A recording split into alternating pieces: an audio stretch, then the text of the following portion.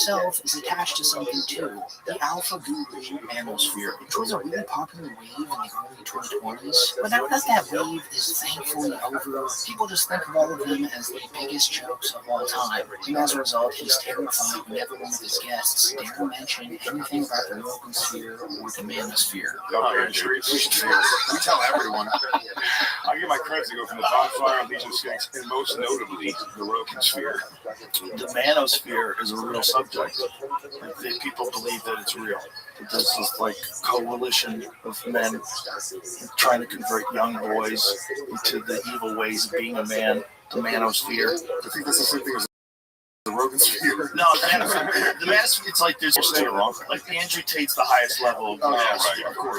Right? That's top G of the manosphere, of course. If you're like categorizing those things, the thing that you're most terrified of is a guy like Andrew Tate.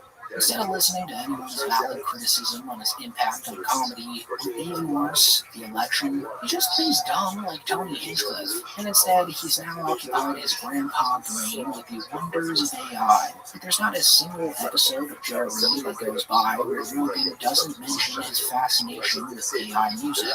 They're taking 50 Cent song. You've heard Many Men, right? Yes. Have you heard What Up Gangsta? No, You haven't. The Many Men one is fantastic. Many Men's amazing. Yeah. Which just shows you how easy it is to impress this guy. And no wonder he finds his friends funny. And so recently, Logan's actually taken this AI slap obsession even further, where he claimed that Jesus would actually return in the form of AI.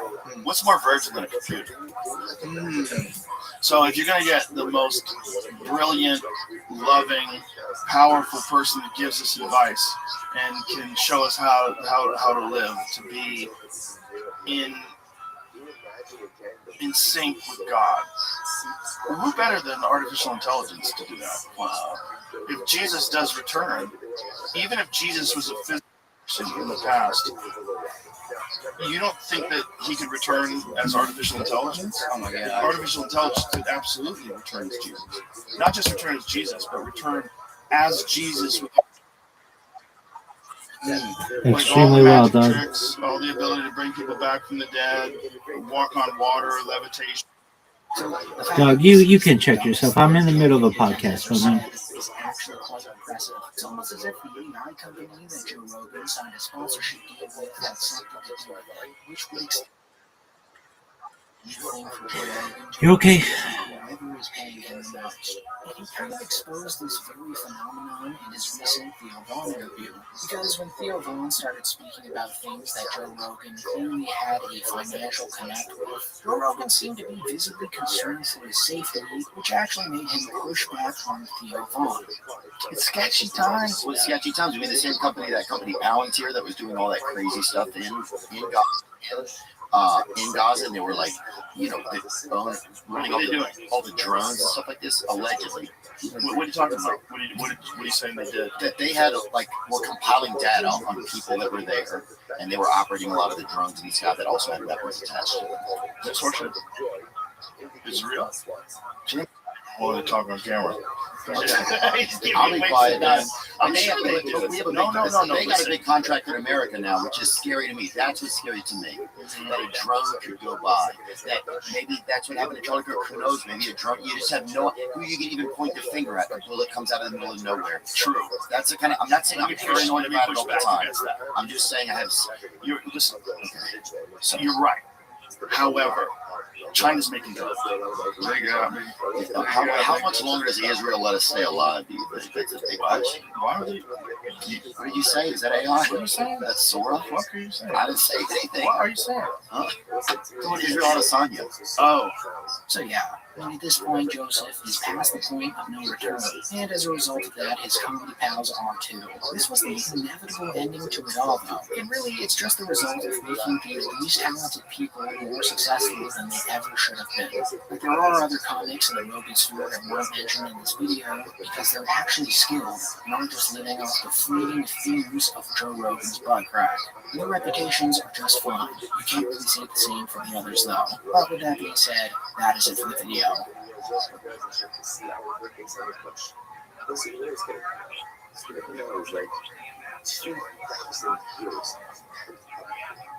2,000 years of, it's almost like Joe Rogan Podcast, check it out. The Joe Rogan Experience. Drink by day, Joe Rogan Podcast by night, all day. Oh, wait, I think I've done this for years. You know, Christmas 31. Is it really? Yeah. I remember the day we met. Really? Baskin Robbins on nothing. it's not our national tradition. It's going to be just highway materials. Because the thing that we have to keep in check all of this time, because sometimes you have to keep me in check because I need to move myself forward. And at the same time, just the unbridled laugh to enjoy that's going to come from seeing that base amygdala, from seeing the Shia, and then yes, amidst the families being united, and all of these incredible things, we're going to see this. And let's say it's important that we learn this. Because this, what we're learning right now, is a lesson in history. And Yad Hashem very soon is going to become our reality in Christ. It's sound a mixture of pain for everything that we have to endure, coupled with the incredible laughter and joy for everything that we finally have. You'll be so fit to it when Yad Hashem becomes. He says, I become the seed. So there's a problem. How are the Jews? Ladies and gentlemen, welcome to the Tim Dillon Show. I apologize that I am late. The episode is late. I went to a show last night in LA. I went to the Snow Strippers concert. I don't know anything about the Snow Strippers. A friend of mine is a manager in the rap world, the underground rap world, like young people. And he was like, the Snow Strippers are a thing. Have you heard of the Snow Strippers? So you have. Okay. And it was, people were messaging me, you're at a Snow Strippers? First of all, yeah, I am. So what? But I didn't know who they were. And a lot of their fans seemed to be very lovely people. They were kind of furries and kind of goth, Mexican furries, trans, and great. Love it. Go to the concert. Stop with the shooting. But yeah, I mean, like, you know, that's the thing. Trans furries just go to the concert. You know what I mean? Like the shooting, if that's what happened, and that's a whole other thing. But we're getting sidelined. We're getting sidelined because, frankly, let's be honest, a lot of us don't, including me. I don't think it was that. Well, whatever. Moving on. But a lot of their fans, and I had trans furries coming up to me, which was nice, saying thank you for your work, literally. And there was a few trans furries that took photos with me and said thank you for what you do. And I think the trans furry kind of Mexican goth community, in small parts, in small numbers, it wasn't a million people, but in small numbers, I think, are starting to warm to me.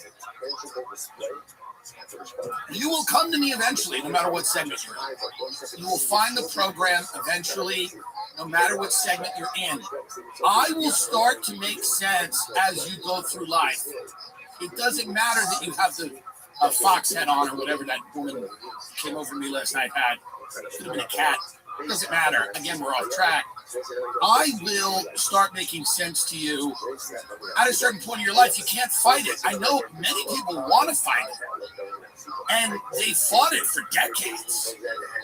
I bump into people, and they make faces, and they're fighting it, and they're like, that guy, ugh. But eventually, I will wear you down with logic and charisma. There's nothing you can do. There's nothing you can do. And I realized that last night with the lovely Snow Strippers fans. I thought Fake Mink was going to be there. And I didn't know who that was until 4 days ago. And I started listening to Fake. Do you know who Fake Mink is? See, I got you. Well, he's from the UK. And I thought Fake Mink was going to be there. But Fake Mink wasn't there. And then one of the other people was like, yeah, Fake Mink's not on this. But it's every now and then I'll go to an underground rap show in LA, or not even underground, but like, I don't know, a weird thing. And people are shocked. Like, you'll see people look at me and do a double take. It's like crazy to see me in that environment because I'm dressed kind of like the way I'm dressed. But I dress insane anyway. So I kind of dress like I might be there because like these young people see me, and I think the word is unk. That's the parlance. And they see me like, what is that? Now, some of them don't know who I am. A lot of them, most of them. But then occasionally you will see someone there. And then there's people there that are like older than me who are clearly just trying to kidnap me. That's an interesting segment. I'm there because I was invited by some guy who's a manager that I'm friends with now. But I then look at people that are like older than me, like straight up dad energy, but that creepy dad, who are in a button-up shirt and glasses like a serial killer. And then it's just a bunch of Mexican transferees. And I'm like, well, he's trying to scoop one of them up and bring him to the car. No, but I guess that's the way it is. That's the way it is. There was a few people, and I was kidding around with my manager friend. He's a new friend, but I like him because he's like, oh, he's a fun. Like, I like if you get a good white black guy, it's great. Like that archetype of guy. But the white, by the way, I've been having a lot of issues with the white black guy recently, only because it's so over the top. I was in Vegas. I was having lunch at True Food Kitchen. This white guy approaches the table, and you know what it's going to be immediately. You know it's the white black guy, but not in a way that you can, like, he's like, what up, her? Like he's made player. Maybe it's southern white black guy that's really bothering me. But whatever he was doing, it was so over the top, and he was very happy. And he was like, what up, her? What up, her? And I was like, oh, God, this is doing this. It was one of those things where it's like you would order the lunch, and then you're like, bro, I couldn't forget this one. I'm finna get you ketchup. But it's fully white guy. Finna get you ketchup. What up, her? It was just too much. It was awkward, and it was too much. But if it's tastefully done, and this guy tastefully done white black guy, I think it's an attractive quality if it's tastefully done. If the white black guy is done in a tasteful way, where it's not so over the top and silly, where it's like insane. With True Food Kitchen, by the way, worst restaurant in America, disgusting, tasteless crap, sue me. It's so good for you. It's not, and it's terrible. Have you been there? It's a restaurant dedicated to everything's in an air fryer, but it's not good. And they pretend it's like American restaurants should just not even attempt to be healthy. They don't even know how to do it. They should just try to kill you.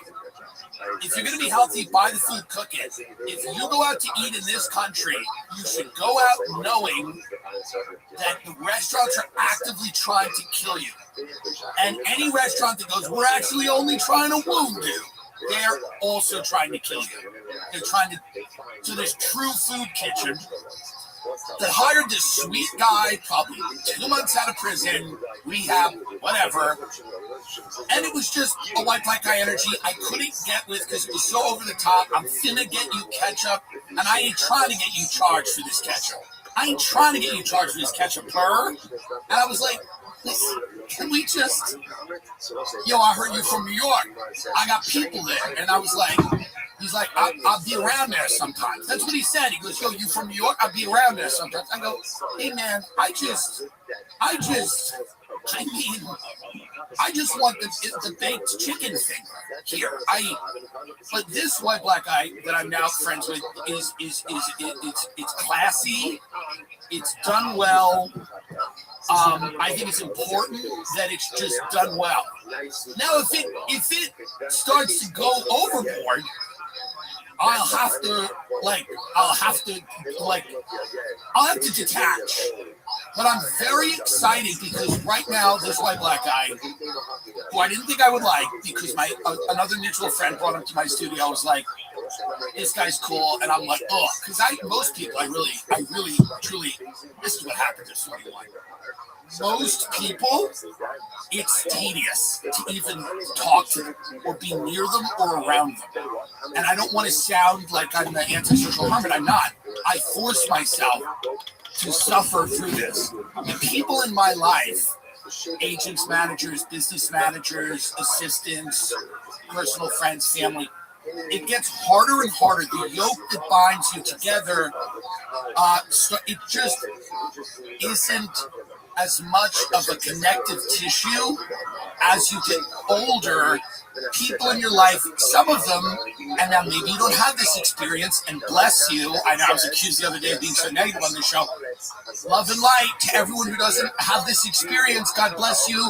Love it, love it. But as you get older, it is harder to tolerate people, especially new people. At least with old people, you go, I know what I hate about you. And you know what you hate about me, and we overlook that. And we get to the things that we like about each other. Or there's certain friends you have that you just like talking to about certain things.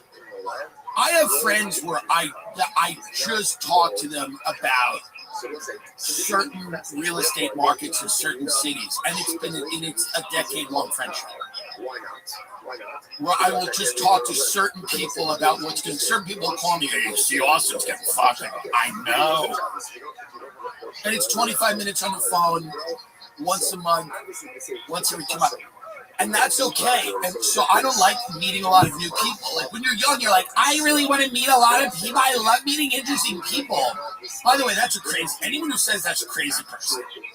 Anyone who says they like meeting interesting people is ill, mentally ill, is a mentally ill person. I'm telling you.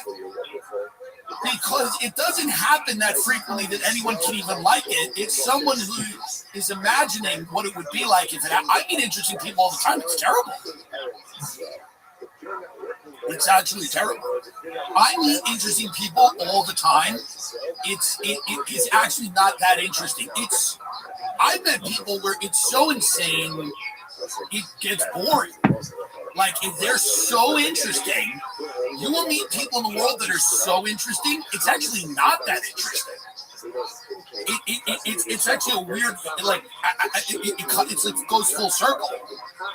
So now my game is I'd like to meet people that are moderately interesting or not that interesting, and pull out of them something that is interesting.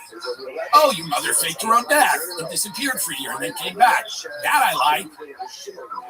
I don't want to meet people who are like, I built a company from the ground up. Like, already I'm sick when I hear that. Already at a dinner, when I hear I built this from the ground up, I'm physically ill and I want to kill myself.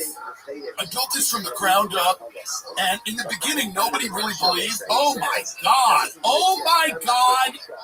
come with a gun, shoot me in the face now. And like, my boys believed in me, but like, not even they did. And like, it took a while, and the first seed round, oh my God, get a noose, tie it around my neck, make sure it's strong enough, and lift me to the rafters and let me go see God, because I can't, but I like this new person, this new white black guy. It's done well. It has class. There's charisma. It's not over the top. It's not like that waiter. And it reminds me of an archetype from my childhood. We had a lot of white black guys in Long Island that some went overboard, some are dead. You know, they got too into it. But I mean, you play the role to get too into it. You start being stupid. You know. But this one is, and he's got a white black guy name, and it's a cool ass name. I'm not gonna say it, but the white black guy's gotta have a cool ass name, and that's all I'll say. But I can't do any more at lunch. What up, Pearl? I'm finna get that ketchup. I can't do it. It's awkward. It's disrespectful. The contribution that black people have made in our country, it really is. It's like wrong on every level. I don't know why it's not called out. Whatever. I'm moving on from it, but whatever. I don't know why that's okay. It's like crazy. If I decided to be a Dominican woman for a year, people would say that's like not good, right? I don't know. I'm just saying. But good job on the snow strippers. She's a Russian woman. She's attractive. Not really to me biologically. I don't care. But she's an attractive lady, and she's up there singing for the transfer of goth Mexicans. and a few serial killers who want to scoop them up, put them in the trunk, and myself, and the white black guy who's my best friend. And then you, in the beginning of it, they couldn't get the tech right, so they had to keep leaving the stage and apologizing. And all the transfer Mexican goths were deflated by this, and they're sad anyway, I think. So, I mean, they have a lot of emotional things. No one's happy ever, by the way, in our country. I was talking to Louis C.K. about that. No one's happy in America. I don't know why. But no one looks at, like, they're all at a concert. They all kind of have that glazed look. They're all raised in a phone and whatever. But so they only get happy when this Russian woman gets on the stage. And then immediately there's like a problem and they apologize. They go, we're so sorry that we had to do this to you. And then the transferring Mexican goth kids get sad. And then some of them came over to me and they were like, yo, can I get a picture? And I was like, of course you can. A little chupacabras. And then, so these chupacabras are sad. And these little trans chupacabras then go nuts when the Russian chick comes right on again. And they all start going nuts. And it was lovely. It was a lovely event. And it was nice to go. It was enjoyable because, you know, we're maybe on the verge of war with Iran, and we don't know. And I don't want to be negative about that. Somebody sent me a clip where these guys were discussing me. They were like, we're fans of him, but he always tells people that there's no hope. And I go, I'm not saying there's no hope. He's telling people they can't have a good life. I've never said that. If you look at the news right now and you're overwhelmed with a sense of hope, I don't know what to tell you. I mean, like, honestly, if you read the news right now and hope is the first word that comes into your mind, I'm confused. That's all I would say. I'm not trying to spread negativity here. The show is literally me reacting to what's going on in the world. And if you think what's going on in the world, like, I get it. We're run by a cabal of satanic pedophiles. There's tremendous wealth inequality. We have a technocracy that's built autonomous drone armies, but you can still have a good life. I get it.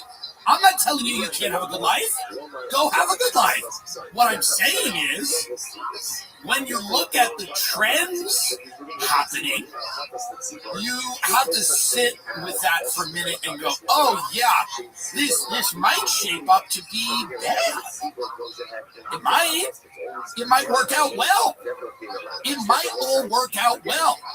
The 7 people that all have all the money and have all the autonomous robotic drone armies, they might be benevolent rulers in our kingdom. So I'm not saying you can't go get a sticky bun or take a jog with your dog on Sunday morning. I'm saying the news is you get a little deflated if you read the news. And they're like, why is Tim Dillon mad? He has a nice car. Da, da, da, da. Hey man, I'm lucky I have a silly car that I wanted since a little kid that I can drive. But I don't know that invalidates the larger trends of what's happening. And the country's not doing great. I know that in some areas it feels like it's doing great, but it's not doing great. Like, we're in $40 trillion worth of debt. That's number one, a big problem. We're on the verge of potentially a major war with Iran. That's not good. The average age of a homeowner is 39 years old. People are less likely to go up and get married and have children. So society looks a lot differently than it did when I grew up, and I'm responding to all of that. It's not to depress anyone or tell anyone you can't have a good life. I have a good life. As people bring up, when you criticize anything, they go, you have a Rolls Royce, shut up. Why would you point something out that's glaringly obvious to literally anyone? There's a contingent of people that want you to say, Things are great. Things are great. That Sean Hannity crew, Ben Shapiro's in there, but it's a big Murdoch kind of Fox News crew. And then also there's people on the left that are more the mainstream Democrats, and also their instinct is always to go, things are good if, people just were to listen to women. Like, we'd be better.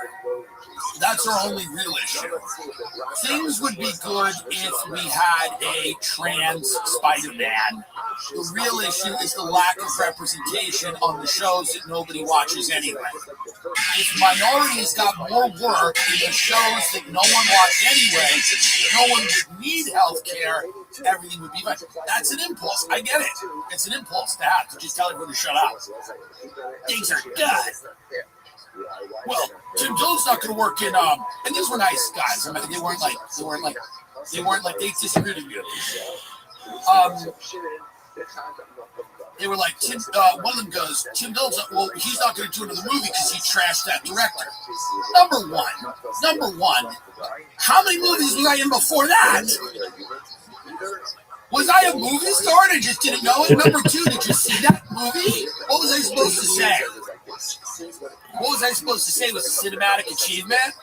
And that director's a great director, and he's directed lots of other projects that have been classic. He's a legendary comedy director, and he'll direct a lot more shit that's great that I won't be in. And whatever, side note, I did look at a condo on, I don't say his name, whatever, people know it. And I looked at a condo in this building in LA called the Sierra Towers, and the realtor said, it was a really nice condo, it was from a little while ago. And the realtor said, Todd Phillips, the big director, he owns 2 units on his floor. He goes, maybe you'll bump into him in the elevator, like, because you're a comedian. That would be pretty cool. And I was like, oh, and I just took my realtor. I go, let's go now. But listen, I get fired all the time. I was fired by the Kingdom of Saudi Arabia. You understand that? I was the only comedian fired by the Kingdom of Saudi Arabia. I'll be fired again, and I never blame anyone for my firing. It's usually my fault. It's almost always my fault. Ladies and gentlemen, I cannot stop talking about those. I'm skeptical of massive health corporations that tell you to sit back, do nothing, and trust the system. That mindset makes you weak and dependent. And dependence is exactly how those big corporations make their money. But when the health system fails you, it's on you to get ahead of it. That's why I don't buy into harsh traditional medical therapies. I self-manage my health as you should, especially when it comes to your body's core systems like cholesterol. Cholesterol, a lot of the times, out of people's hands. It's one of those things that's hard to control. Sometimes it's even fully out of your control. The traditional medical system isn't built to keep you strong. Dose for cholesterol is a clinically backed cholesterol support supplement and target triglycerides, LDL, HDL, and total cholesterol. I mean, so many people I know have been using this. It is so easy to work into routine. It's just a daily 2-ounce shot. It's just 2 ounces. It tastes like mango. There's no capsules, no powders. The ingredients are great. It uses turmeric, amla, and other plant mineral forward ingredients. You're not putting a bunch of BS in your body. Talk about how hard it is out there, folks. Amongst yourselves, just sit there and go, it's hard. Talk to each other. Your cholesterol, you got to get that under control, right? New customers can save 35% off in the first month subscription by going to dosedaily.co/Tim. Entering TIM at checkout. That's dosedaily.co/TIM for 35% off your first month subscription. And I think these two guys, to their credit, they were fans of the show, but they thought that I believe that Israel has too much influence in American foreign policy. This is something that I believe. It's a crazy, wacky belief that I've attained over the last couple of years. I believe that Israel has too much. I don't believe that the Jews are a shadowy cabal keeping people from things. I believe the country of Israel has too much influence with American foreign policy. And when the leader of Israel visits Washington 7 times to try to get us into a war with Iran, it is not in our interest, really. I mean, it's just not. No one's afraid of Iran. I've grown up my whole life. All you've ever heard of it was Iran. Like, Iran's this, behemoth that's going to come kill everyone while you're out at the mall. Iran's just going to start firing nuclear missiles, intercontinental ballistic missiles. You're going to This is what these boomers fantasize. They're like, one day you're gonna wake up, you're gonna open your door, and it's just, I mean, chaos. I mean, people are driving their cars into each other. It's the scene from a disaster movie, right? And you go, what's happening? And your neighbor's gonna go, Bob, it's Iran. And you're gonna go, I knew it. One day you just open your door and the world is falling apart. There are explosions and people are running full speed, grabbing their kids, going, we got to get out of here. And you go, what's going on? And your wife's like, I bet it's Iran. So that's what they're selling. That's the sales pitch, is that our country is separated by water, and we have a massive military and a nuclear arsenal. And any attack on America, remember, would sign the death warrant of the Iranian regime. So they would have to be suicidal and crazy to attack America, but supposedly they are. And they've been planning this big attack on America, where then we would destroy their civilization like in a matter of minutes. But supposedly they're trying to do, like, that's their MO, and they want to do that. And I don't believe that's the case. I think it's more primarily with benefit Israel, because Iran is the biggest regional threat. Whatever. So there's people that disagree with that analysis. You're allowed to disagree with that analysis. I would say you're wrong. I would say that I'm right. Trump barely talked about Iran. Iran was not an issue. It was Obama. It was a big issue. I mean, I know he made that deal. People fault him for that deal and whatever. Is their nuclear, program really peaceful? Is it really peaceful? Or are they? I don't know. I'm sure Iran would like a nuke. I'm sure a lot of countries would like nukes. But supposedly Iran's like 5 minutes away from a nuclear weapon. And it's not enough to attack the missile sites, which we did. You have to go in and engage in regime change war, which is like a real war. Obviously, in the United States, we would have a big war, and people would die, and oil prices would spike, and the global economy would suffer, and Iran is going to get weaponry from China and Russia. They already have, and that's intensified over the last few weeks. And we're going to spend a lot of money to replace the Iranian regime with what? I mean, it's a country of 90 million people, and supposedly we're going to put somebody in there who they all love. I don't know who it is. I don't know what the plan is. The plan is to send the Shah's son, this guy who's been living in Bethesda, Maryland, in having brunch with the CIA every week for the last 30 years. We're going to stuff him in there, and he's going to show up there, and everything's going to work. Well, I hope it does, by the way. So these guys were criticizing me for kind of whatever losing the plot. That's okay.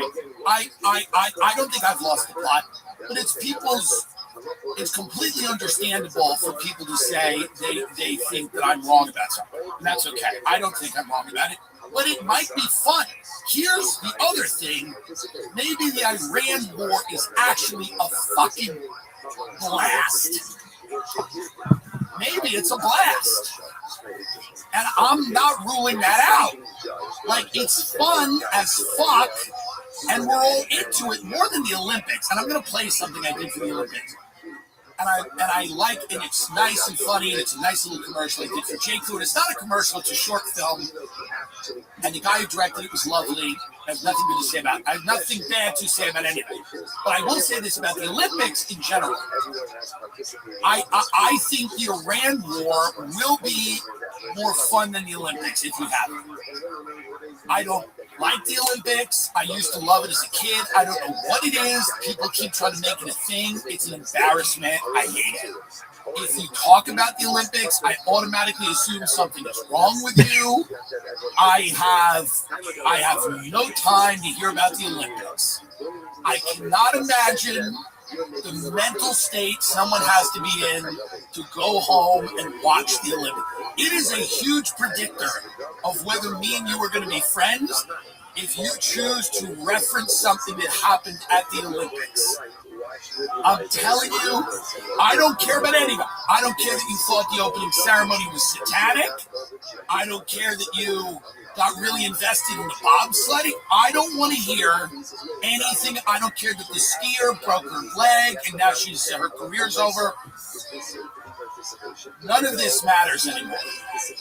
It's like Hollywood's dying. We're not going to care about the Olympics. Folks, when I grew up, Olympians were stars. They had backstories you cared about. Then it got really sad, and I talked about it on the show before, where they're like, he lived in a car for years. Mother shot herself in the face. And now he's going for gold. And you're like, well, this is a little dark. Because people's lives have gotten so dark that the backstory used to be his father got him up every morning and they went down to the frozen lake. And his father was like, you're going to be a figure skater because you're gay. And that was nice. That was a nice thing. And he's like, you can suck all the cock that you want when you win gold. Or something like that. That was fine. That was fine. But then it became like really dark, where it was like his mother bought lottery tickets every day. And she would sit there smoking cigs and scratching her scratch-offs. And he looked at her and he said, the only way I'm going to get us out of here is if I do a pole vault or whatever. It just weird. And now it's like nothing. Can you get up anything about this skier who lost her career? Am I even remembering this right? Didn't a woman have an injury and now she can't ski anymore? And who cares? No offense. Who's this for? Lindsey Vonn, a 41-year-old five-time Olympian, it's enough already then. Suffered a complex severe left tibia fracture after a high-speed crash during the February 8th Olympic downhill in Milan Cortina following a horror crash. She underwent multiple surgeries for her leg in pieces, with recent update indicating that she's recovering and back on U.S. soil. Now, listen. Let's watch this, because again, obviously it's sad that she got hurt, but I just don't care about this. Well, she messed up. Hold on, let's show that again. That's not what you're supposed to do in that sport. She crashed just seconds into her downhill. Yeah, here's the thing. She goes airborne and then goes in a weird turn. Play that again. That's not what you're supposed to do. I don't even ski and I know that. Play this again. This is not right. She loses control. It's over. Here's the thing, folks. That doesn't make me feel anything. And it doesn't make you feel anything. And stop lying. All right, get her out of here. I don't want to see this. But it's not real anymore. If Hollywood celebrities aren't real, we're certainly not going to care. I hope her leg is better. But this is nothing. The Olympics aren't a thing. And they haven't been for years. And no one's what generic what conversation starts with, did you see the Olympics? The people that are watching the Olympics, it's like these little cute influencers in New York, they're all getting paid, and they're all like, and they send them all to the Olympics, and they're all trying to distract you from all the stuff that's going on, which as they should be. But they're all like, whoa, I cannot believe I'm here at the Olympics. It's such an honor. Let me tell you right now, these people, the Jacob people, who I did this trip from, it was about Olympic skiing, like how skiing became a sport. And it was lovely, and the kids on set were very nice. One of them, we got in a fight with one of them. One of them, I called him Young Sheldon. He said, big back, I get it. It's the whole fat thing. He called me Tim Cheese. Then it became me and him. He was like a 9-year-old kid who just started fighting about whether countries should have borders, who has sovereignty, whatever, just degenerate. But, and they should. Whatever, it doesn't matter. The point is, it was a lovely experience. We'll play in a minute. But they invited me to go, you could actually come to the Olympics. And I go, yeah, but why? They go, but you'd be at the Olympics. It would be cool if you would be at the Olympics in Milan. I go, yeah, but if I was at the Olympics, I'm telling you, I would just walk around and go, why are we still doing this? Can you get a Jake Paul and J.D. Vance talking to them? Look at Vance, look at his wife, and look at Jake Paul. I mean, that was the Olympics. This is the Olympics. Get that photo. I mean, this is the Olympics. I mean, it's like, I like Jake Paul. I don't hate JD Vance. I think they're making a big mess of it up there. But I'm going to fly 10 hours for this because I would have been in that row. I'm in that row. It's Jake Paul, JD Vance, and then me, and I'm eating a pastry. I'm in that row. That's the row I'm in, most likely. Or I'm like, even more shamefully, I'm like behind them. You know what I mean? I'm like somewhere, like seated like behind them, but that's the crew. What do you think they're putting me with? Where do you think I'm going? Where do you think I'm going to go? You think I'm going with the young high influencers? I'm going right next to Vance, the wife, and Paul. And I'm sitting there eating a tiramisu, disinterested, watching this bitch break her leg. Can I turn to Jamie Vance and go, ooh? And then I would have made him laugh. I would have went, kind of Cam Bondi, huh? That's the way Cam Bondi's handling everything. He would have went, well, the thing about that. But, you know, I mean, that's right there, being that row. Getting destroyed. So I didn't go to the other. Let's play a little bit of this. J. Crew, short film. I play a ski instructor talking to children. What are you even learning here? I mean, what the hell kind of school even is this? Gravitas is honor and dignity. Honor and dignity are truth. Truth is God. God is the mountain. Okay? Are you getting that through your little heads? That was the kid I Some saw. of your heads aren't that little. Some of you have abnormally large heads. Go back to that kid. Where was he? And some of your heads aren't that little. Some of you have abnormally large heads. Unnatural. And it's something you'll have to deal with. But not today. That little. The mountain. Where is he? Okay? Yeah, him. Truth is God. Try to freeze him. He started a chant, Tim Cheese, which is like some Honor and dignity. or something. Honor and dignity are truth. He started this. Truth is God. God. It's quick. Gravitas He is honor started and dignity. like, Honor chant. and dignity are truth. Children started Truth doing is it. God. God is the And mountain. then I responded by calling him dumb shit. Yeah. So he starts this chant. No, literally, he starts a chant, Tim Cheese. And then he goes big back here. And he makes his phones, he's going, and then I go, okay, shut up, young Sheldon. And then I burned him. I like cooked him. And then the kids responded to that, and he was genuinely deflated. And then he came back at me with more chance. And they were being very vicious. And then they were 6, 7 and stuff. They're sick. Yeah.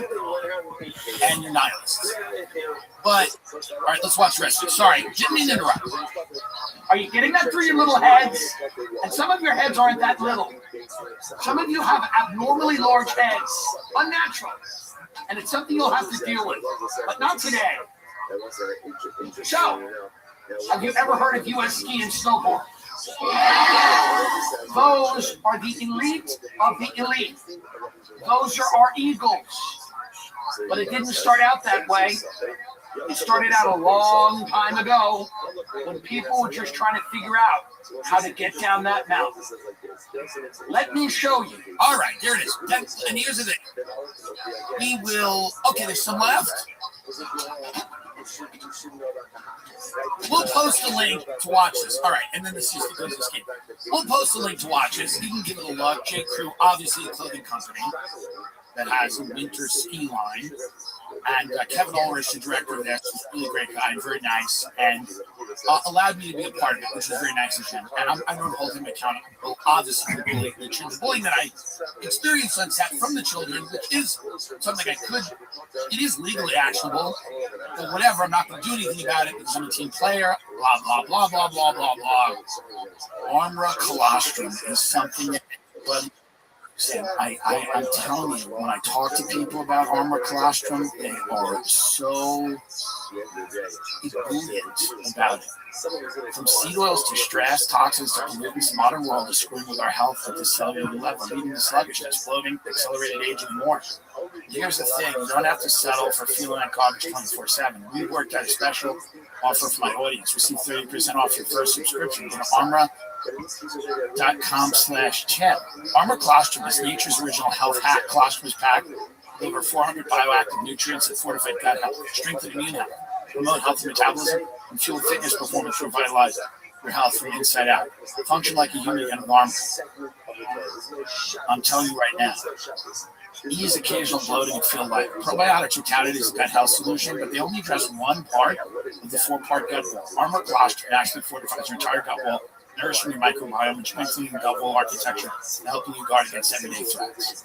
Helps with a healthy metabolism, hair health, skin health. Armor Colostrum. ARMRA.com/Tim. That's ARMRA.com/Tim. You don't need to overhaul your life to start investing. Just automate it with Stash. Your money goals can quietly run in the background when you focus on everything else. And you have been investing here and there but haven't been happy with how things have been going. Stash helps turn good intentions into consistent progress. Investing shouldn't feel like a gamble. With Stash's smart portfolio, your money is guided by experts, giving you peace of mind while it grows. Stash isn't just another investing app. It's a registered investment advisor that combines automated investment, expert personalized guidance, so you don't have to worry about gambling, figuring it out on your own. Don't let your money sit around. Go put it to work with Stash. Go to getstash.com/TIM to see how you can receive $25 towards your first stock purchase and to view important disclosures. I mean, so Stash is basically, it's so easy. It's a smart portfolio. It helps you invest in diversified, balanced portfolios on a regular schedule, which can help you build wealth over the long term. You don't have to micromanage it. Join over 1 million active Stash subscribers and finally let your money work hard as you do. Don't let your money sit around. Put it to work with Stash. That's get.stash.com/TIM. That's get.stash.com/TIM. Paid non-client endorsement. Not a guarantee, not representative of all client smart portfolios or discretionary managed accounts and subject to additional fees. See the advisory arrangement and deposit account agreement for details. Investment advisory services offered by Stash Investments LLC and SEC. Registered investment advisor. Investing involves risk. I wanted to talk about this hazing incident here because, again, I think we're overreacting to it. I just don't care. If college kids want to kill each other, folks, it's really the least of our problems. I wasn't in a frat. I dropped out of community college. I was in the real fraternity, which was the Brotherhood of Stubborn Mortals on Long Island. And we didn't need to hate each other. We understood. We stood against the common enemy, which was God. It's a bond more than like on each other shirtless. Crime. Doing crime. We weren't even doing it. It was literally all we done. Those people were happy in those homes for a few years, and that's what you get in life.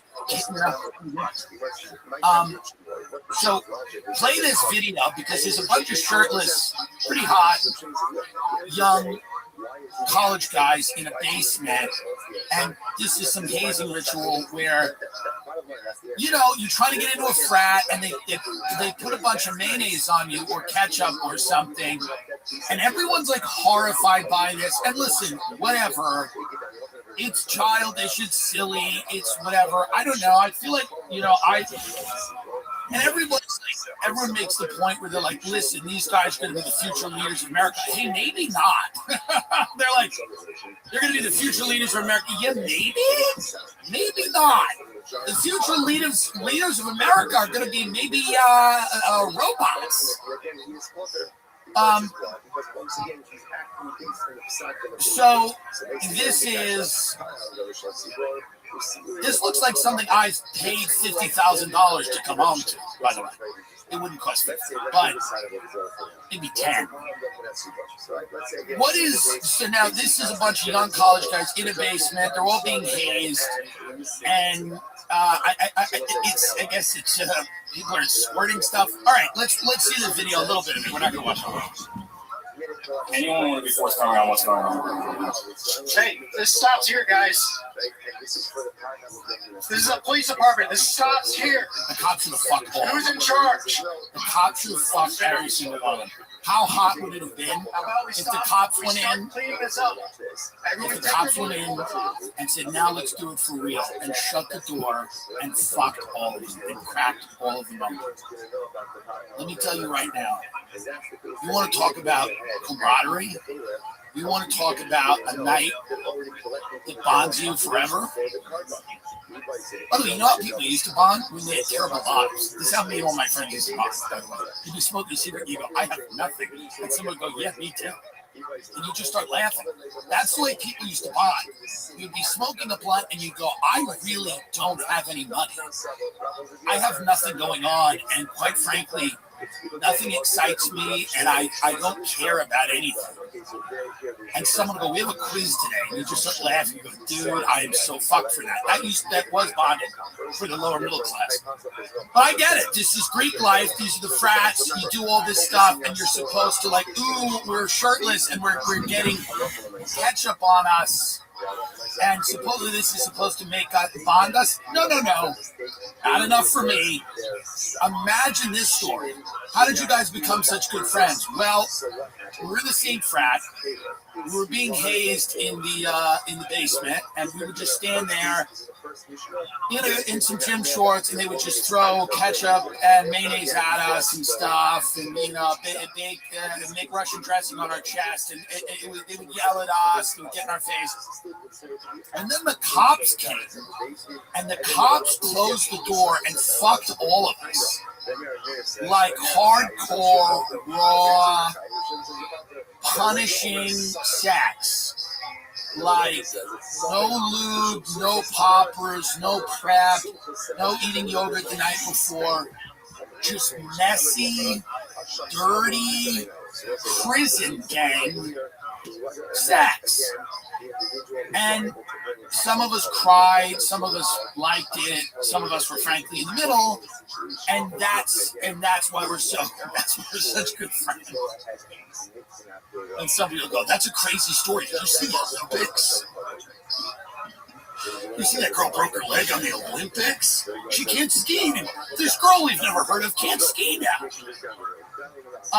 But that would have done it for me. I mean, I think it's a little overreactive. Like, people are like, "I can't believe what they..." But do you know what I've been through in my life?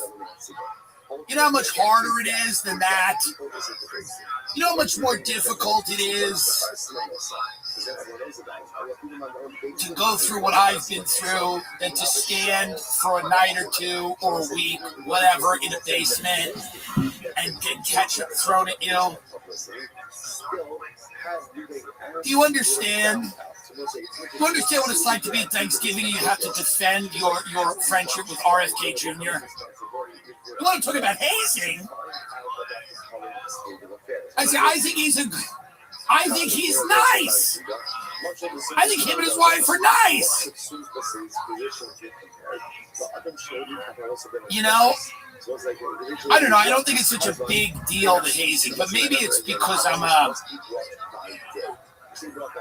cis hat. Well, I'm not hat. Cis gay? What do you call me? What do I call me? I'm not hat. Cis gay. Rich, cis rich, white bitch, cis rich, white bitch. By the way, those shirts are coming. Let's talk a little bit about Les Wexner, your friend of the show. Les Wexner is an entrepreneur. He's an American success story. He's a legend. He created Victoria's Secret, and he was swindled by Jeffrey Epstein. I don't know if you've heard of this guy. Jeffrey Epstein was a very dishonest man. And Les Wexner, a billionaire entrepreneur, was taken in and swindled by Jeffrey Epstein, because Jeffrey Epstein, Les Wexner, hired Jeffrey Epstein to manage all of his money, his billions of dollars of money.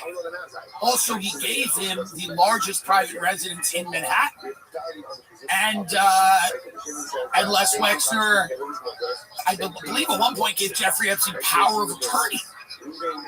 But he was really swindled. Like, I imagine this is how it went down. Now, Les Wexner, again, legendary entrepreneur, billionaire. You'd think maybe a guy that wouldn't be able to be swindled, but this is how it went down. Because I know this. I know how easy it is to cold call if you're good. So Jeffrey Epstein probably, Les Wexner tells U.S. lawmakers he was naive and kind. So I want you to imagine Les Wexner, billionaire entrepreneur, limited brands, all of that. Les Wexner is sitting at home, and he gets a phone call, and he probably answers his phone in Ohio. He's on a lead sheet. So when you sit down to cold call, there's lead sheets. Okay? So Jeffrey Epstein's really nervous. He gets the lead sheet and goes, Les Wexner, this is the big whale. Let's call him. Hello? Hello? Now I'm going to use it. People are going to say to me, oh, you're doing a Jewish voice for this? And it's anti-Semitic. But here's reality. Epstein had this weird, creepy, childlike voice. It's not, I'm not trying to do anything. I have to go through the day without you telling me that it's real. Hello? Hello? It's Jeff Epstein. Is this Les Wexner? Yes. Well, Les, I just wanted to give you a call. Are you happy with the people that are managing your money? Well, yes, I am. Thank you very much. I think I'll be going. Well, hold on. Are you getting the returns you think you should get? Well, you could always get more returns. Yes. That's what I was thinking, Jeffrey Epstein. And we want to take your money and make your money work for you. We want to make your money work for you. You work for your money. Now, why doesn't your money work for you? That's a good point. What would I have to do? You give me all your money. Give me all your money. Give me a house. Let me have power of attorney and buy me a house in Manhattan. Well, that sounds reasonable. I'm a billionaire, but you seem like a nice gentleman. Now I'm doing a black voice for Les Wexner. I don't know what happens. I don't mean to. It's just hard. It's like I'm drifting into like a black voice. Here's what I'm trying to say. Imagine the insanity of believing that Jeffrey Epstein has somehow conned this billionaire entrepreneur into giving him all of his money. Does anyone believe that? Does anyone believe that Les Wexner, who has an army of lawyers and accountants, except the one that they shot, you can Google that, and it's true. Get out, Les Wexner, accountant shot. It's true. And I'm sure it was an accident. I'm sure it was an accident. Don't kill me. There was someone put a bullet in Arthur Shapiro's head. He was the lawyer of Victoria's Secret billionaire Les Wexner. Now, I imagine that this is a coincidence. It happened many years ago, and people get shot in the head, and I'm sure this was a coincidence, and it was a mafia-style slaying. It's never been solved, and I'm sure they tried hard. And I think he was about to testify. Go and see if we can get a little bit more info on this, because I believe that this guy, right, here we go. Arthur Shapiro was in trouble. The shy, secretive lawyer, a partner in the Columbus, Ohio law firm of Schwartz, Shapiro, Kelman, Warren, is under investigation by the IRS for failing to file income tax returns for 7 years and for possible investments in shady tax shelters. In March 1985, Shapiro was due to testify before a grand jury over his dodging and whether anyone had helped him hide the money. What he might reveal, no one knew, but he and his firm and several high-profile clients had a long history in Columbus. But Arthur Shapiro never made it to the stand. A day before his scheduled testimony, somebody fired 2 bullets point blank in his head as he fled from a secretive breakfast meeting held in his red BMW at a Columbus cemetery. The mob-style murder has never been solved. Shapiro reportedly personally oversaw the account for The Limited, the clothing company owned by billionaire Les Wexner, whose empire also includes popular brands like Lane Bryant, which is the clothing store for female fatties, where when I sometimes dress up like a Barry Weiss or Megan McCain or whatever, any of our ladies, I will head into Lane Bryant and still would like to, by the way, shout out to Les and the whole fam, Express, and of course Victoria's Secret. Neither Wexner or his communications team declined to comment, blah, blah, blah. So anyway, so Les Wexner, who's surrounded by an army of lawyers and accountants, minus this guy who took one to the face, one to the head. And who knows why, life's random. So this guy takes one to the head. It is. Can you predict life? You cannot.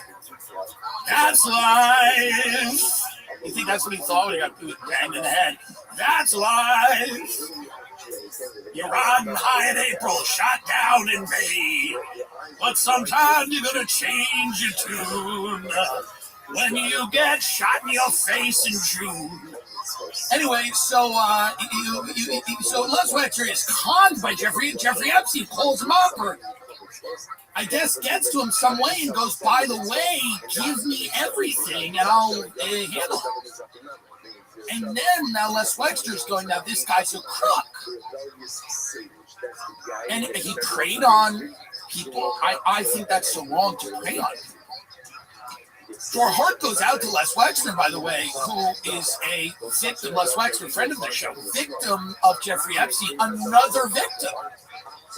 I think we're going to find out that all of these billionaires are victims of Jeffrey Epstein. I think that's the turn we're about to make here.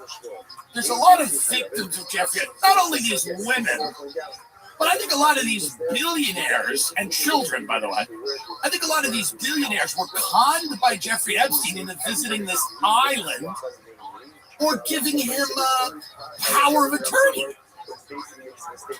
He's conned a lot of these people. You got to give it to somebody like Jeffrey Epstein. He's just a smooth talk. There's no other reason that those two would be in business. What other reason could you think about? That Les Wexner and Jeffrey Epstein might find each other's company enjoyable? What other reason? It's not that they were engaged in illicit activities like money laundering or sex trafficking or, weapons trafficking or narcotic trafficking. It's none of that is true. Let's just rule that out. Let's rule that out immediately and imagine that it's just Jeffrey Epstein's got a great pitch. Cold call. They called him cold. Would you like your money to work for you? Yes, I would. Yes, I would. Now play the lawyer going, I will fucking kill you if you say one more thing. Now, by the way, Yashar Ali, who I think occasionally listens to the show, is kind of an interesting, I don't know, he's a reporter of something. He makes these kind of interesting points. Some of them are weird. And I don't know if any. Like, some of them are good. And some of them are like, I don't know what he says. Why do you say it? Well, whatever. That's the way I'm sure people feel about me. So Yashar Ali was basically like, well, yeah, this is just something lawyers say, which is probably true. Like I've had a lot of traffic problems. My friend was never a human trafficker, but I drove with a suspended license. Like my lawyer would really just say the minimum. Just say the minimum. So now here's Les Wexner talking about, I believe Jeffrey Epstein working with the Rothschild family and Bill Gates or Google, the heads of Google. Right. So we're going to play this for you. Here's victim. Leslie Wexner, victim, also a good friend of the show, but victim in Jeffrey Epstein's tangled web of lies. Here's Les Wexner, full victim in Jeffrey Epstein's tangled web of lies. And I feel for Les Wexner because he's now dealing with the fact that his friend wasn't who he thought. That's the real.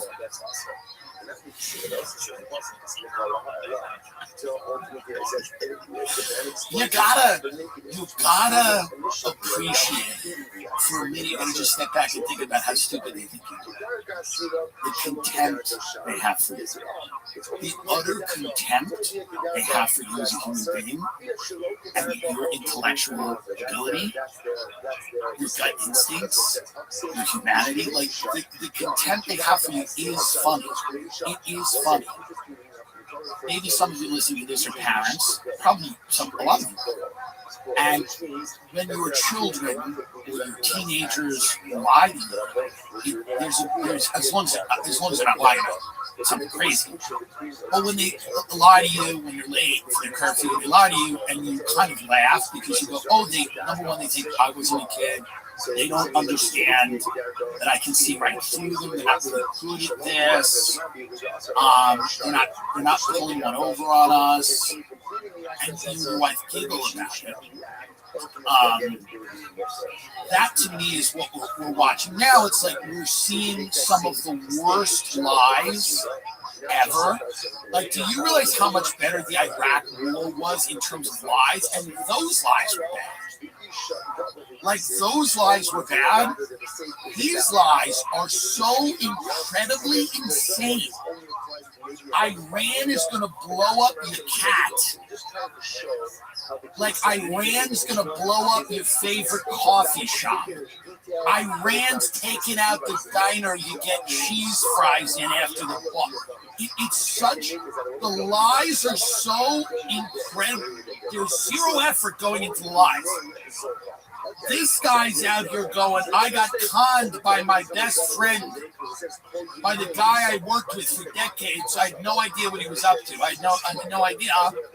And the Trump administration's going out and going, hey, everyone's innocent in the thing that never happened, that there's millions of files on that are incredibly disturbing and heinous. Also, there's files we won't release, and we won't do any investigations into any of these allegations because they happened a long time ago, and what would we even really do? And that's the current White House position is, well, now you know. There's no investigations, there's been no accountability, and there's nothing happening. So the White House goes, you just wanted to know, you know. So now you know. Now you know. You feel better now? That's the kind of their attitude. They're like, you feel better now? Yeah, they're all fucking kids and killing them. You feel better? Now you know. So let's go back to Leslie Wexner, who's wrestling with this deep betrayal from Jeffrey Epstein. This is a real human drama. Because this guy hired Jeffrey Epstein to just manage his money, gave him power of attorney. Which, by the way, I don't know if you know what power of attorney means, but it means that Jeffrey Epstein controls everything. You know, like in the event of like Les Wexner is incapacitated or whatever. Jeffrey Epstein, if he has a stroke, whatever happens, Epstein controls like all of it. Because maybe Epstein knows where the bodies are buried. Metaphorically, I'm saying. So Les Wexner has this incredibly close business relationship with this man, and I imagine a personal relationship as well. And this guy, Jeffrey Epstein, turns out to be a money laundering human trafficker. And Les Wexner is completely caught off guard, and he's blown away by this. He's blown away by this, and it's shocking. And Epstein has intelligence connections to the CIA and to the Mossad and probably other intelligence agencies, and so he's like living in this weird world. He's a spook, he's a money launderer, he's connected to all these different powerful people, and he's running an operation that's a multifaceted operation that involves trafficking children, that involves making large sums of money disappear, that involves back channeling with world leaders at the behest of current and former government employees, other world leaders, prime ministers, presidents. Ghislaine Maxwell's invited onto a 9/11 commission. All the files around 9/11 are blacked out. Like, they haven't released any of the files that are anywhere near 9/11 that involve Jeffrey Epstein. Any of these Epstein files, they literally say that there's certain files they don't want out because national security sources and methods. And the scam there is basically saying, well, if we put out these files, other countries will know how we get information, who our sources were, and the methods we use. And so we can't have that because then we'd be... Now, number one, mind you, we rely much less now on human intelligence. We rely a lot on satellite intelligence and tech and everything like that. That's why Teal and Palmer Luckey and all these guys are getting huge contracts with the government. It's because the future of warfare and intelligence gathering, like the future of all things, is very tech-centric. So the idea of like the spy sitting in Morocco having coffee, that's still a thing. There's still human intelligence, but it's a very interesting sell to go, so these sources and methods that we used 20, 30 years ago, well, a lot of them were, so when we compiled these files, we don't want to let them out because then people would know how we, and it's a big lie. Sources and methods is a lie. You can release stuff without sources and methods. It's a lie. It's it's just saying we don't want to put it out because you're going to start talking about what the hell, what was done. Because no one even knows what it was, by the way. No one knows what it was. There's a belief that Osama bin Laden, Khalid Sheikh Mohammed, Al Qaeda, which was, it's kind of, it was a group that ran weapons to a lot of, other dissident groups and stuff like that, and that they had hatched this plot, and they had hatched it at a meeting in Kuala Lumpur, which was, by the way, heavily surveilled by a lot of intelligence services. And we should have known about this plot at some point. And then, Khalid al-Mindar and al-Hazmi and all these hijackers that were allowed into America, and they were being surveilled, but the FBI never told the CIA about that because there was a wall between the FBI and the CIA. It did exist, but it does seem like an important piece of information. So, and some of these people were trained in American flight schools, and then some of these people were victims of mistaken identity, and it turns out that some of the hijackers we thought were hijackers weren't exactly hijackers, and no one knows why Building 7 fell, and nobody knows why there's a tiny hole in the wall of the Pentagon. And again, you have to just dance around with logic. You just have to dance around and go, well, this is the way things happen, and technically a plane could fly at that rate of speed, very low to the ground for a long time, and not clip any light poles, and not clip anything, and have nobody really see it, and then go into the Pentagon, and then go through 4 solid walls of steel, and then punch out a little hole, whatever. And Building 7, actually, there were fires in Building 7 that were burning all day because of debris from the other falling buildings, and whatever. And, there's a lot of people that think it's bunk. To be honest, they think there's something there. There's something wrong, something weird about it. But all of the Epstein files around 9/11 are blacked out. Now, of course, I don't know what happened on 9/11. Nobody knows what happened on 9/11. We haven't read any of the files. There's a lot of people, including myself, who doubt that the official story is what we're being told. And people tried to find more out about this. There was Senator Graham, Phil Graham, Florida. I believe his name is Phil Graham, yeah.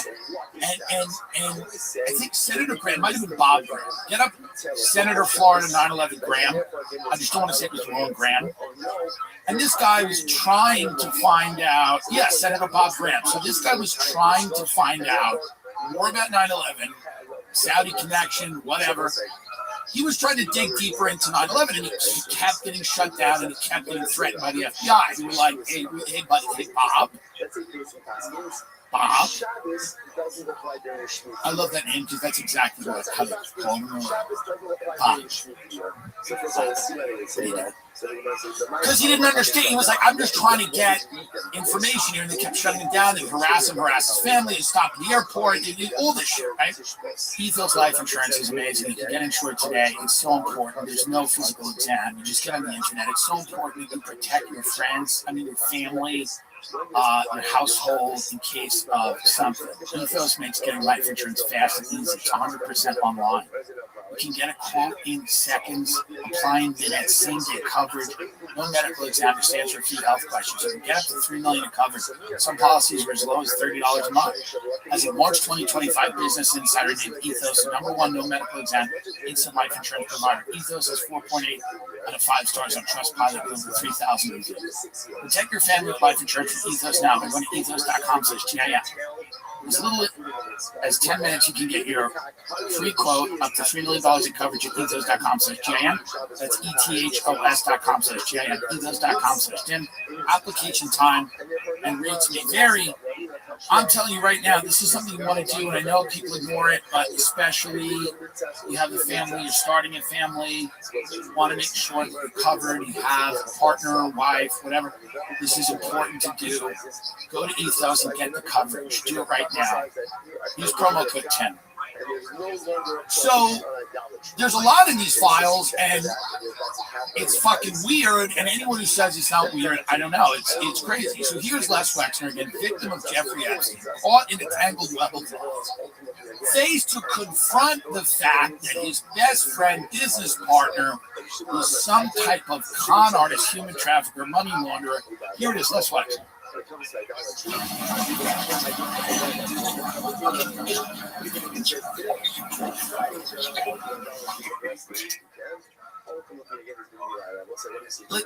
Let's see a little bit more of what he says. Give you a long answer, but to understand in the context. Because if I just say yes or no, you won't understand it. Right. I really want this whole group to understand it. And I never would have guessed they was being conned. Right. Never. Right. The deceit was so subtle. Yes. It's sad.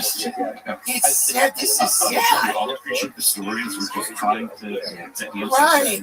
Don't tell too many stories. Very helpful. Thank you. Stop with the stories.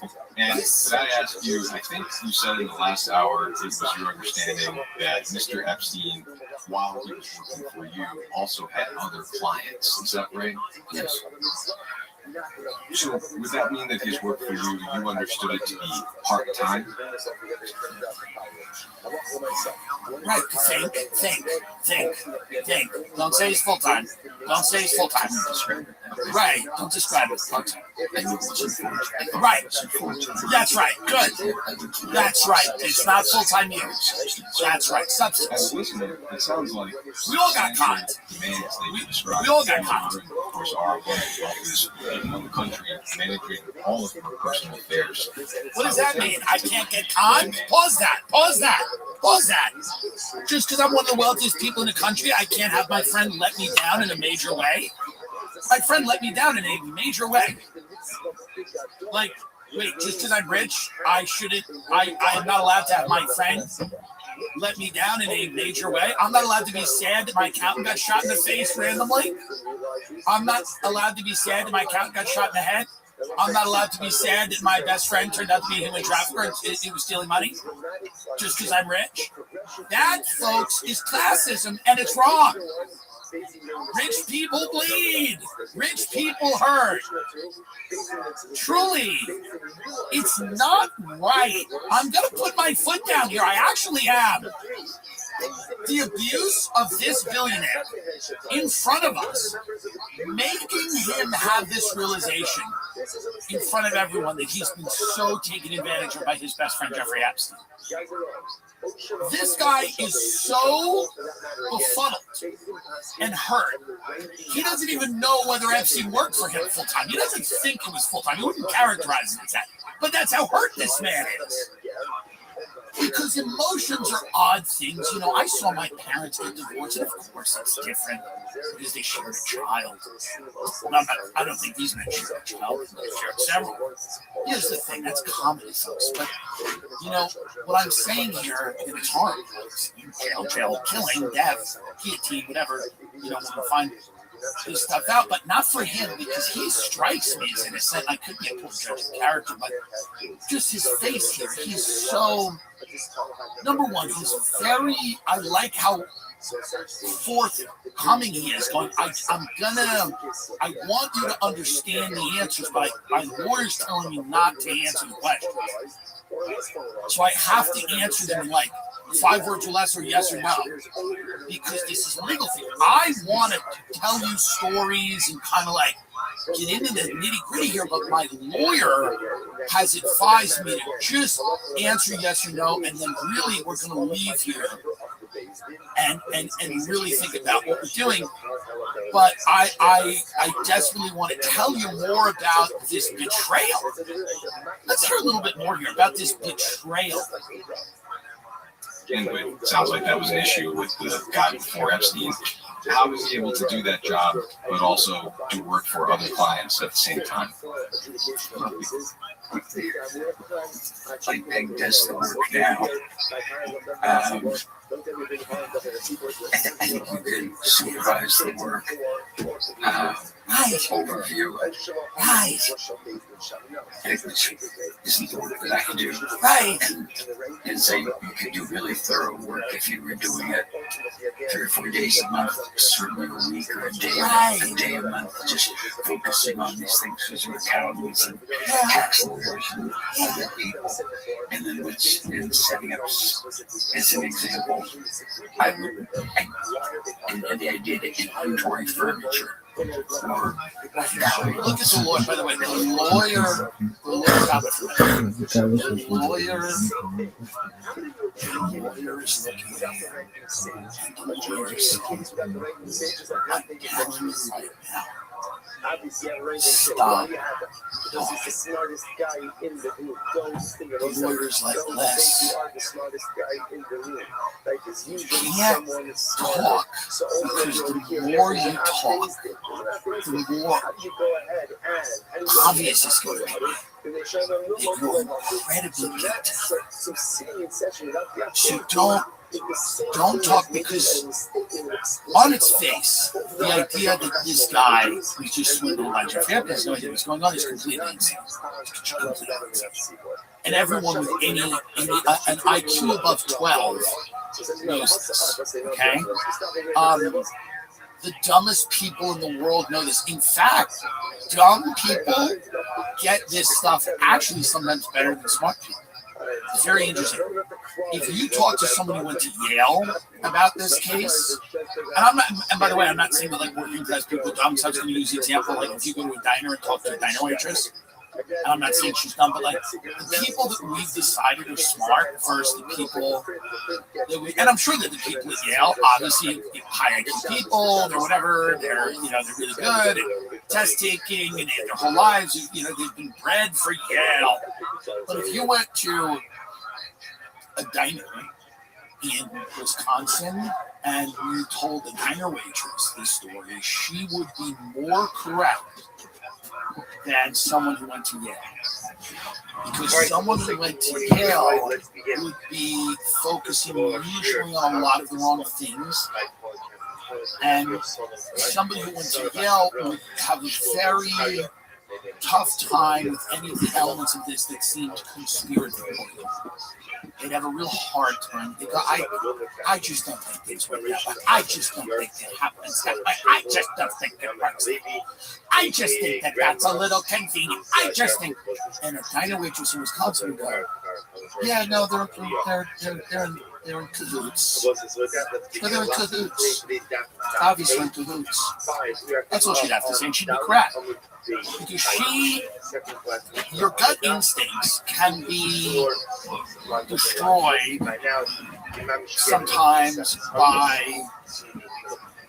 a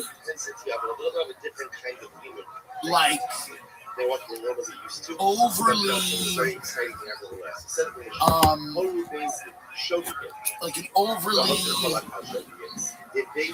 cerebral approach to things can sometimes destroy your gut instincts. You might feel a certain way, but you might have to, when you're analyzing it, you might be considering all of these different options and then giving weight in your head to options that in your gut are either less likely to be true or are not true. So when I talk about this stuff with people, the people on the upper echelon of society that have gone to these schools and have been in the circles of supposedly the smart set, chattering class, the people that are intelligent, they're looking at this in a cerebral way going, well, it's actually not the thing that's right in front of your face. It could be 10 things. They don't discount that it could be the thing that's right in front of your face, but they go, but it also could be those other 9 things. Could it? Maybe. Let's watch the rest of this. Let's watch. They still intentionally violated. Then there's no problem. Right. Just so people could be walking out for instance. Right, now stop that. Stop that. Here's, folks.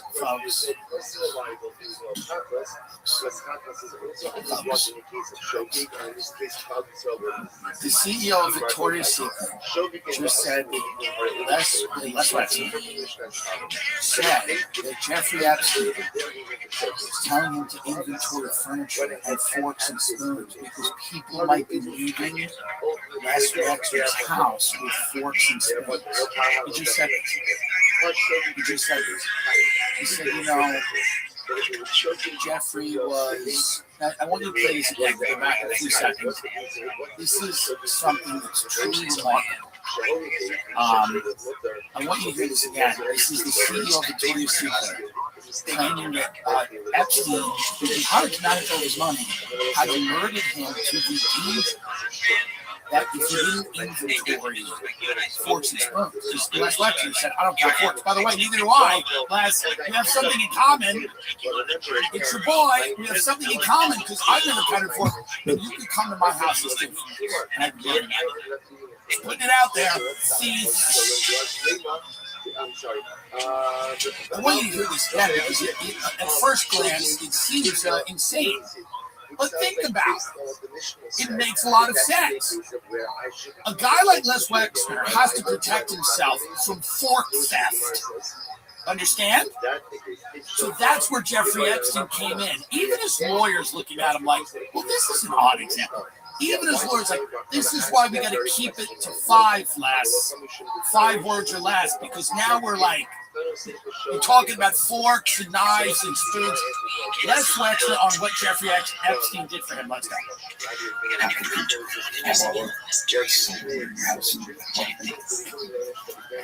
Count forks and spoons, and it's like just so people can be walking out forks and spoons. Gee, that's the best deal that I ever did.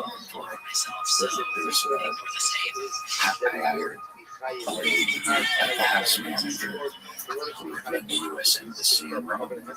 Yeah, I've been part of this. Hold on a minute. I have a house manager. This guy just said he hired a house manager who ran the U.S. Embassy in Rome. What is going on in your house? My house manager is from Queens. She screams at me and we fight about time. She buys lamps I don't like and I make her take them back. We have a party every summer in the Hamptons. We get in fights with local caterers and we hire a Carvel truck. This man, who does have a nicer home than me,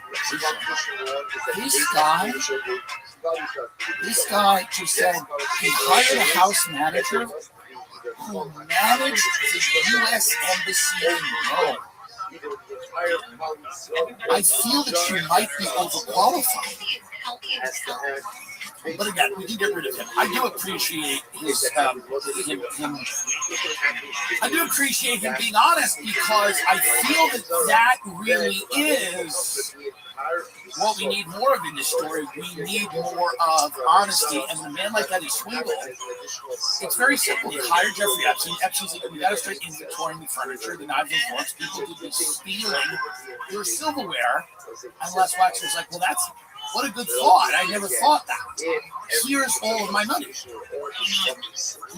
Let me give you power of attorney over literally all of my assets because you came up with this. What a brilliant! I never thought that billionaires face that kind of silverware threat,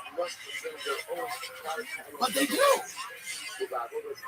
But you see why the lawyer's like, you can't even talk, you can't even say anything. It's 45 words. The lawyer knows how crazy the lies are. Les Wexner's not had to lie in a long time. His lies are crazy. Well, Jeff said, how many spoons do you have? I don't know how many spoons I have. People are walking out with spoons. And these are silver spoons. They're heavy. and you put them on the teacup, you get a clink. This is real silver. And Jeff came to me and said, what about the forks? Les, what about the forks? And I went, right. And he said, why don't you hire the woman who ran the U.S. Embassy in Rome to manage the silverware? And I said, this is a great idea. For this tip, I'm going to give you all of my money now. And then he purchased Jeffrey Epstein, the largest private residence in Manhattan. And you know why? Because forks are a lot of fucking money. And Jeff saved him money in forks and spoons. Jeff saved him a lot of forks and spoons. Before we leave, this has been a very fun episode, and I'm sorry it's late, but before we leave, we have to get up.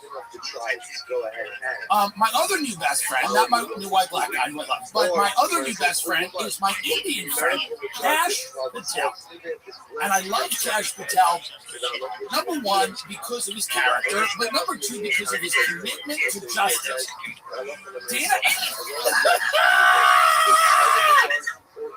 Dan Bongino and Cash Patel, very great shadows of Ezra Academy. Cash Patel and Dan Bongino have decided to have a podcast. Like they're doing a podcast because Dan Bongino left the FBI and is now doing a podcast again.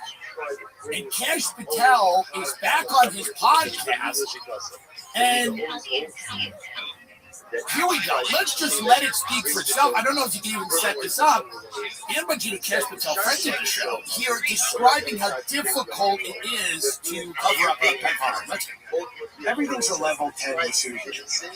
And level 10 meaning there's a pardon the language, but a shitty decision and a shittier one. Because if there was a good decision you made, someone else made it. And then when those decisions, that's every day. I know you know this because I would knock on your door and you'd be like, what now? And I'd be like, here we go again. Like something else will come up. But I just want to put into perspective for folks out there, when that decision can't even be made by me, it goes to you. When it doesn't go to you, it goes like to the president's desk. He's dealing with like level 11 decisions. And that's the thing in DC. That's why the batting average isn't always going to be 1,000. There's no good call to be made or someone else would have made it. There's just really tough decisions where, there's a shit call and a shittier call. And listen, that's what we signed up for. That's how it rolls. Look, these are difficult decisions, Dan. That's why you volunteered to jump back in. It wasn't just going to be, hey, we're going to do this job. It's going to be super easy. We're not going to have to make any hard decisions. And we're not going to have to combat a press corps that has largely been biased and full of inaccurate reporting. But we made those decisions collectively in the best interest of the nation. And if we hadn't, then none of this would be true. None of this would be possible. If President Trump had made the hard decisions to allow us and give us the resources that we need and to back the blue in law enforcement to prioritize working with state and local authorities, then we wouldn't be able to do what we did. But you're right. We had a lot of hard decisions. That comes from the territory of the job. But once you look outside of the cauldron of Washington, D.C., and this is one of the things that I'm trying to remind myself of every day. Outside of here, there's a different America than the one that lives in the National Capital Region. And I try to remind myself every day we're making those difficult decisions that you talked about, and we make them on a daily basis. What the fuck is this people doing? What in God's name are these two people talking about? Can anyone even venture a guess at this point? They make Les Wexner look like an open book. What are these two fools talking about? What the fuck are they talking about? Resources, decisions outside of DC. There's people that live outside of DC. Yeah. That's what you learned? 2 years running, you're running the FBI, you learned that people live outside of the state of Virginia? This is what you learned? Did you learn that there's a population outside of the District of Columbia? That's all you learned. I mean, this is like the craziest thing I've ever heard. I realized that there were people that lived outside of the capital city.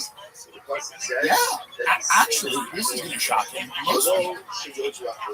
And they also hate it. Does he think he's beloved when he gets out of D.C.? I mean, this guy's out of his mind. Does this guy think the problem is geography? Does he think when he leaves D.C., people think this is going well? Does he think the problem's a zip code issue? Does he think confidence in his leadership builds once he's outside the Beltway? What are these people speaking of? To go comment right now. We have shows on sale in Long Island, New Jersey. 3 shows sold out in Paramount. I believe close to sold out. There are some tickets left. Mother's Day weekend. Bring your mothers out. Long Island really deserve a break. You know, they work so damn hard. They work so damn hard to train. Also, a couple of shows in Jersey, like City and Bergen.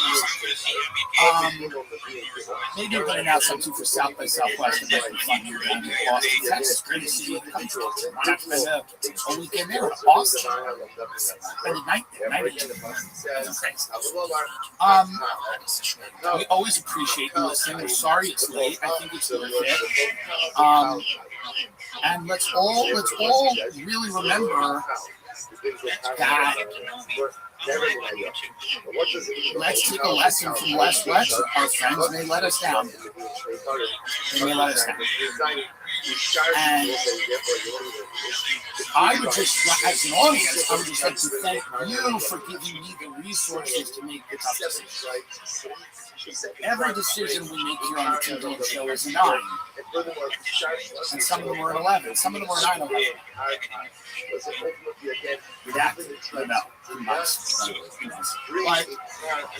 I just want to let you know that you give me the authority to make the hard decisions, and you give me the resources. Because if I didn't have the resources to make the decisions, then someone might be walking out of my house. That there is individual tribalism, but if a particular shape that slows their head and commits or follows the erroneous exact of the basis, that shape that brings us out of governing that shape. It was that because the shape is that whole shape that the shape that speaks to top. He was never again.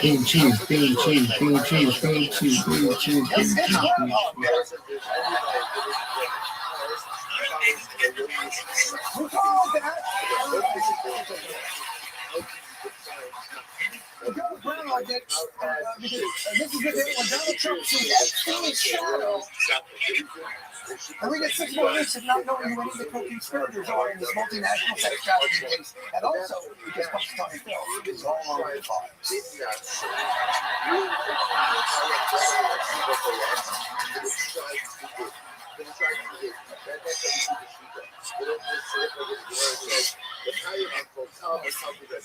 Is that the scale by a chair? That may be the biggest groundhog. It literally looks like actually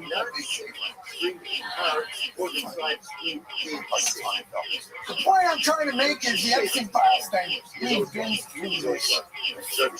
Donald Trump revelations about his relationship with Jeffrey Epstein. The MAGA fault line seems to be widening from a fraction. Breaking news, a big break. Republicans breaking with Trump on Epstein. The day of the potentially be breaking here with MAGA. Beginning of the end of the Trump presidency. After 1 million more documents in the Epstein files were discovered last week, will this fraction become a lasting, irreversible break?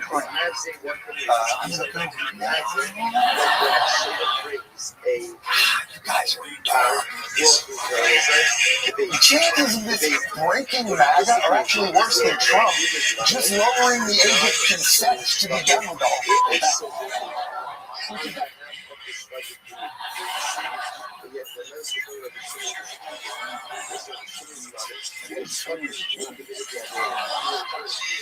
Which is not to say there isn't awful shit in this new Epstein stuff. It was a veritable who's who. Can you imagine wanting someone to touch their booty? Allegedly. Lutnick, Bannon, Musk, Summers, Gates, Clinton, Tish, Melania, the guy who directed Melania, Prince Andrew, and Sir Richard Branson.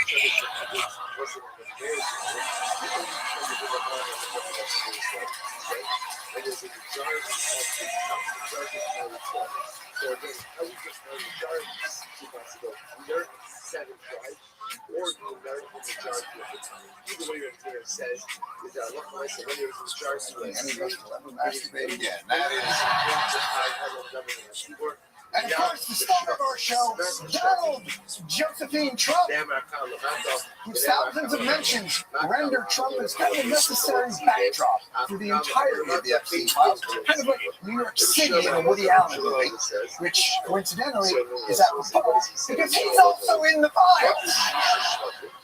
And of course, to get ahead of I am also in files. We all searched our names. Right? You guys didn't search your name? All right, so no, whatever. I am in the files. All right, this is actually true. I take you to the sea. August 29th, 2015. Jeffrey Epstein dies violently. His mind turning back. He drops a quick note to a producer named Barry Church saying, I suggested to Woody. Y'all know which Woody. It's the Epstein files. It ain't Harrelson. All right. Or the cowboy. You know which Woody. I suggested to Woody that he do an exclusive new stand-up routine for either Apple TV or Amazon. Oh, Jeffrey Epstein always had his finger on the pulse what America was clamoring for in 2015. But Barry Josephson, thinking like the out-of-the-box television professional that he was, pitched this idea. Make a true biographical experience with his stand-up being a character. Somebody like Jon Stewart could host / narrate the biographical part. Excuse me?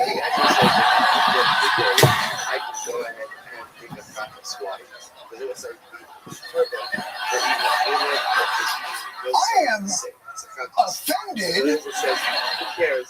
Somebody like Jon Stewart.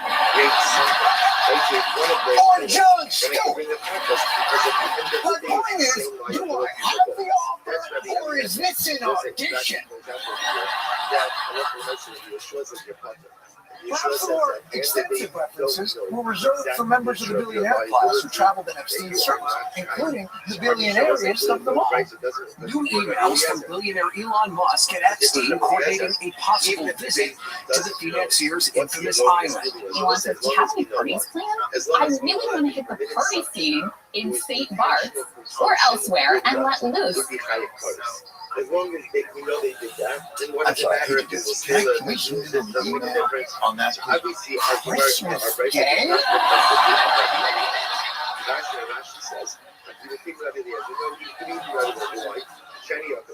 You're asking if Jeff Epstein's got any parties planned on the island? Oh, Christmas Day? I mean, Christmas is tense time. We've all had that feeling, trapped in the house with the in-laws, 14 to 16 of our children over the holidays. Generally, Elon, the Wanderlust doesn't really hit till 28th or 29th Christmas. Email Epstein Christmas Day is I've just seen the joy on my children's faces as they open their gifts. Get me the f*** out of here. And ever since those revelations, Elon has been, how do the kids say it, crashing out. He's posted about the Epstein files more than 85 times over the last 2 days. Oddly enough, it's listeners. And if I may, Elon, slow down. You got to make some time for tweeting about the white genocide too. That's the matter. But this is obviously important to you. So, all right, give us the best argument for your innocence. Musk denies any wrongdoing, writing over the weekend, if I actually wanted to spend my time partying with young women, it would be trivial for me to do so without the help of a creepy loser like Epstein.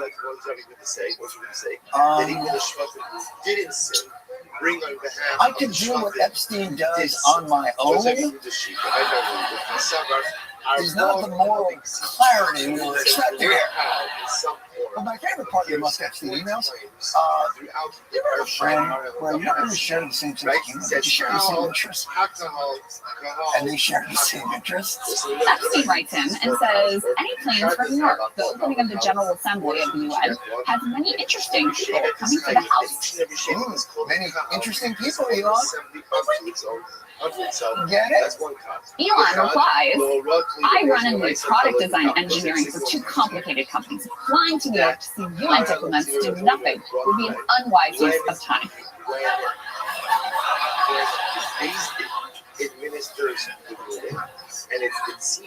I'm sorry, Jeffrey, could you make it a little more obvious? To which Jeffrey Epstein replies, do you think I am retarded? Just kidding. There is no one over 25 and all very cute. You've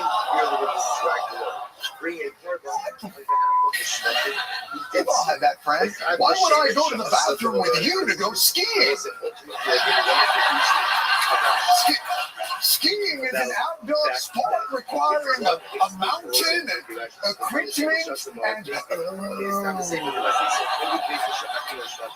I see. Now, another big name in the house is Comedy Secretary Alcohol, which in itself is not big news because he's lightweight. In May, he met Epstein in 2005 and then said he immediately cut off. You know what? Let me let him tell the story. I see massage your house. How often have a massage? And he'd say, every week. And then it gets like really close to me. And he says, and the mouth comes massage. He said that one you can't actually like because that's just an expression. He made the shot like a deep tissue or a lonely. I'm sorry. I apologize. It's okay. Yeah. It's talking about dick massage. Go to the bathroom and go skiing. Go get a dick massage. Understood. Carry on with the story. The 6 straight steps Wait a second. Hold on. Even 6 steps from Jeffrey Epstein? 6 steps. Jeffrey Epstein's house was 6 steps. That's how housing is in New York City. Even billionaires don't get to live more than 6 steps away from each other. Imagine what the rest of us live in this habit trail hellhole. Sorry, anyway.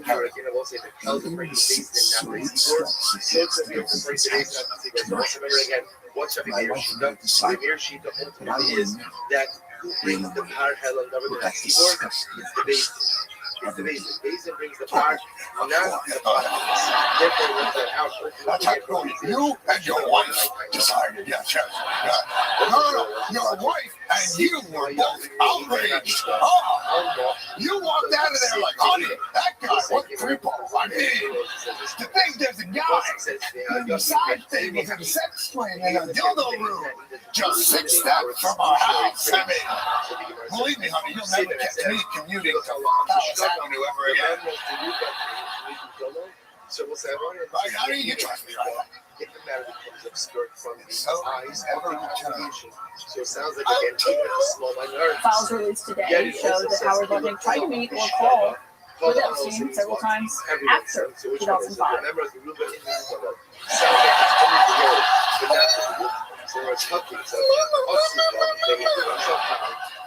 Yes, Jeffrey, it's me, Howard Lutnick. I'm on your stoop right now. I just want to remind you, sir, I am disgusted and appalled I have a tremendous amount of tension in my trapezius muscle. Even though what? They are not the numerical majority. Nevertheless, again, they are powers. You would have me know the right kind of massage.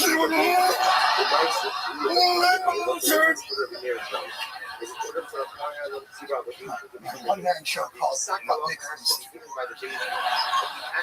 By the way, it wasn't just Republicans in this email.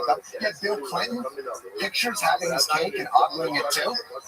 Economist Larry Summers, seeing if someone was available to rub his Phillips curve. Look it up. And Bill Gates apparently getting gonorrhea from a Russian hooker. Allegedly. Yeah, in truth. God damn it, Clippy! Not now! Clippy!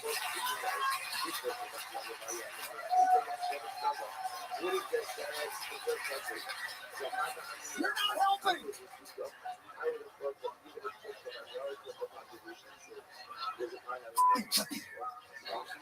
All these names, all these emails, images, and videos. What do they amount to?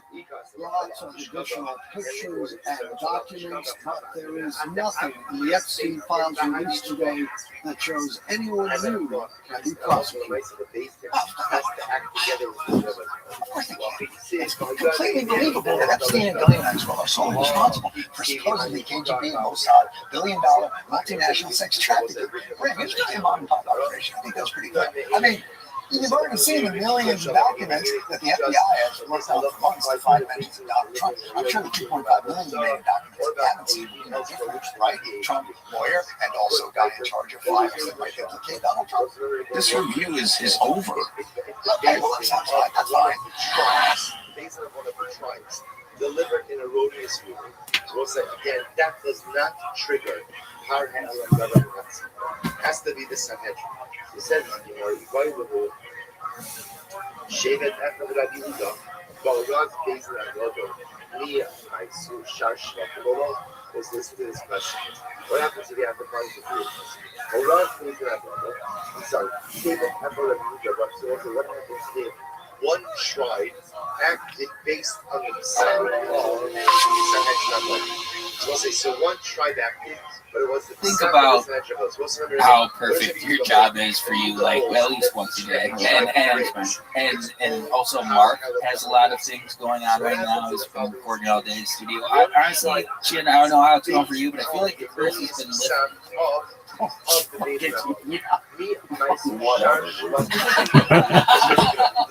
But it's Lunar New Year. So you're the horse. So hopefully, I mean, it's funny you bring that up. That last New Year was supposed to be my year. Me and my best friend Cam, we're both year of the snake, born 1977.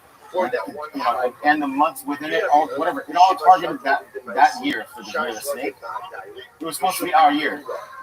Mother, father, this year or that year has been not good for both of us. Are you going to do the studio?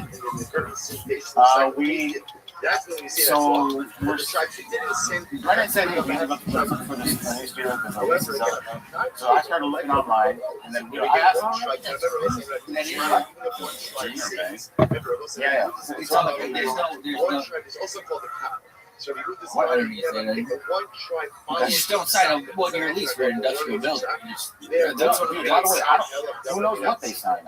that's very uncommon to do 1 year. I was confused by that, but that's not hating. I'm just even here, I don't know. we did 2 here, but we had to like push for 2. Like normally it's 3 or 5 on commercial spaces. So here's the thing. I don't know the details, but I do know this. I've been complaining, Brian's been complaining, we've all, other than, I think Brennan's the one that found the studio, but we all hate it. It's not a fucking studio. It's a piece of shit, The current one, correct? Yeah, the current one. Dude, Casey's been there. There's like, it's not meant for recording audio. I'm strong. But I did see a clip of you guys talking about, Mark's almost cut. I'm almost cut. I saw a clip of you guys talking about potential spaces. It's from the Fire Kid. I'm not like Space. what you guys were looking for or whatever, but it sounds like you found one that was big or something. Like, wouldn't it not necessarily be the right move? I think it's not. Well, I was reading the comments because I also dabble in the fryers, and they were saying it's big, but it's multiple rooms. So maybe get a showroom, you get a little setup for golden hour. I don't know what Shin's thinking. But okay, how do you guys know anything? Like, I'm the one that actually found. How would anyone know what we're only going off of what was on the Finer the Pit that you guys talked about publicly. Yeah, and really dissecting every single word mentioned. So why don't you tell us? Is that accurate? What's in the space like? Literally what I said. So basically, it's a huge ass spot, like way bigger than we would ever need. But that would house whatever, how many cars that he wants. But there's no parking issues or anything else. It's just like an older facility. But there are like 3 or 4 different rooms in that facility, and it's a fixer-upper. And to me, that's fine because it's a fixer-upper because we're gonna build this set regardless. So it's gonna have everything on camera will look nice because that's part of the set. Everything off camera, all right. If you don't have the cleanest, fucking newest fixtures for the bathroom or whatever, it's like, all right, we can get by. But we want on camera to look good, right? It's on theme with the whole Texas thing too. It's like a big, like a barn kind of crazy thing. I actually filmed some of it, so I'm gonna probably put it on our Fire Nikki Patreon so people can see what it looks like if we get it. Because apparently he's looking at other spots too that I don't know of, so he might take a different spot. But that's the one that I found. Chin, you gotta put your foot down and be like, let me see it before you sign anything. You got to. He already knows. He already knows I complain about the fucking sound and all that shit that goes on in this studio. So if he picks a studio that's like terrible, that's just what he wants to do, and I can't control that. Did you read it? My first instincts when I hear barn is don't make it a thing, Casey. When I hear barn, I think that's not a good choice because it's high ceilings and everything like that. No, but Mark. That's not where the studio would be. That's just part of. That's like a storage area where he put his cars, trucks, and all that shit. And there's plenty of space. And dude, if we want to get boats and shit, dude. I was gonna say, are you gonna have like train tracks kind of running nearby, or nothing's there? Okay. We're literally like, if you're in Texas, we're on a peak of Lake Travis, so it's like here's the land. It goes here. At the very end, there's a space all for ourselves. Oh, nice. And then there's just like an airport right there. No, there's nothing. There's zero. Dude, come on, I'm looking at the space. Hey, man. Remember, if I'm looking at the space, it's going to be a good space. Nice. Chin's like, the one caveat I will say is the chainsaw testing. But we're going to talk to him. See, there's a fireworks factory facility. Yeah, but next door. No, literally, it's on its own. And there's nothing around it. So I was like, and I remember like sitting there just going like, hold on, let me wait. He was there for 6 days. I saw a little silver or gray fox just run by. This is what it's all about, boys. This is what it's all about. Yeah, nice. Okay, all right. We'll see how it goes. That's cool. All right, let's go back to the damn thing.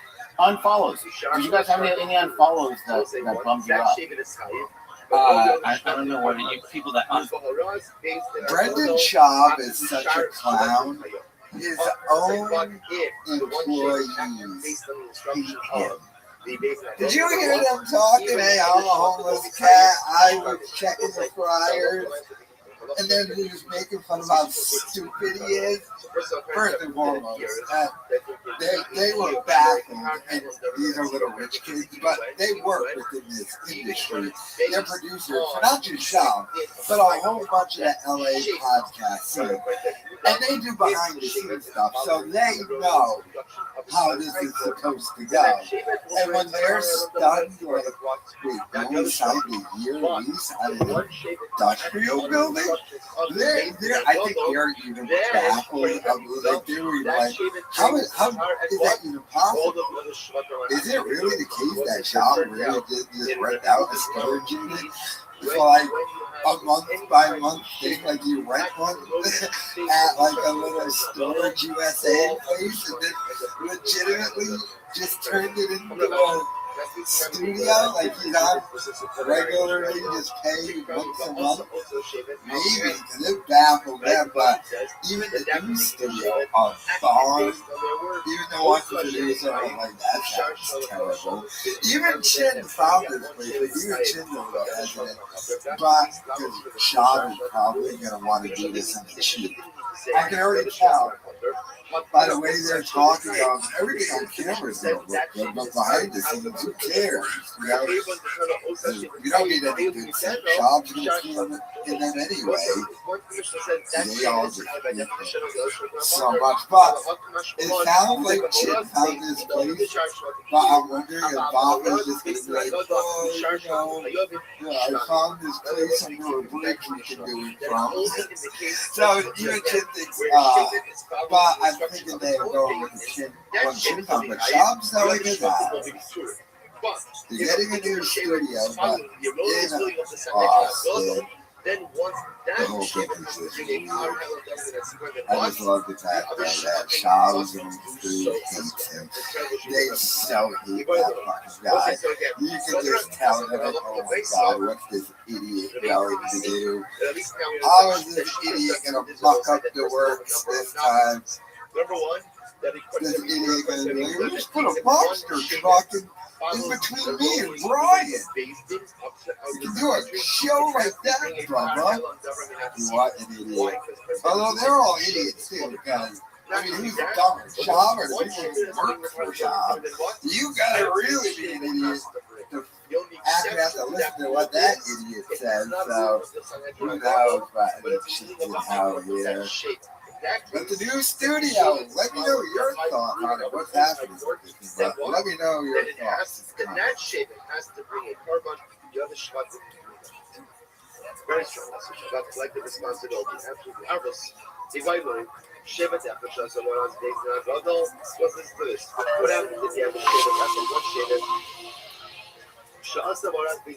This conversation, you know, we pretty good fun artists, am I going in the world? Yeah. I mean, things are going so well for you guys, I'm living vicariously. What the hell are you talking about? Things are always going well. Theo's pretty freaking golden hour. Chris, you apparently Brenner, freaking funny. It's a fun show. I'm not saying things are going well for you. Editor on the afro. Promoted to editor. Yeah, you're gonna be so busy this week. What are you talking about? I'm not at all complaining. I have moments of feeling like I've plateaued at points and stuff, but like I don't know. I have like I definitely feel like I have a linear growth.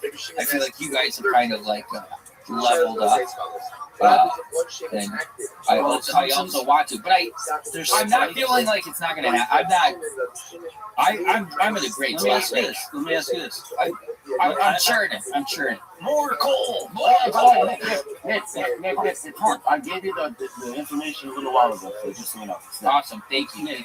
What would be the perfect place for you to be professionally in 5 years from now? What does that look like to you? 5 years. Honestly, I would like it to be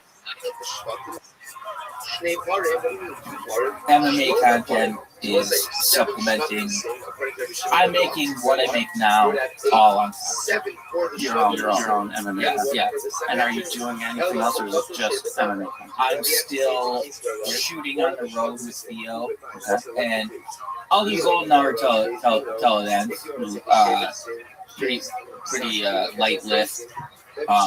And then on the road with Theo, but then like really what makes my money is the MMA content. So visualize it. Yeah, I mean you're not far off. I mean you have 5 years to like grow what you're already growing. I think you're on the exact right path. I think so too, and I think that like again, it feels like almost like a pump up segment for me, but like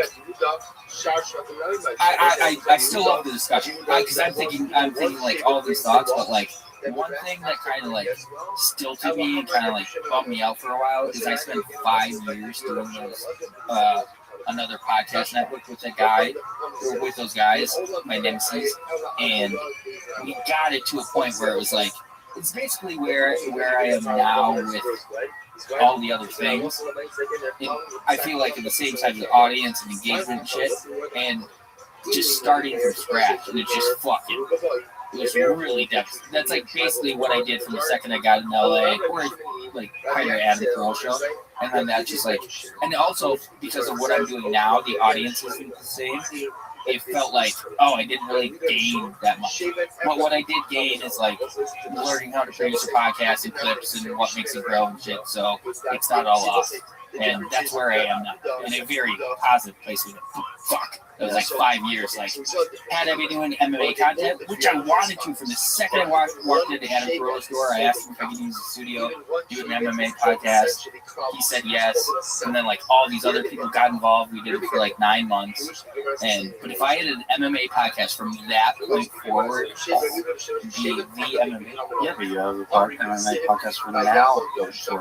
So I worry Magic is too aggressive to reach a wider audience. I think he's so funny to be really turbulent. Maybe you can supplement it with just and the combat buddy.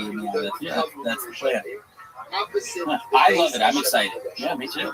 But again, like don't be 45 and not make more. However, it's all right. Here's a good motivator. It's true. I think it's so great, but I think you're towing the line of saying that you want to still be working for Theo. I think you can even a big 5-year thing is like you're your own person and you're doing this. This is like you're an MMA analyst / influencer guy that you have your own shows and you have your own people that come on your shows. Then you can also go around to other shows and you're not a talking head. That's a weird way to say it, but I can't think of another way to describe it. Like a character, like a you have so much knowledge that like you're a self-sustaining business that can go on other people's podcasts and make their own content, and then in an ideal world you have like a producer of your own and stuff like that, where it's like that'd be awesome. Yeah, imagine you have your own little Nick, your own Marco. Yeah, but a more detail-oriented little Nick. that's what I need. You definitely need a little detail-oriented little Nick. You do. Call the kettle black over there, Pop. How dare you? I saw a fighter in the kid. That's the new show, baby. I saw a fighter on the kid shirt that said, "This will blow you." Yeah. It was the title of an episode. It said, "This will blow you, colon. This will blow you away." So get off my ass. No. You know I don't do titles and descriptions. You know that, right? I know. I want you to air it out. Yeah, I don't handle that. So anyone that complains about that shit, somebody else is doing it. I asked that person if they would be cool with like letting that be known. They're like, nah, I don't want to deal with like the hate. And then all of a sudden, like that puts it on me though. But I'm like, whatever. Chin, what do you want to do? Here's what I'm thinking, Case. I want to be bigger in the golf industry than either you or me. Alright? Well, fuck that. I did bigger than me. No, I'm just kidding. By the way, I wanted to ask you about this. There's this guy, it just popped up in my feed. That Nick, producer Cheddar Bob, thinks that if he just started an MMA podcast sooner, he would have the #1 MMA podcast. That's what he thinks. That's how delusional he really is. Because he's an unhunted dummy. But I like how he did it. That he doesn't want to go to Bob and he wants to quit. I mean, that guy, this guy, Shab fired him like a month and a half. And he had another job, and then he just hung out with these guys. So, but producer Nick said that guy leveled up. Once again, another guy who got away from a shop in his career did better. He's doing some like golf YouTube channel. But producer Nick, I think Chin's in it for the long haul. Chin's dreams and aspirations. So look at Chin. Throw me in a comment, and I love it. In the last video I made about Chin. And I noticed the same thing. Kind of like Chin's little haircut. He looks like a distinguished Asian fellow here. Oh my God, bad. Yeah, look at his chin look. Yeah, his chin. He's doing 50-year-old Asian alcohol. But, God. Spotlight. You guys are so like Asian, like Cheddar Bob is just out of his mind. He doesn't know how locked up he is. That anyone would let him do anything. The man has the personality of Rocky Road Ice Cream. He's not funny. Dumb. And he looks like Cheddar Bob without the cheddar. At least when Cheddar Bob was an idiot, it was kind of funny. This dude, wow. Really thought he was going to have himself the #1 MMA podcast. And he just, first of all, I think he did start it to me. Trying to tell me this was Reno had a podcast in like 1997 or something. I don't know, but let me know your thoughts. They want to normally used to, but something very exciting nevertheless. It says the Mishnah, Unique. What would you say to him, dog? Give him a good word? Really? And Klal Yisrael acted upon this freedom. Yeah. I mean, but ultimately something was wrong. They had done something wrong. But being hard. he's just producing content. This is a special carbon that's brought when Klal Yisrael unintentionally follows an erroneous ruling of his basis. What happens if Basin purposely gave an erroneous ruling? But Klal Yisrael again to show the erroneous. An interview with Ashley Cummings. Dog, that's baller. So we'll see this. What this essentially means is that he's supposed to hear another way of saying a personal chatas. So in this case, I will say where the intention, the erroneous ruling of Basin was intentional. Klal Yisrael was shogeg. So in that case, there's no power hatlam davim atzibor. It's just personal liability through a regular chatas. Shogeg the also was if the basin was shogeg, but the people knew basin was wrong, but they still intentionally violated, then the halacha is potter. Then there's no problem. So there's no power hatlam davim atzibor, because as we've seen, power hatlam davim atzibor is only when. Dog, you've seen all that shit. That's number one. Like 1,000 times. Personal liability is no chatas, because chatas is also only brought in the case of shogeg, and in this case, Klal Yisrael were deceived. So the Gemara goes back to shogeg and va'asim is even part of it. So we can refer to the Mishnah as follows: that if Basin delivered their ruling to shogeg, but Klal Yisrael went ahead and acted to Basin, how do they able to? Ultimately, again, they are butter. They are butter. No power hatlam davim atzibor.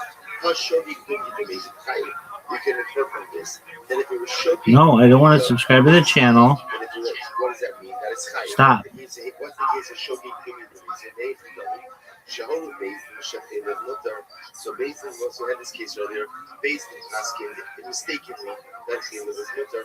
Then it's chalik for the shulin, and then I will say what happens. I have a piece of chilin and a piece of shulin. My chilin and my shulin, which remember shulin is a little bad, chilin is very bad, gets mixed up. And I end up eating chilin. But remember again, my intention wasn't to eat chilin. What was my intention to do? My intention was to eat shulin. But yet I ended up eating a chilin. So we'll say what's that? So when regards lema, I'm sorry. So we'll say that would be a case of shogeg dumya demazed, which sounds like based on what the Mishnah said, that should be a case of where I should be covered ultimately again in my liability by the psak of the Bezdin, to which the Gemara says that the case if shogeg if but yet again, if that's the case, then it can be inferred from the Mishnah. Yet why does Rabbi Bar Kama ask that very question of us? The toleration is even the Asim Shogegin. So I will say for Shogegin the Asim is. But also which the Gemara answers no, don't infer anything from this Mishnah. Rather again, the Mishnah was just informed was Mishnah's symmetry. You think you got it? By saying Shogeg. Oh yeah. Therefore, the same, but just what Shogeg gives to us. What's the takeaway from this Mishnah is that in order to be chayiv in a hard hell of government at Tzibor, in order to be chayiv, Shogeg shogeg on the part of the Beis Din. All right, what's up? What's cracking? Beis Din must be mistaken, must be shogeg in their delivery of an erroneous ruling, and Klal Yisrael must be shogeg in their everybody is shogeg. Then ultimately, we give them the parallel of governments. Says the Mishnah, Horu Beis Din, we also call a kala or Ruben Alpia. So let's say Beis Din delivers their erroneous psak. And what happens? All of Klal Yisrael, and for that matter, a majority of Klal Yisrael, acts on the psak. So we'll say, what's that? The V and par, the V and par. So we bring the par halal of the two. So here we're adding another qualification. That qualification number one is that the Beis Din has to be a shogeg, Klal Yisrael has to be a shogeg. Next qualification I will say is that there must be either kol hakal, which we'll discuss what that means, or ruban, either the entire Klal Yisrael or the majority of Klal Yisrael has to act based on the mistaken. Oh, what the fuck? If that happens, also they bring up power. If it happens to be that the mistaken ruling is regarding Avodah Zarah, then Avodah Zarah the entire is so. So ultimately, again, we'll say for this Avodah Zarah is not just the pirate, there's an additional sorry as well. We're very ready. Rabbi says, he says, good days for Shvat and the V and good days for Do this athleticism. But ultimately, again, if we're talking about a situation where all the Shvat Not you little bitch. so every single Shevet brings their own power. So again, I want to say same case. Ultimately, again, Beis Din delivered an erroneous ruling. Done. The tribes act, causes will act on that ruling. And the Yehuda comes along and says that each Shevet must bring their own power on government that season. There you go. Let's see this athleticism, son. All right, what's up? What's cracking? What up, baby?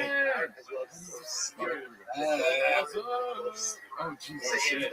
I just scared. Oh, shit. Now I'm in the motel room, Danny. Check it out. Motel C. Oh, look, I don't know how to get this. I don't know how to be on the screen if you're going to be. Dude, I just switched to you. I will put myself on the screen. Oh, get off my screen, dude. Get out of my room. You're in my motel room. I paid for this. Oh, I know how to make it happen. I've been waiting over.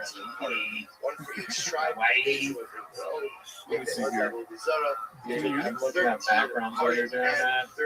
I wish I had a fire in the case. Oh, yeah. So I'm just staying in my screen. I don't know what this is. I'm not sure. But I'm happy to be on Raccoon Trees live. Hell yeah, dude. Sorry, I'm trying to fix the problem I'm having here. Talk to the audience here. I have the ability to look at the chat, right? Yes. I have my own computer and shit. So appreciate what I hear. What's up, guys? I don't have the chat up just yet. Yeah, I'm gonna go look at it and see what you're saying. Go ahead and follow the erroneous ruling. Yeah, Jordan's checked into a motel. Yeah. God knows what he's doing there. Oh, there it is. She can still hear me, right? Yeah. Here. I can hear you. All right, there we go. I got it working now. So this is just like Chad. This is just like you're in my apartment, dude. Oh yeah. Yeah, it's just like you're right there. You know what I mean? My place looks a little nicer than your place does. I'm at the hotel. Oh wait, there's two of them. Holy shit. I was looking at the chat now. This hotel is much nicer. That's right. Why did it disappear? Why does it keep doing this? Aichi Mishmi. He says, Victor said Joro had to sell out the condo. Had to sell the condo out of his hands. Gerardo homeless now. Gerardo's been homeless for a while. Look how It's crazy. You can chat and talk. Yeah, look how small the fridge is at the motel across the street. Dude, don't try and make it sound like you're sitting like your fridge is normal size, dude. Don't start. Nobody's here for that, dude. No one wants to hear your lies. Yeah, this is really hard to do, huh? Nobody figured it out. Podcasting is. I mean, it might be. Oh, you disappeared again? Yeah. Here's the thing. This is a lot for my ADHD. And I know people say that, but you got a thing that says no memory card cannot play. Chat's going on. You're in a motel. I can talk to the chat. Yeah. I can look at back. I could spend the whole episode looking at background. But I know you'd be mad, so I'm not gonna do it. Well, you know, Freeman. What's up, James Freeman? How you doing? And that shape it after on. But it looks cool. I mean, there's a guy, there's you and behind you. yeah. That's interesting. Listen, I don't know how to do this, so don't start fucking. This is not my forte here. This is difficult. Oh my god, you know what I just realized? I'm looking at the fucking YouTube instead of the Zoom. I mean, Google Meet. Yeah. Whatever it is.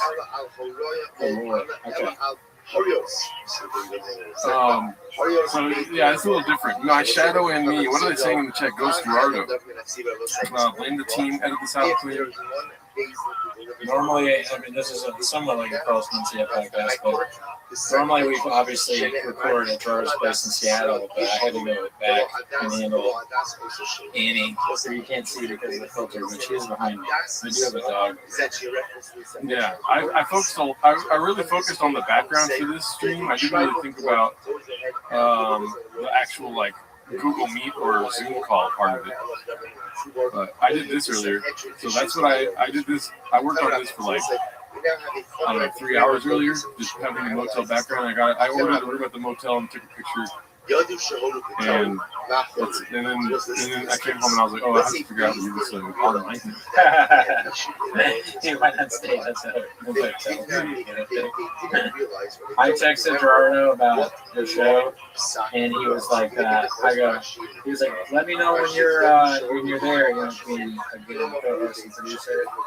And I texted him, like, go fuck yourself. No, I texted him back, and I said, I'm here. And I got my computer ready. He's like, okay, cool. I'm just leaving the motel. And if you're watching the show, you know the motel. Obviously, it's one of the least safe places on earth. That place looks like a fucking wars. It's bad. So like Tim Kenny would shoot the people in that place. Yeah, Tim Kenny would let them loose. Sure. I got the Whitney shout out right there on the side. You see that or no? You can't see that. This is Whitney with the heart shout out on the YouTube. Oh my gosh, you left? What the hell, dude? This is a shit show. Brandon Cooney left, dude. What the fuck? Oh my god. I thought I was bad at producing podcasts, dude, and then we had this episode. Oh my god. I signed out. I clicked the wrong button. I was looking for one click on something. Yeah. Or virus. I got It says if I can make sure that's it. Oh, okay, good. Team really dropping the ball, they're saying. I think it's completely. Zordan Cooney. This is the most David Lynch podcast yet. Are you after BGO's trophy? Yeah, I don't know why the fucking camera is turning off in 5 seconds. Well, we are talking like this audio continuously, so it's a little different than a good first podcast. Yeah. I didn't show up without a shirt on. That was weird. When Mark came in with his shirt off, and she looked like she didn't know the podcast was starting. Yeah. And then he told her it wasn't going to start. He was like, I'm obviously kidding. But then he was still in the episode. Very strange stuff. Look at you guys. How's everybody doing? Now I can do it. Live chat. You should talk instead of chatting. I know. I haven't tried yet. Let me start a poll. Oh, okay, yeah. Who do you blame? Who do you blame for camera issues? The team, the motel, Cooney, I mean, this is terrible. Similarly, if 7 tribes let's see. So let's go with Troke. Where's the eyebrow Troke? Oh my god. I'm just, this is way too much for me right now. I have a virus, Cooney. I'm clipping that. Did I say it? Oh. I did say that. No, well, I mean, honestly, successfully, if it does well on the Reddit, I don't care what you do. This is the sheet of Rabbi is one of my favorite things. Number one. Rabbi just strokes out. What do we usually do when we're doing it from your place? I don't know. I don't even remember. Obviously, I don't have the answer. Oh, Like the platform we use, I don't think we normally use Google Meet. yeah, but if we have 3 people, I don't know how else to do it. That's a good question. That's a good question. We may see us, right? Yes, everything's fine. I got it worked out over here. Like, I took myself off the screen just to reduce the headache that's happening. Oh, I see. So like they see you. No, they can see me. Everyone sees each other right now. Everything's happening. I can't see anybody. I'm scared. The audio's gone. No, it's not. Who said that? Anyone that shot me, you made it see it's Alan Bernie shot was a people. Oh, we had some trouble last night. It's an ended you gotta talk to me. You gotta talk to me. Don't talk to the chat only. Okay. Yeah, sorry. On the podcast. Listen here. I'm getting a headache. Go ahead and walk. How's your day going? Otherwise, It's going good, dude. I'm kicking it. You know what I mean? Relaxing, chilling out, maxing out cool. I thought I never used Google Meet before. I thought it was a different kind of app. You know what I mean? Yeah, different. I guess it's not different about. I thought you were supposed to send a dick pic to Google Meet, and then like, AI fixes it up for you or something. You know? That was the joke. What were you saying? Your dog what? My dog was just this is the first time I've ever seen her do this. She barked at herself in the mirror. Usually she's smart enough to know that that's her. Or at least not think about it. So this time she just started growling and barking at herself in the mirror. I don't know if that goes well for the show or. Does that know that? Dogs don't know that they're in the mirror, right? They only see like black or something. I don't know what they see. I think they see something because I remember we had some other dogs over here.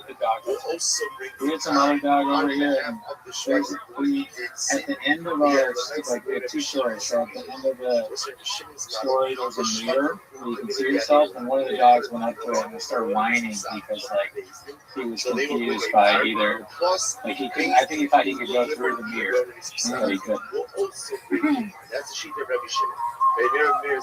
Can dogs see bathing? That's something I haven't looked into yet. I don't even do dogs have a thyroid. I'll look that up. Yeah, Google that. Because I don't know what animals have thyroids. But yes, dogs have 2 thyroid glands located on either side of the windpipe trachea in the neck. So let's see. And dogs get Graves' disease. While dogs can suffer from an overactive thyroid, Graves' disease specifically is for guys that have really huge brains. Interesting. Wow. No, actually, it says Graves is specifically autoimmune form common in humans is rarely if ever. Rarely if ever. Oh, and then there's a thing under it that says from the pediatrician says the ultimate guide to Graves' disease in pets. So, interesting. We saw thickens. Do you agree? Please look up. Well, I don't think it's something that you can self-diagnose, right?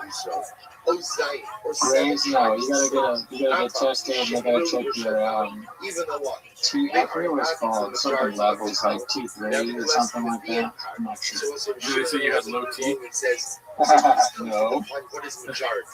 They said I had overactive T something. It was actually at first I think it was way too low or way too active, and then it was not active enough. For too active. Yeah. Listen, I don't pay attention. I just go to the doctor for the doctor. I just like being there. When's the last time you've been to the doctor? That's a question. Does it count? Does the pharmacy count? Well, I wasn't really seeing the doctor. No, you have to see the doctor. Face to face. Face to face was probably, it's been a while because I had to go to my main doctor to get my hookup for my self-diagnosed ADHD. So I don't know, it's back when I got my checkup in like months at least. It's been a while. It's been a year. because I haven't gotten a new channel. How do you make this not? Let's see. I want to do the high definition and full definition. Why does it keep making me move? Every time I move, it moves. I don't like when you're on the camera, isn't that full definition? Gotta be full. Oh. Man, let me see. How do you? Can we laugh at that? Oh, dude, I fucking love those things. Like when you're in meetings and then you do something and then someone does like a clap or something like that. What a great feeling, because you never expect it. And then it happens and you're like, wow, they're clapping for me. Skin tone. You can change the skin tone, dude. I'm giving you a black clap. Oh, that's great. Yeah. I mean, I appreciate that. I want claps from all races. Big, small teeth, big guns. I don't even know how to get into this here, but let's see. Can I share a screen? And let's see if we go to the Reddit. Right, we should be able to, but whenever it's just a different sort of workflow right here. Let me see. So I got this open. Share screen. It's not showing this, right? Sorry, one second. I'm not getting blamed for the camera issues. I'm in second place, but far above me is the team. And Trump is at 12%, so there's at least some people that believe that's his fault.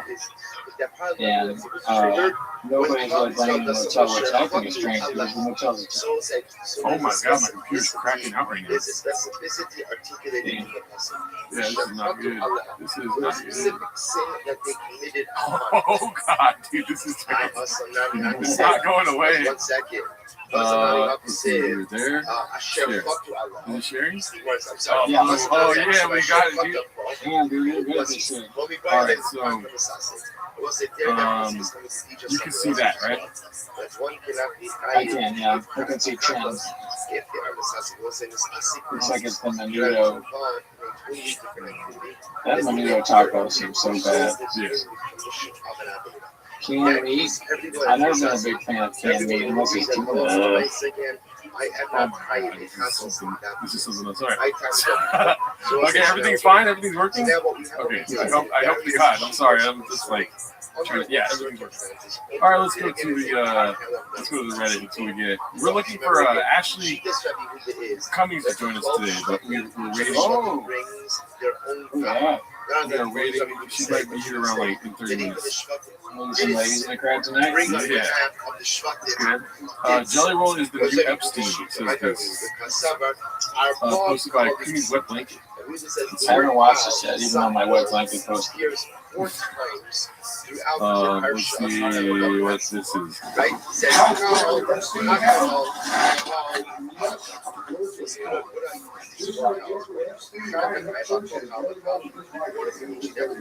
What the fuck? You hear that? Wait, play it one more time.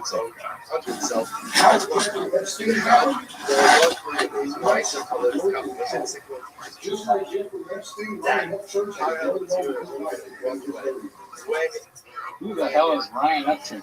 I'll look that up right now.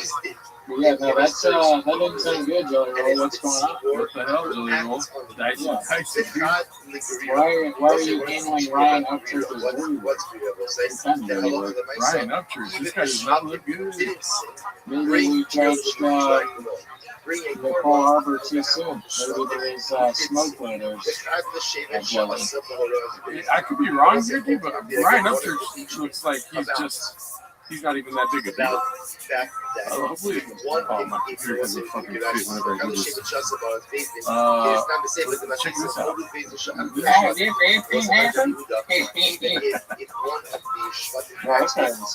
That's Ryan Upchurch right there, Daddy. It's funny because there's a picture of him as a young man. It looks like he's maybe had some hard times recently. I do not like this sharing picture of all of this. Oh yeah, you can do yourself easily. Yeah. I'll tell you what, he has more followers than me and you put together, dude. Yeah, he's a big deal. Dang, this guy's good. It was obscured from the eyes of the We got the other on the page. Jelly says he's like his name Maxwell. I shit you not.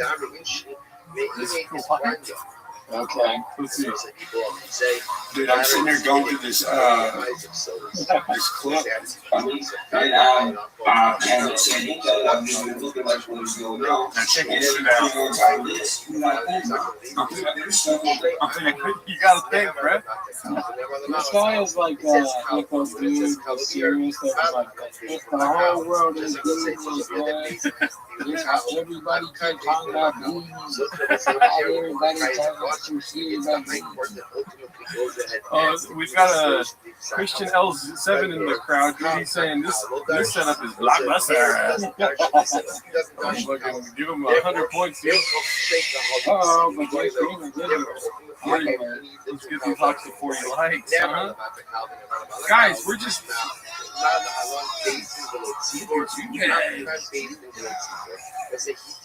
Twenty-bone votes. Expect these votes, 48. I sound like they call the whores. And I wish we had watched this Ryan Metrics thing on the Tracking Trees episode because I have a feeling this is a very entertaining guy. Yeah.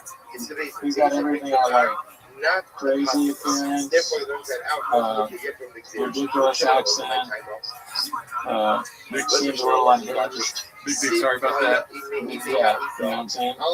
This seems like a content machine, this Ryan Metrics. Let's see, I want to hear what we talk about Ghislaine Maxwell here, dude. Flip it out and I'm gonna put it on here. Guess what Jelly says? Jelly says, "Yeah, man, I'm like Ghislaine Maxwell."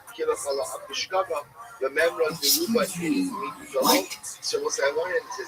in the fuck? I didn't realize he said that. He said, I'm like Ghislaine Maxwell. This guy has a rough face, dude. Yeah, this is interesting. Let me, I can't do it. God damn it, I'm handicapped here. I want to zoom his face. What does it say on his neck? He probably even said help. It looks like it's his reek, like he's from Game of Thrones. Yeah. He's like got tortured by somebody that tried to make him into a reek in real life. I know he's. Railroad tried to make him reek. That's why they shot him. People do not like the setup today, dude. I hate to tell you, wrong, they're saying. Sometimes you gotta fucking, would you like this setup or no setup? You're trying to start around. Right? That's a great point.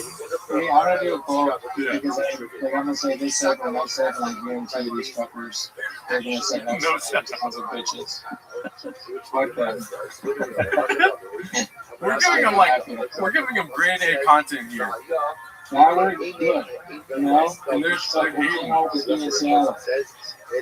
you won't go vertical. They said that we won't go vertical. Watch this motherfucker. Boom. We're not go vertical. Vertical as hell, bro. What's up, man? Vertical as hell, dog. Instead of going vertical, you know, I just started asking you questions. You know, you asked me where Gateway Street is.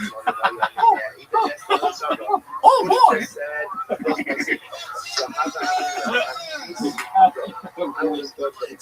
If only people cared about Stool Island. If only people cared about Stool Island.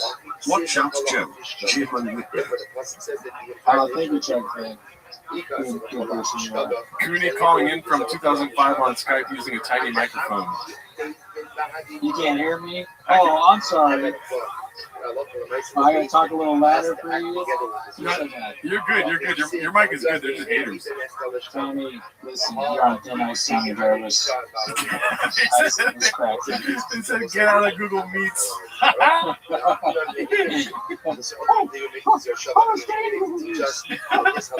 boy! Well, keep talking. I want to hear how bad your audio is. Yeah, check it out. It's probably very bad. But is my horn showing in there? Oh, you got some horns in the crack neck? Why would you get a tattoo that says free? That's weird. Alright. I'm gonna say, what setup would you... Dude, your audio is perfect, dude. What are they talking about? I know, dude. Honestly, I think Tommy forgot that. I mean, hey, fucking I like Tommy Jarvis. I've always said he's a good guy, but I'm gonna kill him. That'd be funny if you were here the whole time. We just did this to annoy them.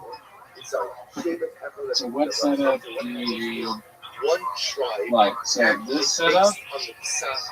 No setup. Uh-oh, we got some more. Or When we get in a new cowbell special, Tony Soprano. They want a new cowbell special. Dude, I want to do cowbell again. I'm done. Yeah. We gotta do some more basic cowbell. I'm sure there's characters we've forgotten too. But we need a character. Gerardo, what's the character that you like? I'm a preacher. I'm a The preacher, yes. Yeah. It's new. It's new and hot. Caesar's here. Hit the music. I don't think Caesar's here. For that one tribe. That guy. Who the fuck is that guy? Ryan asked if Rosa watched the State of the Union. Oh, for sure she did. I don't even have to ask her. Yeah, it's probably rave reviews, like what you saw. All right, let's see this. Let's finish this off with Ghislaine Maxwell. That's when we say that. If I'm lying, take me to court. That skinny fuck. Fat skinny fuck. What? Oh, yeah, it's like the last one. Yeah, skinny fat. You meant. Skinny pig. It's only because this guy has a crazy accent, but he's making fun of Jelly Roll's accent too, so it's like even the rednecks make fun of other rednecks. You be your own people sometimes, bro. That's true, that's facts. You be your own hawk sometimes. They all talk about our percentage and shit, bro. I'm live in a motel. What do you expect, dog? I want to get a fucking tiger claw tattoo right here, neck tattoo that says like demons or something. Should we tell them the bad news? Yeah. We're doing the podcast on Zoom from now on.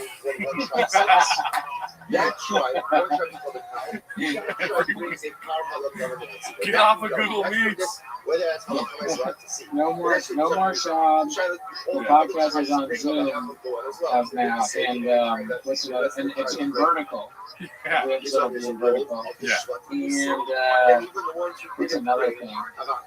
Look, I can't think of a fourth thing that they has been criticized. I'm moving into a storage unit. They might like that. Yeah. All we're gonna do is verbatim and then going forward. Maybe we episode will just be us reading off or memorizing the content. I'm not gonna lie, Google Meets fucking sucks, dude, because it's like framing my shit, and I want my Diet Coke to be in the shot. It won't let me do that.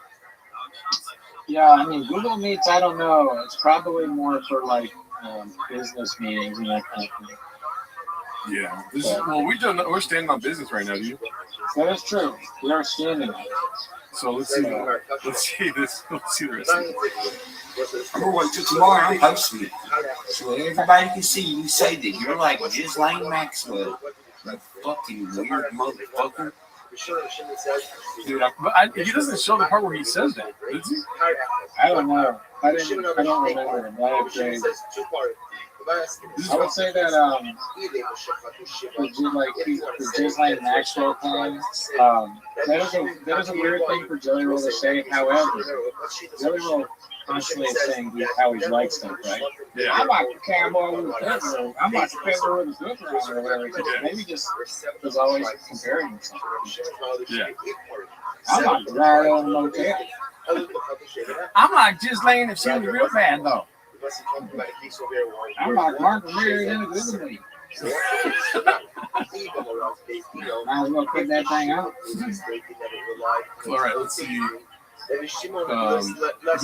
want to see what he says in more time.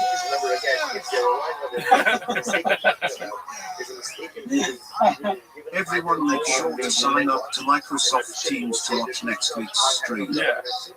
I like that. It's like my fault. My fault is the wrong word. The reason we're doing this is because however you seem to still get the link, which I think is funny. Well, yeah, it's all good. I mean, they're gonna forget about this as soon as we get a fucking dolphin bottle next week, dude. When we bring the dolphin bottle back, they're gonna forget all about it. Dude, I gotta get on Amazon Prime. Yeah, dude. I missed the dolphin bottle more than I missed my ex-wife. I was excited though because it's the first week I had this set up, but it's fine. We'll be good, dude. I wanted to have Ashley in the middle between us, so like one of us here, one of us here, and then green screen Ashley just huge. Yeah, I know. I'm sure it'll be great. Everyone, the message said everyone make sure to sign up for Microsoft Teams. That's well functions there. I think I can spice it up a little bit here. Let's see. If I do that, and then if I let's see if we can make pretty big screen. Oh man, this is a lot harder. I don't know how people do this all the time, dude. People are they want to set up the date. Damn, I disappeared, but I was here for a minute. Yeah, you're there. No, really? Yeah. Okay. I trust you. This is what it feels like to be a person looking at Jordan's fridge. And the reason the fridge is small, the motel says it's a mini fridge. If you have a fucking, it's not even a mini fridge, although it is. Oh fuck! Jesus Christ! Is he working? Tony has no ears on stream. I think the no ears thing is because I have a background. Yeah, this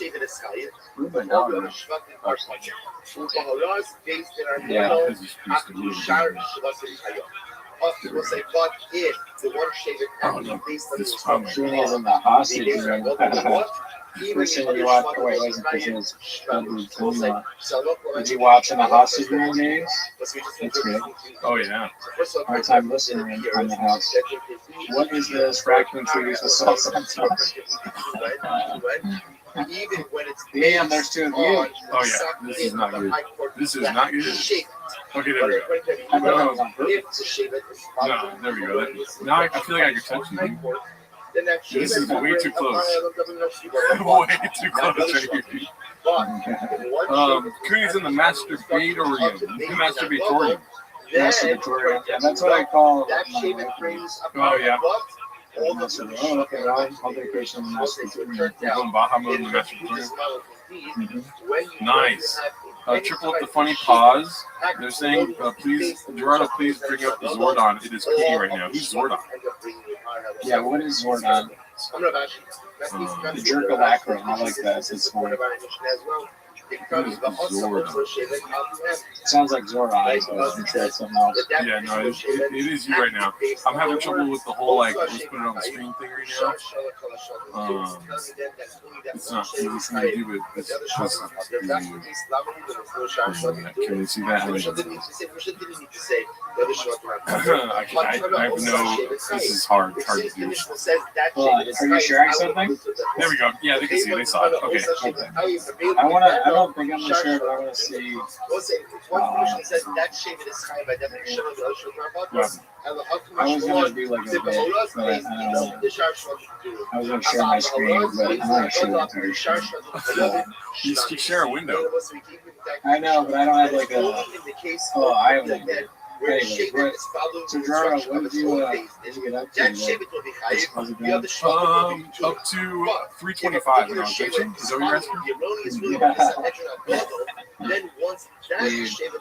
Gerardo has been working out. No, I'm not sure I stopped working out. It's just good. What stopped you from working out? My buddy canceled on me yesterday, so I was like, who really works out anymore anyways, you know? Interesting. It's not like because if I had to guess, that should be a poll. Like, why did Gerardo stop working out? Because the poll, put a poll on there. But I'm going to see the poll on Gaylord Street is right there. Like I said, I'm going to do another poll. I literally just told you why I stopped working out. I know, but I don't believe it. Oh, okay. She said she would be here in 15 minutes. Oh, hell yeah, dude. So let me copy this and paste it here. I have a headache though. This is not me at my best. Oh, sorry, man. I hate that. Yeah, it's all good. Then stop working out. I'm gonna say you're the reason lie that you said because you're fat. Didn't make it. Let's listen to this. What happens if you have a shaded F and don't shade it? And then the more likely scenario, you got into a fight with someone there. That's true. They said the setup, they like Gaylord Street setup better.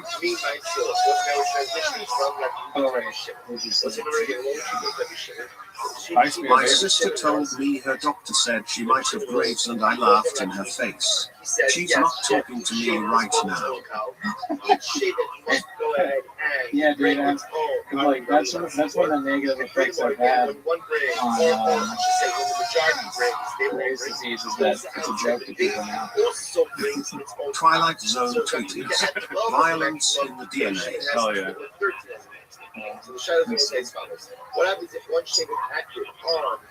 Okay, I'm sharing my screen. That was my blood pressure reading a few weeks ago. Is that bad? I just thought it would be funny to random share that. Careful what you show behind that. Oh yeah. It looks like you've been using a boar bristle brush. For what? Bristle brush? Oh, it's like, I think that's my standard table. I have no idea. That's my wife's name. Vital Jorge, hey Gerdo, can you do a Power Ranger setup where Goonie is Zordon? This is exactly what I was going for. Is Goonie hiding in Arabian Nights because Shab is coming for him, Daddy?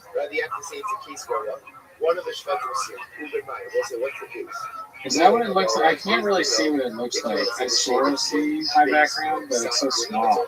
Yeah, it looks like Arabian Nights. I like that. Arabian Nights. All right. So, just kiss already, they're saying. Cooney's in a bad guy's house from Crocodile 92. Yeah, that is an old pool. I don't remember what happened in Crocodile 92. There's definitely something that happens when people do Zoom podcasts where it just kills everything, right? Am I wrong? This is like the worst. I don't know, they seem to be liking it. They said they want the setup is not bad, the scale would be better. So I think it's fine. Yeah, I'm going to start dressing up like a gangster and saying, "Oh boy!" Yeah. I'm in LPJ says I'm in a reality comedy festival. I know what it's like to be Bill Burr. Hey, it's great to be here. You guys are fucking, you're doing it. You open up the country. I think it's great. Yeah. You got a big guy gonna come out after me. Schultz is here. He acts like a bad guy. So Cooney is Theo. This is how it starts. This is greatest fucking night of my life, Tony Boy. Why does Gerda always complain? Still can't see Cooney's teeth. Oh, come on. Come on, you bastard. First it's 401.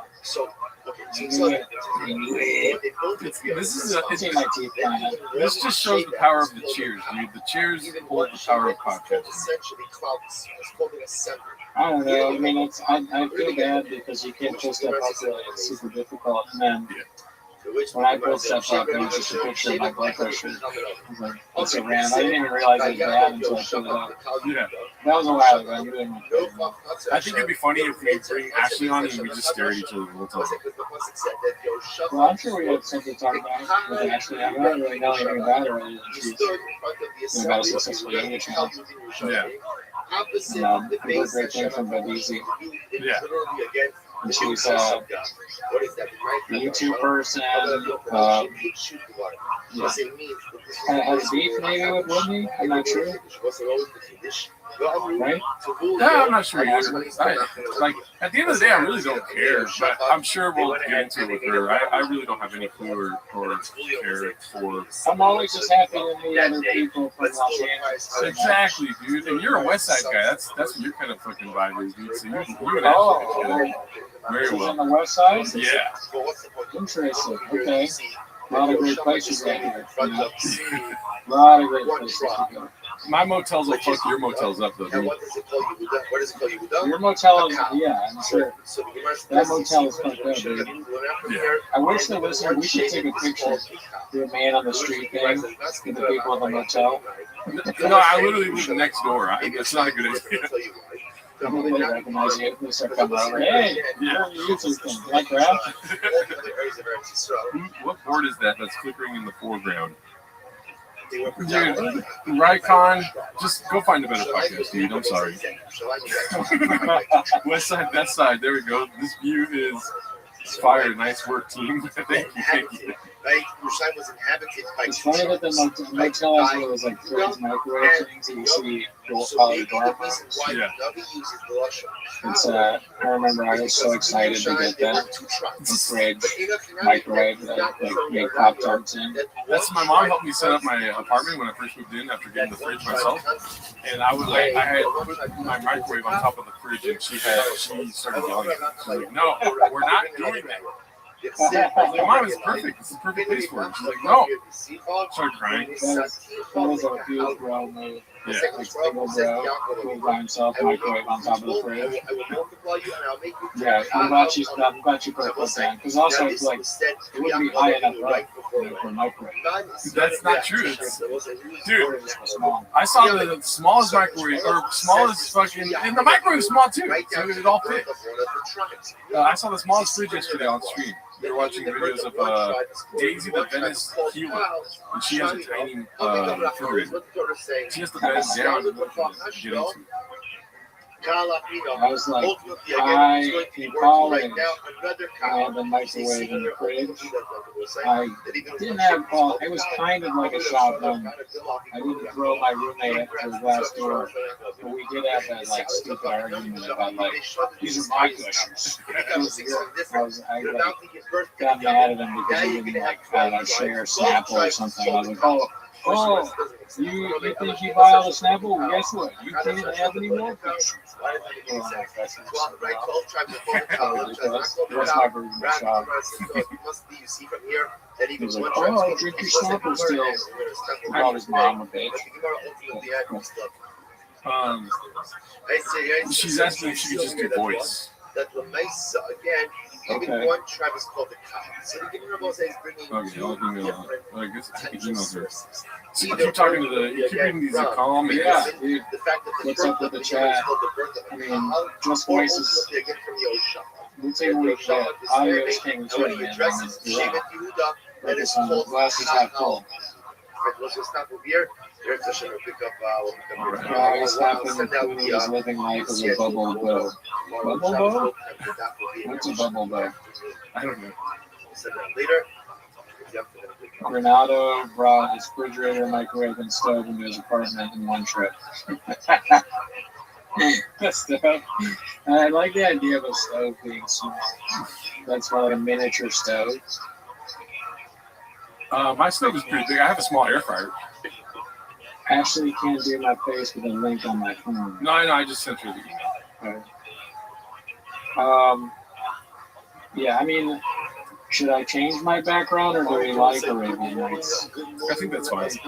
Yeah, I think that's good. Well, I'm glad they say that Ashley's here. I'm excited to meet Ashley. Yeah. I'm going to purchase another Dolphin water bottle. I've just been very busy. I bought one and it wasn't the same. So I gotta go on Amazon and really research some shit. Because that was hilarious. Every time I heard that sound, it made me happy.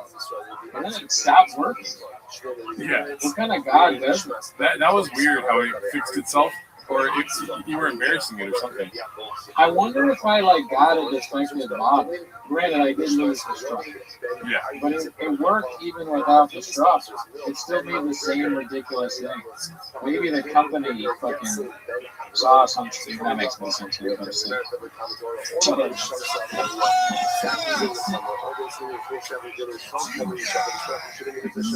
Tell her no. Actually, being on the stream is my make-a-wish for a great. I have grapes. He's a bald man who has grapes in his teeth. His last wish is to talk with Ashley Cummings. Are you willing to talk to him? She said no. Well, we'll see if she's able to join. I don't know. There she is. Whoa! Wow! Hi. Good to meet you. How are you guys? Good. I'm good. I'm friends with Gerardo. Did I end up in someone's bedroom? Yes. Hi, Brendan. Nice to meet you. Great to meet you. Welcome to Rabbi Studios. Thank you for having me. Absolutely. So I don't know. I think you have talked with Gerardo before. I don't know a whole lot about you, but I understand that you have a successful yoga show.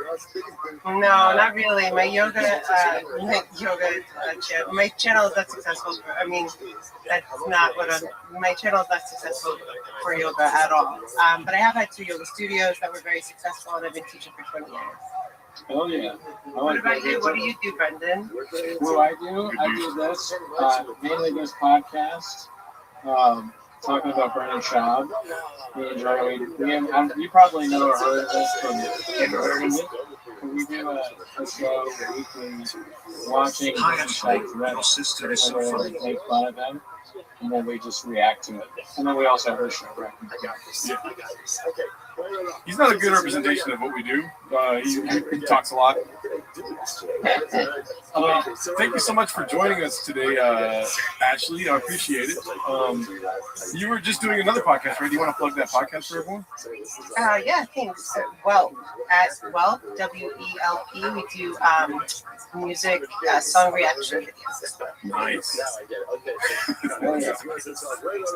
Hell yeah, that's awesome. Sorry, I was laughing because my computer screen is so ridiculous right now. It's just, I have 13 windows open right now. I don't know what to do. Your background reminds me of like every cheap hotel that I walk into, and I'm like, no. I'm not time to change the hotel. I'm like, no. Yeah, I'm actually shooting from the motel across the street from my apartment. Are you? No, you're not. No, but that's the bit. I can't lie to you, Ashley. You're too beautiful. What do you think about small fridges? We already talked about this, I think, through like the comment section. I love small fridges, and depending on the space you're working with, small fridges are awesome. They also help you not have too much stuff. You know what I mean? Because things can go bad quickly. Sorry, I said thank you. No, thank you. I was gonna say I'm terrified of microwaves, though. I don't own one, and they do scare me for a litany of reasons. Yeah. Why are you scared of microwaves? Well, first it started Seems like a good person with a solid grasp on her identity. Girl power girl. Oh, how is us getting money? Sorry about that. I'm trying to turn that off. Yeah, I don't know how to turn it off. I need to do that. What you were saying? Well, my radar went off with microphones when Putin, Vladimir Putin, what do we call him? Is he the dictator of Russia or the president? Yeah. He outlawed them, banned them from Russia, I think 15 years ago-ish. And so I was like, if Putin is getting rid of microwaves, there's a lot of scary things that they can do with microwaves. Also, just the way, if you think about it, the way it's cooking your food isn't super healthy.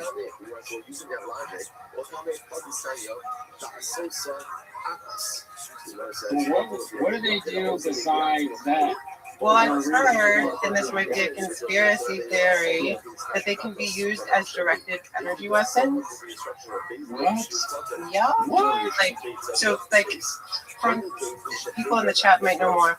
You can control microwaves in someone else's house from very far away. Oh, fuck. That's why mine's tiny. That's why. Yeah, it's like less of a threat because it's just so small. It's on top of it. And yours is on top of your fridge, so what if they weaponize both the fridge and the microwave? Well, then your boy's screwed, dude. That's nuts. I didn't know, like, what? Do you know a lot about it? Like, what's the worst thing you could do with a microwave? Well, I'm not a microwave specialist. I just know that I follow my gut about everything. I think that they can be. First of all, I don't think the food comes out the way. Like, I think it takes away the nutritional value of the food. And then the next thing would be, if someone can control it from far away. And if you look up microwaves and what's used to cook the food, it's kind of terrifying. So not just that the food doesn't come out right, but that that different kinds of like it can be used for mind control essentially is what I have read. What? That is crazy. I know. I want to find out a way to I control microwaves and small I don't like to refrigerators. do that. I'm sure he wants to do the same with me. I make sure. So if we can figure out The What's Up Dallas thing is driving me nuts right now, dude. It's crazy. That's probably true, actually. Great point. I mean, we don't normally get this on super chat, so thank you, actually. But it's just every time it goes off, it does. Well, I asked them to stop. I can't change that right now, but I asked them to stop, and that makes them do more right now, which is it's hilarious. Do more. Give them more money. No, we don't endorse that message. But so Ashley, Yes, sir. did you notice that or you can't see it on the screen? God darn it. I have your sister's name on the wall. I put a heart next to it. I wanted to ask you a question about your sister. Not a lot of questions, but one very specific question. I noticed yesterday. I don't know if you tuned in yesterday, but I noticed that her nostrils are not quite nostrils. You know what I mean? Her nostrils are a little fucked up. If you told my sister that, she would flip out. Because since we were like 18, 19, she's like, Ashley, your face is so symmetrical. And like, look, my nose isn't the same. Like the not. I never noticed it, and I had to stare. And I was like, I kind of see what you're saying, but not really. Like for every record, I think my sister's beautiful. But when she showed it, I was like, you're picking on something so little that like no one would notice. But how did you notice that? Oh my God! I did have to go digging. Like my nostrils. No, you're good. Here's what drives me nuts. Is that her nostrils, right? Like when she's podcasting, she looks like you can see her nostrils. It's for me to How be did able. you notice the discrepancy in full size? Give me 1 second here. I'm gonna pull it up for you. I think this is very important. Go ahead and I'll let you get it. I don't think I noticed that, but it doesn't sound like completely clear to me. I have to say I don't I love see the your title that general you guys electric chose needs because are my lights. sister will think that I'm doing things to get famous off of her. Oh, Which is I a can see bizarre that. thing. But it's fine.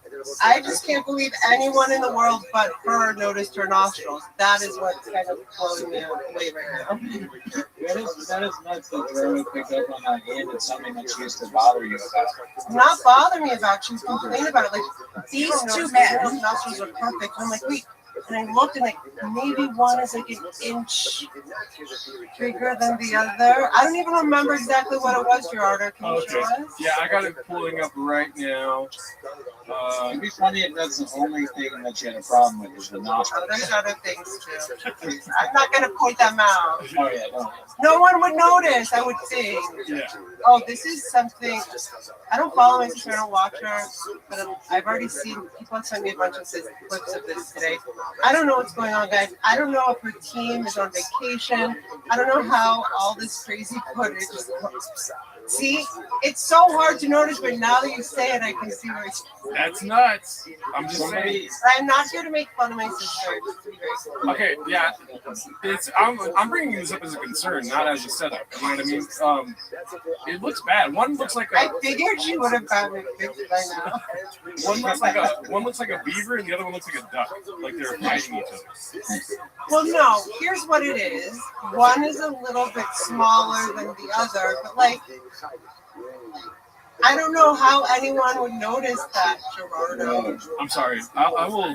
I'm living out of a motel. I mean, Okay. I'm sorry, sir. What is your Brendan? Do you know, like, if you were just to look at that and he didn't say anything, I guess that's a weird question to ask at this point. No. Do you notice it? Like, do I notice that one is smaller than the other? I guess that's what you would call it, right? Yeah. Can I guess which one is smaller? Okay, so I'm gonna guess, and also like I have Graves' disease, so I'm not the best at figuring things out. But it's like a thyroid issue that makes your brain like not work that great. But let me see. So, so the right one is the one on the other. I'm gonna say that the The left one is smaller than the right. Well, I guess if we're looking straight ahead, left from right, right? Yeah. Or like, yeah, exactly. Or this is so hard to do on Google Meet, but yeah, like literally the left one, but not the one that's on the left. Yeah. I think. Sometimes I just wish I could grab her and be like, "What are you doing?" Just that face. I'm just like, girl. But I'm sorry. I'm so sorry. Like I said, I did have one very specific question, and that was what it was. I'm just surprised she hasn't done, because she's had so many things done. I'm surprised maybe there's not a way to fix that. I do not. Yeah. What does the doctor say? What are you trying to change your nostril size? Pretty sure doctors in LA can do pretty much anything, but I don't know. Maybe because I am telling you, there are things. I'm not going to say what they are. That's her business. There are things that have bothered her, and she has had them sorted with doctors, assistants, and that's something that's been bothering her for a while. But I'm like, no one would ever notice this. And I apologize. Yeah, I apologize. That's my fault. Well, what I'm saying is that I'm pretty sure she's consulted someone, and they're like, nothing we can do about that. That would be my bet, but I do not know. They said cool story, bro, and then couldn't fix it. A while ago, somebody in the chat said Gerardo is a whole expert.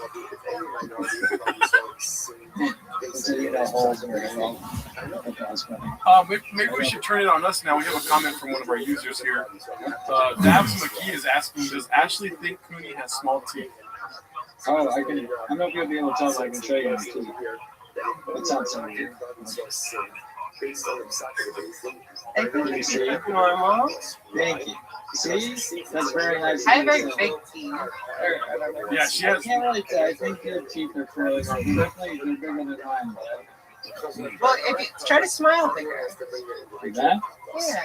Those gums are pretty normal, right? The gums are big. You can tell there are people that have small teeth. They're not a person that, I mean, your teeth don't look small. This is great. I'm so glad we're having you on. This is a lot of. You were going to go for a consultation, maybe? Yeah. I was going to try and get Lynn's number. Who do you go to fix things about your face? Have they ever That would be such a long list. I couldn't do that. Yeah, maybe she's someone I should talk to and figure out, like teeth, gums, something. She probably has a Go to the most expensive person in LA and be like, Whitney Cummings. Oh, that'd be great. There's a discount. There's a Whitney discount. I mean, out of all times, I don't want to hear Brendan Charles' voice. Right. They're asking how gay is Tony, but thank you very much, Chuck, for the blue Christian as well. I'm curious, I don't really know, where are you from, actually? We're both, so my sister and I are both from Washington, D.C., Georgetown. Oh, I'm from Arlington, Virginia. No way! Yeah. Interesting. My uncle lives in Arlington. I've spent a lot of time in Arlington. It's right outside of D.C. I think, okay, I forgot. I think I heard. Where'd you go to high school? Have you heard of H.B. Woodlawn? Have you heard of Walt Whitman? That sounds vaguely familiar. Is that a school in D.C.? In Bethesda. That's where we went. But yeah, we're all private Catholic schools. Nice. Okay, cool. Yeah, so we probably. Arlington's awesome, though. Have you been there lately? Do you still have family there? I do. Yeah, no, I go back for the holidays and hang out with the folks and stuff. But so you grew up there. Did you move out here too to California? So I grew up in DC. I did my first year of university at George Washington University, which I'm sure you've heard of. And then I transferred. I had an academic scholarship to go to University of Miami sophomore year. So I continued and finished at University of Miami. I opened my first yoga studio in Miami Beach. And I lived there for 12 years. My mother's stroke happened in 2011. And my sister asked me to move out here. That was the year that she sold Two Broke Girls and The Whitney Show. And my mom obviously brought my mom out here. And so I've been here since 2000. I'm sorry to hear about that. Yeah, she's in heaven now. It's okay. But what brought you out to LA? Originally, I moved out here to talk about the show. I moved out. I did stand-up comedy for a long time, so that's how I moved out. That's how I met Gerardo. And then we started doing this podcast about 4 years ago or something like that. Yeah.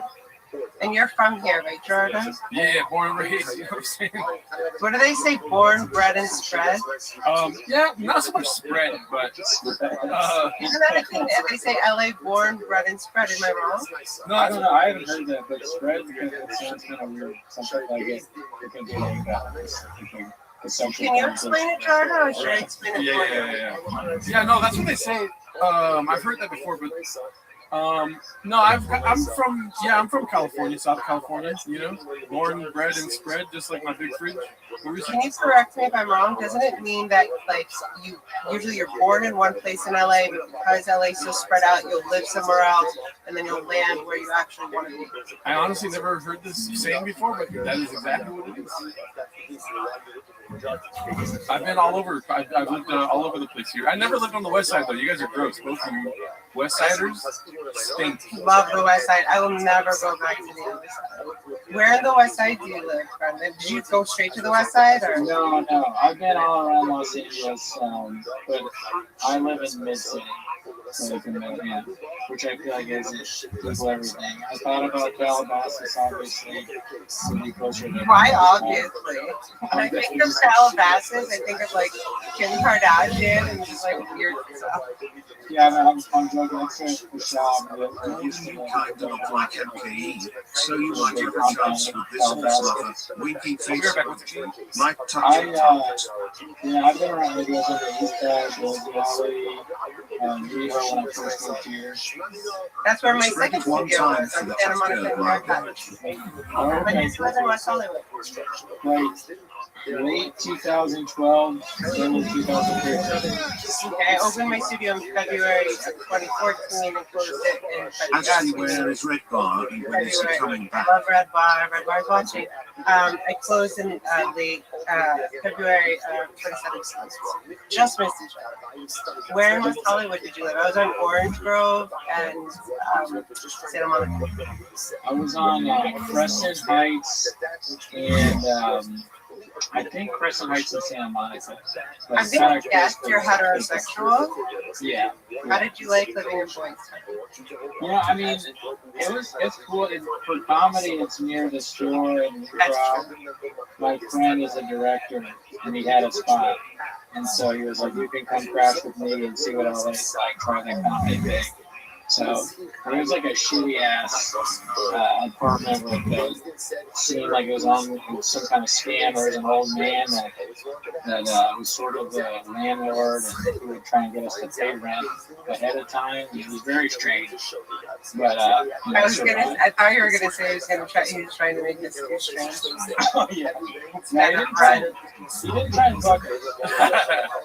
He did have like a strange situation going on where there was a woman who seemed kind of crazy living in his apartment. He also lived there under us. And she it's always weird when the landlord lives in in an apartment in your building, you know what I mean? Oh yeah. No, it was super strange. He would knock on my door and ask me to turn down the AC and can you just go back to your apartment? I thought you were gonna say ask for sugar. Right? Only to turn off the sugar. We got a lot of people asking if you know anything about Red Bar's whereabouts. I'm probably pretty sure you don't, but. So I love making jewels, and so do we. And I do communicate with them and the heads. Shout out to Red Bar and making jewels. I feel like they're chilling right now. I wrote Mike.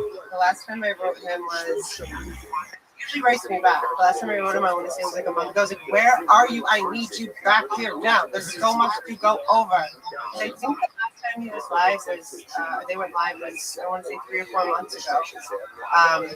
But from what I understand, he'll be back soon. But again, it's, it's Mike and Jules, and they get to do what they want. Hopefully they're chilling. Yeah. I don't think any of the rumors are true that he's dead or has any, I don't know, all that stuff. You watch Red Bar, you're a big fan of the show? I am, for many years. I actually do. I'm one of the only, I think I am the only Red Bar approved person where, for a while I do reviews, all 5-star reviews. I used to do computer to computer. So I play Red Bar on one computer and then have another computer. And then I got a better setup. But I'm the only one that doesn't have all the rules of the clippers and things like that. Oh, nice. Oh, I didn't. Okay, cool. I didn't know that. You're. Are you? Yeah, I think my channel is more popular for Red Bar reviews and yoga. Like my YouTube. So you review Red Bar show? I don't. I call myself the intro girl. I don't review. Well, Mike David's words are. Ashley Cummings always does 5-star reviews. I don't know if I think it's more like a hang, you know. I'll just play episodes, and I love his intros, you know. Like they usually have like 45 minutes or an hour intros, and I just think Mike's funny by himself. That's why when I stumbled into the Dabbleverse last May, like, how do you not know about the Dabbleverse? I'm like, I don't know. I don't pay attention to, like, you know, I've heard Melton's name, I've heard this name or that name, but I just love Mike and Jules. Yeah, I gotta say, really quick, you know, being from the Shoppaverse, and, you know, that's where me and Cooney do most of our work. The Dabbleverse, it's not worth it, guys.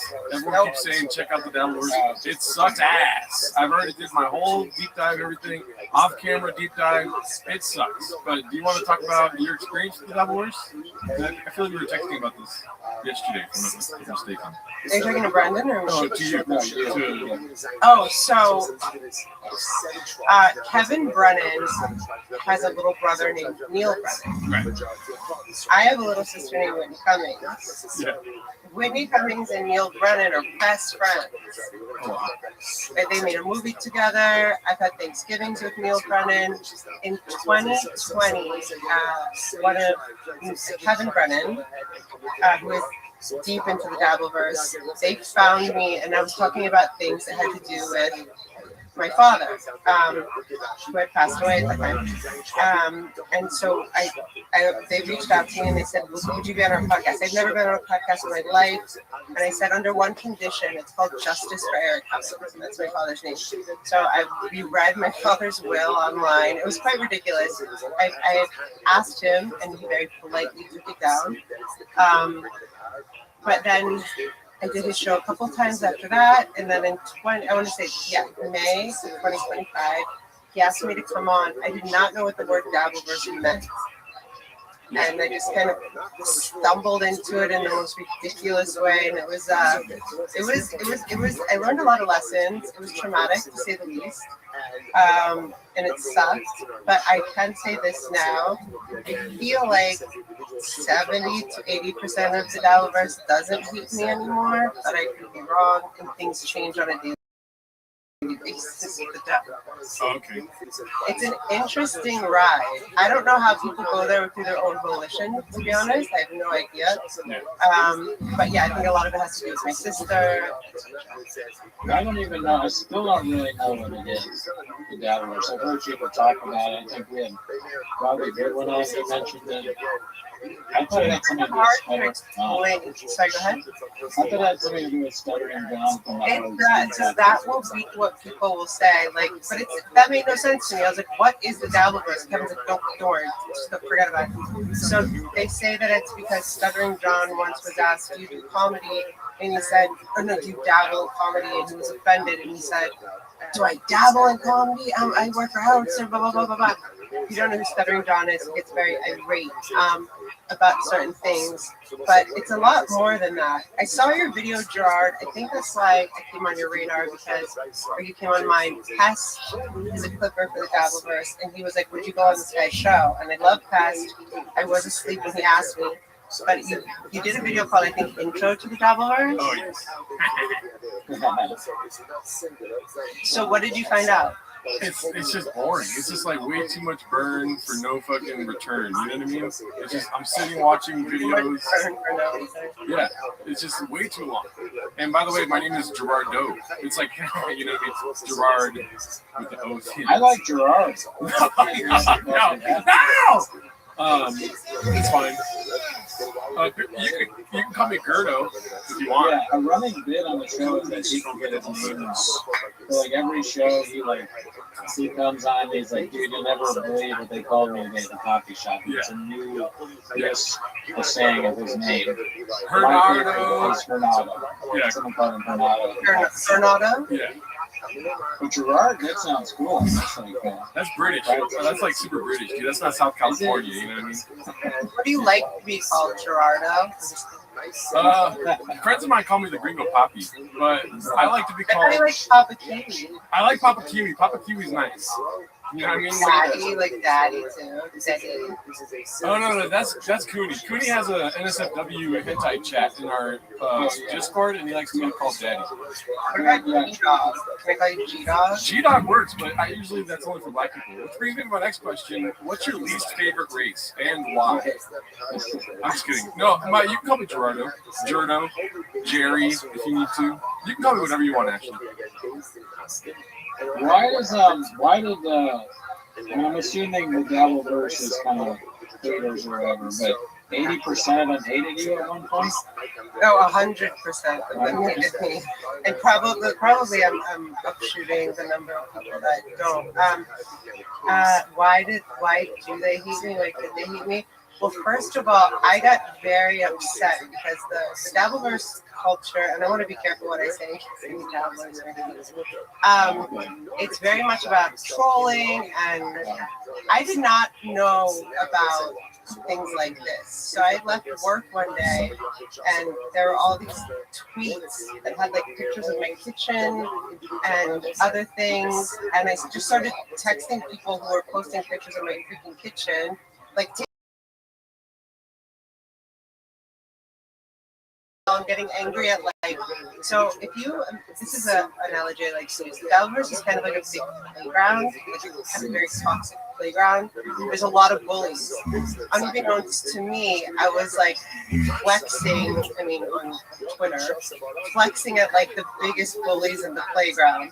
So I got it really bad. There was like 2 months that a guy called Melton covered me almost on a daily basis.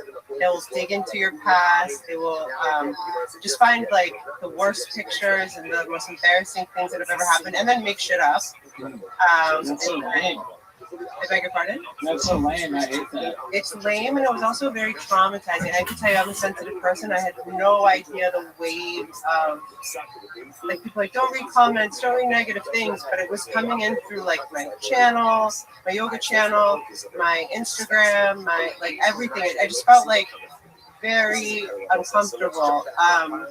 And then I fought back because I think that's my nature. And you can't fight the Dabbleverse. You have to just kind of succumb. It's like a wave. You have to just kind of go with the flow.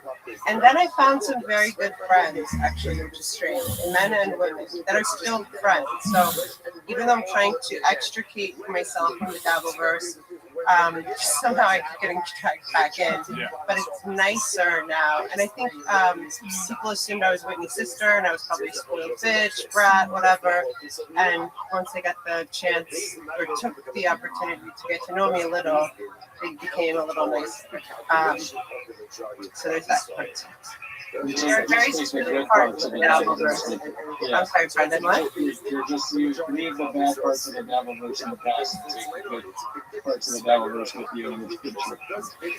The good people, the good gentlemen and women of the Dabbleverse. There are good ones. I will say that. I don't know if you can actually get out of it. I've been trying. Yeah, it's like a physical place. You can't leave. That's how I feel about the show. Sorry? It's kind of how I feel about show, but it's not so much people. Well, what it is, it's a soap opera kind of situation. So people get, like, for example, this week's kind of like sting is a fight between this one guy and this other guy. Last week was a fight, or like a whole conspiracy about this one guy and this woman is hiding the woman. It's very silly, but it's also once you're not the target of the Dabbleverse, it's more interesting and can be very addictive.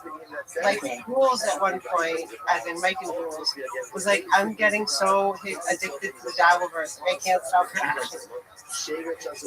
I can ask you a random question. Do you know who Jeff Dye is? It's so funny you mention that. So my sister has been kind of what's the word I will use? My sister's been very interesting for a few months now. And I heard something about her collaborating with Jeff Dye, and this guy called me named Jonathan Dye. And I'm like, are you the guy that did something with my sister recently? He goes, and this guy's like, knows nothing, like he's not a comedian, nothing. And he's like, no, I think you're talking about Jeff Dye, though. I have no idea who he is, but I think that he's done something with my sister. That's so funny that a guy knows another guy named Jonathan, or another guy with the last name Dye knows Jeff Dye. And he's like, right. I think you mean Jeff Dye who sucks. Jeff Dye is like it's a stand-up. It kind of, when you're talking about the Delve, it's kind of reminding me of Jeff Dye because he's getting hated on a lot right now for being kind of a troll idiot who everybody hates. So there's almost like a mini Dabbleverse, it sounds like, going after him. But you never met him, Whitney's never brought him around. I've never met him. I've never heard my sister mention him. If you like any part of it, I mean, I've never seen the Devilverse, but if you like that kind of thing, just watching it from afar, I highly recommend looking at Jeff Dye videos online because he's pretty ridiculous. Didn't he do a show with my sister recently? Someone messaged me the worst thing I've seen lately. Like, I don't know if it was the Comedy Store. This isn't the last 6 months, I'll say, or 4 months. Someone went, because I guess my sister was opening for Jeff Dye, or they were doing something together, and they said my sister just went on and on complaining, and she seemed really out of it. And I was like, I don't know what to, when you guys write me that stuff, I mean, it's fine, but like strangers will write me, and I'm like, what do you want me to do about it? My sister's been spiraling out, like, we're not, so I can't really, you know. That's hilarious. People are writing you, like, you gotta. It's been happening for like 4 or 5 years. Sorry, what? You gotta save your sister. She's with Jeff Dye. It was more like my sister was doing something with Jeff Dye, I think at the Comedy Store, and my sister just seemed very like out of it and just spent a lot of time like complaining. That's what they said.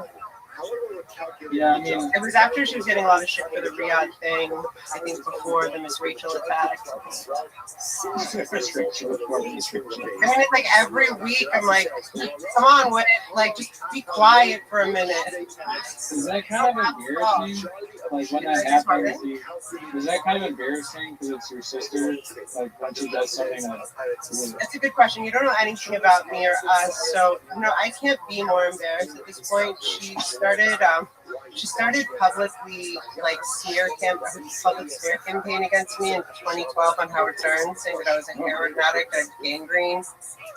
So my sister's been very publicly lying and being awful about me on Joe Rogan, Howard Stern, Mark Maron, a bunch of podcasts, also privately to our family and friends, people that we know, also to nurses when I was the main character for both of our parents, who are both in heaven. So I can't, like, I'm at a point, that's why if you guys see me like spurg out or whatever you want to call it on Twitter, like I can't be more embarrassed because of everything she's done so far.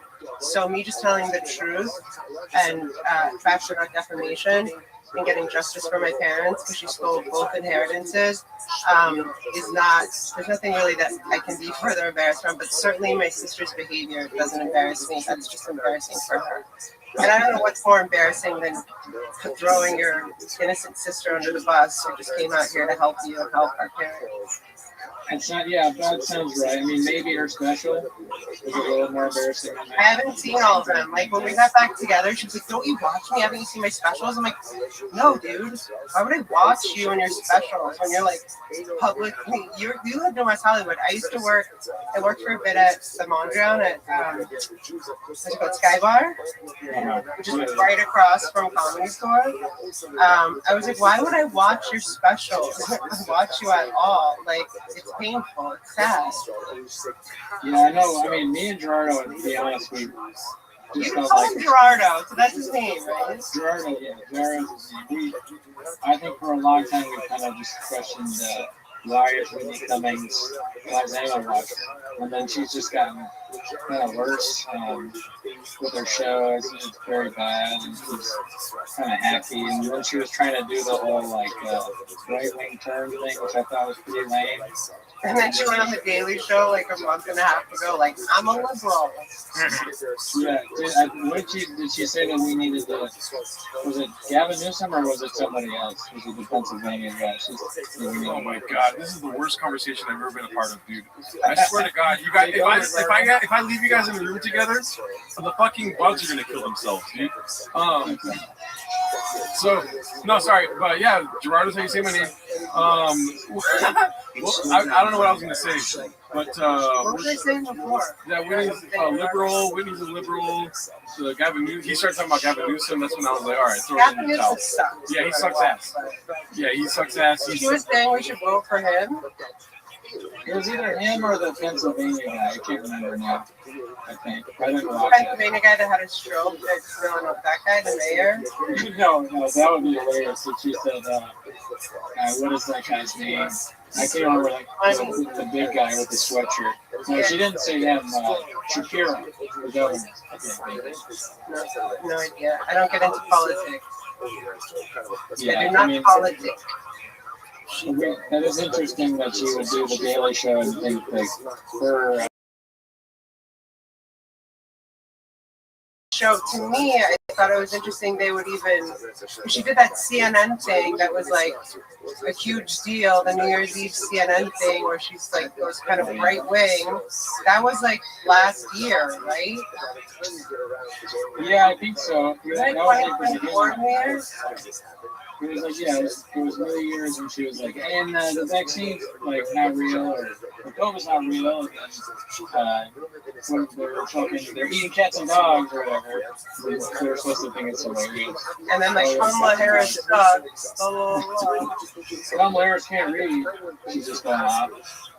And now she's like doing well. So that was a confusing move for the show. I mean, I don't watch a lot of that kind of stuff.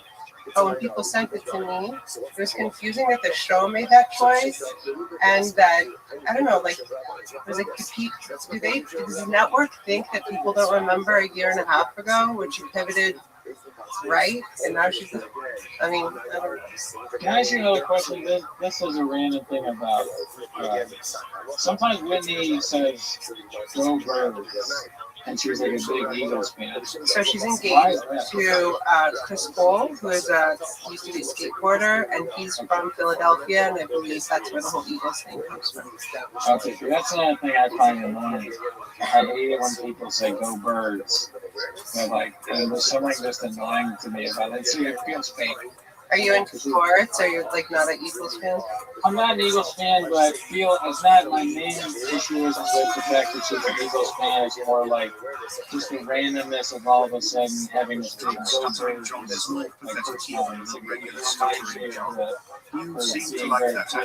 a sudden. But sometimes it's like, oh, I'm right wing, or blah, blah, blah.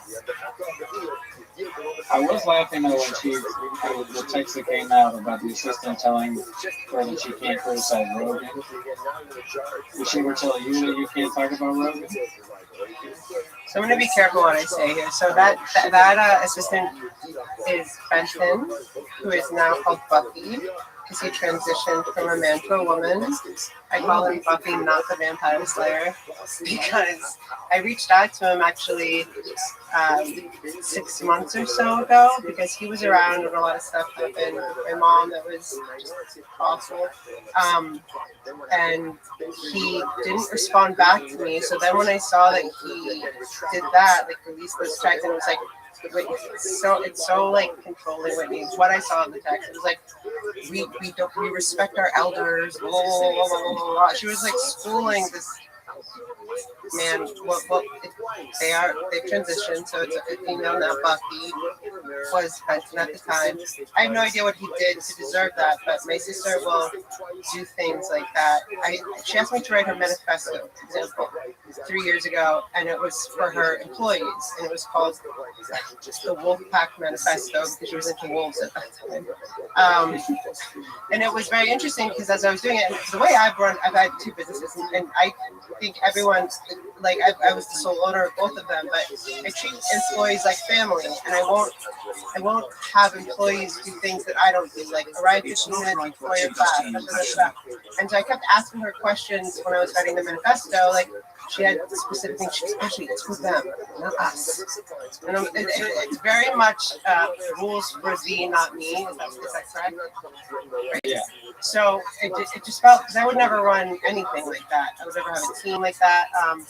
So yeah, she does things very differently than I do. A Wolf Manifesto? Is that what you said? Wolfpack Manifesto. Wolfpack Manifesto. That was a manual for yeah, and that's what that was the name of it. So they literally say Wolfpack on it. Wow. And there's a bunch of different rules. Yeah, no, I mean, having a man, I can understand if you're a business. I don't think she ever put it into play. It was just like something she was thinking about for 3 weeks and then moved on to something else, which is like kind of a pattern she has. But I've never seen it so publicly visible, but also or sending me a lot of more stuff because of how publicly interesting she's been lately. I'll use the word interesting. She does seem like somebody that might be really into like self-help books and that kind of thing, like 48 Laws of Power. And so maybe I could see some of that maybe with part of the manifesto or the kind of person that likes that. So I don't know if she is or not. I get that from her. She loves that book. 48 Laws of Power? I think that book is psycho. But yes, yeah, it's pretty ridiculous. I remember being like in I think college or something, and someone would be like, "Yeah, you gotta check it out." And I read a few pages of it and kind of got bored. She's literally given it to people as like homework to read. And you know who else did that? The owner of American Apparel. And there's a documentary about American Apparel. And they talk about how crazy it was to have to read this book and have to like, I mean, and part of this, like, let me just explain one. So if you ask me a question, how was your beans? Cheese beans, cheese beans, cheese beans, France. You're supposed to wait 8 seconds before you respond to a question. Like, and it's all about control. Yeah, I think that's rude. 8 seconds fucking add up. Your life time starts to add up. That's very rude. I agree. I can't do that. I can't believe what's happening here. You guys are just like drowning me in like just like I don't even know what's happening right now, dude. You guys talking about the 48 Laws of Power? What was I gonna say? I don't know what to ask necessarily, but there was a lot of stuff you guys are just talking about that I wanted to ask questions about here. So has Winnie ever made you, or she obviously has made you laugh before. Have you ever been to a show of Winnie? Have you ever seen Winnie do bad on stage, possibly? So I've been to a lot of her live tapings. I used to go to, so when Whitney and I get along, we're kind of like the closest. And then when we're not speaking, we don't speak at all. So she's my little sister. She's 12 months younger than me. So as my little sister, I mean, like, you know, yeah, like she said to me, like, Ashley, don't laugh at my phone. I'm like, but I can't help it. I'll just laugh harder because I'm funny. Other people, it makes other people laugh, right? So yeah, I mean, the loyalty that I used to have for my sister that I kind of have put aside for now because of what we're dealing with, like our little Cold War that we have. So I'll say that. I mean, yeah. I mean, my sister's not. What was the original question? Just that. Have you ever seen her bomb? Do bad. Like not even bomb necessarily, just like do bad. Like, and then he's like something she can't sleep at night. She's like, why wouldn't they laugh when I fucking did my squirting joke or something like that? You know. I don't know if she doesn't. I mean, I don't know if she thinks about it later, but. To answer your question, I think the answer is obvious. But like as an older sister, I've always felt protective, and but I will tell you one time we went to the improv, and so my sister goes intense. Like so when I would go do spots with her, she'll do Comedy Store, and then improv, and then Laugh Factory, and then sometimes we'll go to Flappers, so all in the same night, right? And this one night, it was like I don't know. It's like it wasn't like anything like the last few years, but this one night she was doing the weirdest crowd work, and I was like, it felt awkward. I felt awkward for her, because people are really responding to it. But mostly she's very confident up there. But yeah, I think your question answers it. Yeah. Another question. So, one of the most prominent names as far as comedians go in the Epstein files was kind of Whitney Cummings, because Jeffrey Epstein found her funny, which I think is funny. How many people have asked you about that? Has anyone yeah? Many. But to her credit, I don't think that there was anything. I think it was kind of innocuous. You just said like you liked her squirter jokes. Yeah. Yeah, it was about an article in Cosmo or something, right? Like that she wrote, maybe. I thought it was when she did that thing where she like put a hose underneath her. I don't even think I saw that. What did she do? She like spread her legs and like put a hose. So she put a hose. She was like in a bikini and spread her legs and put a hose between her legs. So, yeah, no, that makes sense. It says call ends in 15 minutes. Yeah.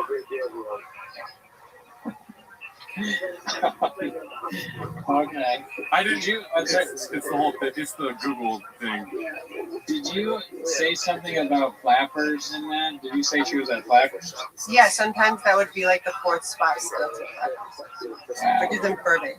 Yeah. Yeah, no, we know flappers very well. Which, by the way, is very funny. So I dated a comedian that did a spot there, and I went to see him, and I was like, "Hi, Mesh comes." They were like, "Oh, do you want a spot?" And I was like, "No." They're like, "You're Whitney's sister." Like, I don't understand that. Like, I'm good. That club is so crazy. They tried to get you to stand up. And they were like, "Do you want to do a spot?" And I was like, "No, I'm here to see my boyfriend."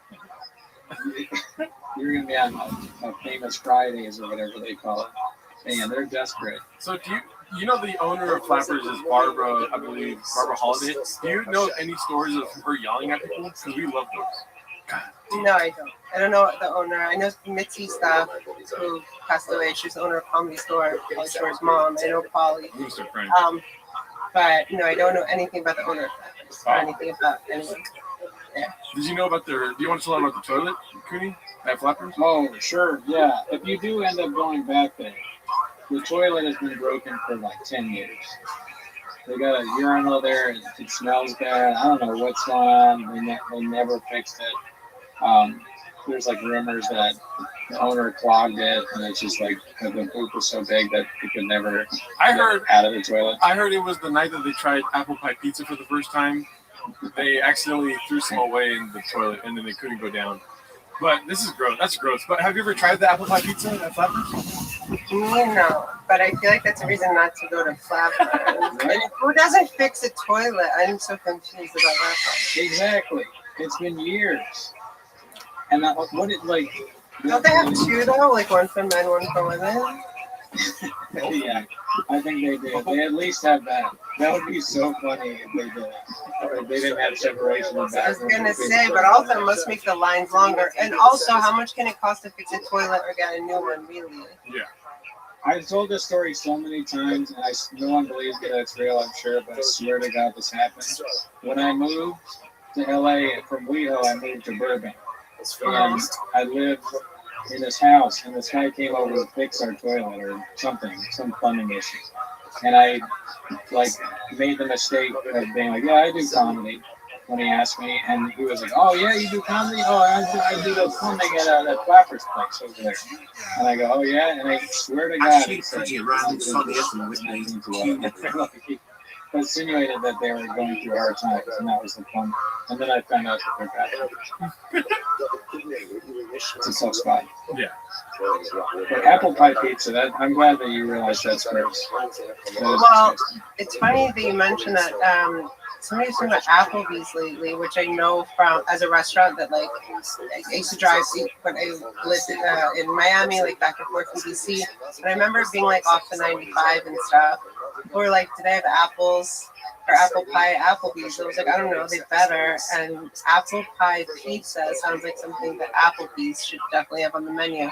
But it also sounds like a bad idea. Like pineapple pizza, I get. Apple pie pizza, I don't get. Have you guys ever tried it? No, I haven't, but I feel like that's something we should eventually try. Yeah. What does it look like though? Just the crust of the apple, or is it just like apple pie with cinnamon on top of cheese and? I'm not sure, but I'm willing to try it, and I heard that they deliver now. I'm pretty sure Flappers delivers food, so we'll have it delivered to my apartment. Before we only have like 10 minutes left, so I need to do like a speed round here. The chat, obviously, you know, everyone that watches their show is in love with Brendan Schaub. So they want to know if any, like, that's the question. Brendan Schaub question. Have you ever talked to him, met him, anything that happened? I've met him and at Comedy Store. I know that him and my sister were close. He's not the father of my nephew. People think that. I will not say who the father is. But it's not him, and yeah, I don't know him very well. I've just met him like in passing. Oh, okay. He never asked you check out his truck or anything like that. Oh, okay. He asked me a couple times when I seen him at the Comedy Store. Do you know about Brian Callen? I don't like Brian Callen because he makes shoes out of elephants, and I think that's terrible. But there's other reasons I like him as well. He killed elephants and made shoes out of them and was charging $800. Oh my god. He's such a bad guy.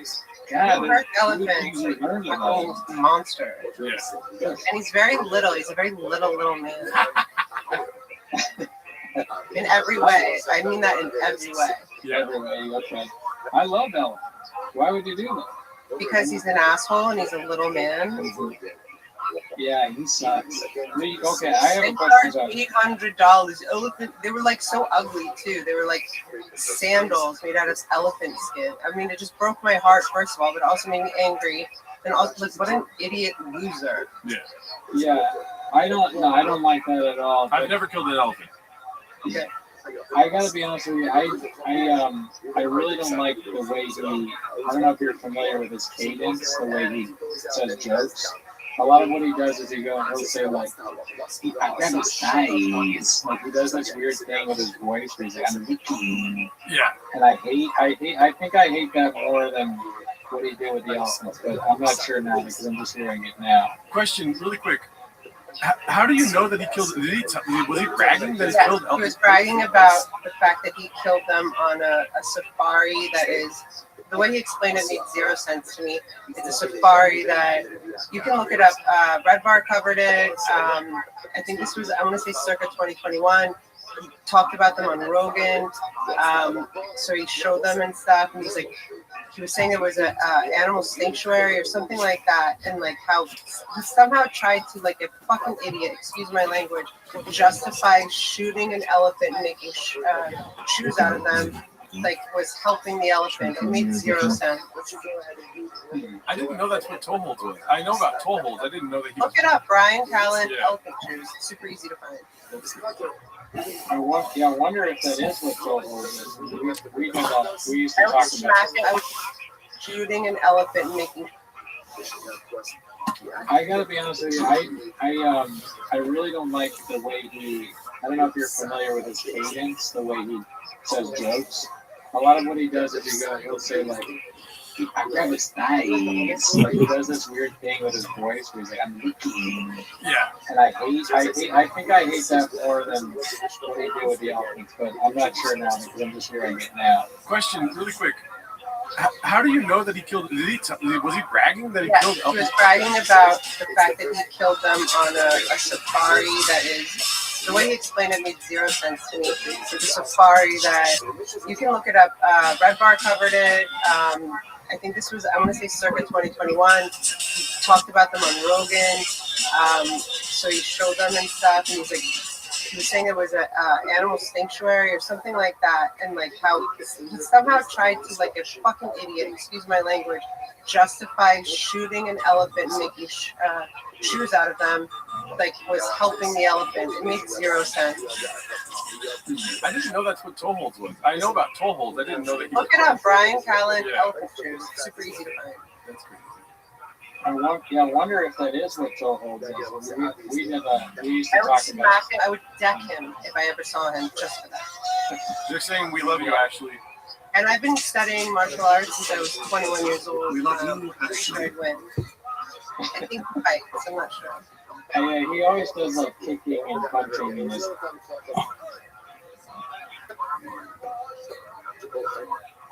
That halacha l'maisa, the psak is wrong.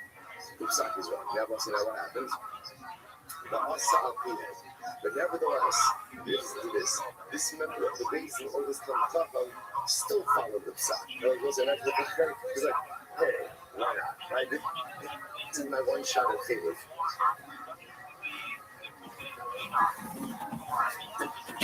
I know them. I know it's Dutch. He's running up this. Listen, knows the psak is wrong.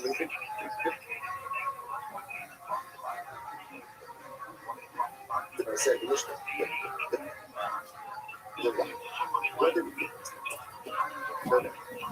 went ahead. So the Asaf right now, he's in a favor and we consumed it after. Asaf. Right? So, individual makes sense. Who knows? Better. What is he saying? And if I love the myself, he is the. It's like interestingly enough, you guys going into the device.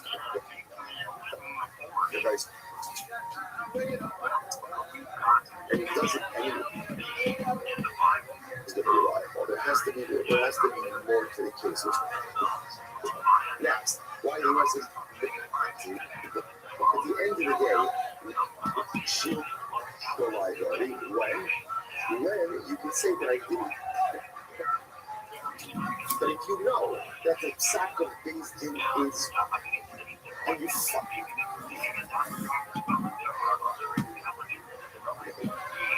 we'll say this is and smoke.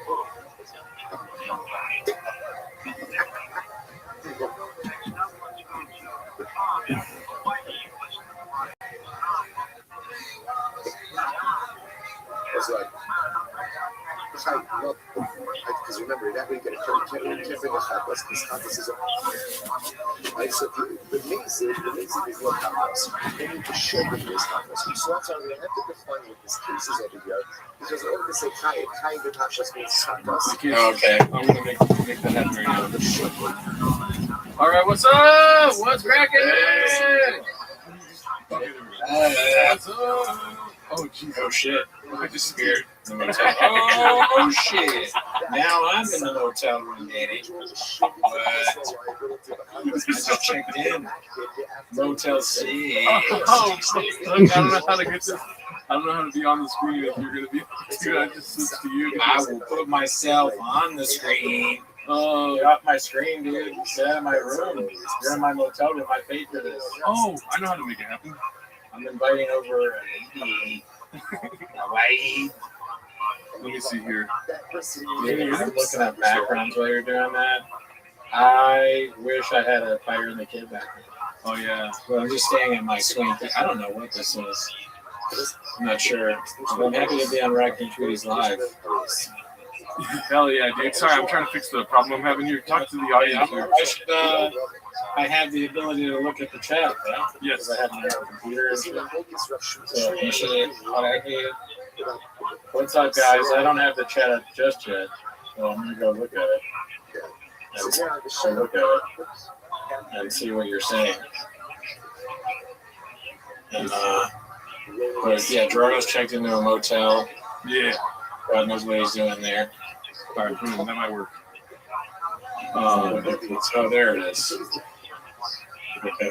Wait, right there. Boom. So you can still hear me, right? Yeah. Can you hear it? I can hear you. Okay.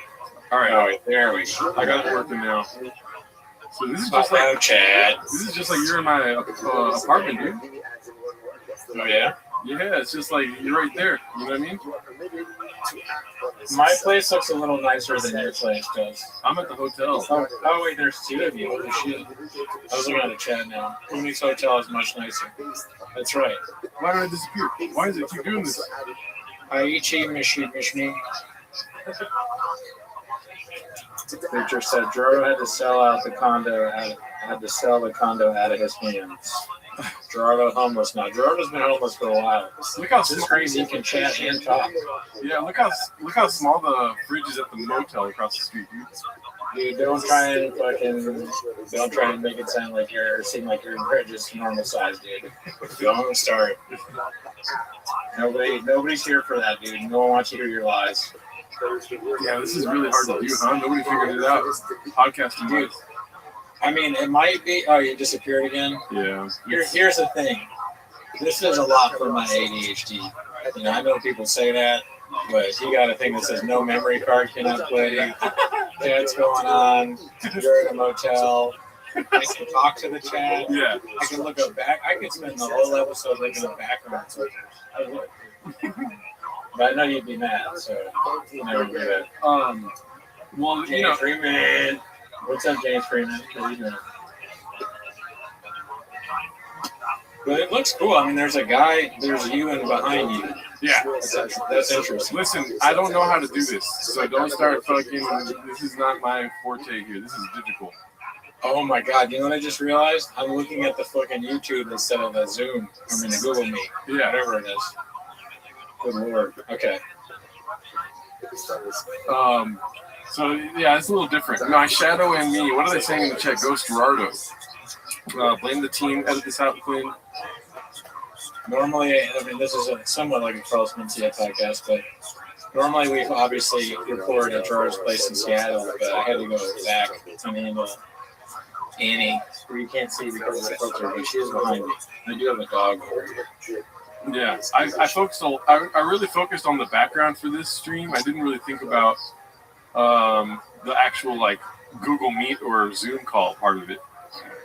But I did this earlier, so that's what I did this. I worked on this for like, I don't know, 3 hours earlier, just having the motel background. I ordered a room at the motel and took a picture, and then I came home and I was like, oh, I have to figure out how to do this online. You went and stayed at the hotel.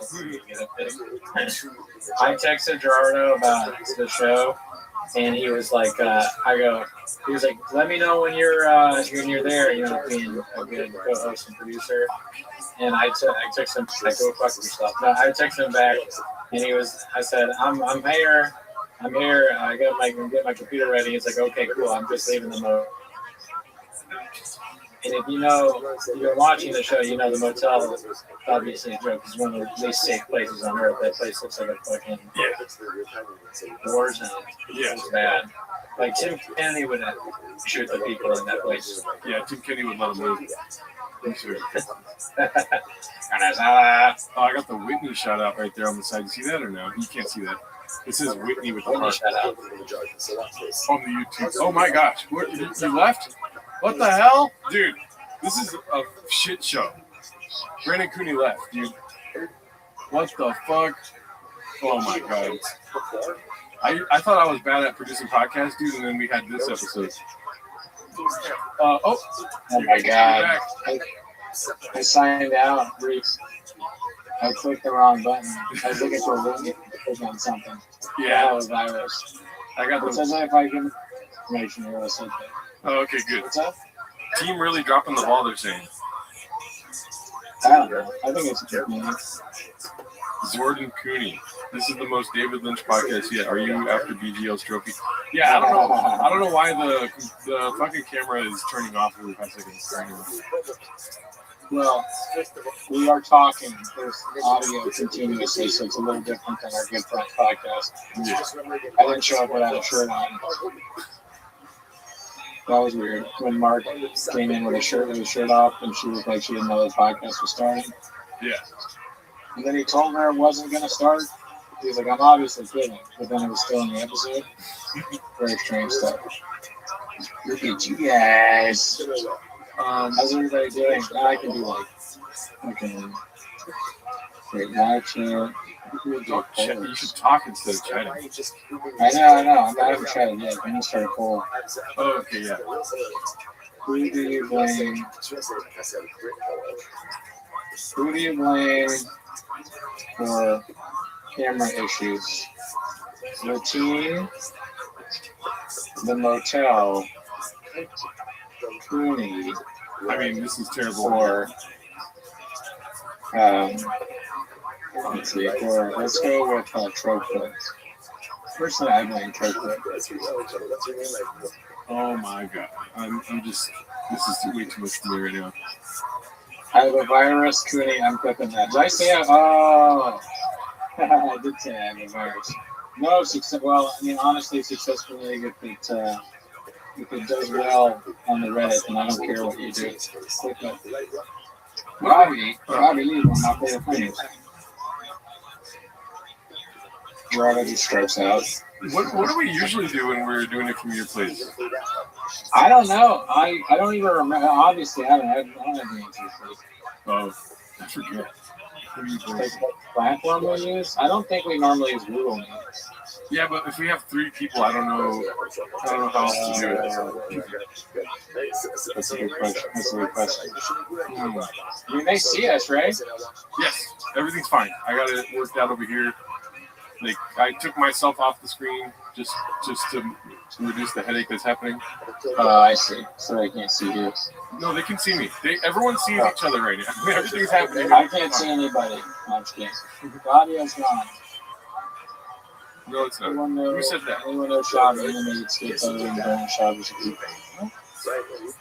We had some trouble last night and some memory photos. You gotta talk to me. You gotta talk to me. Don't talk to the chat only. Okay. Yeah. Sorry. This is a podcast. Yes, thank you. I'm getting a headache. How's your day going otherwise, G-Man? It's going good, dude. I'm kissing it. You know what I mean? Relaxing, chilling out, maxing out cool. I thought I never used Google Meet before. I thought it was a different kind of app. You know what I mean? Yeah, different. I guess it's not different enough. I thought you were supposed to send a dick pic to Google Meet, and then they're like, AI fixes it up for you or something, you know? That was the joke. What were you saying? Your dog what? My dog was just, this is the first time I've ever seen her do this. She barked at herself in the mirror. So usually she's smart enough to know that that's her, or at least not think about it. So this time she just started growling and barking at herself in the mirror. I don't know if that bodes well for the show or. Does that know that? Dogs don't know that they're in the mirror, right? They only see like black or something. I don't know what they see. I think they see something because I remember we had some other dogs over here. We had some other dog over here, and at the end of our we had 2 stories. So at the end of the story, there's a mirror so you can see yourself, and one of the dogs went up to it and started whining because he was confused by either. He couldn't. I think he thought he could go through the mirror, but he couldn't. Can dogs get graves or no? That's something I haven't looked into yet. I don't even. Do dogs have a thyroid? I'll look that up. Yeah, Google that. Because I don't know what animals have thyroids. But yes, dogs have 2 thyroid glands located on either side of the windpipe trachea in the neck. So let's see. Can dogs get Graves' disease? Well, dogs can suffer from an overactive thyroid. Graves' disease specifically is for guys that have really huge brains. Interesting. Wow. No, actually, it says Graves is specifically autoimmune form common in humans is rarely, if ever. Rarely, if ever. And then there's a thing under it that says, from the pet nutrition, says the ultimate guide to Graves' disease in pets. So, interesting. The plot thickens. Ready? Do you have Graves? She just looked up. Well, I don't think it's something that you can self-diagnose, right? Graves, no. You gotta get tested, and they gotta check your teeth. I forget what it's called. Something levels like T3 or something like that. I'm not sure. Do they say you have low teeth? No. They said I had overactive T something. It was actually at first I think it was like way too low or way too active, and then it was like not active enough or too active. Yeah. Listen, I didn't pay attention, man. I just go to the doctor for the vibes. I just like being there. When's the last time you've been to a doctor? Two questions. Does it count? Does the pharmacy count? I wasn't really seeing a doctor. No, you have to see the doctor face to face. Okay. Face to face was probably, it's been a while because I had to go to my main doctor to get my hookup for my self-diagnosed ADHD. So I don't know, it was back when I got my checkup, when it was like months at least. It's been a while. It hasn't been a year because I haven't gotten a new checkup. How do you make this not? Let's see. I wanted to do the high definition and full definition. Why does it keep making me move? It moves me. Every time I move, it moves. I don't like it. When you're on the camera, isn't that full definition? Got him. Full. You're full. Oh. Yeah. Man, let me see. Can we laugh at that? Oh, dude, I fucking love those things. Like when you're in meetings and then you do something and then someone does like a clap or something like that. What a great feeling. Because you never expect it. And then it happens and you're like, wow, they're clapping for me. Skin tone. You can change the skin tone, dude. I'm giving you a black clap. Oh, that's good. Yeah. I appreciate that. I want claps from all races. Big, small teeth, big gums. I mean, I don't even know how to get into this here, but let's see. Can I share a screen? And let's see if we go to the Reddit. Right, we should be able to, but never. It's just a different sort of little workflow I got here. Let me see. So I got this open. Share screen. It's not showing this, right? Sorry, 1 second.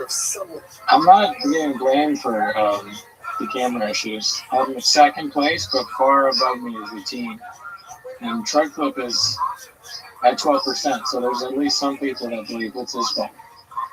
And nobody's really blaming the motel, which I think is strange because the motel is too. Oh my god, my computer's cracking out right now.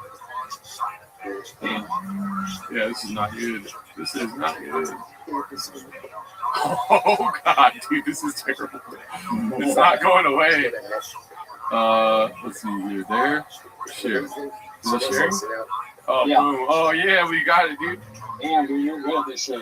All right, so you can see that, right? I can, yeah. I can see chin. Looks like it's the menudo. That menudo taco seems so bad. Yeah. Canned meat?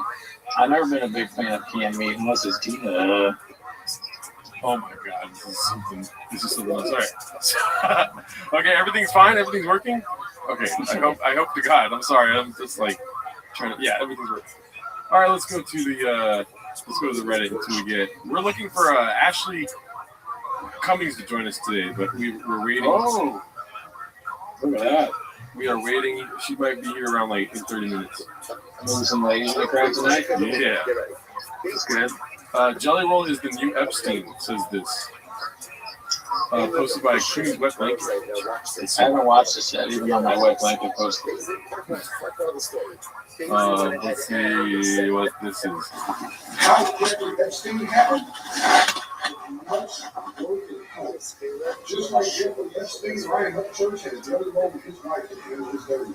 What the fuck? You hear that? Wait, play it one more time. Oh, God. How did Epstein happen?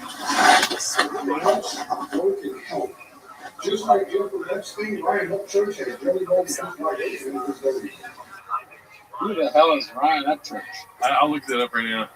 But yeah, no, that doesn't sound good, Jelly Roll. What's going on? What the hell, Jelly Roll? Dicey, dude. Why are you handling Ryan Upchurch's dirty work? What kind of dirty work? Ryan Upchurch. This guy does not look good.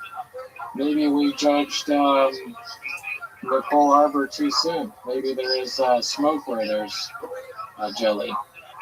I could be wrong here, dude, but Ryan Upchurch looks like he's not even that big a deal. Hopefully, my computer has a fucking fit whenever I do this. But check this out. Everything happened. Bro, this guy doesn't seem that great. That's Ryan Upchurch right there, Daddy. Uh-oh. It's funny, there's a picture of him as a young man, and it looks like he's going to go through hard times recently. I do not like this sharing feature of our life. Oh, yeah, you can douche yourself easily. Yeah. I'll tell you what, he has more followers than me and you put together, dude. Yeah, he's a big deal. We got Jelly Roll on the page. Jelly says he's like Ghislaine Maxwell. I shit you not. This what? Okay. Let's see. Dude, I'm sitting here going through this this clip. And it said, okay, I'm just looking like what's going on. Now check this shit out. You gotta think, bruh. This guy is like if a dude was serious, that was like if the whole world is beating me, bruh. Everybody keep talking about beating me. Not everybody telling us to hear about beating me. We've got a Christian L7 in the crowd, dude. He's saying this setup is blockbuster. Oh, fucking give him 100 points, dude. Oh, but James Freeman's in here. 40. Let's get these Hawks to 40 likes, huh? Guys, we're just... Look at you guys. 40 bold votes. It's get these horse 48s. Oh, it sounds like they call those whores. Man, I wish we had watched this Ryan Upchurch thing on the Raccoon Tweeties episode, because I have a feeling this is a very entertaining guy. Yeah. He's got everything I like. Crazy appearance, ridiculous accent, seems a little unhinged. Big dick, sorry about that. Yeah, you know what I'm saying? This seems like a content machine, this Ryan Upchurch. Let's see. I want to hear what he's talking about. Ghislaine Maxwell here, dude. You clip it out, and I'm going to put it on here. Guess what Jelly says? Jelly says, yeah, man, I'm like Ghislaine Maxwell. Excuse me, what? What in the fuck? I didn't even realize he said that. He said, I'm like Ghislaine Maxwell. This guy has a rough face, dude. Yeah, dude, it's interesting. Let me, I can't do it. God, I'm handicapped here. I wanted to zoom into his face. What does it say on his neck? It'd be funny if it said help. It looks like it's his reek, like he's from Game of Thrones. Yeah. So he got tortured by somebody that tried to make him into a reek in real life. Jelly Roll tried to make him reek. That's why I hate Jelly Roll, dude.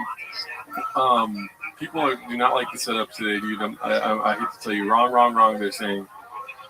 You know, sometimes you gotta fucking. Would you like this setup or no setup? Okay, you're trying to scar around. Right? That's a great point. Yeah, I'm gonna do a poll because I'm gonna say this setup or no setup, and I guarantee these fuckers they're gonna say no setup. Those are bitches. Fuck them. We're giving them grade A content here. Now look, you know, and they're hating. Always be in Seattle. You won't go vertical. They said that we won't go vertical. Watch this motherfucker, dude. Boom. We're gonna go vertical. Vertical as hell, bro. What's up, man? Vertical as hell, dog. Instead of going vertical, you go. I just started asking you questions. If you asked me where Gaylord Street is. Oh boy.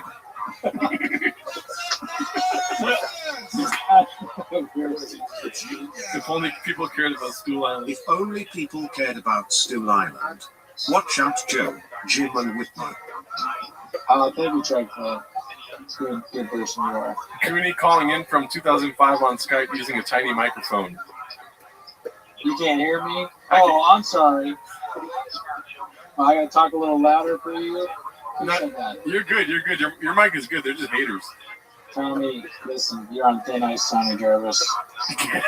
Ice is cracking. They said get out of Google Meets. Oh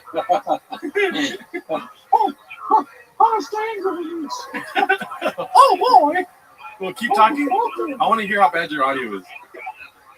Yeah, check it out. It's probably very bad. But my is my horn showing tonight? Oh, you got some horns in the crowd tonight?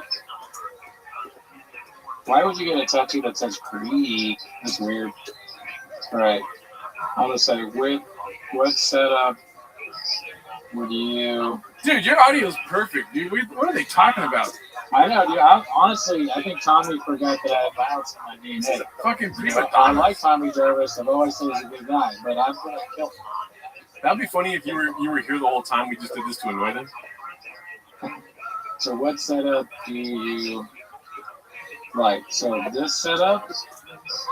No setup. Uh-oh, we got some more need. Or it's a third option. When we get in a new cowbell special, Tony Soprano.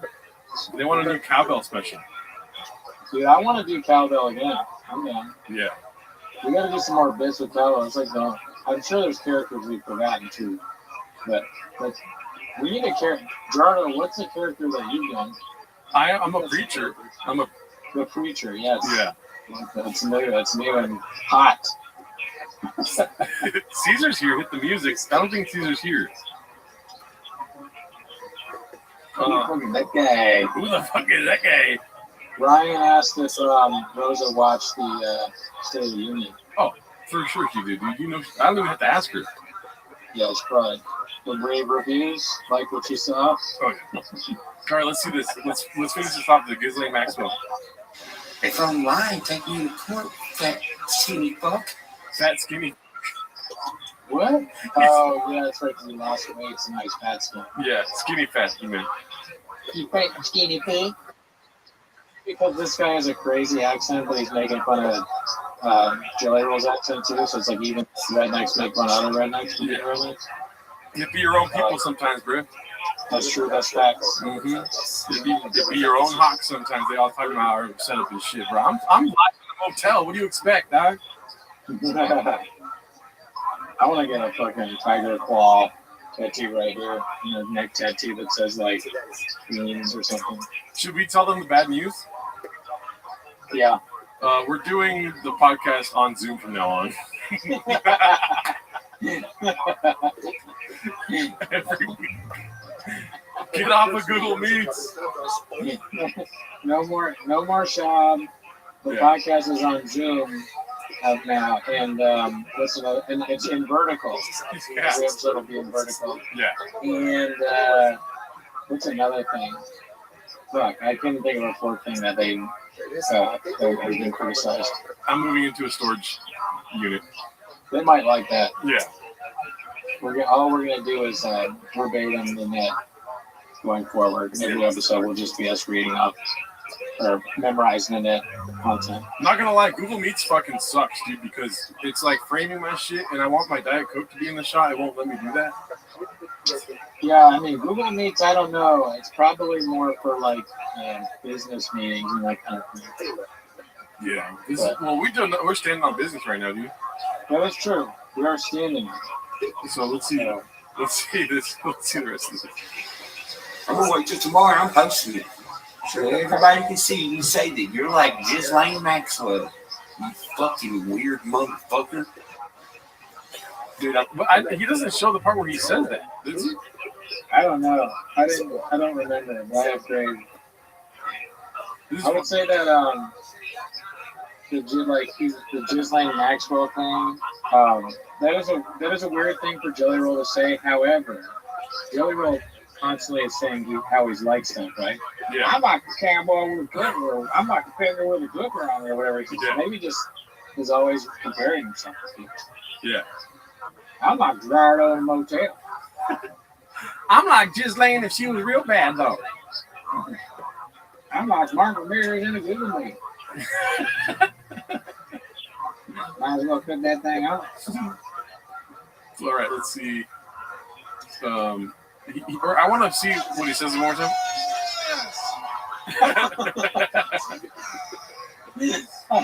Everyone make sure to sign up to Microsoft Teams to watch next week's stream. Yeah. I like it. It's like my thought. Well, thought is the wrong word. It is the reason we're doing this is because of me. However, you seem to still get the blame, which I think is fun. Well, yeah, it's all good. I mean, they're gonna forget about this as soon as we get a fucking dolphin bottle next week, dude. When we bring the dolphin bottle back, they're gonna forget all about it. Oh, dude, I gotta get on Amazon and find that shit. Yeah, dude. I missed the dolphin bottle more than I missed my ex-wife. I was excited though because it's the first week I had this set up, but it's fine. We'll be good, dude. I wanted to have Ashley in the middle between us, so like one of us here, and then the green screen Ashley is huge. Yeah, I mean, I'm sure it'll be great. Everyone, the message said everyone make sure to sign up for Microsoft Teams. That's one of the funniest things I've ever read. I think I could spice it up though a little bit here. Let me see. If I do that, and then let's see if we can make Queenie big screen, dude.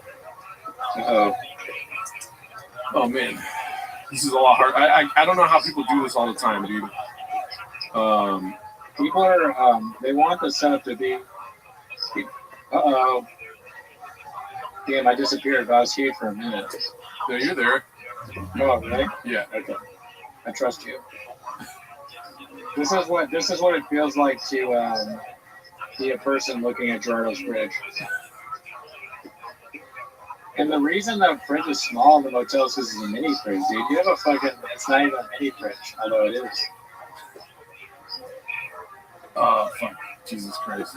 Is it working? Tony has no ears on stream. I think the no ears thing is because I have a background.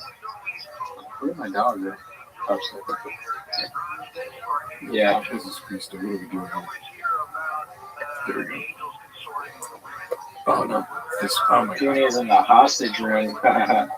Christian, you watch. Oh, wait, it wasn't Christian. It was probably Tony. Did you watch in the hostage room days? That's good. Oh, yeah. Whole time listener in the house. What is this? Raccoon tweets with salsa on top. Damn, there's two of you. Oh, yeah. This is not good. This is not good. Okay, there we go. I thought that was on purpose. No, there we go. Now I feel like I could touch you, dude. This is way too close. Way too close right here, dude. Cooney's in the masturbatorium.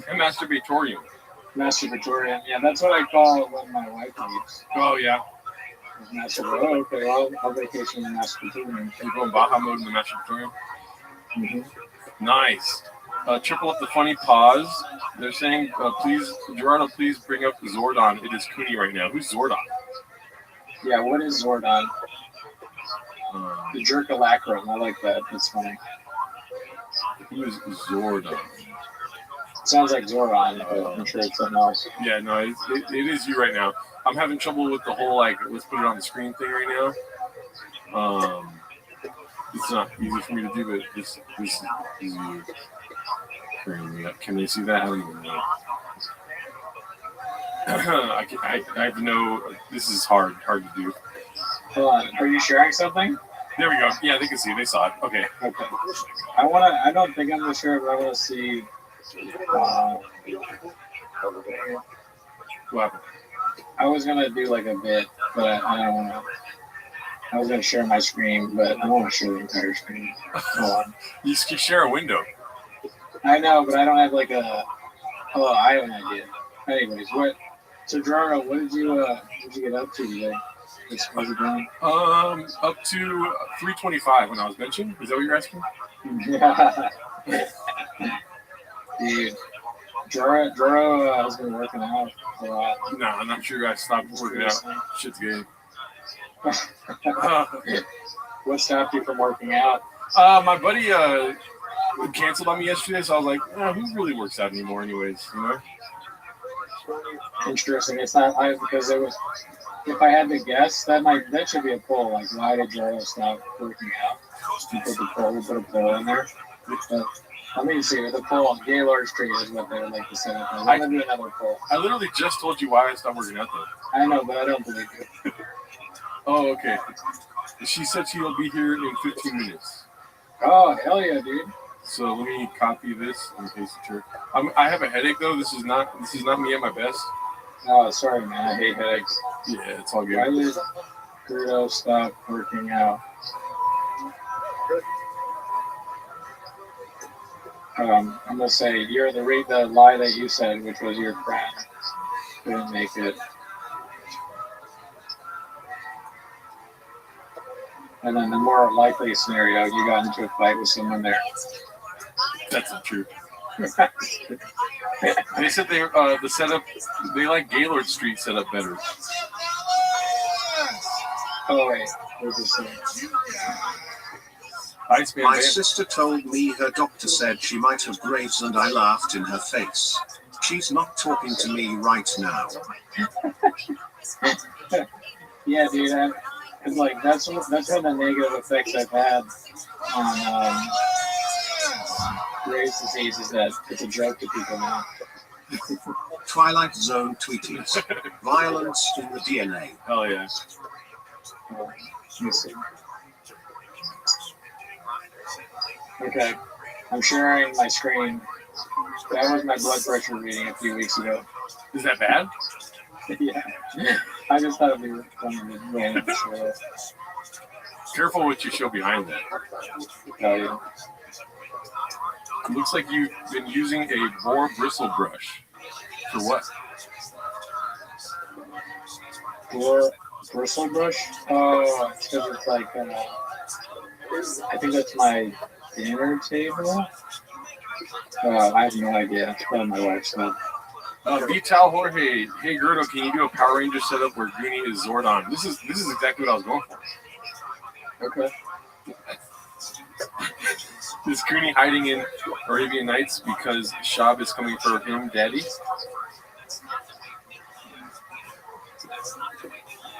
Is that what it looks like? I can't really see what it looks like. I sort of see my background, but it's so small. Yeah, it looks like Arabian. I like that. Arabian Nights. All right. So, just kiss already, they're saying. Cooney's in a bad guy's house from Crocodile Dundee 2. Damn, that is an old fool. I don't remember what happened to Crocodile Dundee 2. There's definitely something that happens when people do Zoom podcasts where it just kills everything, right? Am I wrong? This is like the worst. I don't know. They seem to be liking it. They said they would. The setup is not bad. Just Gaylord would be better. So I think that's fine. Yeah, I'm gonna start dressing up like a gangster and saying, "Oh boy." I'm in the LBJ says I'm in the Riyadh Comedy Festival. I know it's like to be Bill Burr. Hey, it's great to be here. You guys are fucking, you're doing it. You're opening up the country. I think it's great. You know, you got a good guy to come out after me. And Schultz is here. You know, he acts like a black guy. So it's cool. So, Cooney is Theo. This is how it starts. This is greatest fucking night of my life. Tony voice. Why does Gerda always complain? Still can't see Cooney's teeth. Oh, come on. Come on, you bastard. Oh, of course it's Formula One. I knew it. It's my teeth, kind of. This just shows the power of the cheers, dude. The cheers hold the power of podcasting. I don't know. I mean, I feel bad because you can't pull stuff up really. It's super difficult. And then when I pulled stuff up, it was just a picture of my blood pressure. I was like, it's so random. I didn't even realize it was bad until I pulled it up. Yeah. That was a while ago. I'm doing much better now. I think it'd be funny if we bring Ashley on and we just stare at each other the whole time. Well, I'm sure we have something to talk about with Ashley. I don't really know anything about her other than she's got a successful yoga channel. Yeah. And I've heard great things from Badizi. Yeah. And she's a YouTube person. Yeah. Has beef maybe with Whitney. I'm not sure. right? I'm not sure either. Like at the end of the day, I really don't care, but I'm sure we'll get into it with her. I really don't have any clue or care for. I'm always just happy to meet other people from Los Angeles. Exactly, dude. And you're a West Side guy. That's what you kind of fucking vibe is, dude. So you very well. On the West Side? Yeah. Interesting. Okay. A lot of great places out here. You know? A lot of great places. My motels will fuck your motels up, dude. Your motel is, yeah, I'm sure. That motel is fucked up, dude. Yeah. I wish the listener, we should take a picture of the man on the street thing with the people at the motel. No, I literally live next door. That's not a good idea. They recognize you. They start coming over. Hey, you're on your YouTube thing. Can I grab? What board is that that's flickering in the foreground? Dude, Rycon, just go find a better podcast, dude. I'm sorry. West Side, Best Side. There we go. This view is fire. Nice work, team. Thank you. It's funny that the motel has one of those like fridge microwave things that you see called dorm rooms. Yeah. It's I remember I was so excited to get that. It's a fridge microwave that I like made Pop-Tarts in. That's my mom helped me set up my apartment when I first moved in after getting the fridge myself. And I had put my microwave on top of the fridge, and she started yelling at me. She's like, "No, we're not doing that." I was like, "Mom, it's perfect. It's the perfect place for it." She's like, "No." Started crying. That is a huge bro move. Yeah. Like single bro, sits by himself, microwave on top of the fridge. Yeah, I'm glad she put her foot down. Because also, like, it wouldn't be high enough up, for a microwave. That's not true. Dude, so small. I saw the smallest microwave, or smallest fucking, and the microwave's small too, so it all fits. I saw the smallest fridge yesterday on stream. We were watching videos of Daisy the Venice healer, and she has a tiny refrigerator. She has to bend down in order to get into it. I was like, in college, when I had the microwave in the fridge, I didn't have, it was kind of like a shot moment. I didn't throw my roommate through a glass door, but we did have that, like, stupid argument about, like, these are my gushers. I got mad at him because he didn't, like, I don't know, share Snapple or something. I was like, you think you buy all the Snapple? Well, guess what? You can't have any more gushers. Oh my gushers. So ridiculous. That's my version of shop. He was like, drink your Snapple still. She called his mom a bitch. She's asking if she could just do voice. Okay. Okay, I'll email. I guess I can email her. So keep reading these comments. Yeah. What's up with the chat? Just voices. One thing we forget. Audio is king. That's right, man. You're right. Focus on glasses half full. Guys, happens to is living life as a bubble bow. Bubble bow? What's a bubble bow? I don't know. Renato brought refrigerator, microwave, and stove into his apartment in one trip. I like the idea of a stove being small. That's like a miniature stove. My stove is pretty big. I have a small air fryer. Actually, can't do that face with a link on that phone. No, I just sent you. Yeah, I mean, should I change my background or do we like Arabian Nights? I think that's fine. Yeah, I think it's pretty good. But I'm glad to see that Ashley's here. I'm excited to meet Ashley. Yeah. I'm going to purchase another Dolphin water bottle. I've just been very busy. I bought one and it wasn't the same. Yeah. So I gotta go on Amazon and really research this shit. Because that was, every time I heard that sound, it made me happy. And then it stopped working. Yeah. What kind of God does that? That was weird how it fixed itself. Or if you were embarrassing it or something. I wonder if I got a defective bottle. Granted, I did lose the straw. Yeah. But it worked even without the straw. It still made the same ridiculous thing. Maybe the company fucking sauce on stream. That makes any sense. What I'm saying.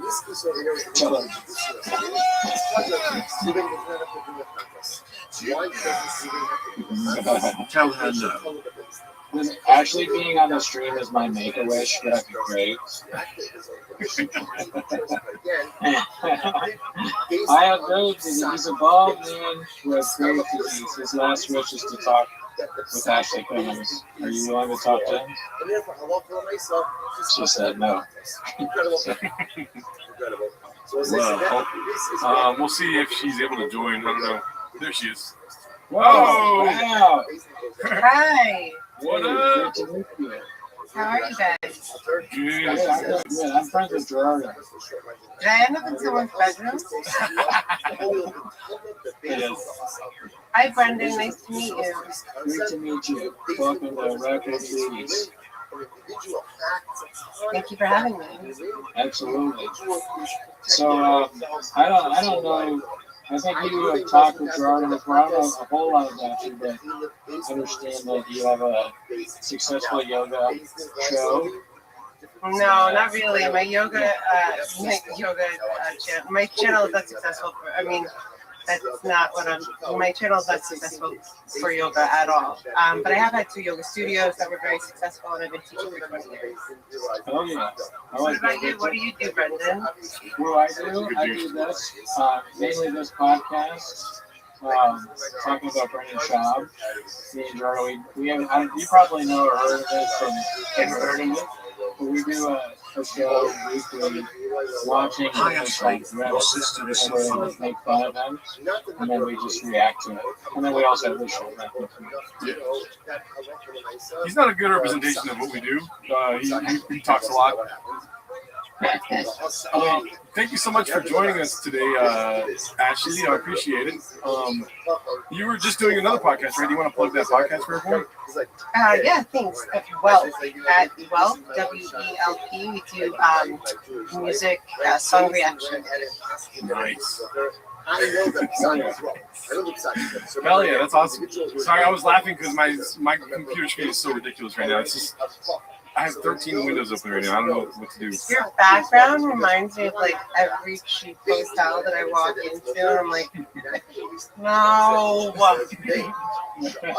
I'm not time to change the hotel. I'm like, no. Yeah, I'm actually shooting from the motel across the street from my apartment. Are you? No, you're not. Are you? No, but that's the thing. I can't lie to you, Ashley. You're too beautiful. What do you think about small fridges? We already talked about this, I think, through like the comment section. I love small fridges, and depending on the space you're working with, small fridges are awesome. They also help you not have too much stuff. You know what I mean? Because things can go bad quickly. Sorry, we're going to say. I said thank you. No, thank you. Keep going, please. I was going to say I'm terrified of microwaves, though. I don't own one, and they do scare me for a litany of reasons. Yeah. Why are you scared of microwaves? Well, first it started Seems like a great person with a solid grasp on her identity. Girl power girl. Alright, that was us getting money. Sorry about that. I'm trying to turn that off. I don't know how to turn it off. I need to do that. But you were saying well, my radar went off with microphones when Putin, Vladimir Putin, what do we call him? Is he the dictator of Russia or the president? He outlawed them, banned them from Russia, I think 15 years ago-ish. And so I was like, if Putin is getting rid of microwaves, there's a lot of scary things that they can do with microwaves. Also, just the way, if you think about it, the way it's cooking your food isn't super healthy.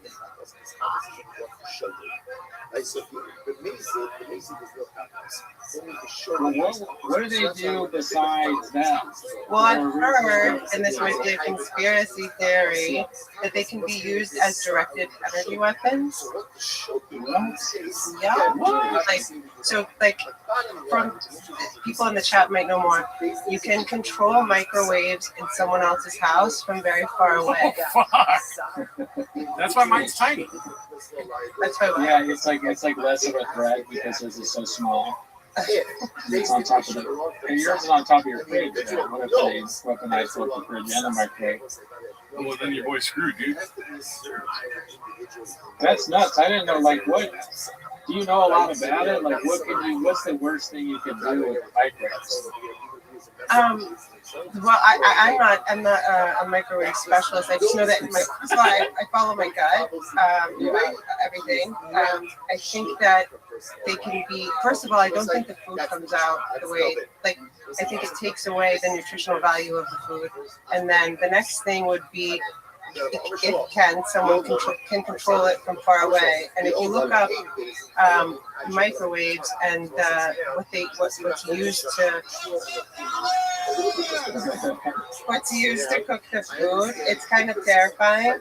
So not just that the food doesn't come out right, but that that different kinds of it can be used for mind control, essentially, is what I have read. What? That is crazy. I know. I want to find out a way to control microwaves and small refrigerators. I'm sure he wants to do the same thing. I made sure. So, if we can figure out the What's Up Dallas thing is driving me nuts right now, dude. It's crazy. That's probably true. Actually, great point. I mean, we don't garble everything on super chat, so thank you, Ashley. But it's just every time it goes off, it does. Well, I asked them to stop. I can't change that right now, but I asked them to stop, but that makes them do more right now, which is it's hilarious. Do more. Give them more money. No, we don't endorse that message. But so Ashley, yes, sir. Did you notice that? You can't see it on the screen. God damn it. I have your sister's name on the wall. I put a heart next to it. I wanted to ask you a question about your sister. Not a lot of questions, but one very specific question. I noticed yesterday, I don't know if you tuned in yesterday, but I noticed that her nostrils are not quite nostrils. You know what I mean? Her nostrils are a little fucked up. If you told my sister that, she would flip out, because since we were like 18, 19, she's like, Ashley, your face is so symmetrical, and look, my nose isn't the same. They're not. I never noticed it, and I had to stare. I was like, I kind of see what you're saying, but not really. For every record, I think my sister's beautiful.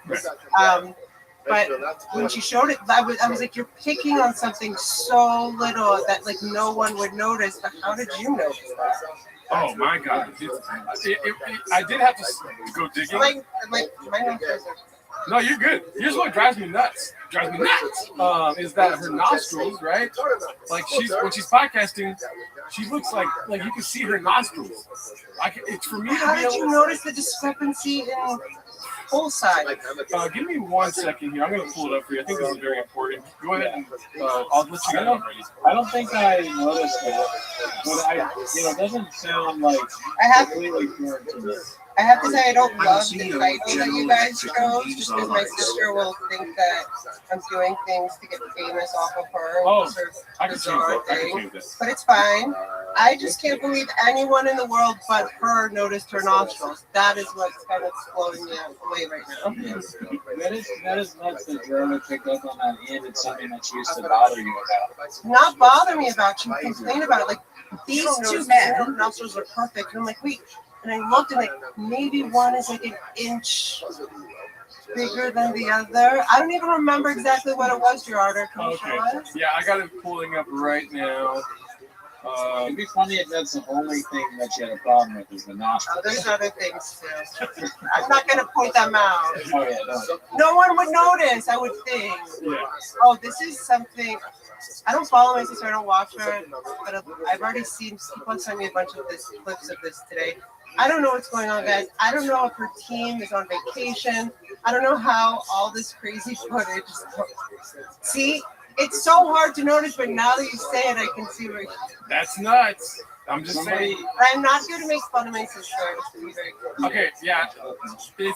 I'm bringing this up as a concern, not as a setup. You know what I mean? It looks bad. One looks like I figured you would have gotten it fixed by now. One looks like a beaver, and the other one looks like a duck. Like they're fighting each other. Well, no. Here's what it is. One is a little bit smaller than the other, but I don't know how anyone would notice that, Gerardo. I'm sorry. I I'm living out of a motel. I mean, Okay. I'm sorry, sir. What is your name, Brendan? Do you know, like, if you were just to look at that and he didn't say anything, I guess that's a weird question to ask at this point. No. Do you notice it? Like, Yeah, I noticed that one is smaller than it. I guess that's what you would call it, right? Yeah. Can I guess which one is smaller? Sure. Okay, so I'm like, and also like I have Graves' disease, so I'm not the best at figuring What is Graves'? It's like a thyroid issue and like the brain like not work that great. But let me see. So the right one is the one that I'm gonna say that the left one is smaller than the right. Well, I guess it'd be for the one, if we're looking straight ahead, the left, for right? Yeah. Or like, yeah, exactly. Or this is so hard to do on Google Meet. But yeah, like literally the left one, so not the right side. Yeah. Okay. I just wish, sometimes I just wish I could grab her and be like, what are you doing? Just that face. Just like, girl. But I'm sorry. I'm so sorry. Like I said, I did have one very specific question, and that was what it was. I really. I'm just surprised she hasn't done, because she's had so many things done. I'm surprised. Maybe there's not a way to fix that. Yeah.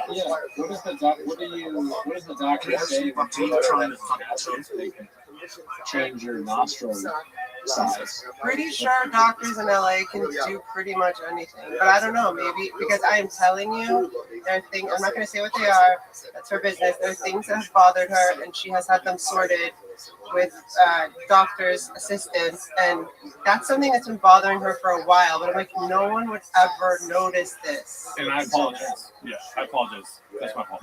Well, what I'm saying is that I'm pretty sure she's consulted someone and they're like, nothing we can do about that. That would be my bet, but I do not know. They said, cool story, bro, and then couldn't fix it. A while ago, somebody in the chat said Gerardo is a whole expert. So you know holes very well. Maybe we should turn it on us now. We have a comment from one of our users here. Dabs McGee is asking, does Ashley think Cooney has small teeth? Oh, I don't know if you'll be able to tell, but I can show you my teeth. That sounds so weird. I think it's normal. Thank you. See? That's very nice. I have very big teeth. Yeah, she has. I can't really tell. I think those teeth are fairly normal. They're definitely bigger than mine. Well, if you try to smile bigger. See that? Yeah. Those gums are pretty normal, right? The gums are I big. think it's normal. I love some You can people tell say- there are people that have small teeth. You're not a person that, I mean, your teeth don't look small. This is great. I'm so glad we're having you on because this is You're a lot of. you were gonna go for a consultation, maybe. I was gonna try and get this number. Who do you go to fix things about your face? Have they ever? That would be such a long list. I didn't see that. Yeah, maybe she's someone I should talk to figure out, like teeth, gums, something. She probably has a guy. Go to the most expensive person in LA and be like Whitney Cummings. Oh, that'd be great. There's a discount. There's a Whitney discount. I mean, out of all times, I don't want to hear Brendan Child's voice. Right. They're asking how gay is Tony, but that's. Thank you very much, Chuck. We appreciate this video. I'm curious. I don't really know. Where are you from, actually? We're both, well, so my sister and I are both from Washington, D.C., Georgetown. Oh, I'm from Arlington, Virginia. No way! Yeah. Interesting. My uncle lives in Arlington. I spent a lot of time in Arlington. It's right outside of D.C. I think, okay, I forgot. I think I heard of. Where did you go to high school? Have you heard of H.B. Woodlawn? Have you heard of Walt Whitman? That sounds vaguely familiar. Was that a school in D.C.? In Bethesda. That's what Okay. But yeah, we're all kind of Catholic schools. Nice. Okay, cool. Yeah, so we probably. Arlington's awesome, though. Have you been there lately? Do you still have family there? I do. Yeah, but I go back for the holidays and hang out with the folks and stuff. But did you? So You grew up there. Did you move out here too to California? So I grew up in DC. I did my first year of university at George Washington University, which I'm sure you've heard of. And then I transferred. I had an academic scholarship to go to University of Miami sophomore year. So I continued and finished at University of Miami. I opened my first yoga studio in Miami Beach. And I lived there for 12 years. So my mother's stroke happened in 2011. And my sister asked me to move out here. That was the year that she sold Two Broke Girls and The Whitney Show. And my mom, obviously, we brought my mom out here. And so I've been here since 2007. Okay, I'm sorry to hear about that. She's in heaven now. It's okay. But what brought you out to LA? Originally, I moved out here to talk about Burning Shop. I moved out. I did stand-up comedy for a long time, so that's how I moved out. That's how I met Gerardo. And then we started doing this podcast about 4 years ago or something like that. Yeah. And you're from here, right, Gerardo? Yeah, born and raised. What do they say? Born, bred, and spread? Yeah, not so much spread, but isn't that a thing? They say LA born, bred, and spread. Am I wrong?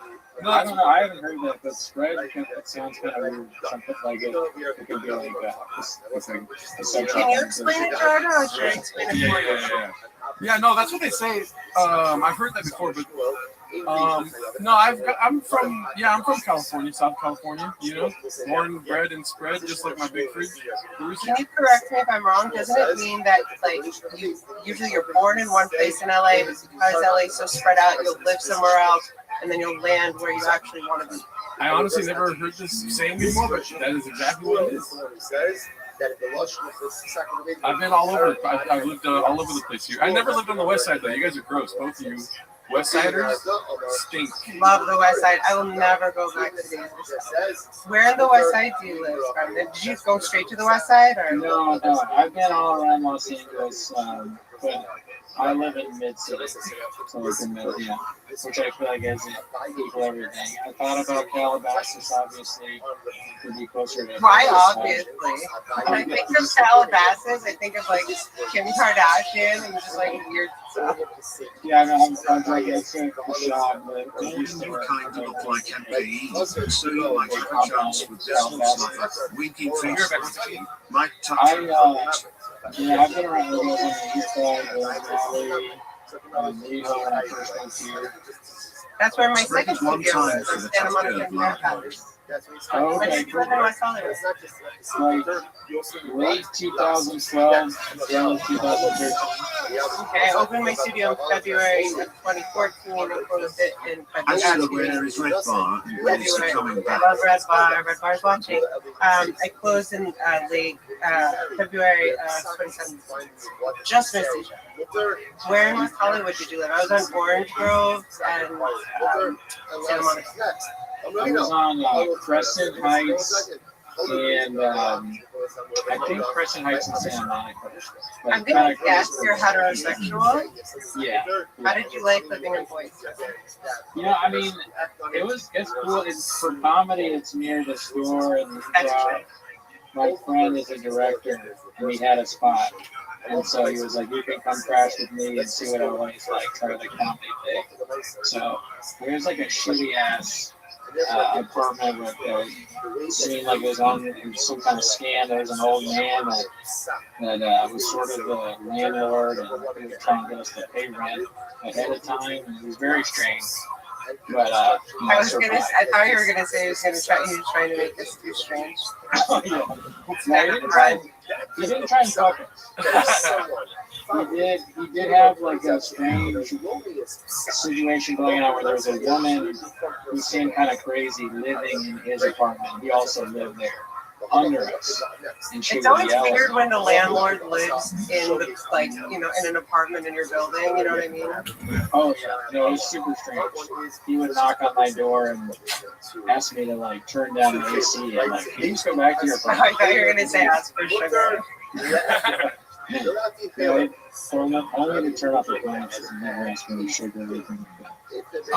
We got a lot of people asking if you know anything about Red Bar's whereabouts. I'm probably pretty sure you don't. But. So I love making rules, and so do we.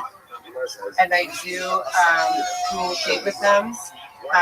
and the heads. Shout out to Red Bar and Mike and Jules. Actually, have you I ever feel tried like they're those chilling right too? now. I wrote Mike. The last time I wrote him was. He usually writes me back. The last time I wrote him, I want to say it was like a month ago. I was like, "Where are you? I need you back here now. There's so much to go over." And I think the last time he was live was they went live was I want to say 3 or 4 months ago. But from what I understand, he'll be back soon. But again, it's it's Mike and Jules, and they get to do what they want. Hopefully, they're chilling. Yeah. I don't think any of the rumors are true that he's dead or has any I don't know all that stuff. You watch Red Bar, you're a big fan of the show? I am for many years. I actually do. I'm one of the only. I think I am the only Red Bar approved person. Where for a while I do reviews, all 5-star reviews. I used to do computer to computer, so I play Red Bar on one computer and then have another computer, and then I got a better setup. But I'm the only one that doesn't have all the rules of the clippers and things like that. So. Oh, nice. Oh, I didn't. Okay, cool. I didn't know that you were. Are you? Yeah, you can. I can. I think my channel is more popular for Red Bar reviews than yoga. Do you review Red Bar show? I don't. I call myself the intro girl. I don't review. Well, Mike David's words are. Ashley Cummings always does 5-star reviews. I don't know if I think it's more like a hang, I'll just play episodes, and I love his intros, like they usually have like 45 minutes to an hour intros, and I just think Mike's funny by himself. That's why when I stumbled into the Dabbleverse last May, like, how do you not know about the Dabbleverse? I'm like, I don't know, I don't pay attention to I've heard Melton's name, I've heard this name or that name, but I just love Mike and Jules. Yeah, I gotta say really quick, being from the Shabbaverse, and that's where me and Cooney do most of our work. The Dabbleverse, it's not worth it, guys. Everyone keeps saying check out the Dabbleverse. It sucks ass. I've already did my whole deep dive, everything, off-camera deep dive. It sucks. But do you want to talk about your experience with the Dabbleverse? I feel like we were texting about this yesterday, if I'm not mistaken. Are you talking to Brendan or no? To you. Oh, so Kevin Brennan has a little brother named Neil Brennan. I have a little sister named Whitney Cummings. Whitney Cummings and Neil Brennan are best friends. They made a movie together. I've had Thanksgivings with Neil Brennan. In 2020, Kevin Brennan, who is deep into the Dabbleverse, they found me, and I was talking about things that had to do with my father, who had passed away at the time. And so they reached out to me and they said, would you be on our podcast? I'd never been on a podcast in my life. And I said, under one condition, it's called Justice for Eric Cummings. That's my father's name. So I reread my father's will online. It was quite ridiculous. I asked him, and he very politely took it down. But then I did his show a couple times after that, and then in May of 2025, he asked me to come on. I did not know what the word Dabbleverse meant, and I just kind of stumbled into it in the most ridiculous way, and it was. I learned a lot of lessons. It was traumatic, to say the least, and it sucked. But I can say this now: I feel like 70 to 80% of the Dabbleverse doesn't hate me anymore, but I could be wrong, and things change on a daily basis. Okay. But it's an interesting ride. I don't know how people go there through their own volition, to be honest. I have no idea. Yeah. But yeah, I think a lot of it has to do with my sister, etc. I don't even know. I still don't really know what it is. The Dabbleverse. I've heard people talk about it. I think we had Rabbi Goodwin on. He mentioned it. I thought it had something to do with stuttering John. Sorry, go ahead. I thought it had something to do with stuttering John from the It's so that will be what people will say, but that made no sense to me. I was like, what is the Dabbleverse? Kevin's like, don't worry, just don't forget about it. So they say that it's because Stuttering John once was asked, do you do comedy? And he said, or no, do you dabble in comedy? And he was offended, and he said, do I dabble in comedy? I work for Howard, so blah, blah, blah, blah, blah. If you don't know who Stuttering John is, it's very irate. about certain things, but it's a lot more than that. I saw your video, Gerard. I think that's why I came on your radar or you came on mine. Pest is a clipper for the Dabbleverse, and he was like, "Would you go on this guy's show?" And I love Pest. I was asleep when he asked me, but you did a video called, I think, Intro to the Dabbleverse. Oh yes. So what did you find out? It's just boring. It's just like way too much burn for no fucking return. You know what I mean? It's just I'm sitting watching videos. Yeah, it's just way too long. And by the way, my name is Gerard Doe. It's like you know what I mean? Gerard with the oath. I like Gerard. No. It's fine. You can call me Gerdo if you want. Yeah, a running bit on the show is that people get his names for like every show. He comes on and he's like, dude, you'll never believe what they called me again at the coffee shop. It's a new a saying of his name. Hernado. It's Hernado. Yeah. Someone called him Hernado. Hernado? Yeah. So Gerard, that sounds cool. That's British. That's like super British. Dude. That's not South California. You know what I mean? What do you like to be called, Gerardo? Friends of mine call me the Gringo Poppy, but I like to be called. How do you like Papa Kiwi? I like Papa Kiwi. Papa Kiwi's nice. You know what I mean? Daddy, like Daddy too. Steady. Oh no, that's Cooney. Cooney has a NSFW hentai chat in our Discord, and he likes to be called Daddy. G-Dog works, but that's only for black people. Which brings me to my next question: what's your least favorite race and why? I'm just kidding. No, you can call me Gerardo, Jerry, if you need to. You can call me whatever you want, actually. I'm assuming the Dabbleverse is kind of haters or whatever, but 80% of them hated you at one point? Oh, 100% of them hated me. And probably I'm upshooting the number of girls. Why do they hate me? Like, did they hate me?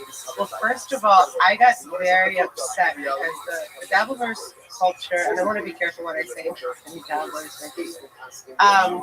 It's very much about trolling, and I did not know about things like this. So I left work one day, and there were all these tweets that had like pictures of my kitchen and other things, and I just started texting people who were posting pictures of my freaking kitchen, like, take this down, blah, blah, blah, like, and so I started getting angry at these people.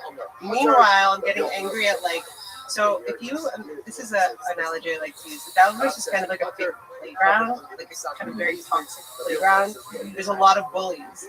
Unbeknownst to me, I was like flexing, on Twitter, flexing at like the biggest bullies in the playground. So I got it really bad.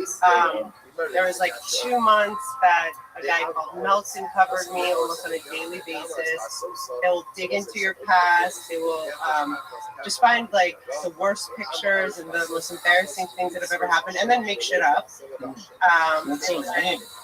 I beg your pardon? That's so lame. I hate that. It's lame, and it was also very traumatizing. I have to tell you, I'm a sensitive person. I had no idea the waves of like people like, don't read comments, don't read negative things, but it was coming in through like my channel, my yoga channel, my Instagram, my like everything. I just felt like very uncomfortable. And then I fought back because I think that's my nature, and you can't fight the Dabbleverse. You have to just kind of it's like a wave. You have to just kind of go with the flow. And then I found some very good friends, actually, which is strange, men and women, that are still friends. So even though I'm trying to extricate myself from the Dabbleverse, somehow I keep getting dragged back in. Yeah. But it's nicer now. And I think people assumed I was Whitney's sister, and I was probably a spoiled bitch, brat, whatever. And once they got the chance, or took the opportunity to get to know me a little, they became a little nicer. So there's that part too. There are very good parts of the Dabbleverse. I'm sorry, Brendan, what? You leave the bad parts of the Dabbleverse in the past, take the good parts of the Dabbleverse with you in the future. The good people, the good gentlemen and women of the Dabbleverse. There are good ones. I will say that. I don't know if you can actually get out of it. I've been trying. Yeah, it's like a physical place. You can't leave. That's how I feel about the shop. Sorry? It's kind of how I feel about shop. It's not so much You might on MKE and you obsessed with watching content. So what it is it's a soap opera kind of situation. So people get, like, for example, this week's kind of like thing is a fight between this one guy and this other guy. Last week was a fight or like a whole conspiracy about this one guy and this woman who's hiding the woman. It's very silly, but it's also once you're not the target of the Dabbleverse, it's more interesting and can be very addictive. Like Jules at one point, as in Mike and Jules, was like, I'm getting so addicted to the Dabbleverse, like, I can't stop watching it. Yeah, I got you a random question. Do you know who Jeff Dye is? It's so funny you mention that. So my sister's been kind of my sister's been very interesting for a few months now. And I heard something about her collaborating with Jeff Dye, and this guy called me named Jonathan Dye, and I'm like, are you the guy that did something with my sister recently? Because this guy's like, knows nothing, like he's not a comedian, nothing. And he's like, no, I think you're talking about Jeff Dye, though. I have no idea who he is, but I think that he's done something with my sister. That's so funny that a guy knows another guy named Jonathan, or another guy with the last name Dye knows Jeff Dye. He's like, right. I think you mean Jeff Dye. He's like, now Jeff Dye's like this stand-up. He kind of, when you're talking about Dabbleverse, kind of reminded me of Jeff Dye, because he's getting hated on a lot right now for being kind of a chug idiot who everybody hates. So there's almost like a mini Dabbleverse, it sounds like, going after him. But you've never met him, when he's never brought him around. I've never met him. I've never heard my sister. If you like any part of it, I mean, I've never seen the Dabbleverse, but if you like that kind of thing, just watching it from afar, I highly recommend looking at Jeff Dye videos online. It's ridiculous. Didn't he do a show with my sister recently? Someone messaged me the worst thing I've seen lately. Like, I don't know if it was the Comedy Store. This is in the last 6 months, I'll say, or 4 months. Someone went to, I guess my sister was opening for Jeff Dye, or they were doing something together. And they said my sister just went on and on complaining, and she seemed really out of it. And I was like, I don't know what to, when you guys write me that stuff, I mean, it's fine, but like strangers will write me, and I'm like, what do you want me to do about it? My sister's been spiraling out, like, we're not speaking, so I can't really, you know. That's hilarious. People are writing and you're like, you gotta. It's been happening for like 4 or 5 years. Sorry, what? You're like, you gotta save your sister. She's with Jeff Dye. It was more like my sister was doing something with Jeff Dye, I think at the Comedy Store, and my sister just seemed very like out of it, and just spent a lot of time like complaining. That's what they said. Yeah, I mean, it was after she was getting a lot of shit for the Riyadh thing. I think before the Miss Rachel attack. I mean, it's like every week I'm like, come on, what? Like, just be quiet for a minute. Is that kind of embarrassing? Like when that happens, is that kind of embarrassing for your sister? Like when she does something that... That's a good question. You don't know anything about me or us, so I can't be more embarrassed at this point. She started publicly like public smear campaign against me in 2012 on Howard Stern, saying that I was a heroin addict, I'd be gangrene. So my sister's been very publicly lying and being awful about me on Joe Rogan, Howard Stern, Mark Maron, a bunch of podcasts, also privately to our family and friends, people that we know, also to nurses when I was the main character for both of our parents, who are both in heaven. So I can't, I'm at a point, that's why if you guys see me like spurg out or whatever you want to call it on Twitter, like I can't be more embarrassed because of everything she's done so far. So me just telling the truth and facts are not defamation, justice for my parents, because she stole both inheritances. is not. There's nothing really that I can be further embarrassed from. But certainly my sister's behavior doesn't embarrass me. That's just embarrassing for her. And I don't know what's more embarrassing than throwing your innocent sister under the bus who just came out here to help you and help our parents. It's not, yeah, that sounds right. I mean, maybe her special was a little more embarrassing than I haven't seen all of them. Like when we got back together, she's like, "Don't you watch me? Haven't you seen my specials?" I'm like, "No, dude. Why would I watch you and your specials when you're like public? You lived in West Hollywood. I used to work. I worked for a bit at the Mondrian at Sky Bar, just right across from Comedy Store. I was like, why would I watch your specials? Watch you at all? Like it's painful. It's sad. Yeah, I know. I mean, me and Gerardo, to be honest, we You just call him Gerardo, so that's his name, right? Gerardo's I think for a long time we kind of just questioned why is Whitney Cummings, why is anyone watching? And then she's just gotten kind of worse with her show. It's very bad, and she's kind of hacky. And then she was trying to do the whole like right-wing turn thing, which I thought was pretty lame. And then she went on the Daily Show like a month and a half ago, like I'm a liberal. Yeah, did she say that we needed to, was it Gavin Newsom or was it somebody else? Was it the Pennsylvania guy? Oh my God, this is the worst conversation I've ever been a part of, dude. I swear to God, you guys, if I leave you guys in a room together, the fucking bugs are gonna kill themselves, dude. So, no, sorry, but yeah, Gerardo's how you say my name.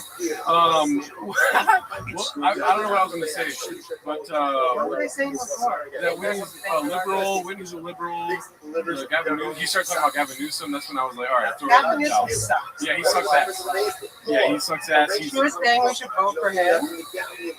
It was either him or the Pennsylvania guy. I can't remember now. Pennsylvania guy that had a stroke. That's still in that guy, the mayor. No, that would be hilarious if she said, what is that guy's name? I can't remember the big guy with the sweatshirt. No, she didn't say him. Shapiro, the governor. No idea. I don't get into politics. I do not politics. That is interesting that she would do the Daily Show and think like her endorsement is something that we need. Well, it's interesting the Daily Show to me. I thought it was interesting they would even.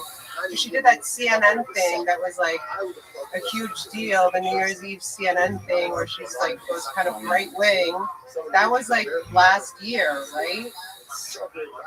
Yeah, I think so. That was like the beginning. It was like, yeah, it was New Year's, and she was like, and the vaccine's like not real, or COVID's not real, and then they're eating cats and dogs or whatever.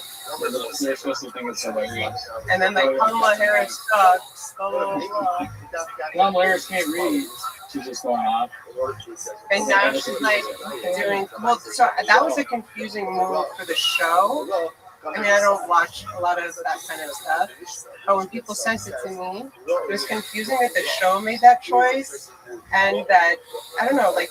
It was like, does the network think that people don't remember a year and a half ago when she pivoted right? And now she's, I mean, I don't know. Can I ask you another question? This is a random thing about, sometimes Whitney says, go Birds, and she's like a big Eagles fan. So she's engaged to Chris Cole, who is used to be a skateboarder, and he's from Philadelphia, and I believe that's where the whole Eagles thing comes from. Okay, that's another thing I find annoying. I hate it when people say "Go Birds." But like, and there's something just annoying to me about it. So it feels fake. Are you into sports? Are you like not an Eagles fan? I'm not an Eagles fan, but I feel it's not my main issue with the fact that she's an Eagles fan. It's more like just the randomness of all of a sudden having a big political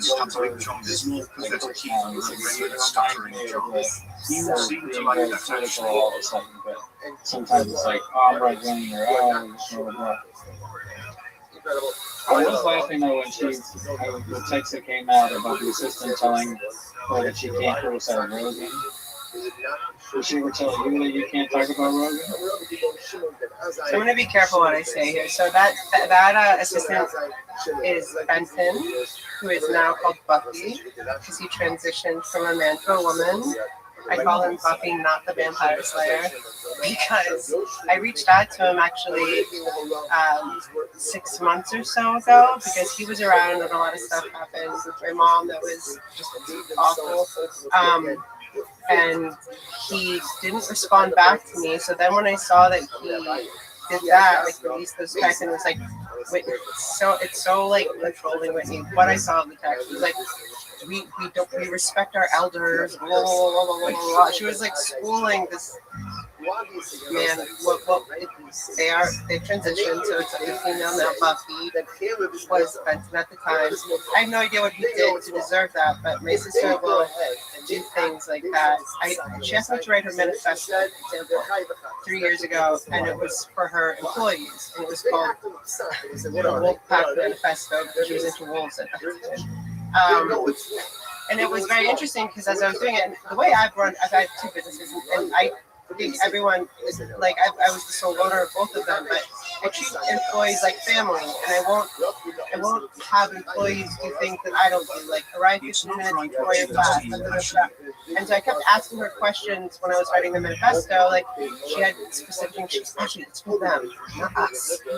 And it's very much rules for thee, not me. Is that correct?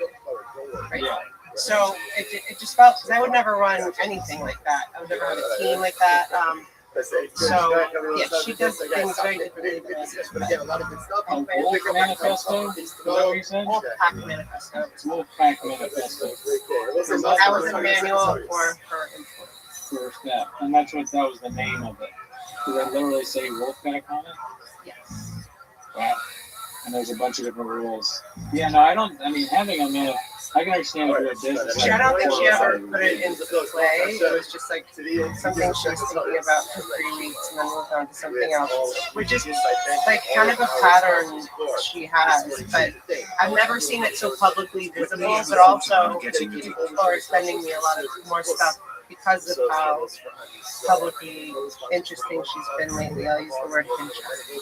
She does seem like somebody that might be really into like self-help books and that kind of thing, like 48 Laws of Power. And maybe I could see some of that maybe with part of the manifesto, or the kind of person that likes that. So I don't know if it's really or not. I get that from her. She loves that. 48 Laws of Power? I think that book is psycho. But yes. Yeah, it's pretty ridiculous. I remember being like in I think college or something, and someone was being like, yeah, you gotta check it out. And I read a few pages of it and kind of got bored. She's literally given it to people as like homework to read. And you know who else did that?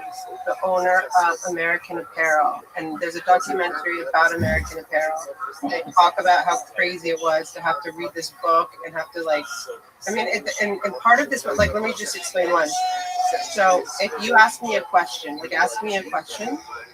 how was your day? Cheese beans, farms. You're supposed to wait 8 seconds before you respond to a question. Like, and it's all about control. Yeah, I think that's rude. 8 seconds fucking add up. Your life time starts to add up. That's very rude. I agree. I can't do that. I can't believe what's happening here. You guys are just like drowning me in like just like I don't even know what's happening right now, dude. You guys are talking about the 48 Laws of Power. What was I gonna say? I don't know what to ask necessarily, but there was a lot of stuff you guys were just talking about that I wanted to ask questions about here. So has Winnie ever made you? Or she obviously has made you laugh before. Have you ever been to a show? Of Winnie? Have you ever seen Winnie do bad on stage? Possibly.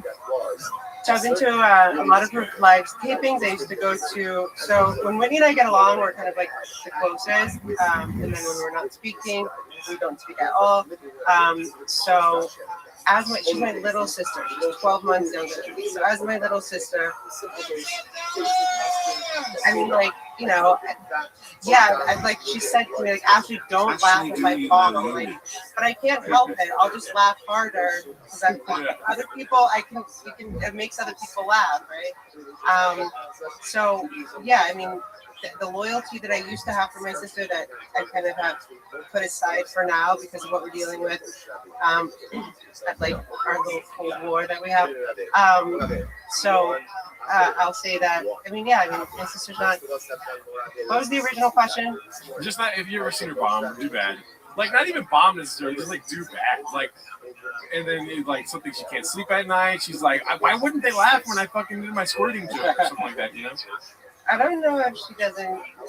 I mean, I don't know if she thinks about it later. But to answer your question, I think the answer is obvious. But, like as an older sister, I've always felt protected.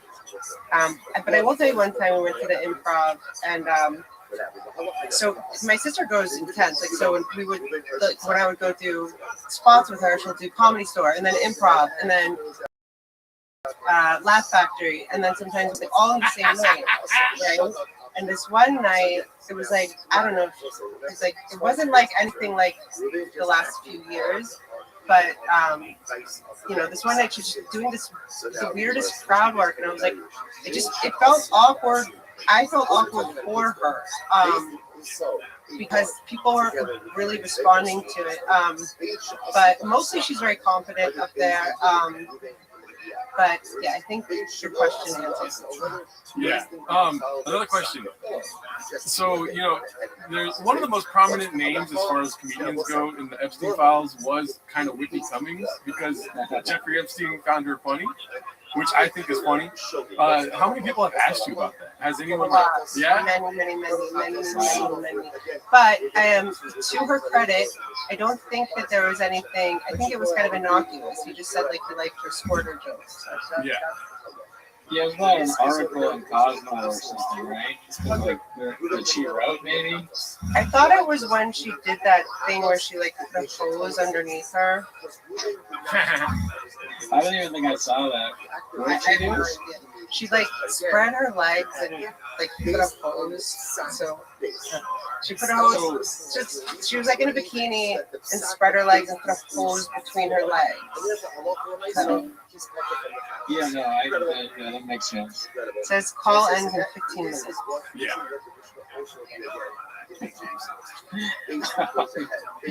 Okay. It's the whole thing. It's the Google thing. Did you say something about flappers in that? Did you say she was at flappers? Yeah, sometimes that would be like the fourth spot we go to flappers. Wow. Which is in Burbank. Yeah, no, we know flappers very well. Which, by the way, is very funny. So I dated a comedian that did a spot there, and I went to see him, and I was like, "Hi, Mesh comes in." They're like, "Oh, do you want a spot?" And I was like, "No." They're like, "You're Whitney's sister." Like, I don't understand that. Like, I'm good. That club is so crazy. They tried to get you to stand it. So they were like, "Do you want to do a spot?" And I was like, "No, I'm here to see my boyfriend." You're gonna be on the famous Fridays or whatever they call it. Man, they're desperate. So do you know the owner of Flappers is Barbara, I believe, Barbara Holiday? Do you know any stories of her yelling at people? Because we love those. No, I don't know the owner. I know Mitzi Staff, who passed away. She was the owner of Comedy Store, Store's mom. I know Polly. But no, I don't know anything about the owner or anything about them. Did you know about do you want to tell her about the toilet, Cooney?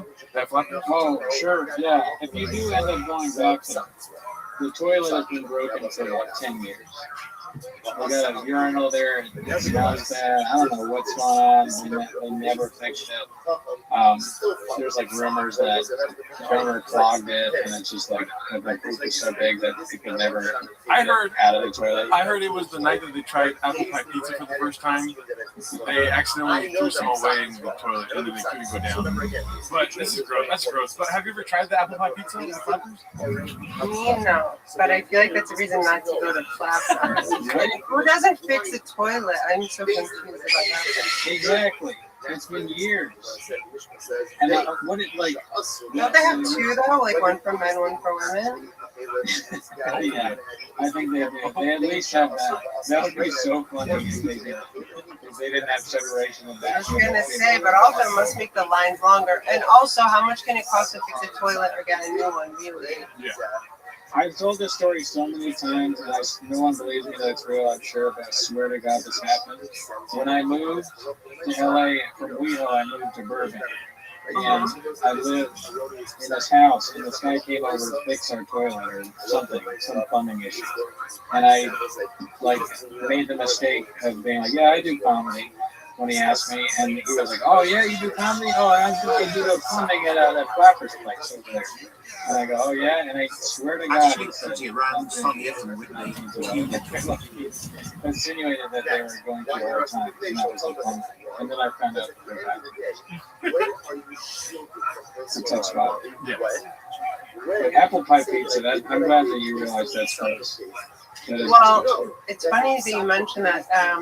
Somebody's talking about Applebee's lately, which I know from as a restaurant that like I used to drive when I lived in Miami, like back and forth in DC. But I remember being like off the 95 and stuff. People were like, "Did I have apples or apple pie at Applebee's?" I was like, "I don't know, they better." And apple pie pizza sounds like something that Applebee's should definitely have on the menu.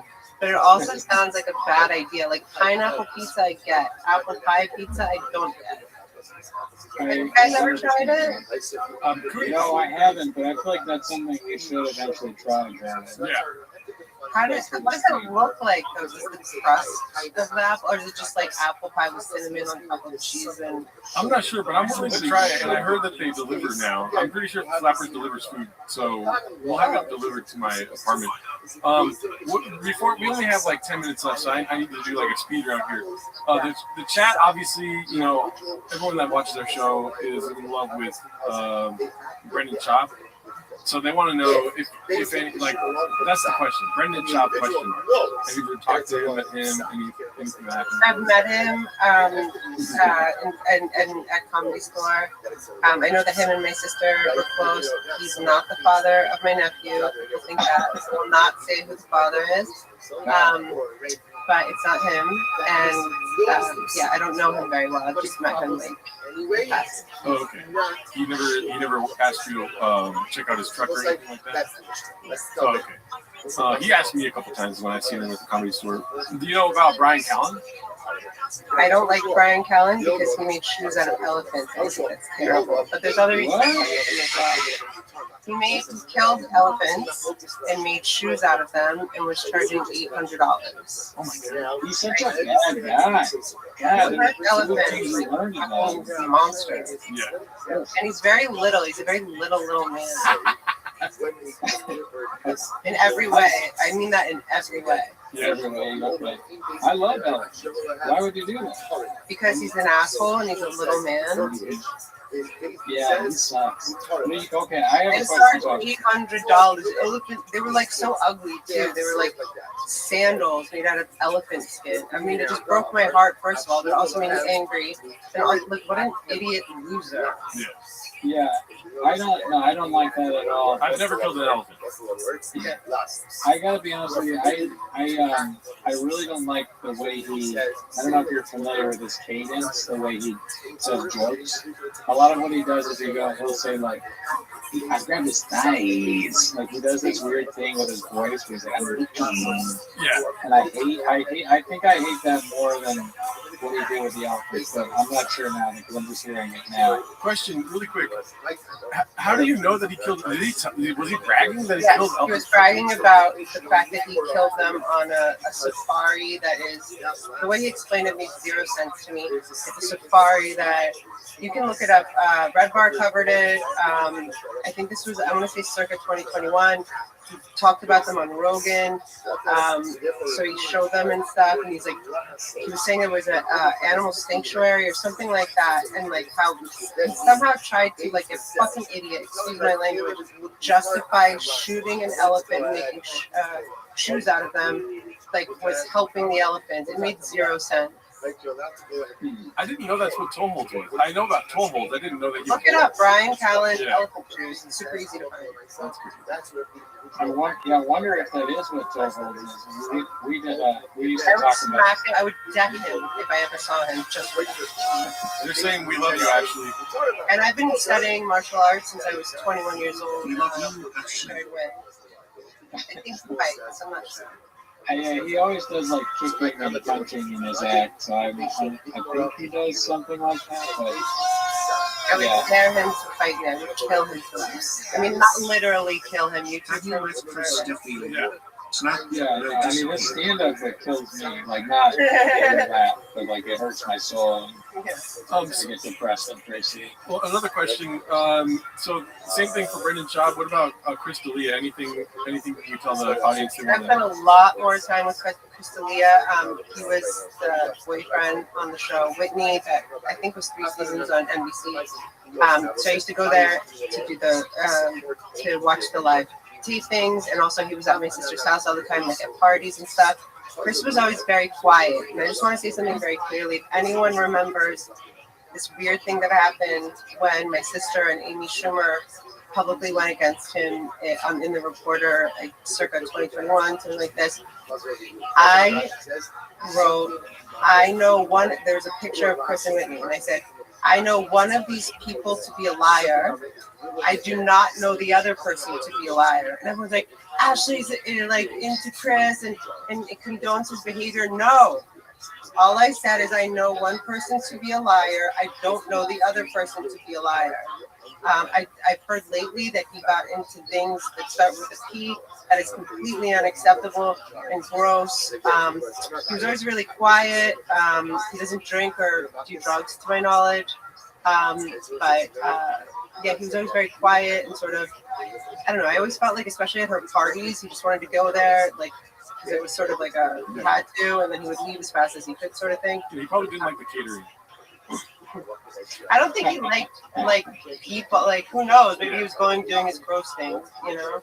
That's a bit, Chris D'Elia was saying he's gonna come back in Hollywood, and he's like, when I come back, I'm not gonna be like nice Chris, I'm gonna say it like it is. And then he's like, craft service sucks. And that was his thing that he was gonna tell. You guys know what craft service is? Yeah. Yeah. So it's like, I mean, you can get what you get. I heard him at one point say something really stupid, like I think it was Theo Vaughn's show, and he was like, "Where's my salmon? Like, where's my this? Like, most places have like my salmon." Like, what a douche! Like, he really comes off douchey sometimes. I don't know if you guys know, his dad is like an NBC divisional president or something. So, yeah, I mean, he comes off as a spoiled brat, but not in person.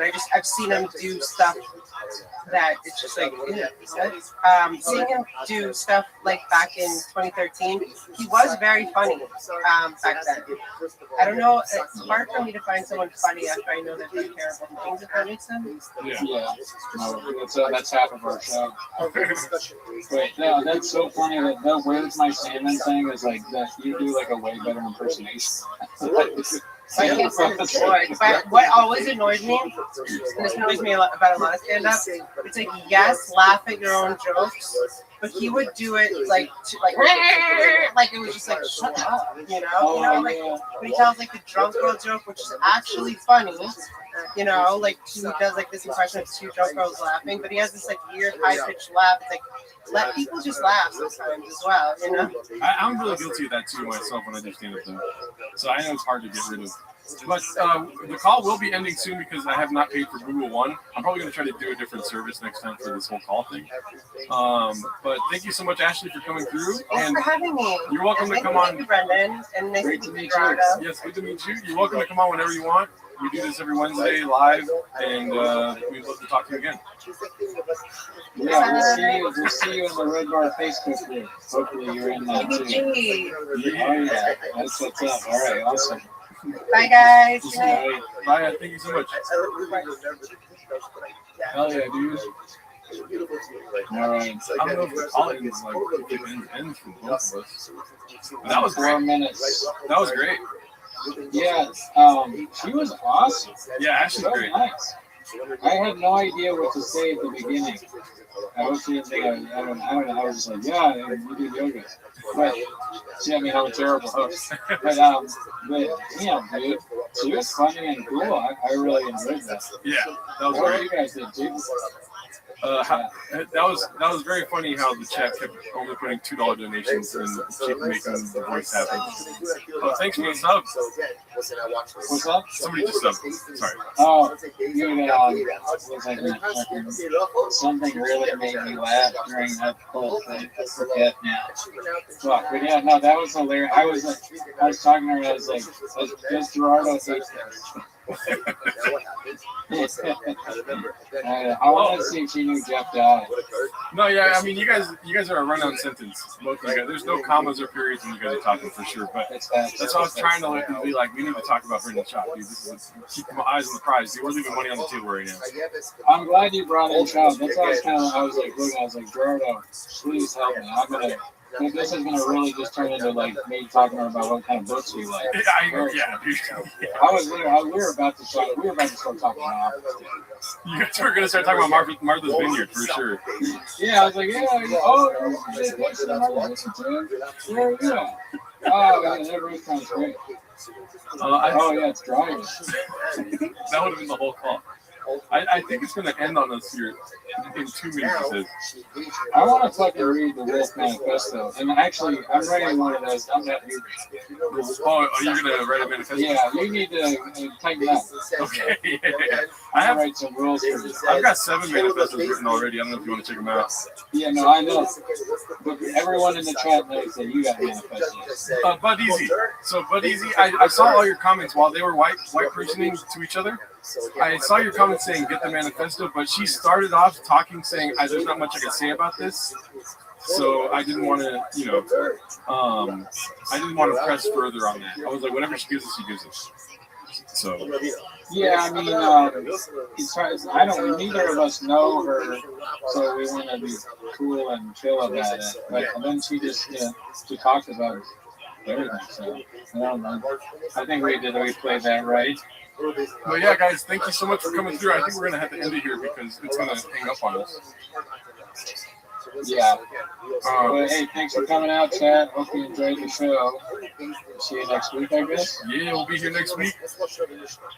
I'm fucking redacted. Later, y'all. Thank you to Ashley again. Ashley, shout out to you. Ashley roll is very nice. Yes. The salmon thing was hilarious. I'm gonna say that. I'm stealing that. Where's my salmon? That was the best part of that fucking whole thing. Yeah. It ended. Well, there we go. I need to probably end the stream now. Cooney probably says goodbye, how he always says goodbye. See you next week. This is what Cooney would say right now. So we're gonna end there. Thank you guys for coming through. Check out. I'm gonna go back to sleep in the motel here, and we'll talk to you guys next week. Later, y'all. He didn't steal my bitch, dude. Don't call her a bitch. That's so fucked up. Do another 3 hours. I'm not gonna do another 3 hours. But you guys know how to get to me. Have a great rest of your evenings. I'm gonna try to turn all this off now. I have so many windows open. Alrighty, y'all. Love you guys. We only got 55 likes. That's unacceptable. Everyone like the stream before we end it. Later. Say is return us and us. This is here. Sorry. I reverse attribution. In this version, Shmuel is the one who says that the Lashon of the second division is Mikarab Atem Las. Shmuel has the one who has the mandate to put in the last place. But Dimin Arda Omar Afidin Mikarab Atem. No, even if the Ethan just says it's Mutter.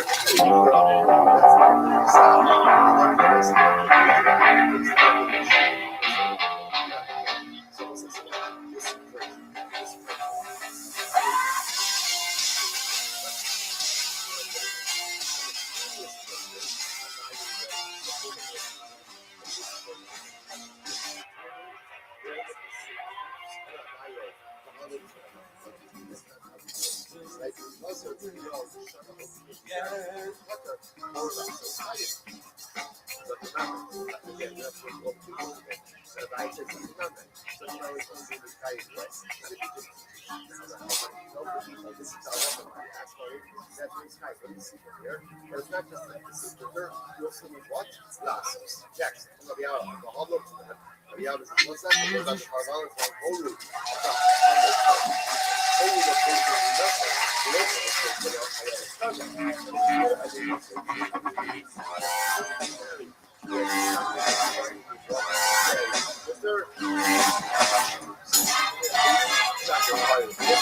Hey, this is Rabbi coming to you live from the Comedy Mothership here in Austin, Texas for a brand new episode of Kill Tony. Give it up for Tony Hinchcliffe!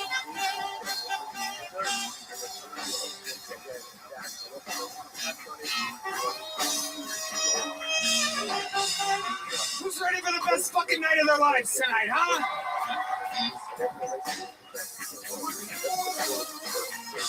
Yippee! Make some noise for Red Band, everybody! Ah! Yeah, you did it. You made it. You're the #1 live podcast in the world right now. How we feeling tonight?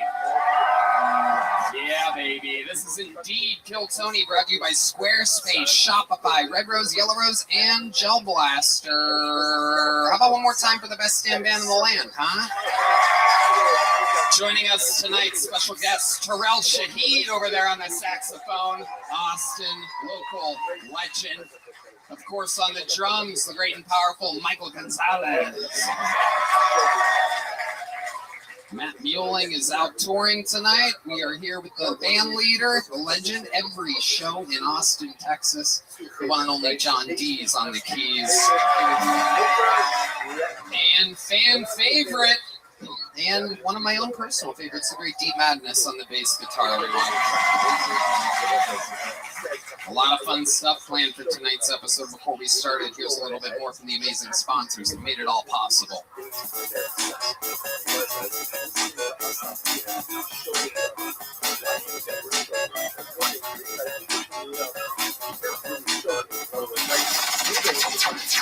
The Sunset Strip Comedy Club in Austin, Texas is now open.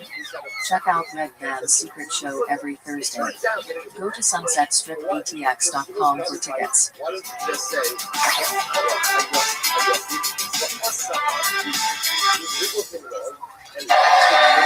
Are you guys ready to start tonight's fucking show? Well.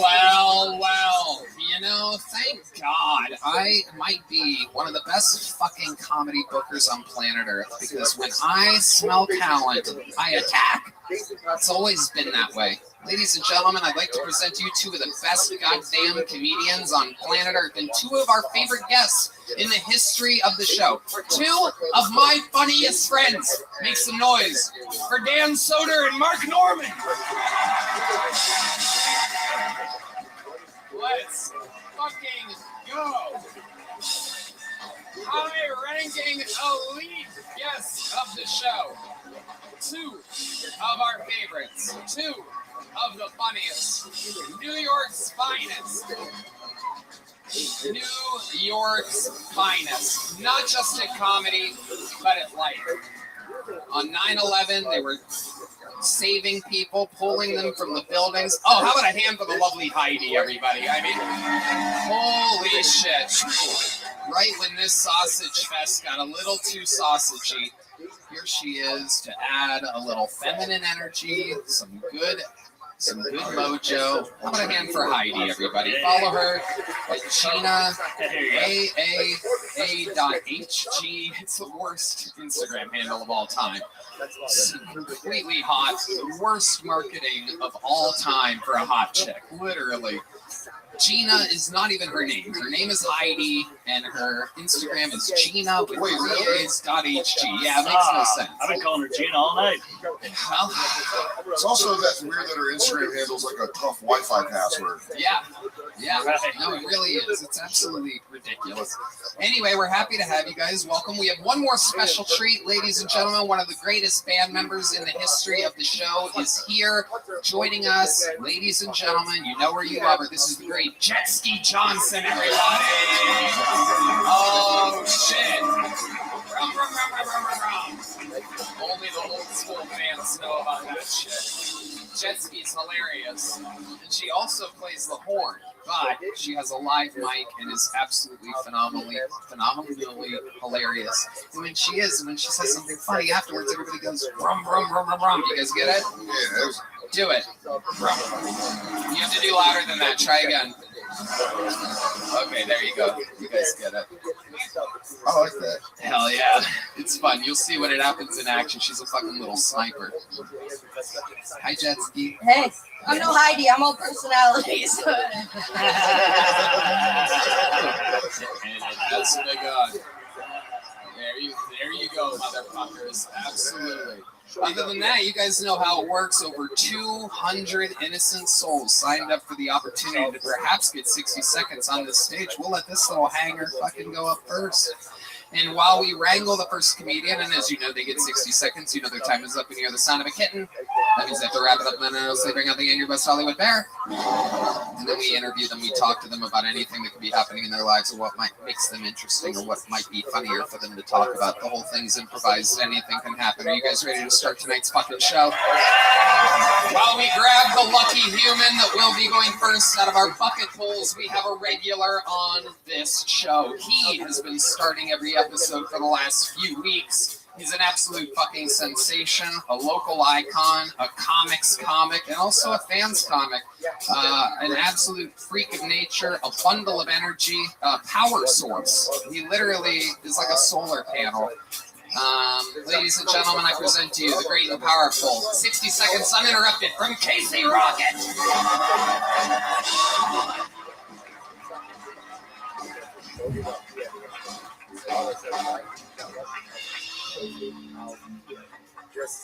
The world is a vampire. Hell yeah. There we go. Very cool. Hell yeah. Maybach music. All right. Very cool. Get lost. God, I'm riffing for two tonight, boys. I'm pregnant. Okay.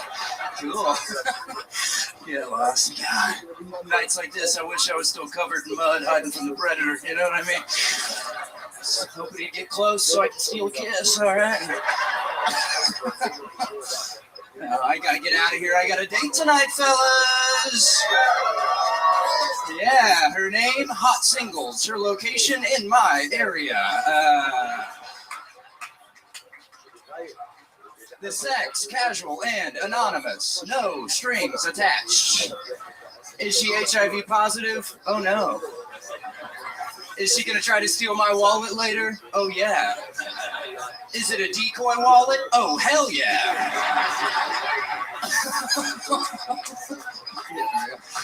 I'll take it. I'll end it on that. Oh my God. And that is the launch of my Casey Rocket. An absolute force of fucking nature. And meanwhile, you've done it again. Thank you, boys. Happy to be here. Hello. He's also running for mayor. Pleasure's all mine, Tony. Happy to be here in the 21st District of Austin today. Absolutely. 0 laughs. Okay. Sorry about that. It was going good. It was going good before. Oh, shit. In the moment, Wild, the great Jack the Riffer, some people call him. You have a lot of these nicknames, right? Cal Rifkin Jr., yeah, Riffy Longstockings, the boy who riffed. Oh. The Hack Brown Band? I didn't know that's not one of them, actually. Ken Riffy Jr., perhaps? Ken Riffy Jr., yep. Yeah. Cool. Riff Raff? Riff Raff, yeah. Choosy Moms Choose Riff? Yes! Yeah, riffs, it's what's for dinner. Yeah. Riffin' strokes for riffin' folks. That's right, yeah. Yeah, stuff like that. Red Band got excited on that one. I love it. So what's been going on, Casey Rocket? Everything good?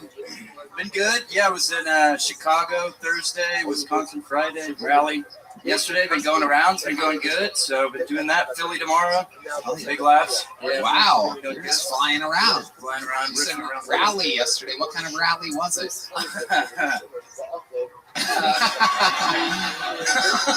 Was there a tiki torch? It really does look like he sets up the rallies. Yeah.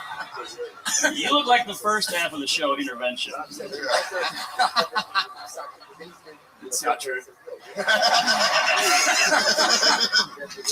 Now the interesting thing about Casey is that, and I don't want to like blow your cover or get too personal, but you're sober, right? Whoa. Yeah, I'm sober. I've been sober for years. Yeah, Maybach music. Damn, dude, that must have been a wild ride when you were. Yeah, tell us some stories. Yeah, there's some residual stuff going on for sure upstairs. AIDS? AIDS. Yeah, you don't get sober from that. That's permanent. True. does appear as though you did do enough drugs to just last. Ride the wave. Casey, can I ask you a personal question? Absolutely. Was it huffing? Yeah, we used to huff ether. Yeah. Nice. Ether, air duster. Whippets? Whippets. Yeah. Good tired. You need me? You got whippets. We can get them. Yeah, I used to huff. Yeah, Hillary Duff huff. Yeah, I used to huff. Yeah. That's all about it. Yeah, there's a demographic for huffing. Are you a religious guy? Where do you get your energy? Wait, do you think that's what religious people do? Yeah. Do you think they just get their energy from Yeah. God? Yes. He's got the Lord in him. None of it's from God. He really does. He does. You got crap into some Pentecostal shit. You get fucking nuts. You got born again Christian vibes. It is true. You ever go to church, Casey? No. Really? No, not me. What happens if you step inside of a church? Turn to stone, I guess. Yeah. You really would look like you could crawl in the ceilings without notice. You're like, oh my God. He's here. That's gonna haunt me later. Just take a straw, put it right in the holy water, let him know you're there. Yeah. I love it. Atheist. Atheist. I thought you said Caseyist. I was like, yeah. No, sorry. I'm a Caseyist. Well, I think you have a new name for your fans. Caseyist. Yeah. There you go. Yeah, Casey enthusiast. We were in Chicago on Thursday and a big Casey Rocket crowd, and this guy, I guess, ate too many edibles and he passed out in the second row. He like fell on his face and had to do fucking riff resurrection. Had to bring it back. Second riffing. What? Yeah. Jeez. Jesus Christ, Mike. God damn. The Chinaman. Very scary. Yeah. Jesus, that is like you're trying to show anger. Casey, you're an absolute fucking machine. No better way I can imagine in the world to get an episode of this show started with your energy, with your jokes, your fucking bing, bing, boom, boom. You truly are. Thank you, guys. Sir. Hell yeah. So fun. Thank you. Make some fucking noise for Casey Rocket, ladies and gentlemen. That is how you do it. The regulars of Kill Tony are freaks of nature. Now we go to the bucket. Now this is where we found all of the regulars. This is where anything can happen. Maybe it's the best set we've ever seen in the history of the show. Maybe it's the worst. Maybe they're a genius. Maybe they're insane. Maybe they're a 20-year veteran. Maybe it's their first time. Your first bucket pull of the night, getting 60 seconds uninterrupted, goes by the name of Raul Sanchez. And here we go.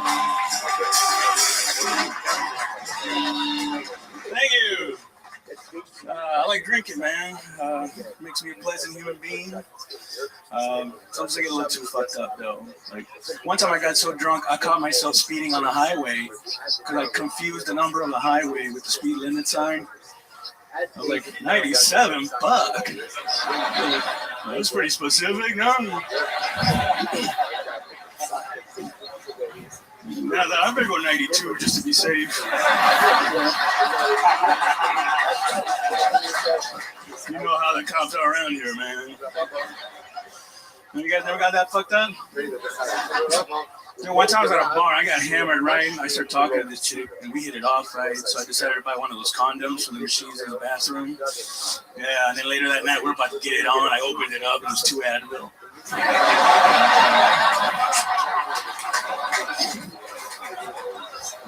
But I was so drunk, I was like, man, technology's come a long way. Oh my goodness gracious. Raul Sanchez has arrived, ladies and gentlemen.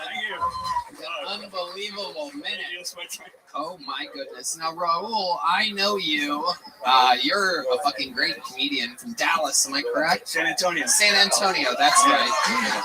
You were on this show there, correct? No. No? No, this is my first time. But I know you from, how did you end up opening I opened for you in Cap City when I used to live here. That's right. And you were coming down here. That's right. Yeah. And I had you do it a few times after that, right? Yeah, a couple of times. I think 2 or 3 times I featured. Because you're fucking hilarious. I appreciate Look it. at you. I love it. Now you're in the mix here. That was great. Yeah, man. Yeah, Norman. That was killer. You're really good, and this is in true Mexican fashion. You're gonna take our jobs. Yeah, it is true. Damn. What I love about Raul is he feels like you're just hanging out with the dude you work with that you get drunk with, and you're like, dude, Raul's fucking hilarious. You're like, you hear him talking about highways? It's fucking nuts. It's all the landscaping guys getting together. Yeah. Right. And then they call him gay for being too funny. Right. Tell me about it. So Raul, you're a freak of nature. How long have you been doing stand-up? 13 years. 13 motherfucking years. I love that. I love that people that have been doing it that long sign up for the show. You come here, you fucking flex, you showcase your goddamn skills, and now look at you. You're right here, absolutely thriving in the mix. How do you make a living? Just from stand-up? Stand-up, and I also get disability from the VA. Oh, wow. You're a veteran. Yeah. I did 4 years in the Army. Mexican Army? No. The Alamo! Airborne Infantry. Yeah. Sorry. You were in the Air Force? No, Airborne Infantry. Oh. Fighter plane. Okay. Oh, boy, the migrants are getting good. Yeah. They're airdropping them. Yep. That's a way to get over the fence. Incredible. So what were you doing? You were jumping out of planes? Yeah. And then, well, not in country. Once we were in like Iraq and Afghanistan, there was a lot of like just busting people's doors open. Whoa. Okay. Killing kids? No, these are like fully grown men. All right. Hell yeah. I feel like if someone from the Army was here, they'd go like, hey, kicking doors now and fucking people up. I love it. So, but sometimes you would jump out of an airplane. Yeah, I mean, it was like you have to practice it, like for when you, I guess, if we ever get into a war with like people that got like real stuff. Right. Yeah. Well, luckily, that's never happened in our lifetime. Instead, we just like to fucking practice a lot, I guess. I can't picture. I don't think I've seen a lot of Mexican people jumping on the old jumping bean. You know what I mean? I haven't seen this before. There's a lot, actually. There are? Yeah. What we have them doing? Wait, did you just try to compare Mexicans jumping out of airplanes like to black people swimming? It feels like you made the jump. I mean, you're like, you don't see a lot of Mexican skydivers. Yeah, I know. They like the land. Yeah, they like to be right on ground level. Yeah. Landscaping, land, people. The people. They are people of the land. It's hilarious. You come from a big family, Raul? No, it's just me and my sister. Wow, another stereotype. Completely broken by Raul Sanchez. Well, we did come over here illegally back in '91. Raul, you were out. You didn't have to say anything. Dude, you were defining a new generation of Latinos. Yeah. But '91 was straight up stuff. Yeah, right. You talk about the Army, you're an open pamphlet. Thank God you didn't get captured. I know. That's a good one, though. I mean, you're one of the good ones. You come over. Comedians. Wait a second. How is that a bad thing?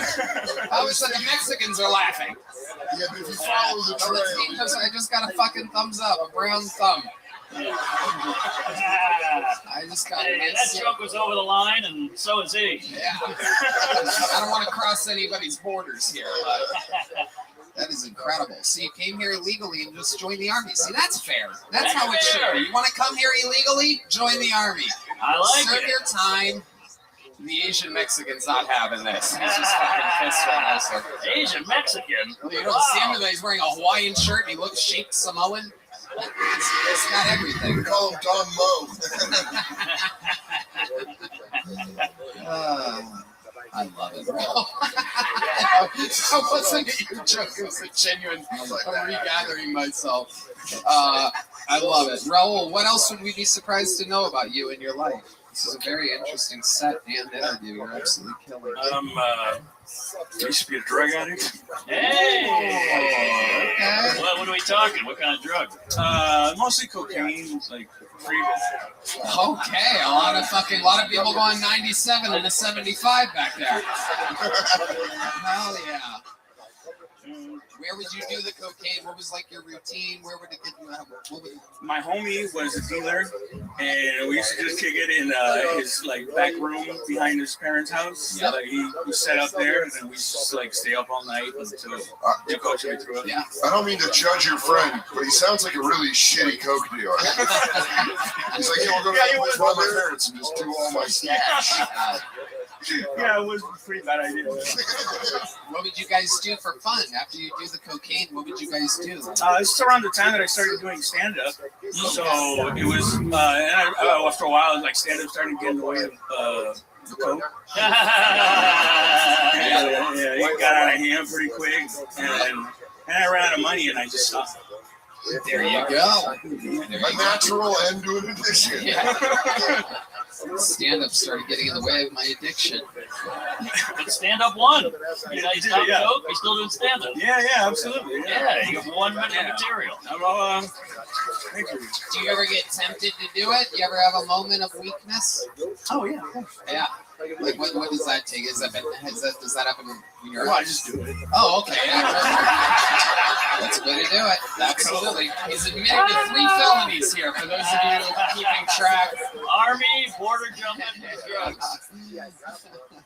Every time I'm like, he's one of the good ones. He's like, I do cocaine all the time. I'm like, okay. That's in the Army. All right.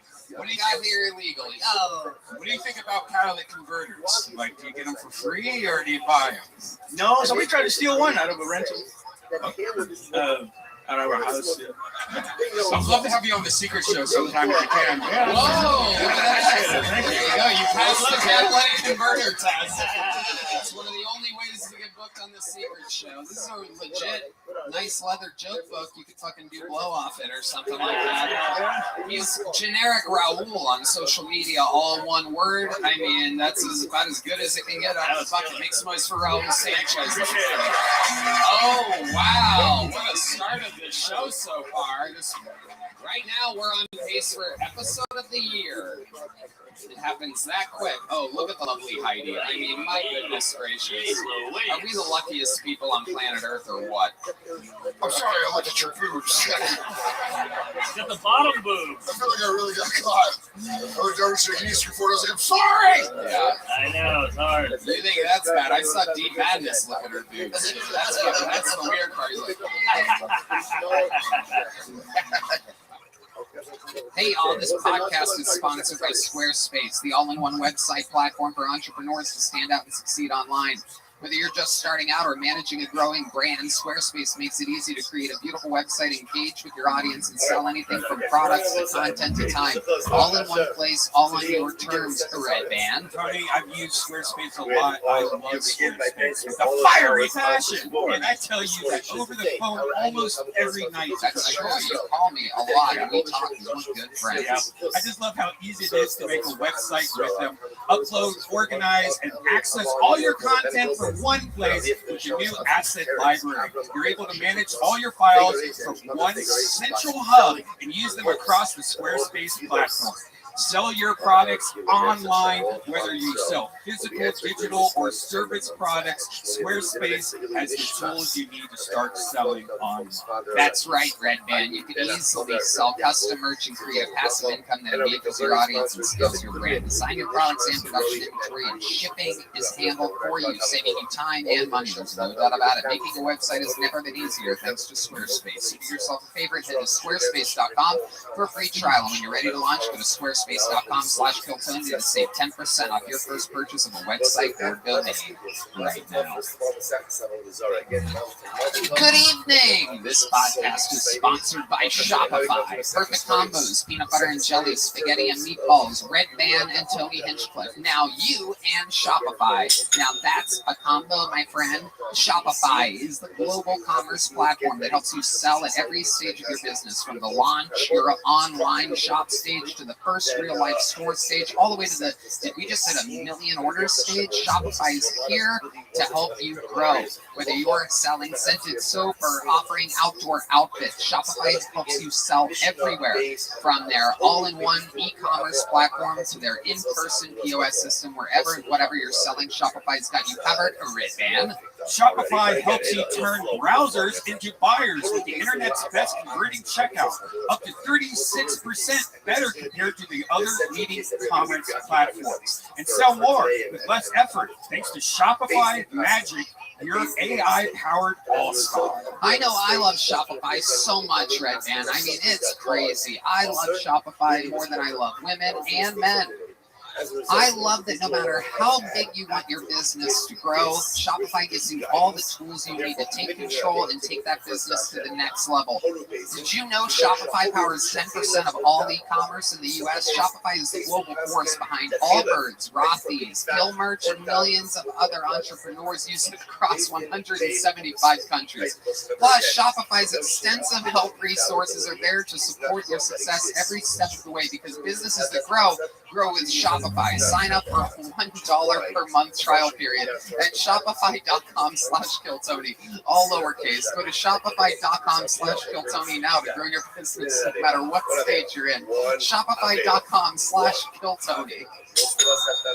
All right, your next bucket pool goes by the name of Pamela Galvez, everybody. Pamela Galvez, 60 seconds uninterrupted. Oh, shit. Here we go.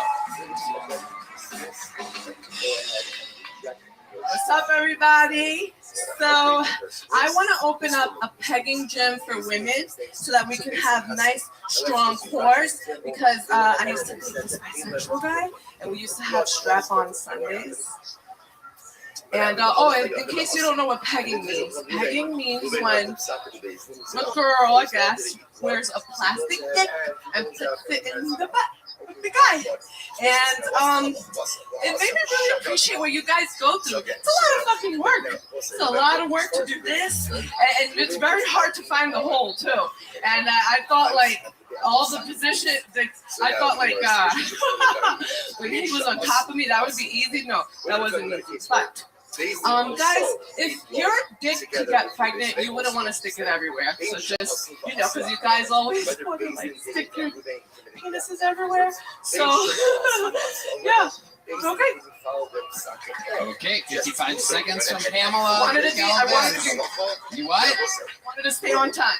There you go. You're on time. Rare for your people. Yeah, because I'm never on time. What ethnicity are you exactly? Dominicana. Shit. Dominicana. Okay, we got it. One time's good enough. She was hypnotizing Mark. Mark was starting to present her. I want some rice and beans. She said it 3 times. You say Dominicana 3 times, guava juice shows up out of nowhere. This is an incredible game.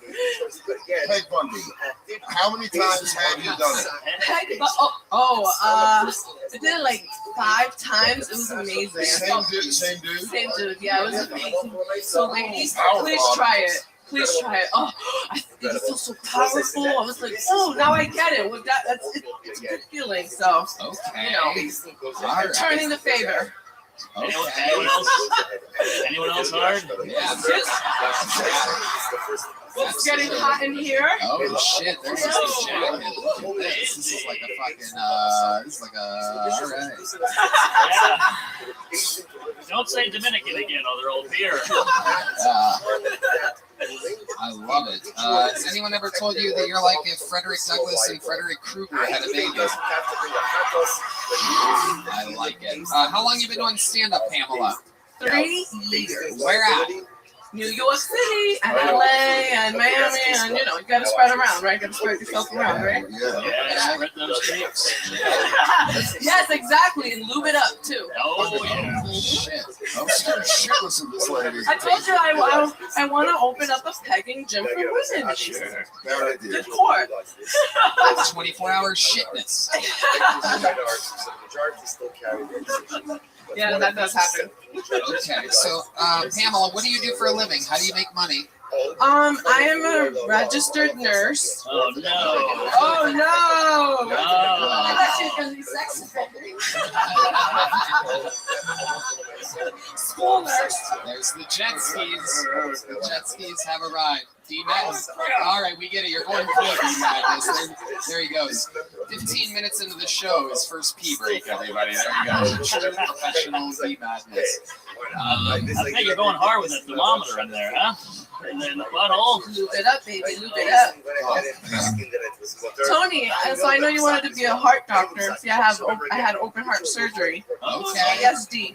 ASD. Atrial septic defect. So, heart people. So Okay. that's all. So what was the defect? Supraventricular tachycardia? Yes. Wow, look at that. There you go. No big deal. Yeah. What? Tony, you have no heart. Exactly. I know. That's like it's like the ultimate tale. A man with no heart wanted to be a heart doctor. You put away. Shocking. So when did you have the surgery? When I was 7 years old. Wow. Incredible. I wear my scar very proudly. So I love it. I love it. Absolutely. we all wear our scars and everything. Okay, over here.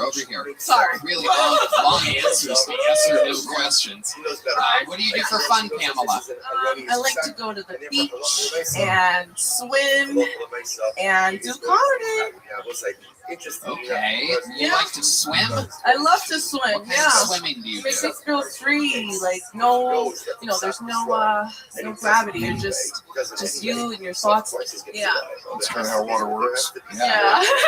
That's also how people from the Dominican Republic get here. Yeah. It's incredible following your ancestors' footsteps there. Pamela, what else? Tell me something interesting about you. Swimming isn't really cutting it. Yeah, I know. Where are you at on Dominican saying the N-word? Is that allowed? That's a touchy one. So Please, you're Dominican. no, I don't like. You don't do it. You would pass the test on the police. Yeah. I'd pull you over. You definitely register with an HOA. So I also do comedy for disabled comedians. I'm disabled too. You just can't see it, obviously. And it's very passionate. Yeah. Whoa. The more and more we go on, the more and more I see how crazy that guy is for letting you peg him. You know I feel what? like you didn't have a safe word at all. No, we didn't. He broke up with me on Valentine's Day. Of this year? Just now. He just broke up with me on Valentine's What was Day. his reasoning? My acid rating? He couldn't handle my craziness. He broke your heart, you broke his Broke back. mine. Absolutely. On Valentine's Day. How did he break it to you? Was it a text, call? Text. 3.5 years. 3.5 years of it. Good for fucking his butt, lady. Yes, thank you. Exactly. Yeah. Fucking man up butt. Wow. Yeah. Work it. I like that one. Pegasaurus.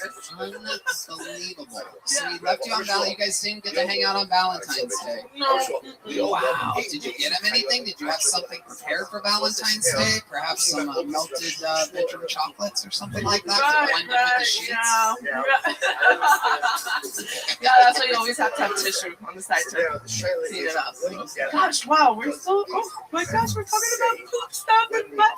That's what you did. You brought that up. Congratulations. That was your 55 seconds. You created this for yourself.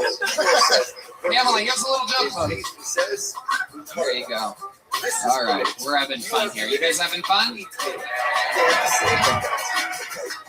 All right, another bucket full. Here we go. Anything can happen. Make some noise for Jay Hinsdale, everybody. Jay Hinsdale.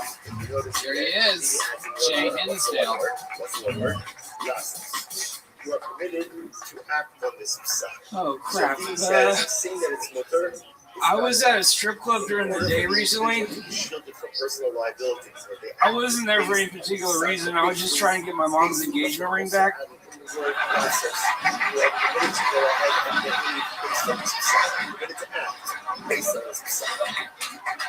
Going to a strip club during the day is weird though. Going to a strip club during the day is kind of like going to a haunted house at night. It's dark. You feel like you're not supposed to be there. Walls are covered in ectoplasm.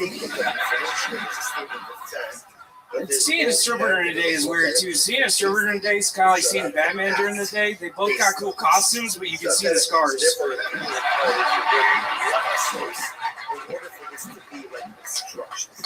Batman fights crime, stripper fights crime. The catch and release is a little different for the stripper, but she does keep criminals off the streets for an unspecified amount of time, and if you read the comics, that's better than Batman. Sorry, I have a touch of autism. Wow. Yet another unbelievable minute here tonight. Jay Hinsdale. Am I saying that correctly, Jay? Yeah, I usually go by JP, but I forgot to. There you go. Absolutely. Well, welcome. Have you been on the show before? Yeah, I was actually on the show, the first episode you did with an audience after COVID.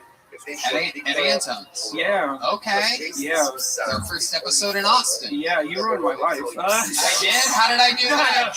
You gave me dreams and hope, and look where it got you. I know, man. That's incredible. This is amazing. So what have you been doing? How long have you been doing stand-up? 4 years now. You didn't start on the show. You were doing it for a year or so before? I was doing it for 3 months, and I got pulled. It changed my life, man. Yeah, amazing. Tell us more about that. I'm interested for the people at home to hear what happens when you make an impression on Phil Tony. How did it change your life? I was 3 months in, man, and I was like, you know, you're at the point when you start where you think you're kidding yourself, and like you, like, were so fucking nice to me. Like, that was crazy. No, like, for real. Like, you were, like, you're the reason that I kept going. Yeah.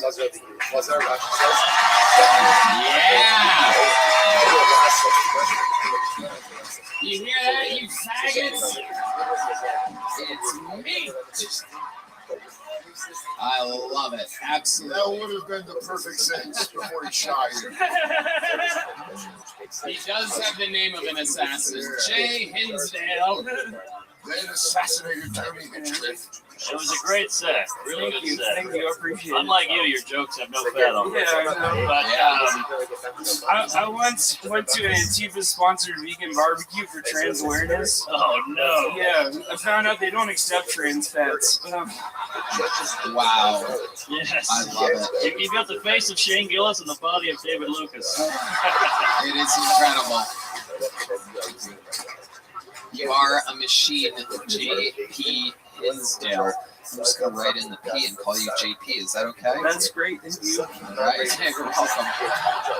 So now you've been doing it, what did you say, 4 years? 4 years. And do you make a living doing it? No.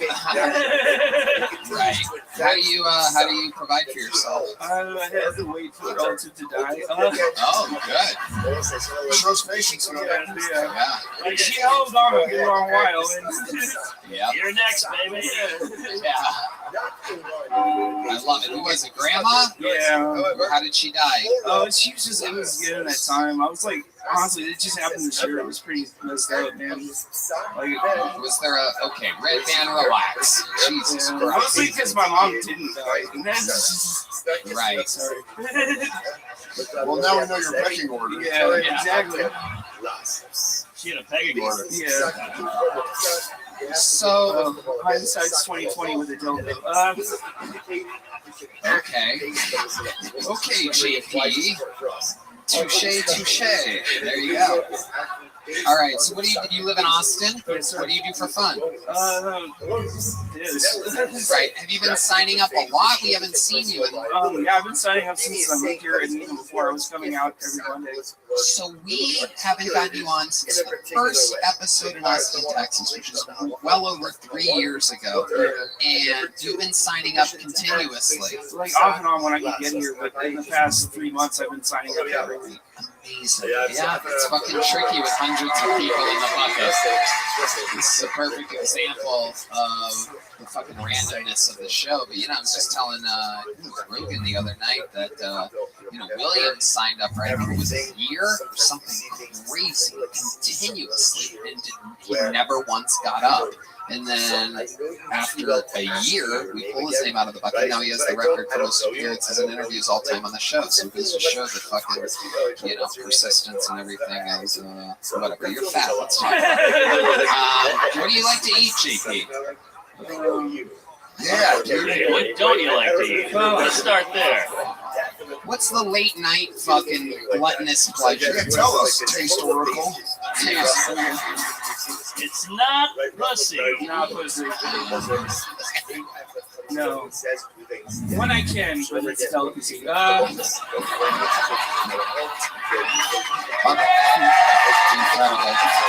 Absolutely incredible. Did you eat it all up, too? Like German chocolate cake. Incredible that you're the bucket full that doesn't have the heart surgery scar in between your breasts. No, it's only because I can't afford it. Right. Well, you be careful. You might start heart surgery. Incredible, JP. Do you ever exercise? What's the most motion that you do in a week? I get out of bed. That's pretty difficult. I do have a bad leg, so that makes things. What's wrong with your leg? I broke it, and I didn't have health insurance, so it just kind of healed wrong. Oh. Is it visible? Yeah, you want to see it? Yeah, we would love to see it. Wow. Oh, shit, you got a homeless leg. Yeah. Yeah, you do. Oh, man, the ankle goes, for those of you that are just listening to the podcast, the ankle stays the same size all the way up to the knee. Yeah. There's no definition there. You can smack the shit out of a soccer ball. Bring Raul back up, let's see. Okay. JP, anything else that we should know about you before letting you go back? I did just go out this year as bisexual. Oh my God! I did it at 40 just in time for it to be gross. Holy shit! Absolutely. Now you're gonna be turned down by two genders. I know. Yeah. Twice the rejection. I don't know if my heart can take it. Incredible. I don't think your heart can take much. So, what made you come out as bi? How does this happen exactly? You might understand this, Tony. Yes, of course. You son of a bitch. This is what happens. You changed my life, Tony. You made me believe in my dreams, Tony. It's all thanks to you, Tony. You're fucking gay, Tony. Every Monday. Well, he does have the cattiness of a gay guy. Like, I don't know. Have you ever been in a relationship so toxic that you consider taking dick again? What's like, I didn't like it so much when I was 11, but I've matured a lot since then. Hold on, this is all moving too fast for me. This is all moving too fast for me. Were you in a relationship with a girl and she broke your heart? Yeah. How did that happen? Did she break up with you on Valentine's Day? No, it's like our psychological problems were too connected. It just got bad. She got no. Not She's for, on the pecking order. yeah, for sure. yeah. right behind Not for Mom. lack of trying. And he goes, Mom, Rebecca. And then my stupid dead grandma. Hell yeah. So how's the bisexuality been working? Are you on an app or something like that? Guys are fucking savage. Yeah. Like savage. I don't know if it's good or bad. Dad's savage. Like, dude, I don't like men. I remember the first night I was out, this like guy was like, hey, can I blow you in the bathroom? And I was like, I'm just new to this. I'm not quite ready for this shit yet. Oh my God, what a gay bitch you are. Dude, get that dick sucked, bro. You want to suck my dick? I'm new at this. But literally, like 5 minutes later, he's like, at first he's like, I understand. And then 5 minutes later, he's like, hey, you want me to suck your dick in the bathroom? I was like, dude, we just talked about this. I was like, take it easy. Let somebody see your dick. I know. Because you're not seeing it. No. Jesus. I had somebody describe it to me once. Apparently, it's majestic. Well, if it's anything like your leg, it's huge. What kind of... It's a sight to behold, either way. Yeah. What are the apps you're on? Uber Eats? Yeah. Grub sub. I love it. I love it. So what gay shit have you done? Well, I was driving Lyft for a while. Wait, what? What? Yeah, I was driving. Like my first night, I was driving Lyft. Like I picked up this dude at a bar, and like he was just sitting in the back. He was like making out with this dude when I picked him up. And then making out with a woman when you picked him up? No, he was making out with a dude. Oh, and then he gets in the car and he's like, "I hate this shit." And I'm like, "What?" I'm like, "He's like, I hate hooking up with straight guys." Yeah, and I was like, that guy was straight, and he's like, yeah, he came in with his girlfriend. I'm like, I'm pretty sure he can come out that way. Yeah. He was like, so we're just sitting talking, having a normal chill conversation. While you're driving him? Yeah. Where's he going home? Yeah, he's going home, and then we get to his destination. Wait, take off your hat again. You're like a gay jelly roll. Look at this, everybody. Look at this fucking smelly roll over here. Oh my goodness! You gonna sing the national anthem for us? I love it. I mean, if you want, I'll get the words wrong. Oh, can you see? So what happens then? Well, he's like, hey, you want me to suck your dick? Wait a second, we've heard this before. Yeah, why are you like a bug zapper for people that don't suck dick? Everyone's like, I gotta suck this guy's dick. I've always wanted to know what it feels like to have a belly on my head. It's like, it's a moth to a flamer. Look, I understand it less than you do. I've never heard somebody ask me that question until recently. Well, it rains and pours. It does. But he goes like, hey, man, you want me to suck your dick? And I'm like, I thought about it. I was like, that's really nice of you, but you are the worst at turning down fucking blowjobs. I know. I'm new at this. Oh, that's very nice of you. But then he was like, blowing on the clock. I know. I would have got more than just the tip. So like he's like, I'm like, thank you, but I'm okay. By the way, let me just point out that you can tell D Madness is homophobic. It's because he keeps playing the Law and Order. He thinks being gay is so wrong that it's a crime. Now, like we hear you, D Madness. You're saying so much with your bass guitar right now. Like this is not. Look, I grew up Irish Catholic, so I feel the same way about myself. So then what happened? I cut off your story. So then he's like, well, at least let me see it. And I was like, I was an altar boy. I'm not. It's like I know that trick. It's fool me once, shame on you. And then so he's like, well, at least describe it to me. And I was like, it was like 2 a.m. It's like I've never had to describe my penis. Challenge accepted, So like it didn't take long. I explained it. And then after that he was like, how are you gonna describe your penis to me and not let me see it? Can I ask you how you described your penis? Yeah. I was new at this. Yes. I was feeling my loins burning in a certain direction. I mean, it's distinguished, but it leans a little left. Just like your leg. Exactly. I love It's a structural issue. Okay. But anyways, like he's like his logic was sound, so I was like, I guess I have to do it. I don't know. Okay. So you saying this guy argued you into being gay? Yeah. And did he pay you for the ride? Yeah. Oh man, that's got to be a violation of Lyft. Yeah, probably. It's a good thing I don't do that anymore. You're a hooker. I know. Hey! What kind of dudes are you into? If you have a specific type, because you're what you would be described as a bear, is that correct? I guess that's what everyone keeps telling me. No, I'm like technically I'm pansexual, but I don't like talking like frying pan. Yeah, more of a skillet. Yeah. Okay. So what do you mean by pansexual? Explain that to us, Republicans. I really hate explaining this, but it's basically it's not the package, it's what's inside. You're like, oh shit. Yes. Yes. You do, yes, but not the mouths of innocent humans. No. I am new at this. Very, very. So who have you hooked up with? I'm not like getting names and shit. I'm not. I don't want their names. Okay. The amount of gay eye rolls at you have probably been so many. We're like, oh. Yeah. Find your nails. I love it, JP. I find you to be extremely interesting. How long of a set do you think you've acquired in your 4 years of being a stand-up comedian? Longest set I've done is 45 minutes. 45 minutes. Where are you originally from? I'm from LA. LA. Yeah. That's where your family's from? Yeah. I would not have guessed that. But no, I've been here for I've been here for about 18 years, so I've been here long. Wow, incredible. You're from LA. Interesting. You know what, JP? I find your story to be so incredibly compelling. What part of LA are you originally from? Glendale. I live all over Glendale, Long Beach, Burbank. You lived all over Los Angeles, and meanwhile, on May 10th, we will be at the Kia Forum. The Forum. Have you heard of this arena, the world's famous arena? How would you like to do a minute at the Forum in LA? Yes, you would. Thank you. Well, there you go. You got it. J.P. Hinsdale will be performing.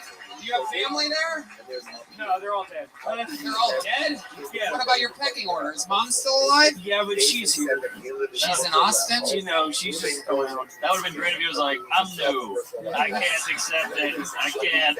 I was gonna have you invite her out to the show, but I guess only grandma's gonna be watching your performance at the Forum. Redman? I would also love to have you on the Secret Show Thursday, Big Hat. Hell yeah. There you go. Thank you. He started here, and it will end here. JP Hinsdale at Hinsdale 5000 on social media. You probably never got one of these. Bones, I wasn't with us back then. There he goes. He made it happen. He just became an arena act, ladies and gentlemen. JP Hinsdale, everyone. And like that, magic happens. He goes from signing up every single week to going back to where he started his life in Los Angeles, performing in an arena, only under the condition that he lets me suck his dick, of course. So keep an eye on that. It could be taken away at any point. He likes to play hard to get. Yeah, right. And soft to get at the same time. It's very bizarre. Ladies and gentlemen, as you see, dreams can come true on this show, and none bigger than the one that you're about to see. An absolute force of nature. One of our regulars writes and performs a new minute every single week. I present to you a freak. Ladies and gentlemen, it's the one and only Cam Patterson.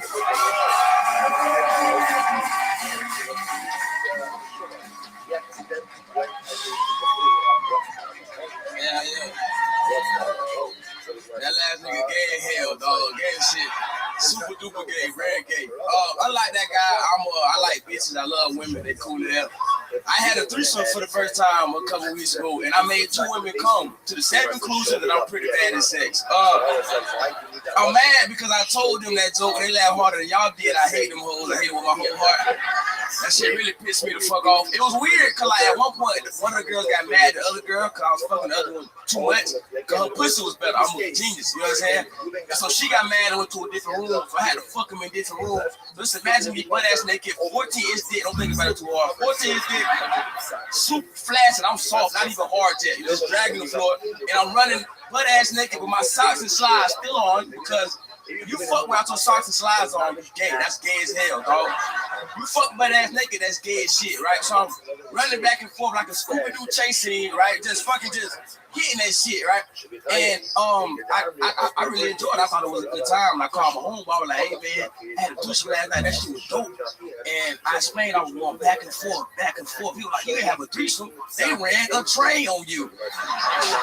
That's it. I can't play that. Fuck yeah, Cam Patterson. I love it.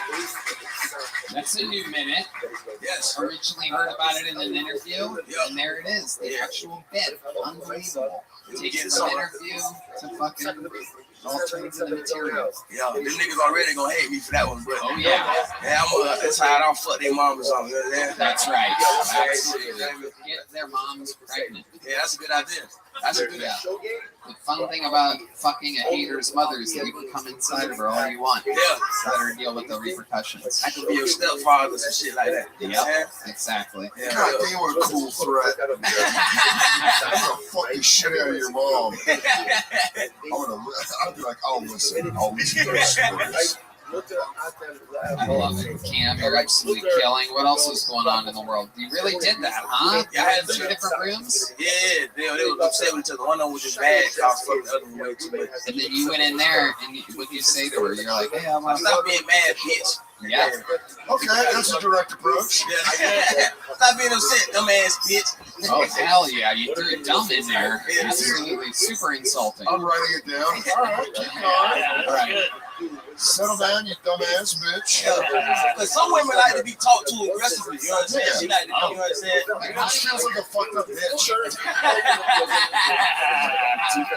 How do you know who to talk to aggressively and who to not talk Talk to the aggressive ones aggressive. You know what I'm saying? She be like overly aggressive, like the aggressive back. Like, I don't hit women, but I shake the shit out of bitch. You know what I'm saying? I shake the How did you know that the one girl's vagina was better than the other girl's vagina if you fucked the one girl first? I tried both of them. You tried both of them. Oh, the old Pepsi challenge. Yeah, I tried both of them. I'm like, oh, this is way better. What do you mean? It was like, the other one, nah, just like, more like, more wet. You know what I'm saying? Yeah, a little je ne sais quoi. You ever had like a stuffy nose? One of your noses is just like one side of your nose is like, Yeah. wet, and the other side is just dry shit. Yeah. That was the other bitch. She was Oh, just got it. But Kim, have you ever laid on your side and let the snot fall into the other one and then it opens back up? How cool is that?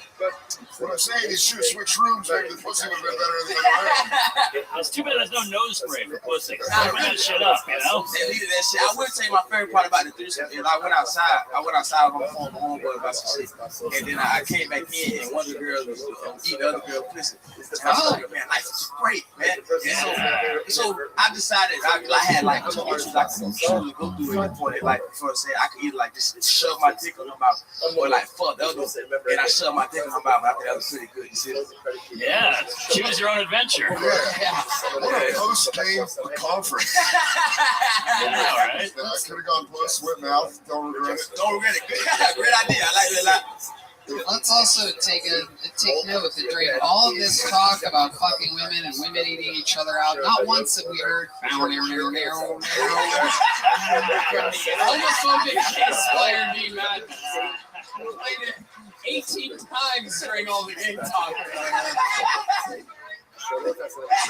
Literally thinks gay things are criminal. Unbelievable. And you fuck with the slides on. Oh, I got to. Yeah, you got to. Yeah, because you go socks down the carpet. Yeah, you gotta have, you know what I'm saying, good traction. Yes, yes. You definitely have I'm running to the liquor store outfit on.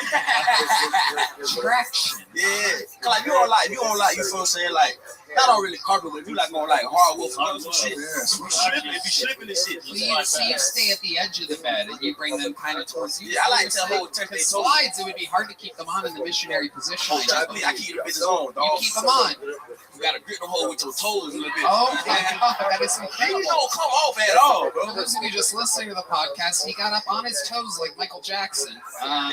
You gotta grip the hole. Look at me. Look, grip them bitches. Grip it. Wow. Man, gotta grip the hole. It's incredible. This guy just agrees with whatever you say. Yes, Mr. Black Man. Okay. Yes. Yes, I'd like candy for your uniforms.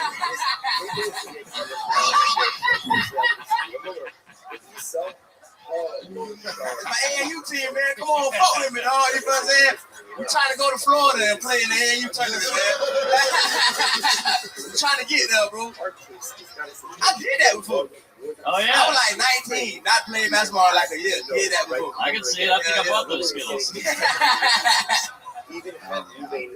All right, Cam. I mean, you did it again. An absolute unbelievable performance yet again. Just choke. Nobody does it quite like him. Make some noise for Cam Patterson, everybody. Come on, you can do better than that. Make some noise for Cam, everybody. God damn it. Out there daydreaming. Hello, this podcast is sponsored by Bespoke Post. Make this year your most awesome yet with a box of awesome from Bespoke Post. Every month, the box of awesome is filled with carefully chosen gear from the best small brands around the world. This month, I got a fake knife from the Slash Box. It's made by Fair Belgium, based in Salt Lake City. Whether you want to drink and eat more awesome, dress and travel more awesome, or explore more awesome, Box of Awesome has you covered this year. Red Band. To get started, take the quiz at boxofawesome.com.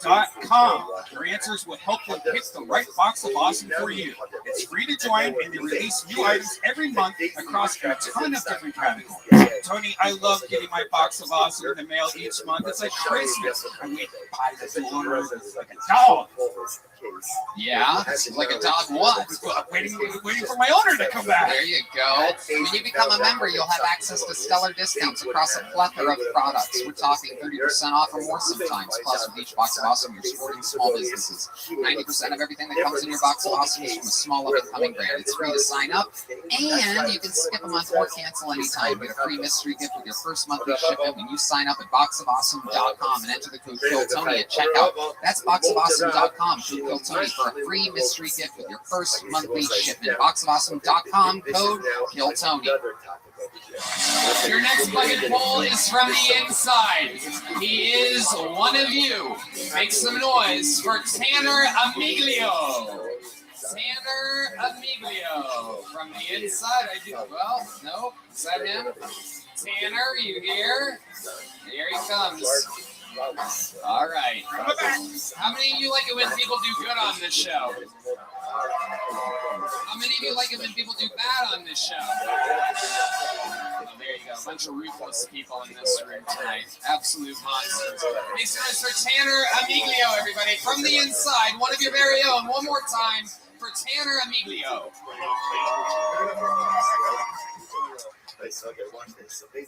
I get confused watching the news a lot. Like I'll see like a protest going on, and you see like a bunch of fat people, and like they're activists. Like, what the fuck you active about? Fatty. Fat fuck. Everyone agrees that women does not kill people. No, dude, like, I like listening to my parents have sex. I don't care what you think, dude. They're my parents, bro. Fuck you.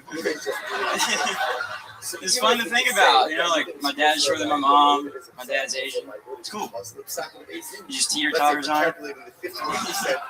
I know he's doing a good job too. Like I hear my mom go, "Oh yeah, yeah." My dad's like, "Oh my god, fuck yeah, get this pussy."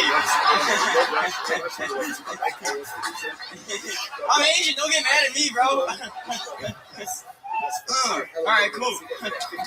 Wow, great minute, Tanner Amiglio. Am I saying that correctly, Tanner? Yeah, you are. Yeah. Welcome to the show. This is your first time, right? Yes. Dan Soder. What up, Dan? What's up, Dan? I'm doing great, dude. You really look like a kid that was kidnapped and then returned. I just kept asking him, like, "Oh, dude, let me put the iPad." He was like, "Get the fuck out." Incredible. How old are you? 21. 21 years old. Wow. Yeah. I feel like Kevin Spacey because this twink is cute. Yeah, it's going down. It is cute and stinky. It's a little cute, stinky boy. Wow. All right, there you go. How many animals have you killed with rocks? Oh, wait, no, so many. Actually, though, no, Go ahead, answer it. Okay, I've killed rabbits, squirrels. I killed, not with a rock, but with my car, like 3 hogs. What was the one with your car? Like 3 hogs. Like three at once. Instead of 2 birds, 1 stone. My car, 3 hogs. Wow. Honestly, you can't beat that logic. Right. That's good. Yeah, you look like a kid. God damn it. I have never seen a person so ready for a firework accident. It's unbelievable. This is incredible. You're a little bundle of energy, Tanner. How long have you been doing stand-up? This is going to be 10 months. No, 11 months in March. Okay. Oh, now it's March. Yes. 11 months, guys. Wait, you mean a year in March? No, a year in April. Because I turned 21 in March, so I started in April. Okay. Yeah. All right. Yeah. Well, everything's happening right now. I know, it's crazy. I don't know why he's got so much cartoon turned into a human energy. Yeah, that's the sound. Yeah. Okay. So, Tanner, how do you make a living? I work for Tommy Buns and Mama Jeans. Wow. Yeah. Unbelievable. Yeah, I was actually switching on the podcast when you were on Not Today, pal. Oh, okay. Yeah, and you asked the great Jamie. Yeah, the great Jamie and Robbo. Yeah, of course. Yeah, you asked So when Wait,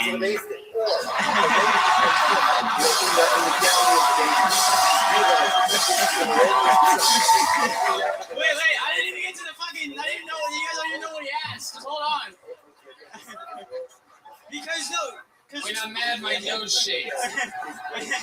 Tony really likes The Sopranos, which is dope. And he was wondering about this Pink Floyd song that kept popping up when someone was killed.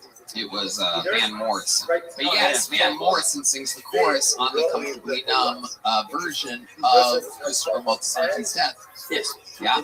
I learned that from when you were on. You know, they asked the great David Chase, the creator, the almighty creator of the Sopranos universe, and he answered that, and he didn't Your eyes even are so much know. bluer than I thought. He didn't even know. You talking about my eyes right now? We're talking about David Chase answering my question that I asked on a Sopranos podcast right now? Sorry. Yeah, he's been living with Peter Pan in the Lost Boys.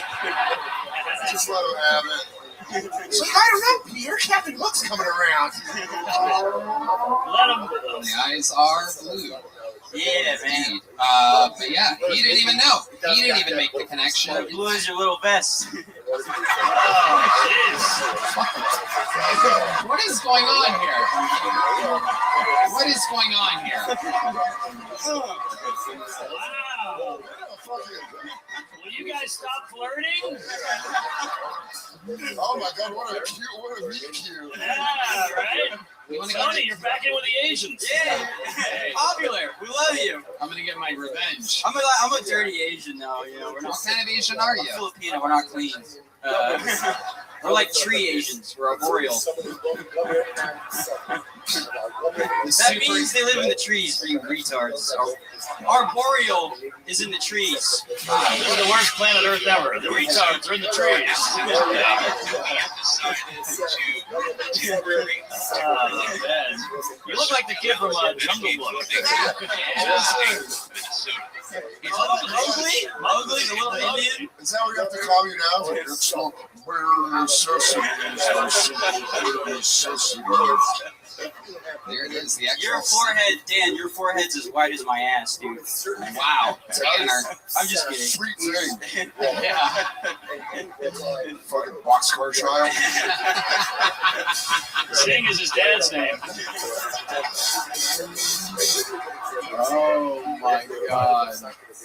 Tanner, you're a freak of nature. You've been funny your whole life. You're 21 years old. Were you a little rabble rouser in school? Such a rabble rouser. Okay. Son of a I swear to God. This kid just Spank it, Tony. Disrespect it. Wow. You guys are gonna fuck. We are. I'm taking him to the pitch and putt this week and get them all fucking liquored up on sugar or something like that. Oh, you originally from Austin, Tanner? No. Where are you from? I'm from San Clemente, California. Oh, it's a shame. It's so close to the forum if you weren't an asshole. Sorry. I'm sorry. Ow. I have a question. How did I fuck this up for myself? You fucking pussy.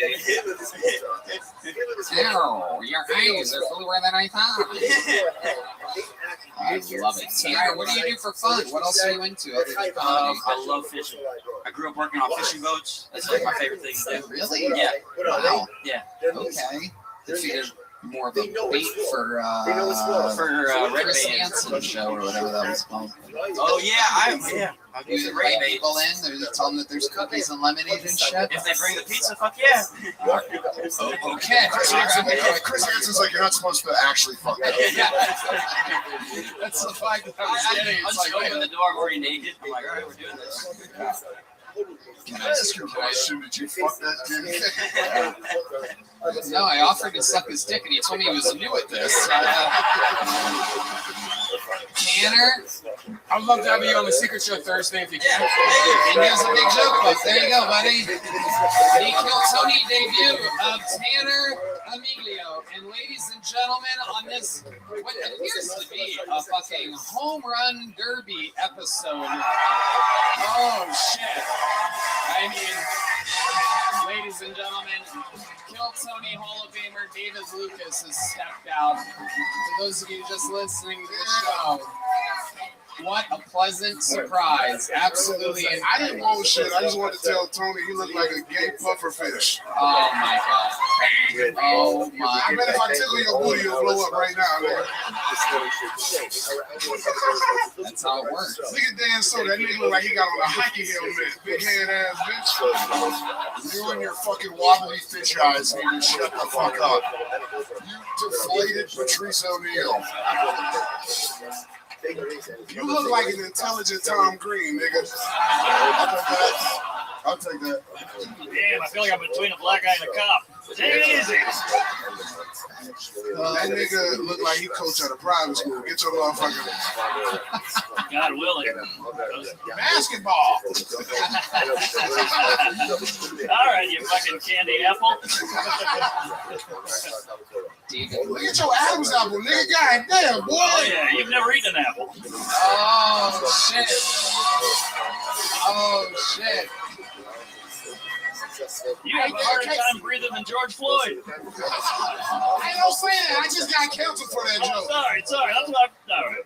But if they would have kneeled on your neck, they would have had to curve their knee, nigga. Now, look at that Adam's apple. It's a doozy. That's a mesothelioma, whatever that shit called. That's a diabetic. That's my nigga, bro. That's why we. Oh my God. Kill Tony, Hall of Famer, one of only 3, one of only 2 living. David Lucas is I'm out here, bro. I just wanted to come out here, man, and let y'all know my special drop March 6th. You know what I'm saying? And they tried to cancel me over that George Floyd joke, but it don't work. That nigga was a crackhead. Fuck that shit. I really, in real life, would have shot that nigga. It wasn't a joke. He was 6'6". Fuck that. Yeah. Incredible. That was quite the situation. You were put under. I thought you were talking about George Floyd.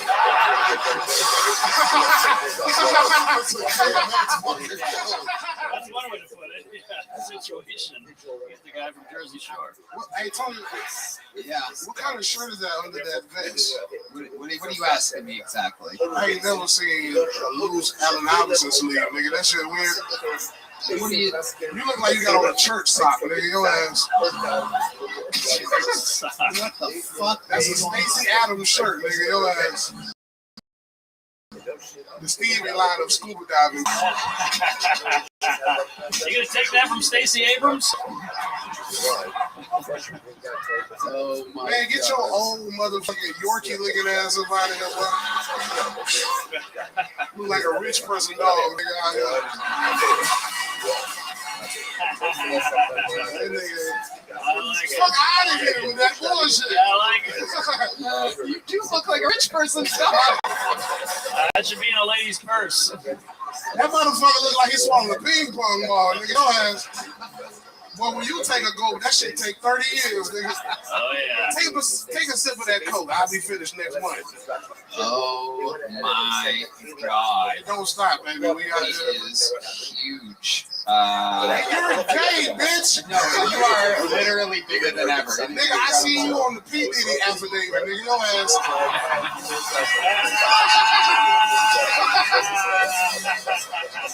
my God. You was in the swimming pool with Meat Mill. John, no one knows more about being puffy than you do. So. There you go. You be puffy in the morning from that AIDS medication, nigga. Your ass. You are notoriously B.I.G. And you are notorious FAG. Oh, son of a bitch. You got me again. It goes on and on. Forever. I can't understand how we last so long. Absolutely incredible. You know we do this shit, man. What else, David? You know, I'm out here, bro. I'm out here in these cities, man. Bakersfield, North Carolina, fucking Stretch Factory. I got the Wilbur did that here. We out here doing it. Kill Tony is the real movement, nigga. Y'all better believe that. Goddamn motherfucking right. We're doing Madison Square Garden. Do you niggas understand that shit? Yep. Yep. Everybody associated with Kill Tony is a motherfucking killer. Don't forget that shit. That's all I gotta say. David Lucas, everybody. You gotta love it. What a special pop, man. Stand up. We love you, David. All right. absolute legend of the show. We're going to be getting trashed tonight, no doubt about it. And I was saying, before he even came out, I was saying on what appears to be an all home run derby episode of Kill Tony, I have pulled one of the most amazing names I could have possibly pulled out of the bucket. Genuinely, somehow, out of the hundreds of signups, I have pulled Kill Tony legend. Make some noise for David Jolly, everybody. Oh yeah, gang violence has arrived. How y'all doing tonight, white people in Puerto Rico?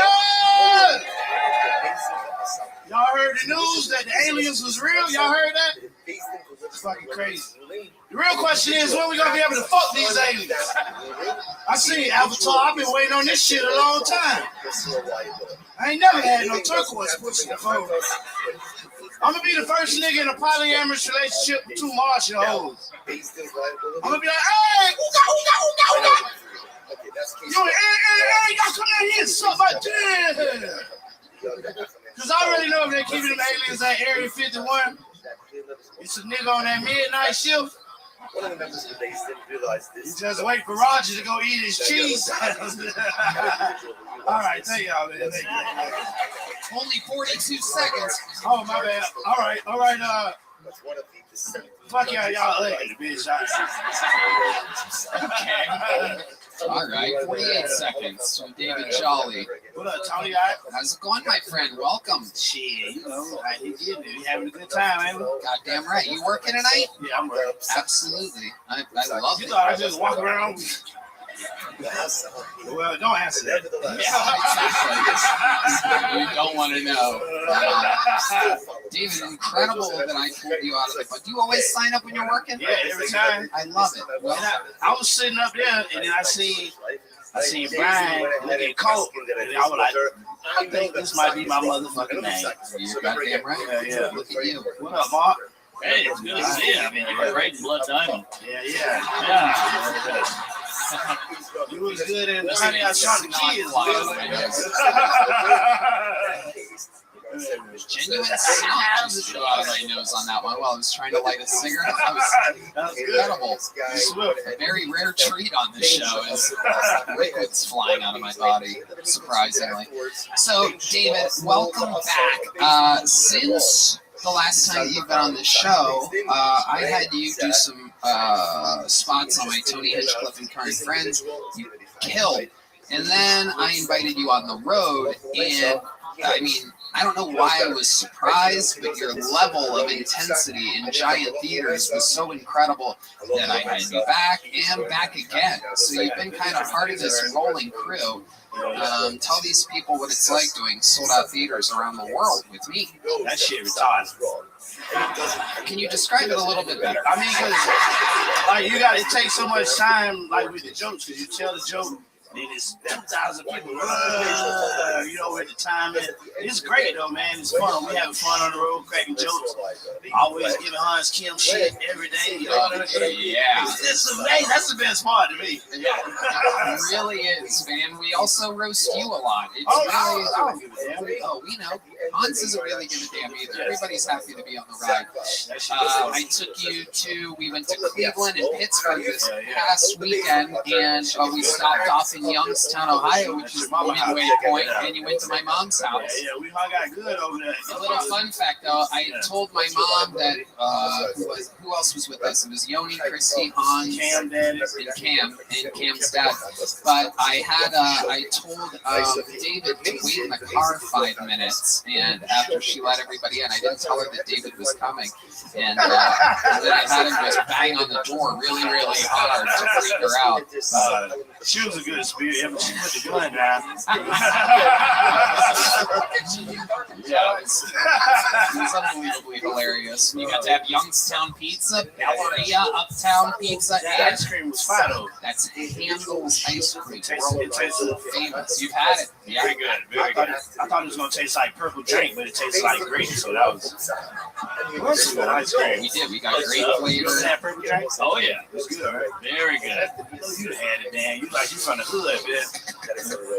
I love purple drink. Yeah. It's delicious. I'm telling you, it is. No, I know it is. This is. What the hell is that? Like me in a hot tub. Oh, were you friends with those dorks? David Lucas and David Jolly back to back. It's a shame because I was trying to get Cat Williams on this episode last week, but he obviously had other things to do. But I wonder what Cat Williams would have said about your performance here today. It makes me wonder. Can't even do a full minute. The man. They got him working the door. Baby can't even do a damn full minute. It's a shame. Get away from me, white bitch. I'll be fucking.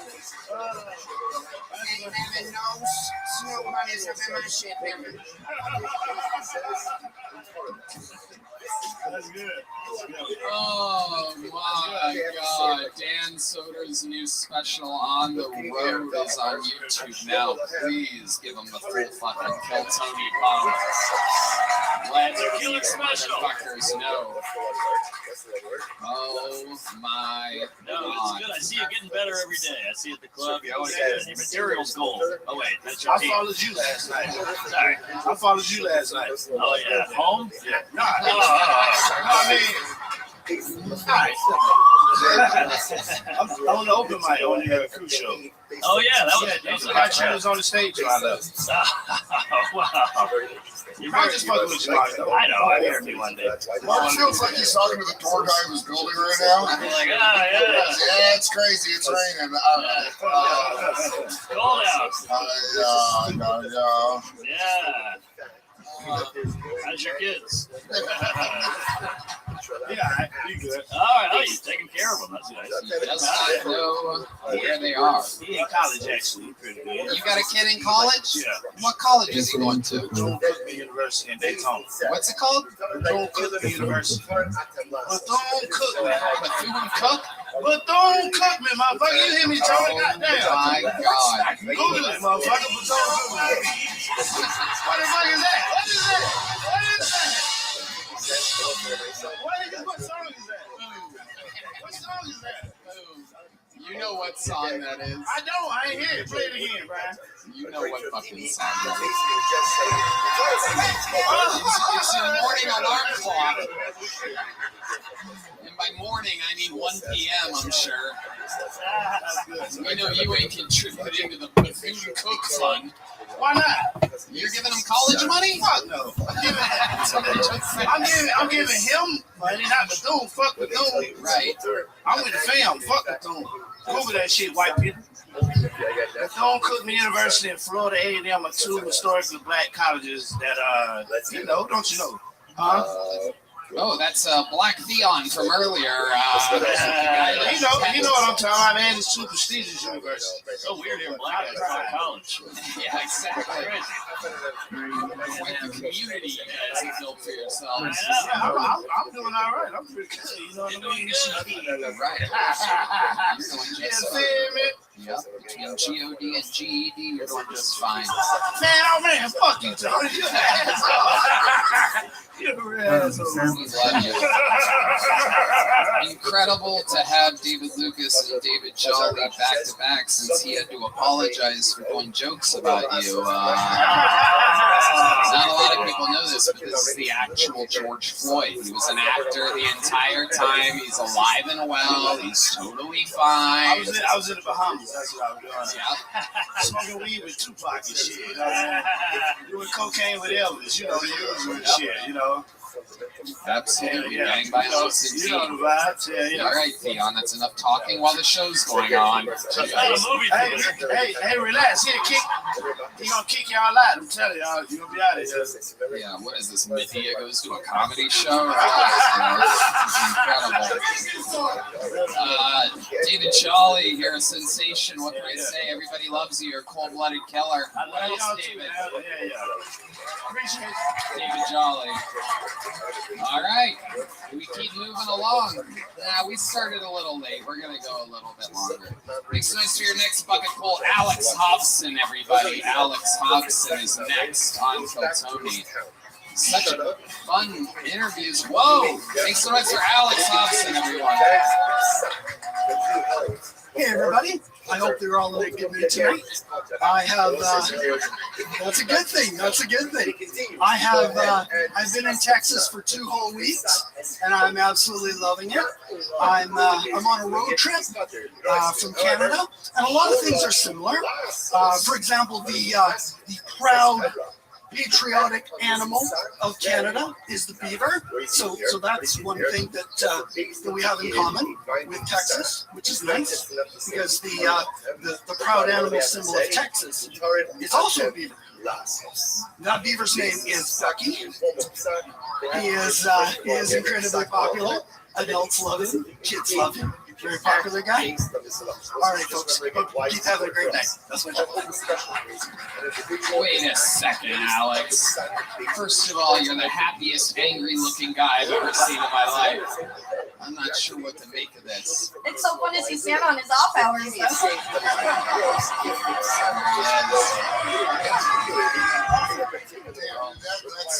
CZ Stop. Yeah, you're like a gay wizard. Yeah, Alex, what is going on here exactly? What are you? That's your first time doing stand-up, correct? It is my 11th time tonight. Whoa! What does that mean to you exactly? What does tonight mean? Or what does 11th time mean? It means I've done open mics up in Canada, but only a few. Oh, you're 11th time tonight. Yeah, that's what I thought you meant too. You can travel the whole world in one night.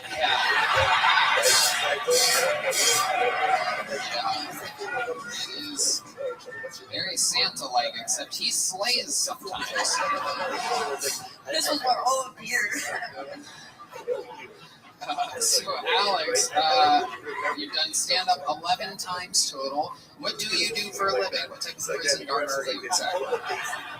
I mark essays. You mark essays? Yeah. Fuck you, I mark you, bro. Yeah, that is an interesting. What do you mean you mark essays? Like I work for a university, but everything's online, so that's why I'm able to be here, visiting here. You're a paper grader. Yes, I am a paper grader. Online. Yes. So you'll never be in a school shooting, unfortunately. Unfortunately. How long have you been in online marketing? For quite a while, for like 12 years now. Wow. Basically was doing my education in stages, did a BA, did an MA, and then got partway through a PhD. Are you William Montgomery's dad? Okay. Are you married? What have you done with your life? How old are you? I am 52. Okay. What have you done up until this point? What made you start stand-up so late? Was in a marriage where freedom wasn't really available. Tell us more about this marriage. How long did it last? By the way, who was the restricted one? Yeah, exactly. It looks like he's got someone chained already here. Yeah, absolutely.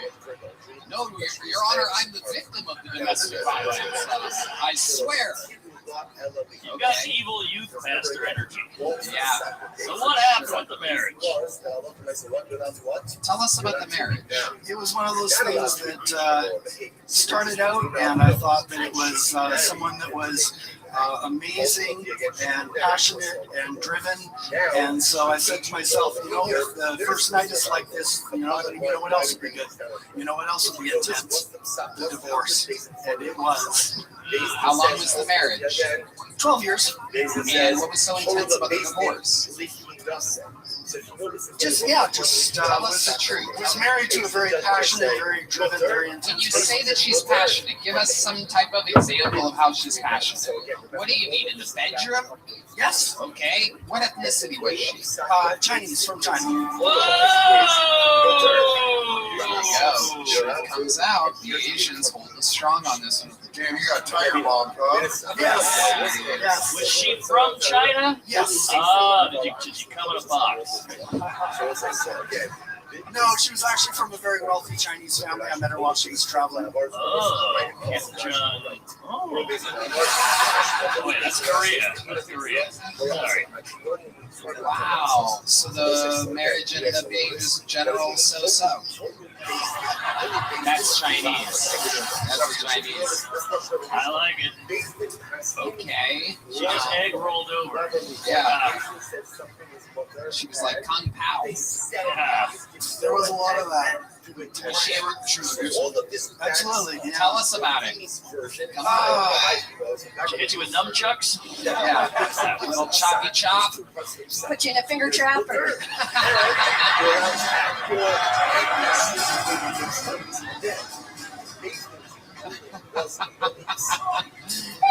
What did she do to you?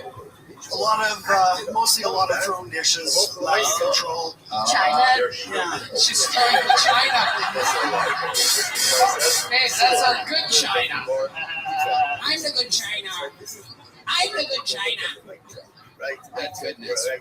Being betrayed by a Chinese person, it's like, dang, you know what I mean? Was she really? She was smaller than you, though, right? Like very fragile. No, not really. No, like I when I went to China and went to Beijing and met her dad. Her dad was a little bit taller than I am, and I'm not short. So That's crazy. yeah. He was taller than you. Yes. Wow. So you met her there and you took her to go? Chinese takeout? One of those very strange things we met in St. John's, Newfoundland. So I'm from British Columbia. We met way on the other side of Canada. So it's kind of like being from Seattle and then meeting someone in New York. So this is your sleepers in Seattle? She just looked at me.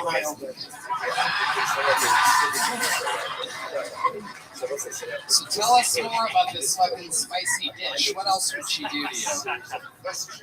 What else? What was like the? Where did you draw the line exactly? Where did you build your wall? What were the pepper steaks in the sand? Yeah. When did the wontons of fun hit? What were the highs and low mains? When did she become an unfortunate cookie?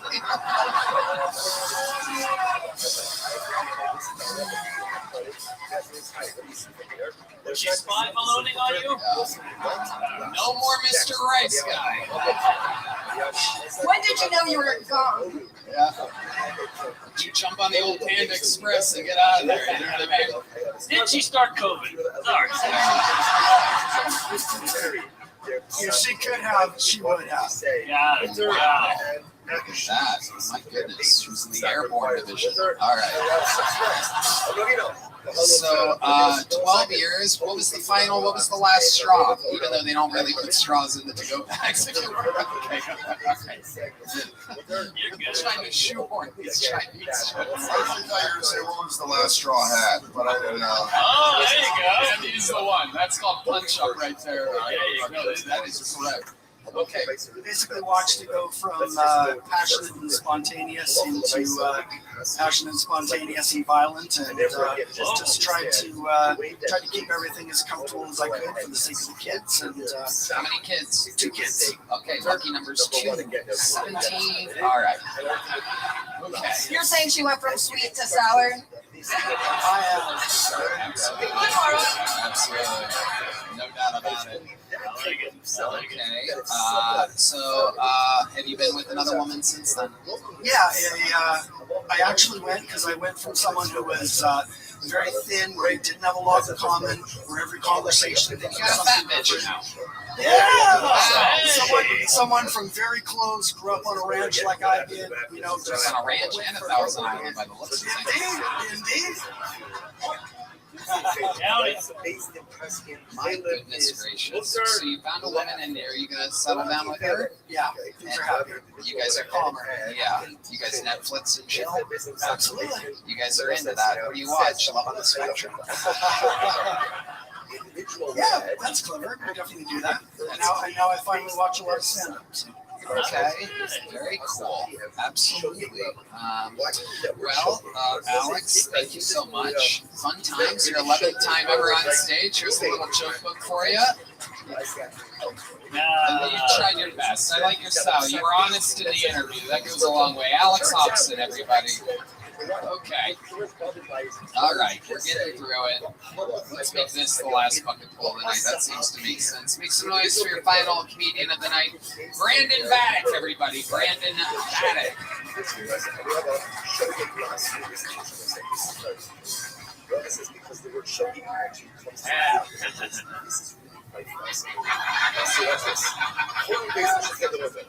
I just turned 25, which sucks. Because I feel like I look like I killed a guy in the 70s.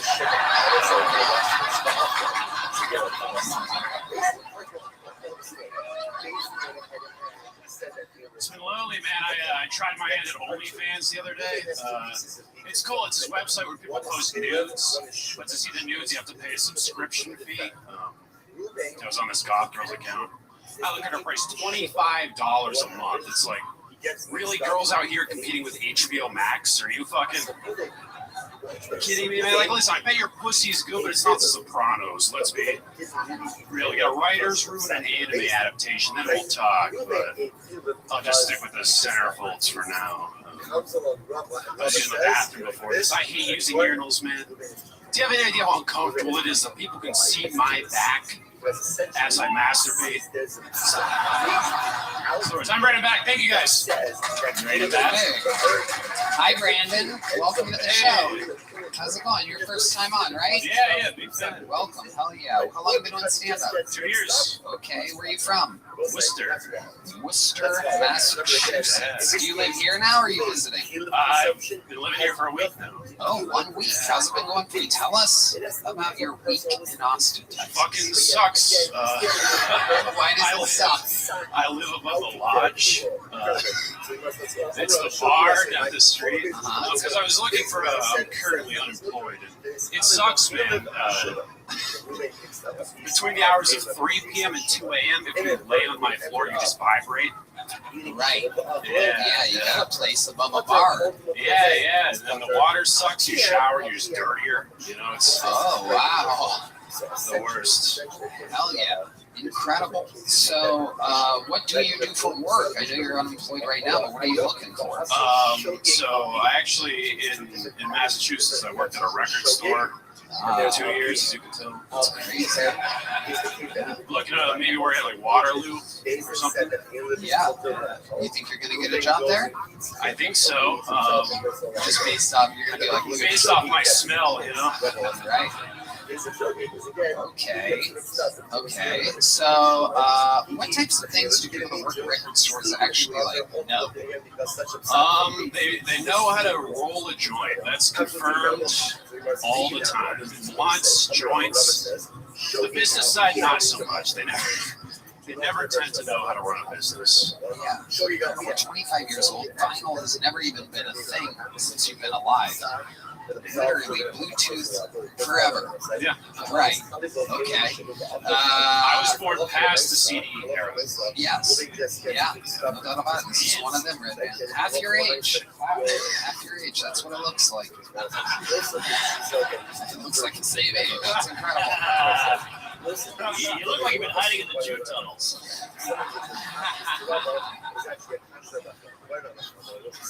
Yeah. So, are you Jewish? No. What are you? I'm Albanian.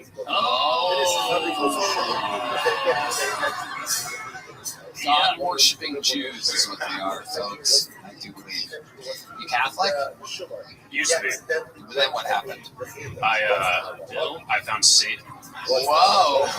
Okay. Now I'm atheist.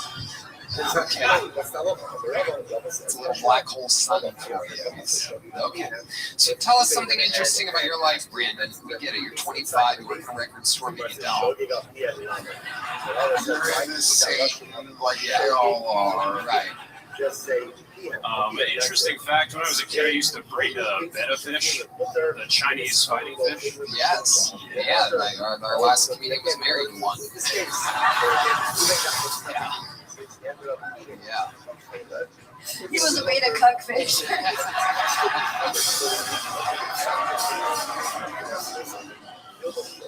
killing it on the jet ski. So, other than raising beta fish as a child, is there anything else that we might be surprised to know about you, Brandon? I did fencing for 10 years. Whoa. Put up that border wall? Actual fencing. Okay, I'm starting to figure this out. It's starting to make sense. Rich parents. Middle class. That's what rich parents, people with rich parents. So the fact that his father was Rob Zombie. Josh Zombie, the son of he's covered in this zombie. He's like Marilyn Hanson. I love it. What does your father do for a living? He sold car insurance. Actually, he digs through the ditches and burns through the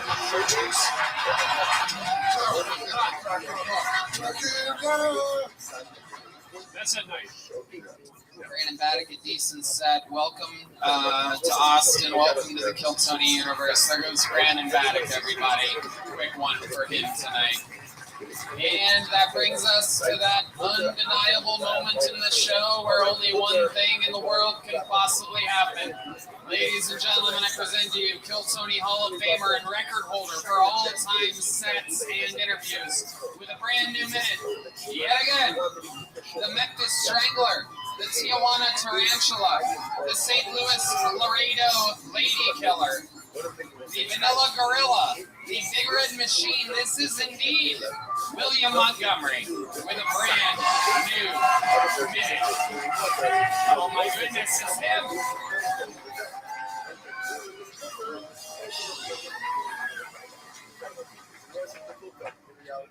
Everybody says dogs are racist, but mine's actually homophobic. I tried to take my dog to San Francisco, and she said, and I quote, either board me or euthanize me.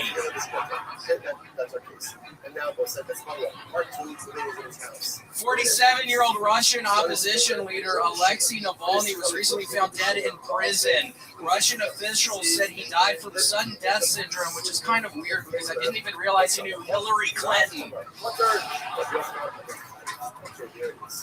This is a really weird rumor, but I just heard the Aaliyah plane crash happened because the pilot tried to ghost ride the whip.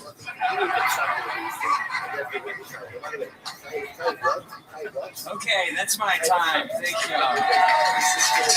Wow. Doing it like only he can do it, ladies and gentlemen. William Lights Out Montgomery with another super topical set mixed in with an Aaliyah plane crash. Unbelievable. I love it. You cover the death of the, what was it, the journalist. Yeah, Alexei Navalny. I mean, it's really crazy how Hillary Clinton really has reached her tentacles even to the far reaches of our planet Earth. I mean, I'm almost a little worried to even talk about her fucking old ogre-looking fucking ass right now because I'm worried, Tony. I'm worried about myself. Today, I was at my purge, and I was watching this homeless man go through the garbage can for a couple hours, and I finally got up the nerve to get a bag of trash that I just made, and I went out there, and I started talking to him in this really aggressive Southern accent, just trying to scare his ass, and are you just looking in a mirror?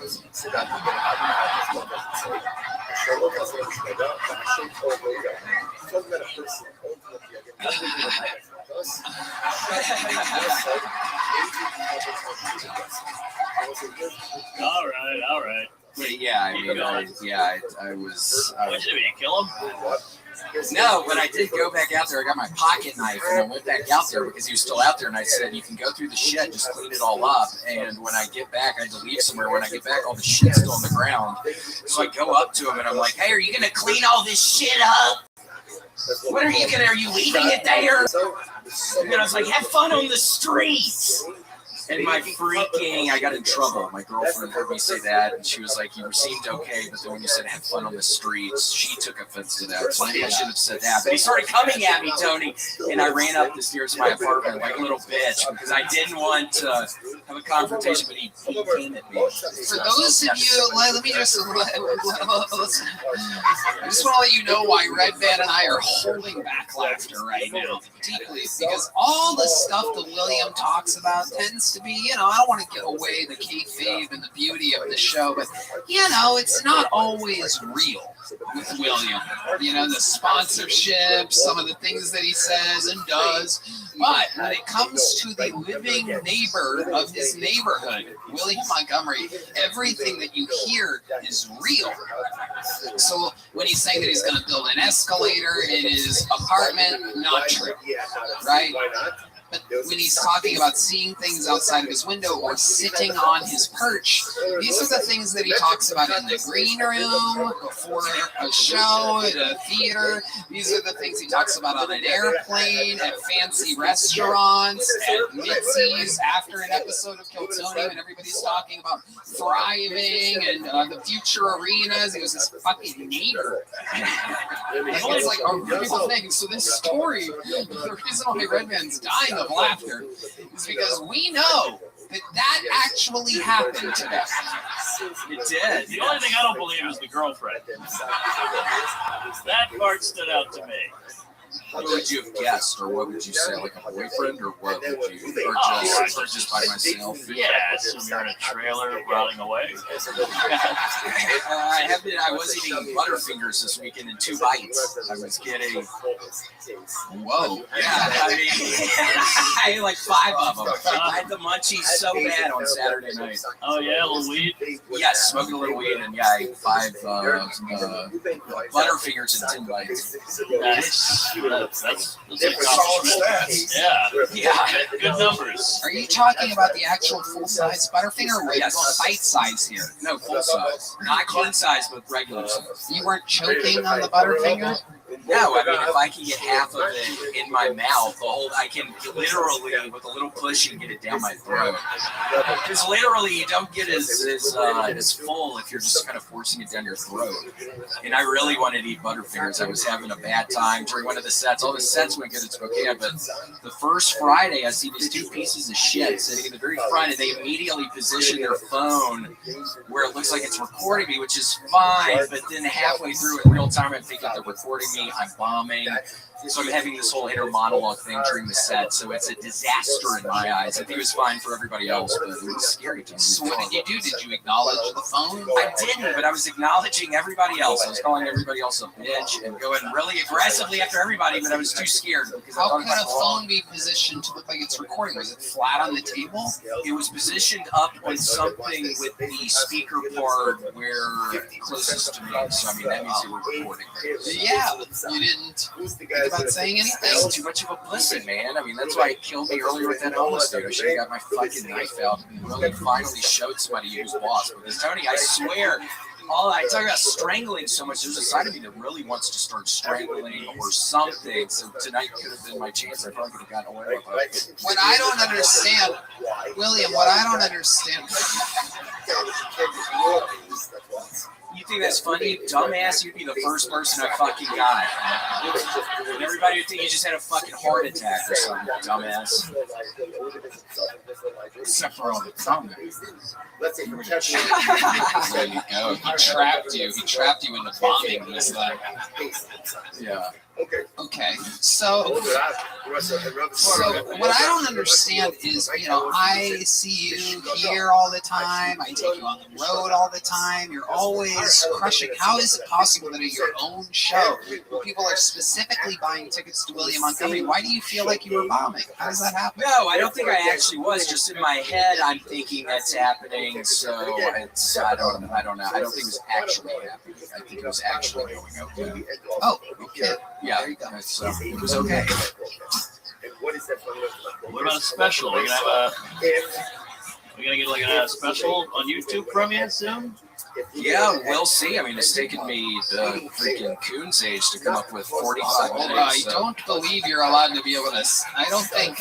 No, with the beard. It's taking me a while. How long is what you said? How long is that length of time? I guess maybe you should ask John Dees or D Madness. Okie dokie.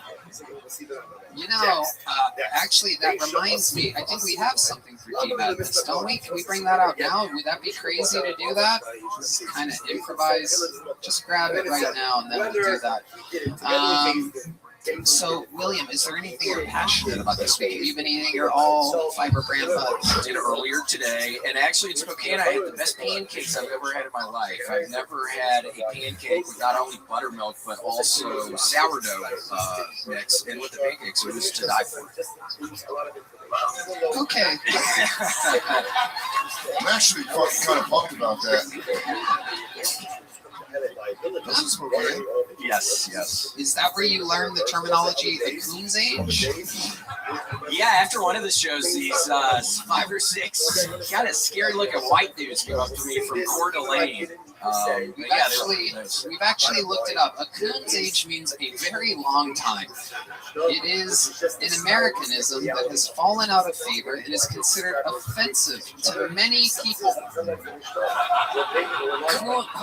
Coon is a slang for raccoon, coined in the mid-1700s. The term coon's age was first used in the early 1800s, and in fact, owes its origin to the folk belief that raccoons live a long time. Look at that, not racist at all. It's just about the long life of a little animal. There you go. Fion's finally laughing now. He's allowed to laugh. A raccoon is a long believed, a folk belief that raccoons are long-lived. Everybody was racist. Well, that's racist to not think it's racist, actually. It's more racist to not think it's racist. See? Alright, this segment feels like a good You're gonna see this one on YouTube, and you're gonna be like, hey, ladies and gentlemen, make some noise for Heidi, first of all. And I haven't said anything about this tonight, but first of all, I'd like you to see how beautifully this cake is decorated. I don't know if you can tilt that towards them without it falling off, but at midnight, it is indeed D-Madness's birthday, everybody. And we got a cake decorated. As you can tell, it says "Happy Birthday, D-Madness" on it. I don't know if you guys can see that.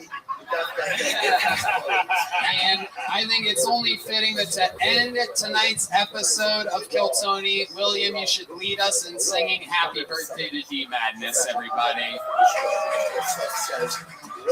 Happy birthday to you. Happy birthday to you. Happy birthday, D-Madness. Happy birthday to you. All right, blow out your candles, D-Madness. It's right in front of you. Blow. Yeah!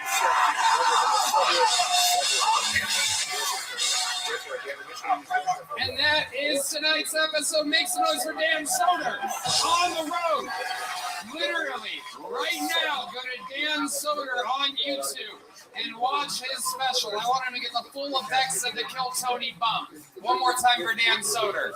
How about one more time for the great and powerful Mark Norman, everybody?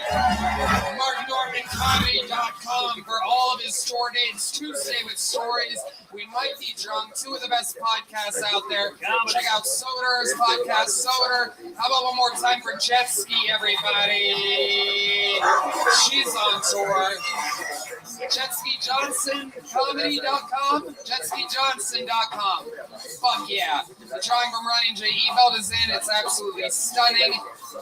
Thank you to Squarespace, Shopify, Red Rose, Yellow Rose, Gel Blaster. Let's see the drawing from Chris Rogers. Whoa, Cam and David Jolly. Unbelievable. How about one more time for the band? Terrell Shahid, Michael Gonzalez, Jetski Johnson, John Bees. One more time for the birthday boy, D-Madness.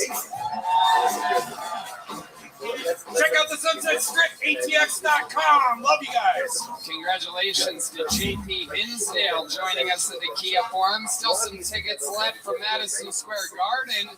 We will see you guys soon. We love you. Thank you. Good night, everybody. If they go ahead and they act based on the sacrament site, the original said they're high special universal liability. What? If they act on the sacrament, so what are they? What are they? They're Masons. They're Masons. They know it's wrong. They know it's wrong. So when it comes to the purpose, they should have to be liable for the reason. Was in the watch case. With that man, what the son of the boss so set up us. You'll see that was in the client or else based in contract. Yeah, well, so what he says, if an individual does excellent information, Sky, ultimately, they was in his contract case of only reason she came to the winter, the case in the state, the clear the winter, and also The Sunset Strip Comedy Club in Austin, Texas is now open. Check out Red Man's secret show every Thursday. Go to sunsetstripatx.com for tickets.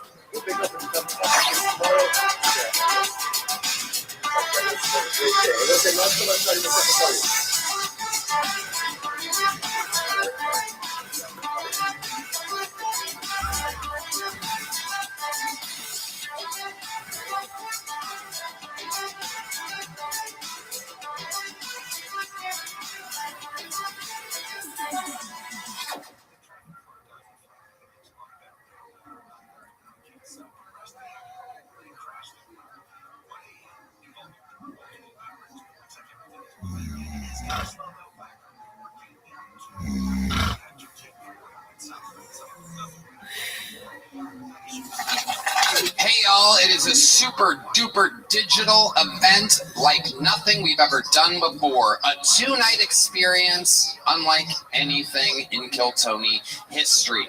Go to KillTonyLive.com and get your live streaming tickets for the 2 arena shows. So much insanity is going to happen. As always, I always keep the guests and anything that I have up my sleeve a complete surprise for you. But if I told you what was going to happen on these 2 nights, you would be pumped. And plus, you already know all your favorite regulars. And, of course, Rick Diaz versus Hans Kim for eternal regularship on the show. A battle of 2 absolute autistic titans. Who knows what can happen? A lot of special treats, a lot of special guests. It's going to be like the 10-year anniversary show, but on absolute steroids. Super pumped. Get tickets now and support your favorite show in the world. The #1 live podcast started with 14 people in a tiny little room. Now we're going global. That's KillTonyLive.com for the amazing 2-night event, December 30th and 31st. You're going to be sick of your family, have some laughs, enjoy 2 nights of Kill Tony Live. Anything can happen. KillTonyLive.com.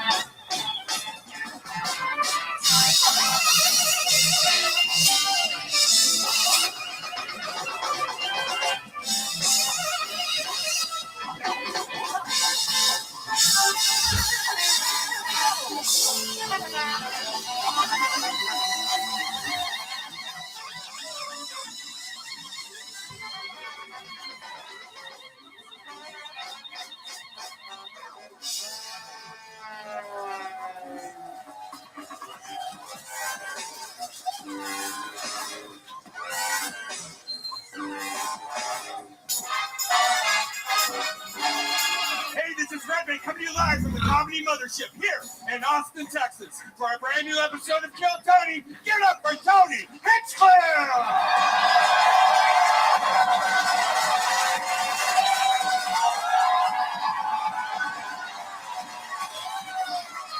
Just ready for the best fucking night of their lives, huh? Oh, make some noise for Red Man, everybody. You did it. You all win. You're at the #1 live podcast in the world, Kill Tony, brought to you by Gel Blaster, The Red Rose, Yellow Rose, Hall Law Firm, NinjaPartyBus.com, where you can now get shuttles for the December 30th and 31st shows at the HEB Center, sold out arenas that we're doing. No big deal. Austin Security Guard Service, killmerch.com, and connectmobilehealth.com, which you can get IV drips. Look at that freshie right there. We all had the Mothership Christmas party this week, and full recovery thanks to connectmobilehealth.com. Get an IV drip, use the promo code KILL15, save 15%. What a hand for the band, everybody. Michael Gonzalez on the drums, Paul Beamer on the horns, Matt Muelling on the electric guitar, John Bees on the keys, and this is our good friend D Madness on the bass guitar, everybody. Fun show ahead. Before we get started, here's a little bit more from the amazing sponsors that made tonight's episode available for you here right now.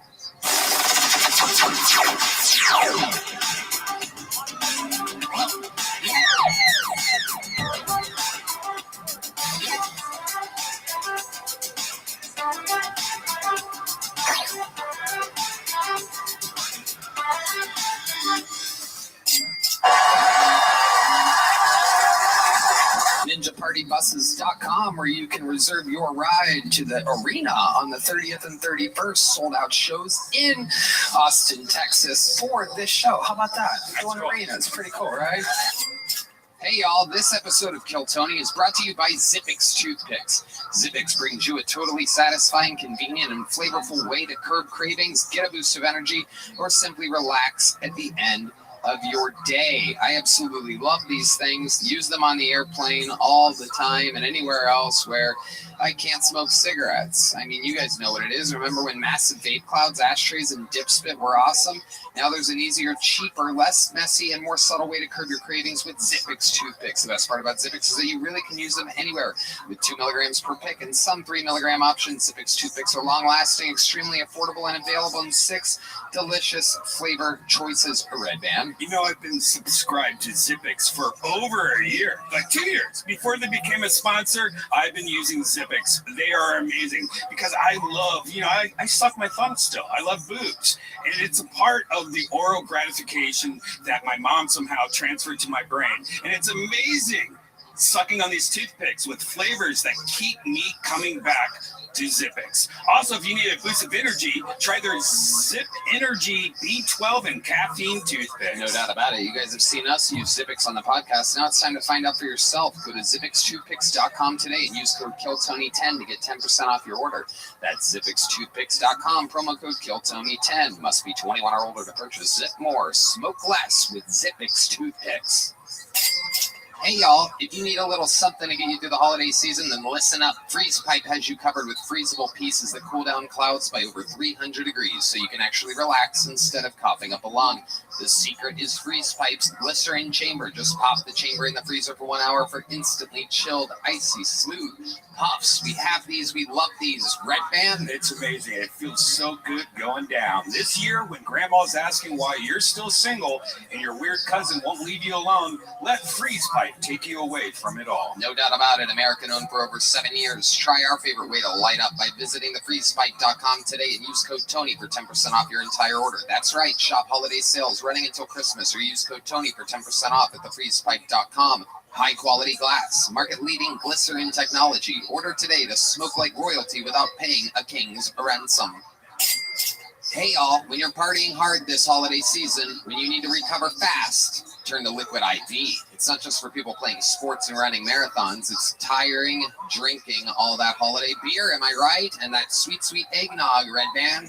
You need to stay hydrated. Liquid IV gets you hydrated 2 times faster than water alone. Just 1 stick has 3 times the electrolytes of the leading sports drink and 8 vitamins and nutrients for everyday wellness. We love it, Red Band. They also have a nice combo pack that has 3 of their best flavors. Check it out.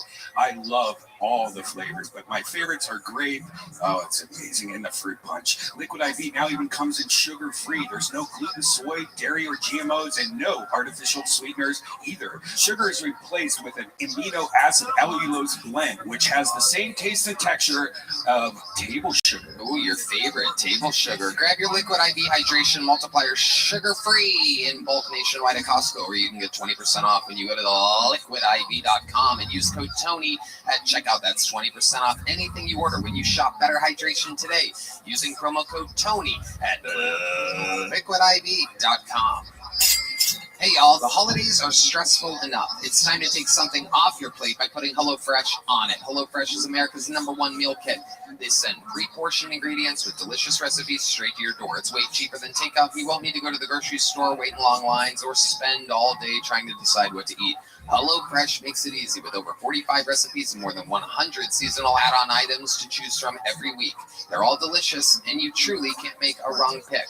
We eat them all the time. I absolutely love them. Red Band loves them. Speaking of which, oh man, I love their fully loaded pork taquitos. You gotta try them out. They're so amazing. Yeah. One hot chicken sausage, Yeah. chickpea soup. HelloFresh even has easy breakfast. You can quickly whip up before you run to work and fast 10-minute lunches. Go to HelloFresh.com/KTShowFree and use code KTShowFree for free breakfast for life. One breakfast item per box while subscription is active. That's free breakfast for life at HelloFresh.com/KTShowFree with code KTShowFree. Are you guys ready to start tonight's episode or what? It is a goddamn pleasure. You know, I take the liberty of booking every single one of these shows, and we go in a specific order. Sometimes it's beauty and chaos and this and that. Tonight's one of those nights where it's everything under the fucking sun. I present to you one of the funniest guests in the history of Kill Tony. Ladies and gentlemen, a new special coming out December 26th. Truly one of the best guests, one of my favorite comedians in the world. Make some noise for the great and powerful Sam Talent, everybody. Sam Talent is here. Truly one of the best. If he's not already, he's going to be one of your favorite comedians on planet Earth. Learn to love it. Sam motherfucking Talent is back. Hey everybody, thank you for having me back. Glad to be here. Make some fucking noise for Sam Talent. We're in it tonight, ladies and gentlemen.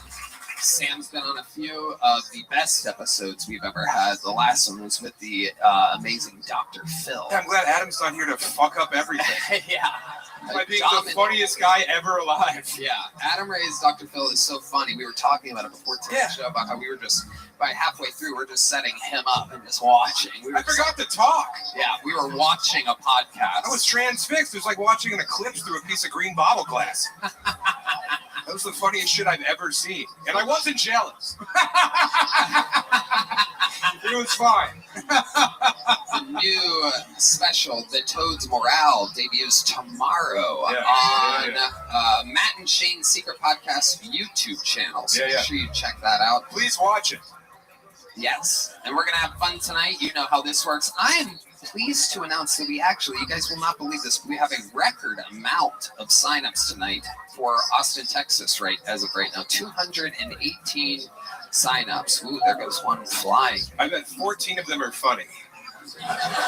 It's a hobo jungle back there right now. It really is. People are trading salt for bullets. It's insane. Yeah, no, it's fucking absolutely wild. And mixed amongst those people are geniuses that are just trying to survive. Some of them months and sign up every week. And a lot of people who have held a baby's head underwater for more than 30 seconds. Yes, that's the majority. But if I pull one of their names out, they get 60 seconds. You know their time is up and you hear the sound of a kitten. That means they have to wrap it up then, or else they bring out the angry West Hollywood bear.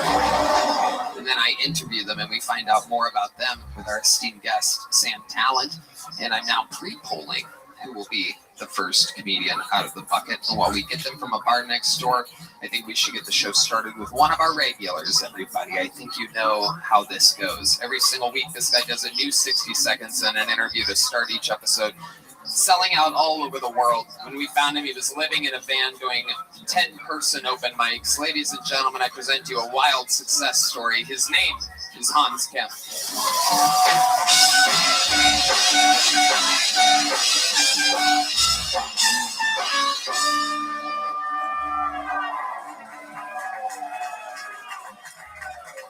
Thank you. The ceilings in Brian Redband's club are so high that that's where I go to fly my drone.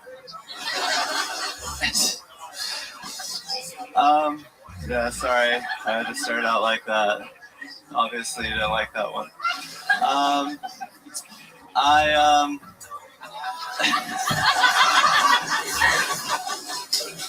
I don't think everyone who's patriotic is a loser, but I do think everyone who's a loser is going to be a little bit patriotic.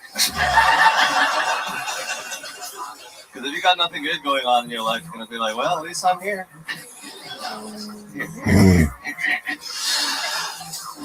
But yes, it's very sad to know that Joe Biden is still president. I hate Joe Biden so much that I'm racist against old people. Well, look at this guy walking around like he's the president. Thank you. All right, Hans Kim ultralight tonight. I like it. Hell yeah. How we feel, Hans? Great. Hell yeah, Sam. What'd you think about this sweet performance by Hans Kim? I'm a big fan of Hans off stage.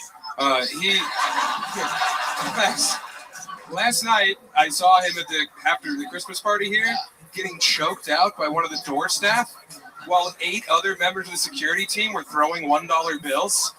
It looked like the rape of Nan King. It was. I got raped yesterday.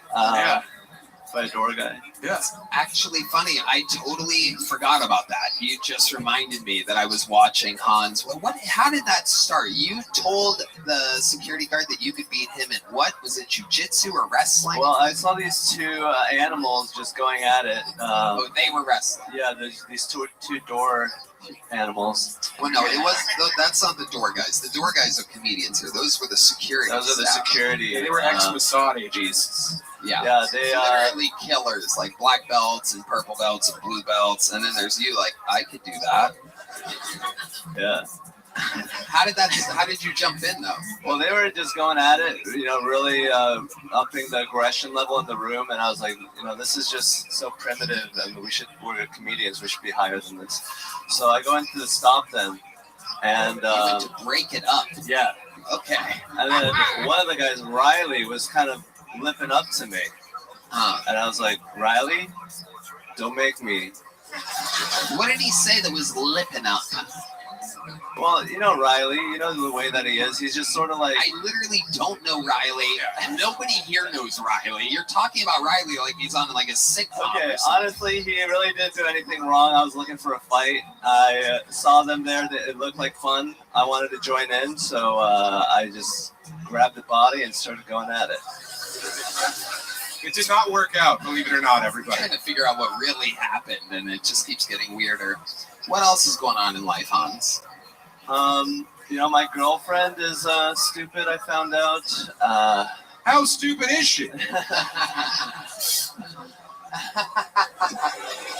She recently asked me if Japan was a country. Ooh. And I said yes, and she looked it up. She's like, no, it's a nation state. That's a country, dumb bitch. It's an ethno-state. They only let Japanese people in. The way it should be. Yeah, that's right.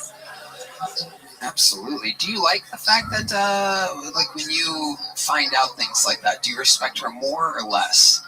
It means it's going to be easier to get what I want out of her. So yes, I do enjoy having an advantage over the people that I love in my life. What do you want out of her? Your passport back? I just want my green card and I'm out of here. No, I'm just kidding. Have you been doing hard drugs again lately? Just marijuana. No, I haven't been doing hard drugs. No, I'm Why fine. do you say it like a lot of people have been accusing you of doing hard drugs? No, I'm not doing hard drugs, Dad. I have been pretty good about not doing hard drugs. I've been doing mushrooms like once or twice or 3 times a week. Anything fun happen when you're on mushrooms? What do you like to do? I was on an airplane. I missed my flight. Had to pay a lot of money. But luckily I'm rich now. I have a lot of money. Hans is out of it. Yeah, you were bumped your head before tonight's set or something? You said you were on an airplane and you missed your flight. How good were those mushrooms? I love the mushrooms. They're from Nootropics. Check them out. Sorry to bring you into this. Plugging things? All right, we're going to get rid of him. There he goes. Hans Kim, everybody. He's having a panic attack during the interview portion of the show tonight. A rare treat. I've never seen him leave so fast in his entire career on this show. I think Riley choked him a little too long last night. Yeah. God. That was almost impressive. That was the best I've ever seen him do. I don't know what just happened exactly. But now we go to the bucket, so it's going to be interesting. We have to build momentum out of a bucket full here. Let's see what happens. Anything can happen, blah, blah, blah. You get it. Anybody can sign up. Let's see what happens here. Tony Cruz, everybody. 60 seconds uninterrupted from Tony Cruz.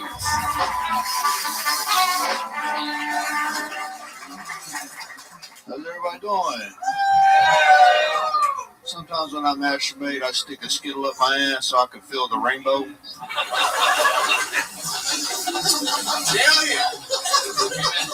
I know I look like a Billy Ray Cyrus, Miley Cyrus had a baby. Yeah, guys, I'm a Southern Targaryen. I got a blowjob from a retard. I call that Radiohead.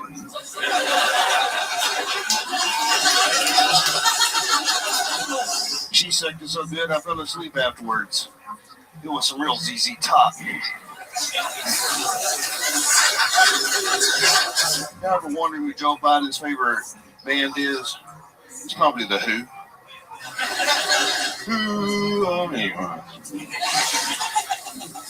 You guys like Pokemon? Yeah, I was eating some pussy every night and the pussy squirted in my face. Remind me of that Pokemon character Squirtle. You know, Squirtle just squirting all over the place. I told the baby, if you keep on, you're going to make me charge hard, and I'm going to Blastoise your Pikachu. That's when I pulled out the old Bulbasaur, pinned her ankles behind her head, and started giving her the Slowpoke. Slowpoke.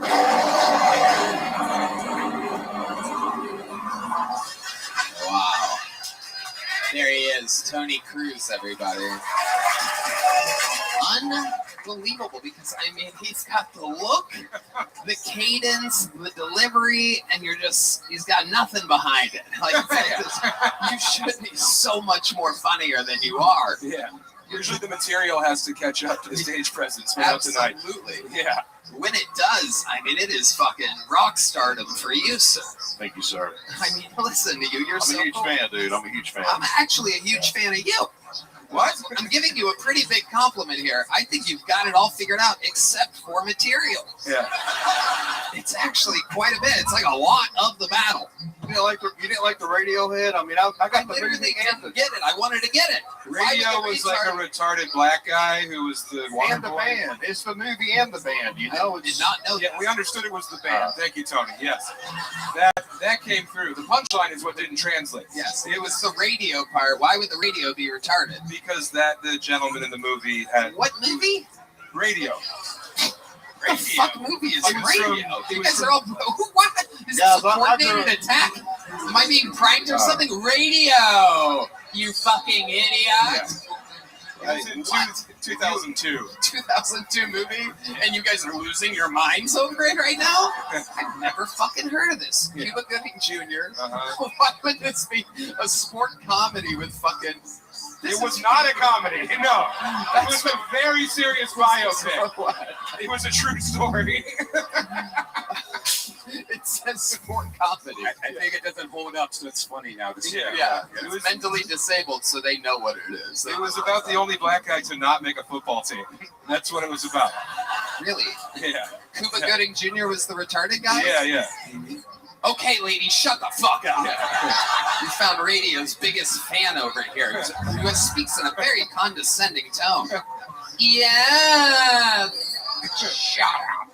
I liked a lot when he got to like 45 seconds and he was like, looked at us like, oh God, I have to do another joke. And then he went into the Pokemon material. Man, I love Pokemon, dude. I grew up playing that shit. All right. The references. I got more to that joke. I'm just saying. The references. There's more. Oh my God. Do you do all 151? We're getting there. Yeah. No, we're getting there. I'm still tagging that one. Uh-huh. I thought she was a Jinx, but she was a Mr. Mind. You're not going to believe this, radio fans, but I know nothing about Pokemon as well. I mean, I'm really out of the loop during this, and I have no references I can make right now. Love you too, man. Oh, yeah. Oh, yeah. So, tell us about you. How long have you been doing stand-up? Been doing it, just came over a year. So, okay. All of it here in Austin? No, man, I started in Dallas. I'm from a small town called Sulphur Springs. So it's northeast Texas, if y'all know where that's at. You appear as though you were raised around a lot of sulfur, so that makes sense. I get the vibe. Yeah, you smell like the night before Easter. Oh, yeah, so, yeah, it's a small town. It's a good town, but yeah. Yeah. A little known fact about my town, like there's every fact is a little known fact about your town. Well, you're gonna love this, Tony. I'm literally finding out about sulfur. So you can say anything. I would be. Oh, you're gonna love this. They have glass bathrooms in their downtown, and it's mirrored on the outside, but you can see everything around you. So then there's also like a place where kids splash around. So during the daytime, if you're a pervert, you can. Anyways, it's If you were a pervert, I like the disclaimer you put Just on saying, there. that's kind of what we think it's there for, you know. Them just anyway. Have you used, I hope I don't get killed saying this. Did you say that was a fun fact? The old glass bathrooms. Not a lot of people know we got glass bathrooms downtown. So basically, I'm looking women right in the eyes while taking a monster shit. You know what I'm saying? Because I'm using the public downtown bathrooms. I do love my hometown. It's a cool place. What else is cool about it? How many black people live there? I bet he knows exactly the amount. Sulphur Springs doesn't sound like a very welcoming place. It is segregated. Like it's still got a MLK still has a black side, and then yeah. What was that last part going to be there? And then there's Mexicans. Oh. The old Cesar Chavez Street. I like how they're everywhere, man. Each neighborhood makes it quite clear what you can expect. Yeah. And then you got your good old George Washington Boulevards, you know what I'm saying, people? Where I like to be. Anyway, don't forget about the Jew corridor. It's really popping off this time of year. I've had Mark Coleman on my podcast. I have a podcast too. But okay, shut up. What? Ooh, what name did you just drop? Mark Coleman. Mark the Hammer Coleman. Yeah. Okay. Oh, real segue into your podcast there. Very smooth transition. Almost completely unnoticeable. Seems like you had no intention of trying to do that if you got pulled out of the bucket here. I'm glad you took your hat off during your set, so we know the hair's not attached to it. What do you do for a living looking and talking like you do? Toad taster. This man can lick a toad and tell you exactly how old. I do have a foot fetish. I do have a foot fetish. I've been married for. Me and my wife been together for 11 years. We've been married 4 years. But yeah, when you've been together that long, you have to get into feet and stuff. So yeah. Not if she's still tight. Yeah. Didn't I ask you what you did for a I'm living? sorry. Well, you started talking about foot fetish, and I'm sorry. I started thinking about feet. Sorry. Go ahead. My goodness. You know, money? What do you do for How a do you job? get it? Oh, yeah. I had a good job during COVID. I was essential, so I made a lot of money during that period. So I've been living off the savings. And you were a what? An essential employee. So yeah. Of what? What were you doing? Manufacturing. Yes, sir. I don't believe anything you're saying. What were you? Crystal meth? No, I think he was making the virus. I got paid a lot of money, you know. Yeah. I kept Sulphur Springs running, brother. That crank powered our goddamn city. How are we going to keep the black people from going to the good target unless we're all gacked out? What type of situation were you raised in? Is it like a trailer? Is it like a lot of farmland trailer? Yes, sir. And were your parents together when you were a kid? Yeah, they were together, and then my mom passed right before COVID, so she didn't have to experience that bullshit. But yeah, man, it was it was great, man. I'd rather be dead than have to wear a fucking mask. Dude. Fuck that. I'm glad my mother did not have to look people in the eye.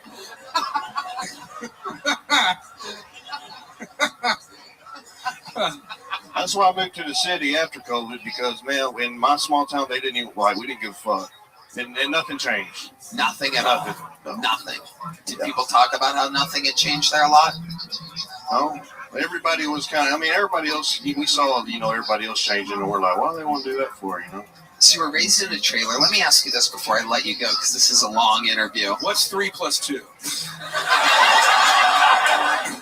Fuck. Why you gonna put me on the spot like that, man? Sorry, dude. No, Fuck that. I want to know Tony Cruz, if that really is your name, because you don't seem like a Tony nor a Cruz. But I want to know, what is in your life, raised in a trailer, Sulphur Springs, segregated, what's the white trashiest thing you've ever done or been part of? Like in your life, if there's one thing that you remember like doing or being part of out there in Sulphur Springs, or perhaps anytime after that. I'm half Mexican. That was earlier. Then there was another question. The question was, that's anyways. What do you think the trashiest thing you ever did? I can't like brown great, trash. dude. Forget I've white done trash. some. What's the brown What trash? I'm trying to say is like being half Mexican is great, man. It's cool. Have you ever answered a question before? Yeah. You know what? I'm gonna go back to 3 + 2. I want to see if you have this. I was hoping to be saying half Mexican would make them laugh, talking shit about Mexico, but Why would that make them laugh? no. My bad jokes, I guess. I don't know. You're very likable, Tony. Yeah. Let me rephrase the question. You answered honestly. What's the trailer trashiest thing about your childhood or your upbringing? And then you get to go after this. Just answer honestly. I used to, when I was young, me and my friends would break out of the trailer house, and then at 3 o'clock in the morning, we would go down neighborhoods and see if anybody left their doors unlocked. Yeah. And then we would grab their guns and their rent money and all that shit, and then take it with us. You answered that one perfectly, my friend. There we go. Yeah. There we go. Very good. People are amazed at your ability to answer an honest question. That was also alleged. No, but yeah, that's what I grew up poor, So you would rob the other trailers. You're like a rip. No. We would go to the nice neighborhood. Okay. They normally don't. They leave their shit unlocked, so we would just.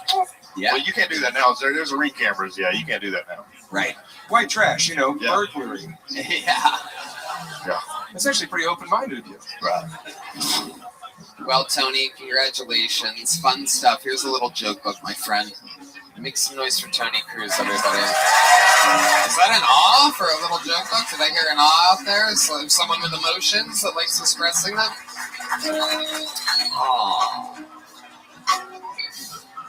Aww. Yeah, let's keep it moving. You guys having fun yet? All right, I have good news for you guys. This next bucket pool has an I in parentheses next to it, which means they are inside of the room. They are one of you. So that's usually like a first timer or something like that.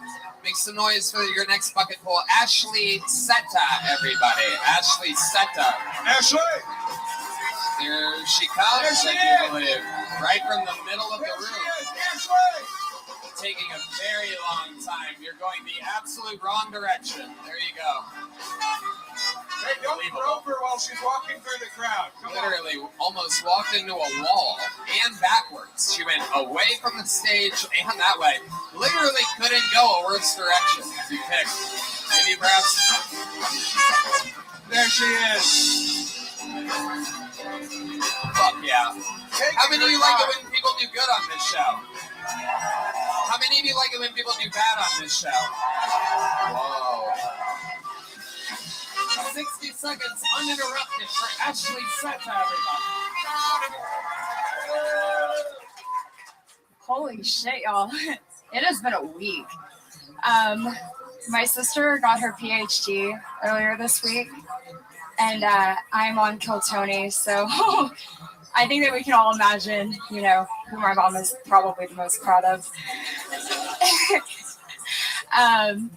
So, going on with disappointing the parents stories, let me tell you some embarrassing shit that's happened to me in my life. Let's go. Cross-country runners, I hope there's a couple of y'all out there. Hope you guys are good. All right, we got one. I'm assuming everybody else did beer runs. I feel that. All right. I ran cross country in high school. That was a hot minute ago. I was fucking awful. I was so bad. They made me run varsity one time, and the only time. And, I'm running, and they have a golf cart behind you, and it is just tailgating my fucking ankles, man. And I'm like, oh my God, this shit is real. I am the slowest person alive. Okay, Ashley Seta. Holy shit, you went for it. No preparation whatsoever. That minute went so fast. Yeah. He made D cover his ears. He only has 4 senses. I didn't even hear a meow. You know what I mean? God damn. Right. Goddamn. Okay. Where are you from? Sulphur Springs? I'm from Austin, Texas. Whoa. Everybody's pissed that you're from Austin. Like, God damn it. Wow. Representing Austin, Texas. So I'm guessing this is your first time attempting stand-up comedy. Yeah. Good. That's a good answer. How do you think it went? Probably not that great, but that's all good. Yeah. So Ashley, what made you want to try this tonight? Basically, why not? I highly doubted I would be chosen, and you guys fucking did it. I have some answers for you on the why not. See, it's very rarely that I get asked a question on the show, and I'm proud to answer the why not. The why nots would be that people that have prepared or wanted to do this for years or perhaps even months sign up for the show, and then you come up here like if John Bonet survived her murder, trying to put on a pageant type of let me tell you some embarrassing stories about me. Like this is like a bad pageant. It's like one of those like a Purina dog pageants or whatever. Like one. It's like, oh, That look at this one. This one's actually. a stand-up comedian dog. Everyone, look, there's a microphone in front of. I've heard a lot of comics try and like ask the crowd a question to start a bit. I don't know if there's a more alienating question to ask a comedy crowd than who does cross country. Read the room, Ash. Come on. These people barely have feet. They got the sugar syndrome. You're just up here bragging in your cool sweater. Come on, Ash. Oh, you like that sweater? Oh yeah. My God. Game respects game.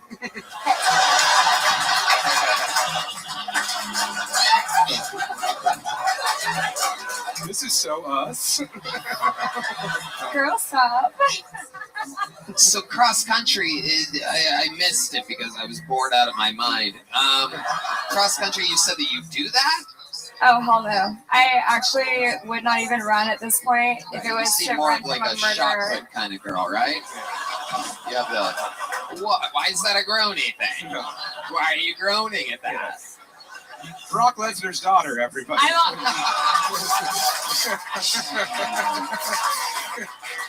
Those genetics are strong.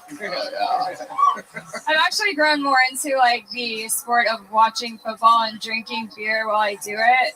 But yeah, back in the day I was athletic, kind of, not really. I think the only thing you've ever run away from is an abusive relationship. No, you stayed. Oh no, I don't. That's great. I am the abuser, so Oh, yeah, yikes, buddy. Let's go. Oh, just kidding. Hey, girl. Yeah, what do you do to them? Your stand-up act?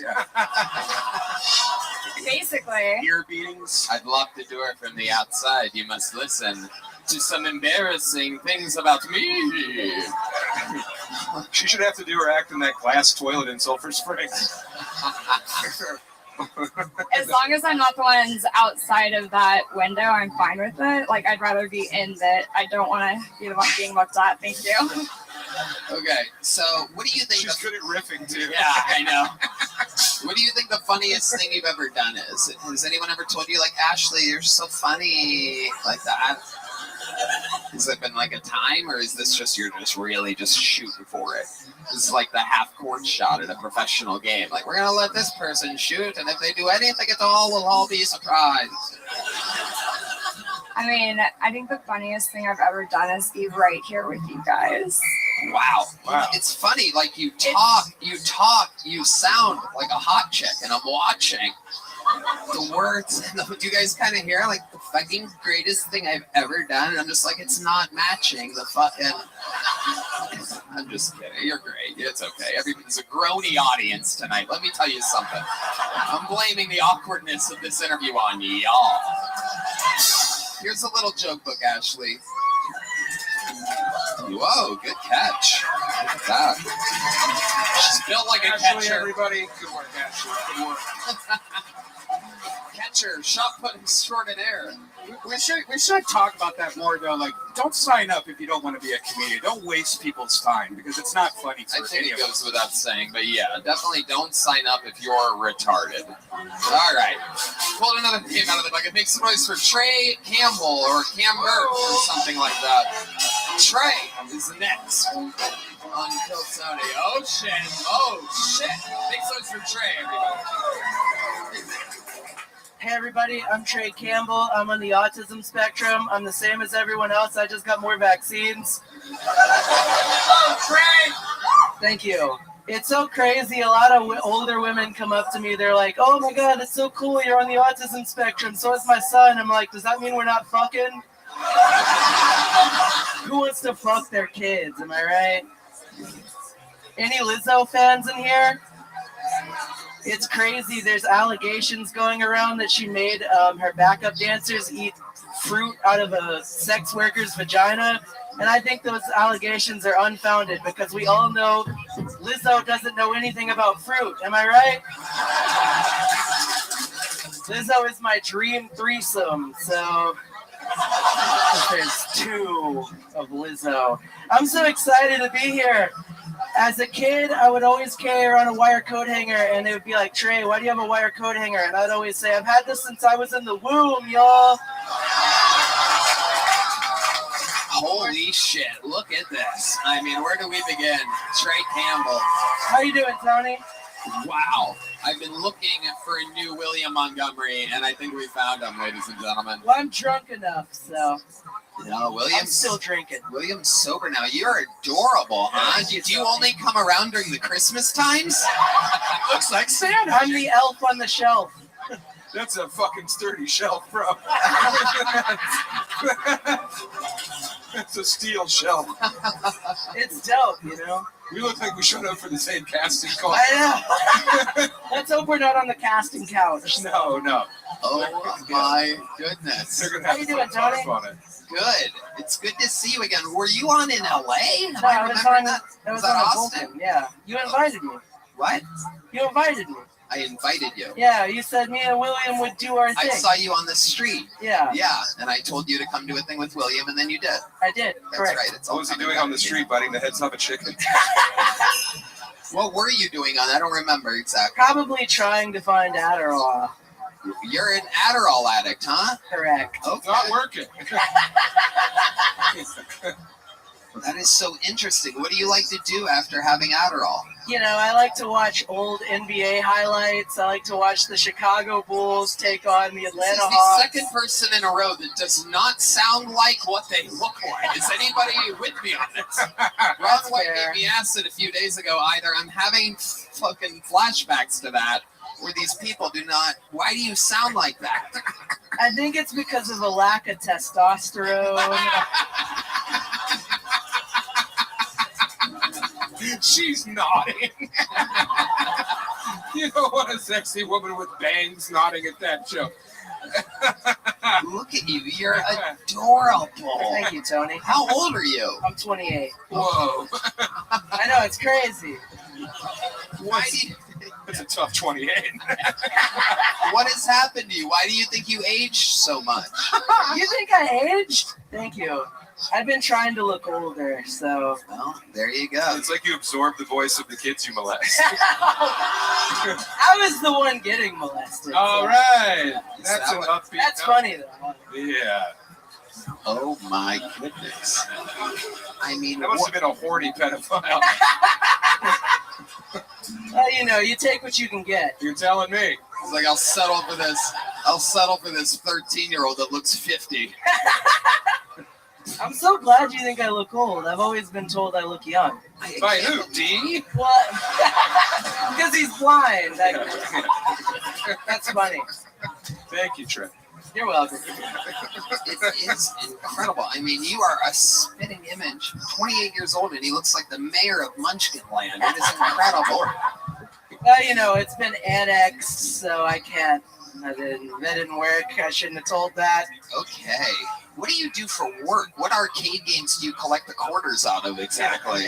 It's funny. I work at the Secret Group, so in Houston. Oh yeah, we love that place. Yeah, old school fucking territory. And you live in Houston? Correct. Right. And are you gay? No. You just sound like that? Yeah, you know how it is. I do know exactly how it is. I literally know how that is. Yeah. Yes. Everyone knows that I know what that is like. But I still have to ask. So have you been getting laid by girls at all? I got this one woman. She's we went on a date to DaVita dialysis. You guys got dialysis together? Yeah, she had dialysis, not me. I'm gonna get dialysis in the future if you look at me.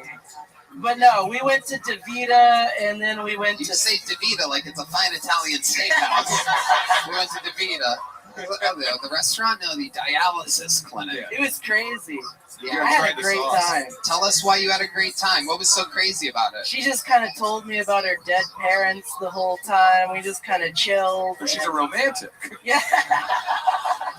I took some Concerta before I went. It was great. What? It's basically like Adderall, but it's different. What's the difference between that and Adderall? Health insurance. Yeah. Now, you hit the nail on the head. It is health insurance. Nice yes and, Trey. That was Thank good, you. yes. I feel like your sexuality is trains. It is true. That is funny. I do love trains. You do? No shit, brother. When I was a kid and I discovered porn, I saw there was a train category, and I was like, dope. Thomas the Tank Engine's fucking another female train, but it wasn't. It was a boy train? Nah, I think so. Wow. Thomas the Train Engine fucking a female train. I've never heard of a female train before. I don't think there are any. Right. Actually, I think there was one on stage right before you. Oh, come on. Shut up. Shut up. Oh, we came to kill Tony the Grown. Don't make fun of women, but keep calling this kid retarded. It's fine. Who cares? It is incredible, this look. It looks like you're down to clown and clown to downs at the same time. I am a recovering juggalo, so... What does that mean to you? I used to be a juggalo, but now I've kind of left that life behind. Right, Wow. Too much Fago for Yeah. As you can tell. Yes. You have a race car on your shirt and a Chevy hat. What car do you drive? I drive a Chevy Cruze. It's also a house. Wow. Oh, yeah.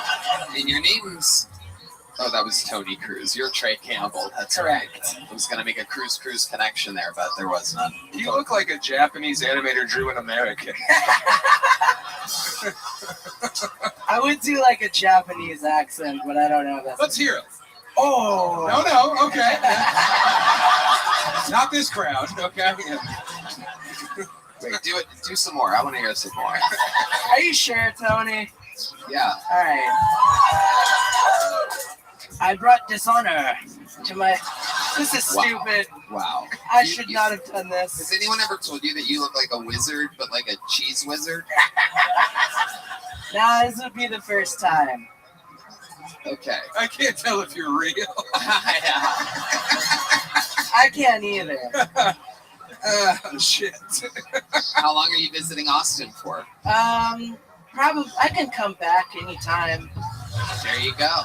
I would love to have you back on the Secret Show whenever you can. Thank you, There you go.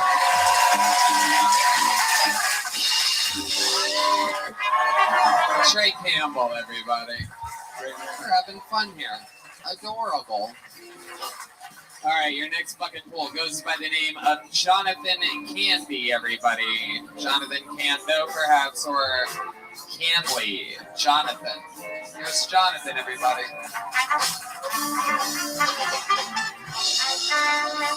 So, hello everybody. Sorry, I'm a little nervous. I'll start it off. When I was like around 12, I was trying to look up some stuff on the internet. You're not supposed to. But I was trying to look up something more relatable to me. So, like in the description, it says like 18-year-old, 19-year-old. So I'm like 12, so I tried to type in 12-year-old girl. Nothing came up, but so I tried 13-year-old. Nothing came up still. My final offer, I tried 11-year-old. Nothing came up, but so I had to settle for adult tits. But looking back, that's actually a good thing that wasn't there. And I didn't know, but I had to go to the dark web for that. But I didn't know at that time. But anyway, did anybody see in the news recently, like a few? I was 12. I guess we'll do the meow. That's cool. Okay, there you go. Rolling with the meow. Is it Jonathan Candy? Kando. Kando? Well, you can't do comedy. Sorry. It's adorable. How long have you been trying stand-up for? This is my first real set. Right. Okay. The premise is good.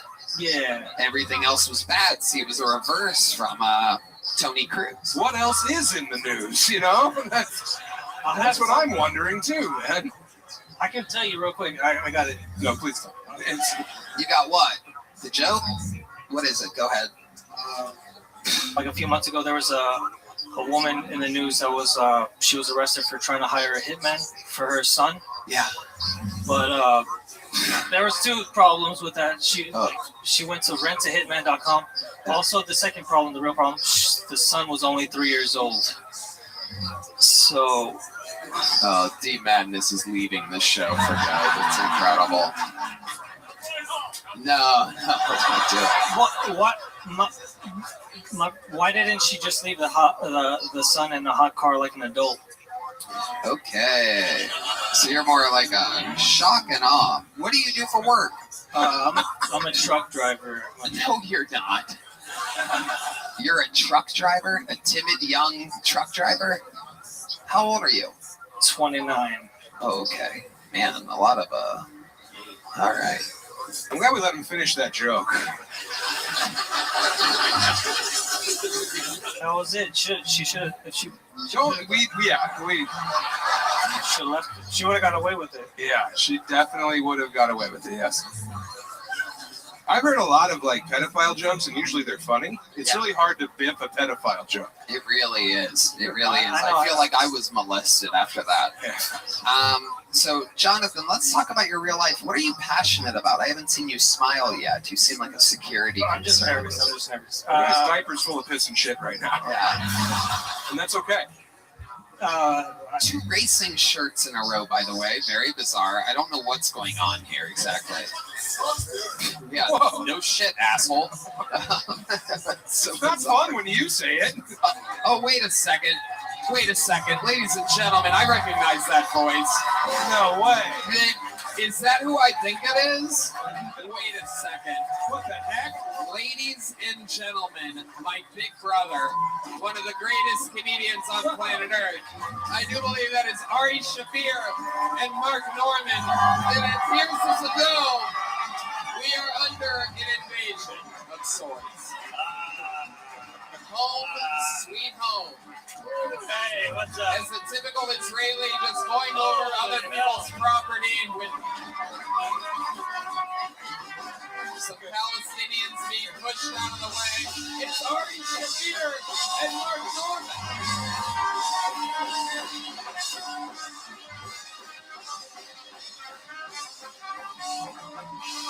Yes.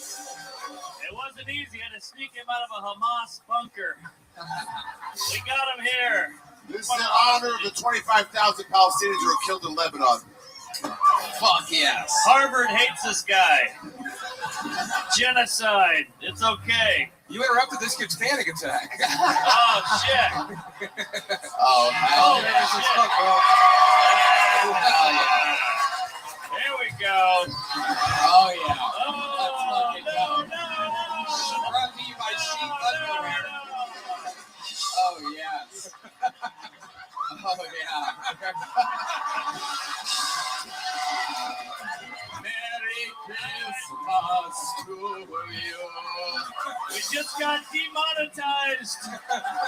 Oh, we got a blur for that. We got a blur for that.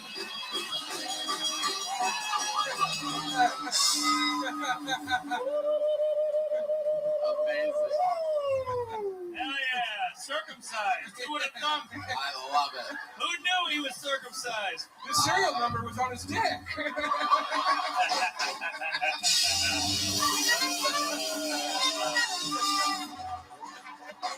Is that a defined penis set, or do you have a yarmulke at the tip of your penis? That thing was incredible. That Shane menorah. Gillis, you look terrible. Oh, sorry. Here you go, Ari. Hey, Tony, who's this faggot with the dream? Yeah, it's true, man. You missed a real flat line. This is his first time ever being in front of a real audience. I don't know. We don't know. Do you have any idea? Did decent. Bad when Ari's genitalia gets a bit of reaction. Yeah. Yeah. You ever seen an old guy's dick before? I didn't look. I didn't. What? What?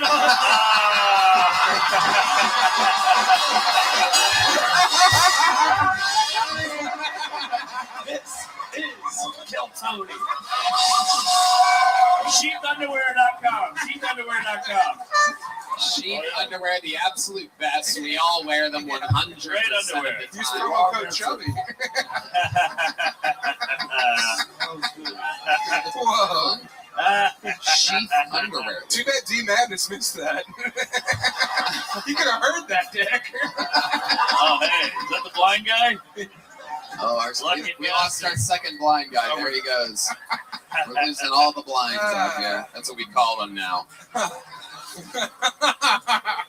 I love it. Ari, this guy's first time on stage. What do you have any advice? Did you see the absolute shit show? Before you got up here, he was the only tiny dick on stage. Yeah, true. How tall are you? 5'6", 5'7" on a good day. On a good day. On a good day. Why do you think Hamas rapes were qualified? Two of the leaders are pussies. Okay. Wait, what did you just say? Did I? They can't man Oh, up and okay. fight. I heard the N-word there, and I'm glad I. You heard what you wanted to hear, Tony. I think I did. All right, so John, what's going on? How long? What did we miss? Not much. No. We missed the committee. How'd it go? Very bad, but he's a nice kid. It was his first time. What's your name, buddy? That's great. First time's awesome. Jonathan. John, nice. Johnny. Big fan of y'all. Appreciate y'all's time. Thank you. I loved you in the Lego movie. Thank you. You're welcome. Batman one. Okay. Jonathan, craziest thing about your life? Did you ever have any childhood trauma or save anybody's life? You have any special skills or talents? You've seen the show before, correct? You're in the interview portion of it right now. What would you say if you could talk to yourself after this session? Did you ever play an arcade game that turned you big? I love Mario. Yeah, it's my first system. 64. No, my best thing about me, I think, I can get songs stuck in people's heads. Okay. All right. Okay. Jokes are forgettable, but let's try it. Do it. Get a song stuck in our head. Okay. My life's a stereo. Oh no. Is this from the movie Radio? Get out of here. There he goes. Jonathan can't God do. bless you. Hey, John. There he goes. Jonathan's All right, first time on John. stage. Where's Jonathan? Jonathan. All right, before we get to this next bucket pool, we have a golden ticket winner who's ready to debut another minute. He has cerebral palsy. Make some noise for the legend, return of the legend, Martin Phillips, everybody. Martin Phillips is here. Hilarious.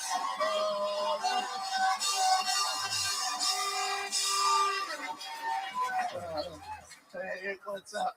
Cool, okay. It's not the joke. Stop laughing. Okay, it's cold outside. I like the cold weather because I like wearing my mom's fur jacket. I also enjoy wearing a fur jacket because I hip on the side. My side hustle. It's 15 season. But right now for my birthday, my mom got me a card and she wrote "Happy Birthday" in quotation marks. So I was like, "Is it my birthday?" So when I wrote her back, I wrote, "I love you. See you soon." You know. I don't drink too much. I hang out at bars, and whenever I leave, there's always a guy who's like, "Hey, you could drive," and I'm like, "I don't know. We'll find out." And then I get in my car and I run them over. I want to go. Wow. Golden ticket defender, Martin Phillips. Doing it again. An extremely strong minute. An unbelievable performance. I went backstage and there's the penis, I guess. Oh, yeah. The penis. I was like, Yes, absolutely. You did miss something else that leans hard to the right, like you. Mine leads to the left. Mine to the left. I think your squiggles all around, if I had to guess. Yeah. Helicopter. He's got that Michael J. Cox. You know what I'm saying? That looks fucking hell yeah, dude. I do notice in your set, I do believe you have the word pimping confused with limping. It's limping season for you. No, pimps limp too. We got absolutely. You have a natural pimp walk. Yeah. Speaking of pimps, D Madness is back. Say pimp 3 times, pimp juice comes out. Do you have CP? Actually, I have muscular dystrophy. I meant child pornography. You look like you have a bunch. Got me. Yeah. I think God got you, brother. You look like you fell down this stairway to heaven. No, I like the glasses. At the last minute, God was like, also bad eyesight.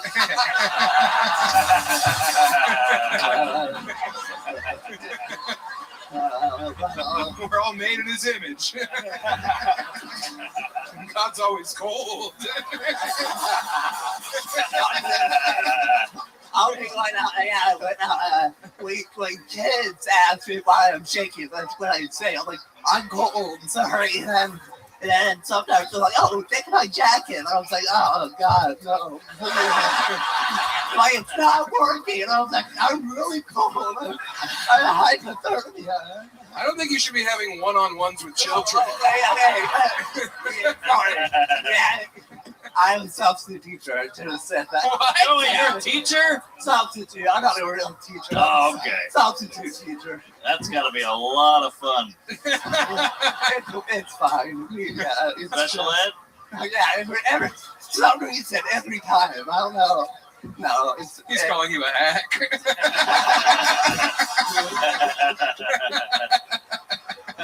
Shake hack. So Martin, what else has been going on? You've been here in Austin, or are you just visiting? What's Oh, up? no, I live here in South Austin. I've seen you before, right? You've done the Yeah, show before. yeah. We met before. Yeah. You have more clothes on, but it's cool. Where'd you grow up? Inside of a microwave? A washing machine.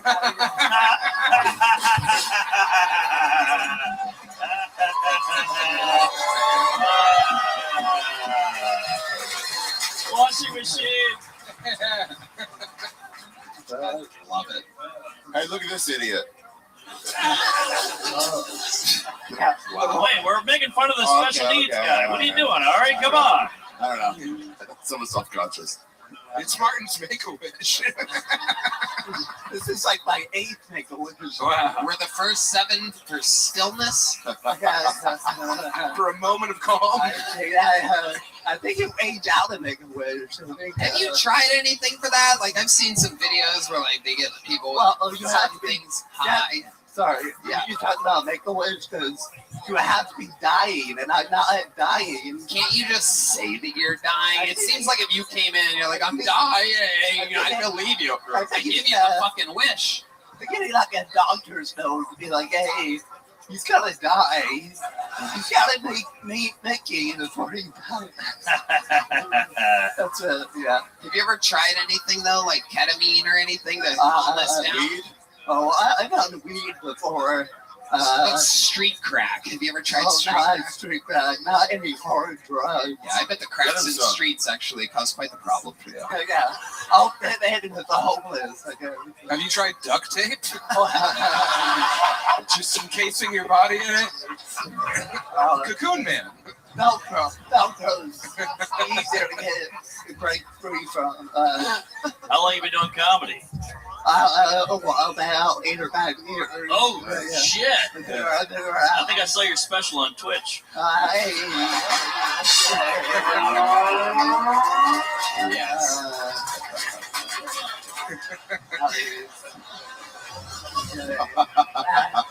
That wasn't hacky, okay? That was a good joke.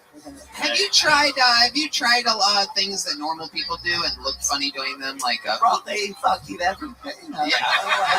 Did you play any sports growing up or anything like that? I did. In college, I was on the baseball team. Okay. How about hula hoop? You seem like you'd be good at hula hoop. No, I can't do it. You can't do it? Yeah, I swear to God. I don't know if anyone has a hula hoop here, but no, we don't have one, Michael. I don't fit in them, so I've never tried. Sam just calls that a belt. You fuck hard? What's your story? You have any special moves in the bedroom? They must love it when you're inside of them. Yeah, you're a human vibrator. I've heard that before.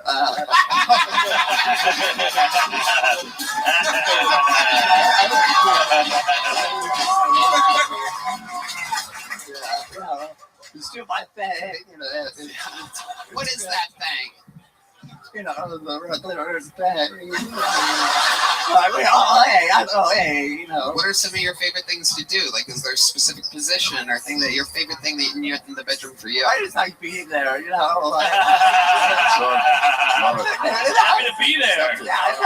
I'm there. Enjoying presence is your favorite position. Hell yeah. Position of present. I had this for it. Like, hell yeah, dude. Hell yeah. Have you thought about like having kids? Right now, I haven't really thought any at the moment. I feel like you could raise kids, but never above your own head. I do have nieces and nephews, but I will be honest. They're scared of you. I didn't hold them too much when they were babies, but now you can throw them around. It's cool. Yeah, but now, How old are you, buddy? I'm 32. Okay, cool. What do you do for a living? Teacher. No, it's right. You said that. Yeah, my bad. Wait, what does he do? Substitute Substitute teacher. teacher. I do that. I sound like I look like, Yeah. All right. Martin, another unbelievable performance. Great work, dude. Congratulations. Set of the night without a doubt. Killer. Funny. Good Martin guy. Phillips. All right, back to the bucket we go, ladies and gentlemen. Anything can happen. Make some noise. 60 seconds uninterrupted from Melissa Diaz. Melissa Diaz. Who likes Mexicans? So it was my dad's birthday the other day, and it's pretty hard to shop for dads. They always have everything they need. So whenever his birthday comes around, I just give him flowers.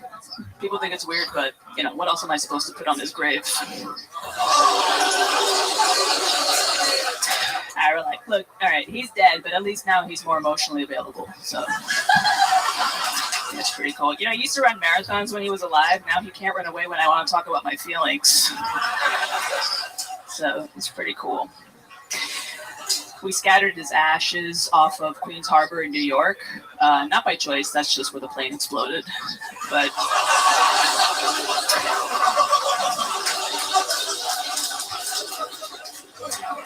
beautiful ceremony. What was crazy is that it did happen. It was a plane crash. It happened 2 months after 9/11. Isn't that crazy?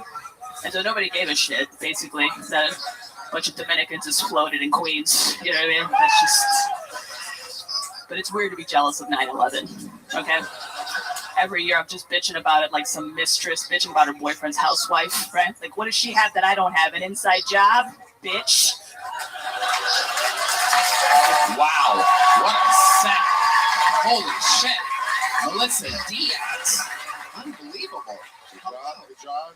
Have you been on this show before? Yeah. Yes. Fuck yeah. Well, welcome back. First time at the mothership, though. This is great. Hey. Where's the other one? Welcome. Absolutely. And a fantastic set. Thank you. Good, confident, solid, job. Thank you. Mexican. Right? Indeed. We're coming for our stage time. How long have you been doing stand-up?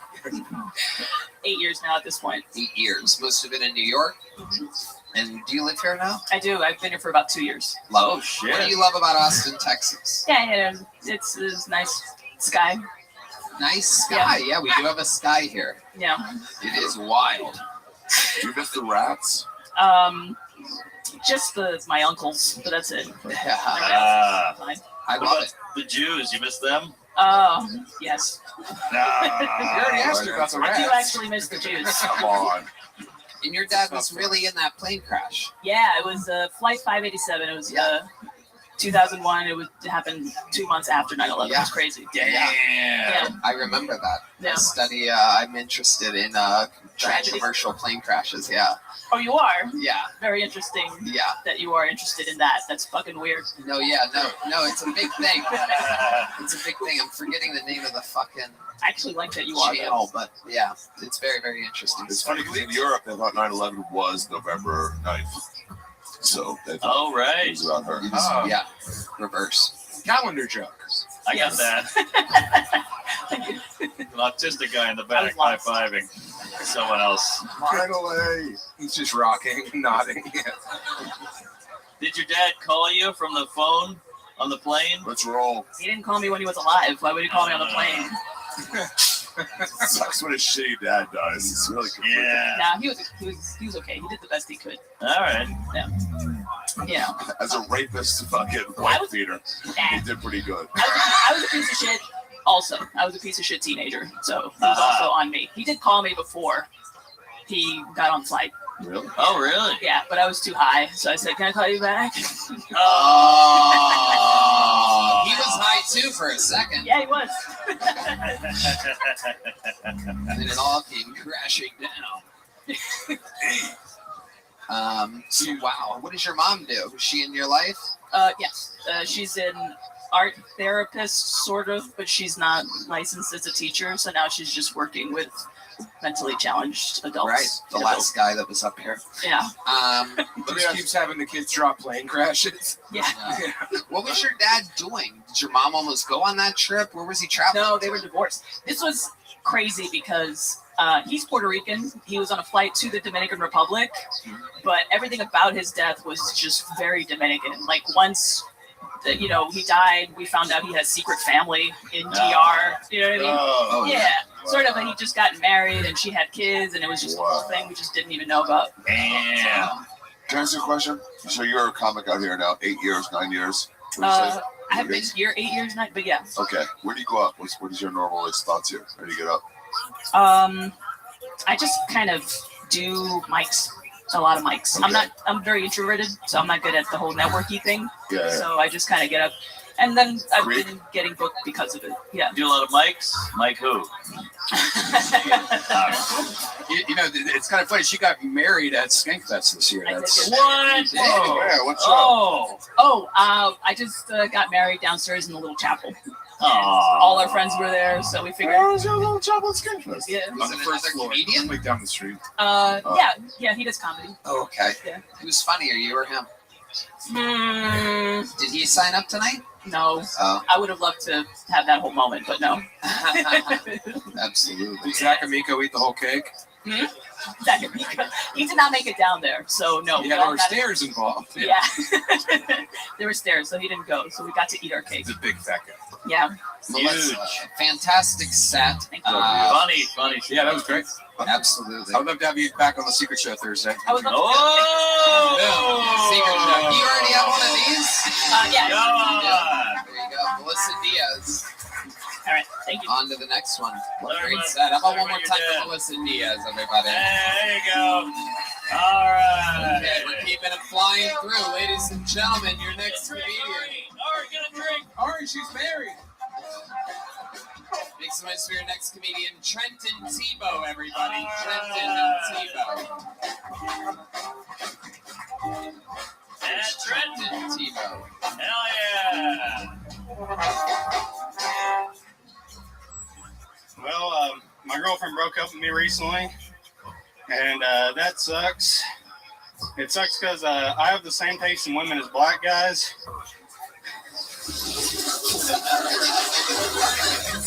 So that kind of kills my self-confidence. Because, like, that's the last group of guys I really want to compete against. Like, if it was just me and Asian dudes and the thick, overweight white women, that'd be a dream come true. Listen, I have a type, and it's a type 2. A little bit about me. I'm fat, ugly, straight. So basically, I'm 2/3 of a trans woman. That's a good joke. I'm like a natural trans though. Like I was born with a dick, and then I grew tits. I'm Fuck yeah. Trenton Tebow. Way to pull it out. Rock solid. Oh, no. Boo. People doing Ari's pants going back on. A sad moment in history. If you're here, who's working at Buc-ee's? If you're here, who's killing all the nurses? Yeah. I'm actually I work at Popeyes as a diversity hire. You really work at Popeyes? That's not bad. Oh. He's the only pink employee. What do you do for work? I actually do work at a restaurant, and then I also build handmade swim baits for a lure company. Swim Hell baits? yeah, Yeah. What is that? What's a swim bait? It looks like a fish. It's overpriced. They're like $115 to $400 for a fishing lure. And it looks like they're swimming. It goes like that. Yeah, basically. Right, I know What do you do about for the this shit company? because I'm a man. I build them. You build them. Context clues. Yeah. Okay, so you're like a real true country fucking bumpkin, am I right? You would be exactly correct. It takes a real fucking middle of nowhere gagoots to make fishing lures. So I want to find out more about this treacherous lifestyle of yours. Hold on, we have to let this man with full-blown AIDS get to the restroom real quick. I'm gonna see the specimen. But AZT. yeah, it's bloody urine for sure coming up. Okay, so go ahead. Spots. Tell us about your trashy childhood. It's a lot better than what you think it would be, honestly, by listening to me. Is your dad Theo Vaughn? No, Theo Vaughn's successful. He looks like My Theo mom Von did. Dutch. My mom spent a little time in Louisiana, so he might be. Uh-huh. Where'd you grow up? I grew up about 3 hours north of here, west of Fort Worth. Okay. Yeah. Where? Narrow Wells, Texas. Ooh, you ever heard of Sulphur Springs? You know where Cars is? Yes, I have. That's where they shot some of the movie Radio. So, Trenton, tell us more about you. What do you like to do for fun? What are some interesting things about Trenton? I'm pretty boring. I like to fish a lot, and that's about it. Come on, you pet animals too hard.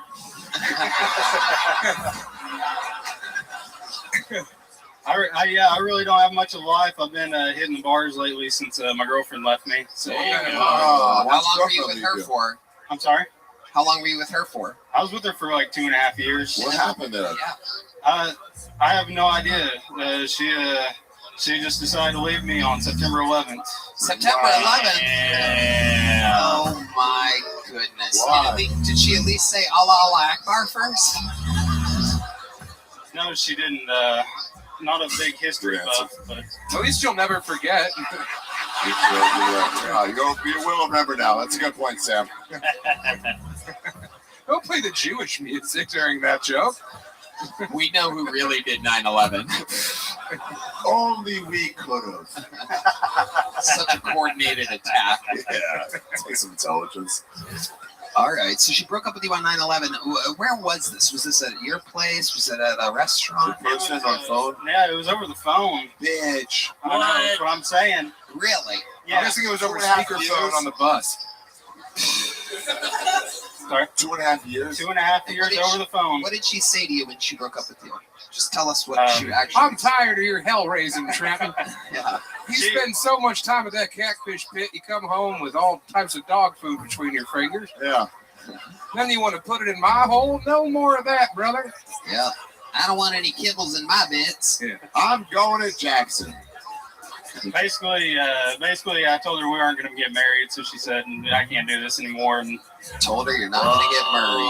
Yeah, that's exactly right. That's crazy. She was hoping Damn. to marry you. So is it weird not talking to your sister again?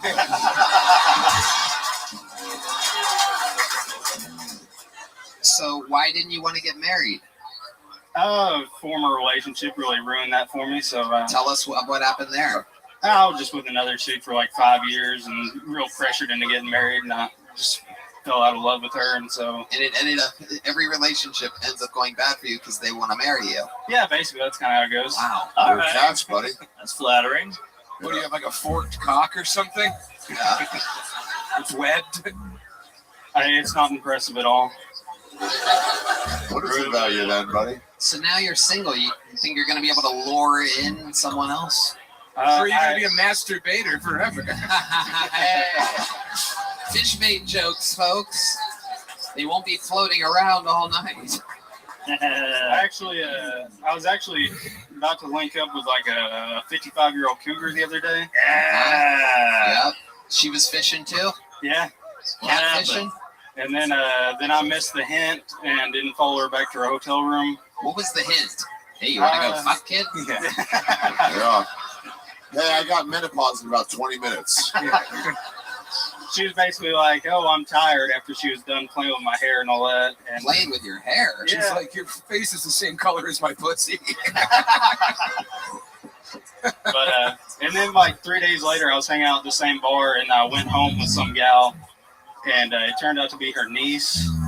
Wow. Oh, wow. Yeah. So then you're just hard as a rock.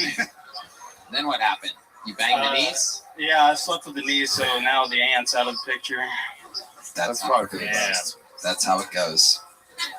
How old's the niece? 27. Okay. You fuck with condoms or no condoms? Condoms now, since I. What kind of condoms? Do they have a special kind for billy goats? Just what? Oh, since I'm just trying to fuck around now. What happened before? I was in long-term relationships, so I figured to get blast. Sorry? Blast. Fuck yeah, dude. Oh yeah. I was supposed to open up for Cam in Fort Worth, and I got hit by a semi on my way there. You got hit by a semi? Were you in your car?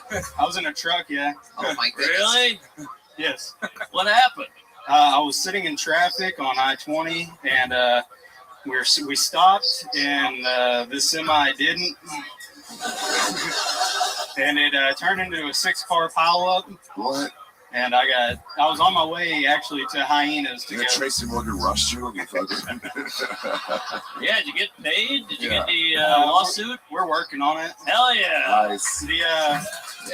I'm guessing you don't have the best lawyers. Yeah. Well, Your Honor, I stopped and they didn't. I rest my case. I think. Yeah. Objection. That doesn't go here. The truck driver was Ukrainian. Oh, so they definitely want you to pay for it. So now I'm. Yeah. Yeah, they were probably rushing to get wherever they were going. I was on the fence before, but now I'm for sure pro-Russian. Must have been a sturdy fence. You're one to talk. I look like you from the future here to warn you. Make good decisions, all right? Yeah. Working on it. Hell yeah. I love it. Trenton, a very, very fun performance. Congratulations. Here's a big joke book, dude. There you go, bud. Trenton! Thank you. Yeah. Let's do it, ladies and gentlemen. Before we get back to the bucket, here's one of the great regulars of our history of fucking force. Make some noise for the great and powerful Cam Patterson, everybody.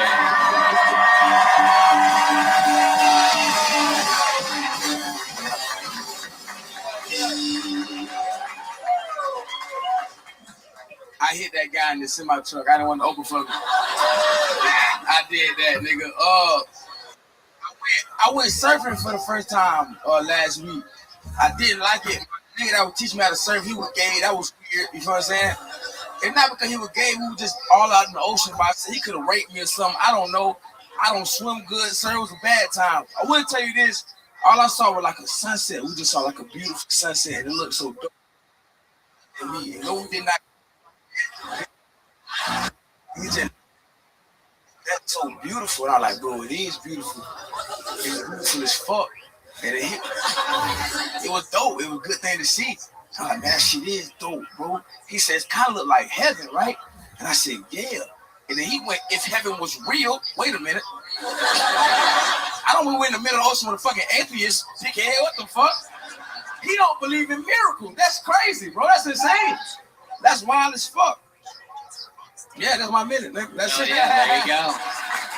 Cam Patterson.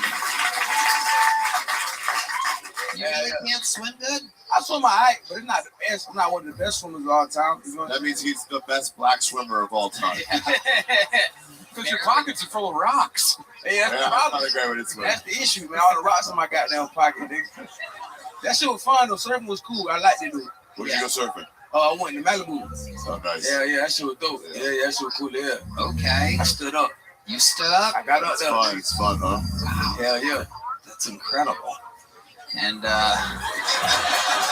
How long were you up there? I was up there for like 3-4 seconds. You know what I'm saying? Yeah, it felt like forever though. What were you doing in Malibu? Were you taking a break from looting? Malibu is an odd place. I was scoping out some spots. You know what I'm saying? I wanted to rob, but everything was burned down. It sucked. Where they burned down Malibu? That shit burned down? Yeah, a lot of it. Damn. Really? Oh, no, I'm thinking of Maui. I'm sorry. Big difference. I'm wrong. I was like, that shit look beautiful, and I was there. No, I'm wrong. That's crazy. Ari has sundowner syndrome. Sundowner syndrome. I'm just happy I'm after you pulled your dick out. That was cool. I know. Like, I was backstage like, thank God I ain't got to see that shit. I got a lady friend here. She seen your whole dick, man. Damn. I would text her like, I'm sorry. Usually this shit don't happen all the time. I apologize. I kept this off so we could look good. It's mostly balls. It's really mostly It's a lot of balls. It's a lot of balls. It's like mostly balls. You got your new marbles lately? Nah, hey, marbles. What do you marbles? Well, you repping any new marbles? Nah, you like marbles? Yeah, I love marbles. Marbles are cool. Yeah, buddy. You ever seen marble racing? Yeah. That shit dope. You ever seen marble racing? Oh yeah, marble racing. Dude. Yeah. I thought you were talking about like a cousin or something. Marble racing. What else is going on, Cam? What else is going on in life? You surfed? Yeah. What else did you do in LA? Anything crazy? Almost. Oh. He thought of something. Oh shit. Bro, me and Laser was supposed to fuck some porn stars.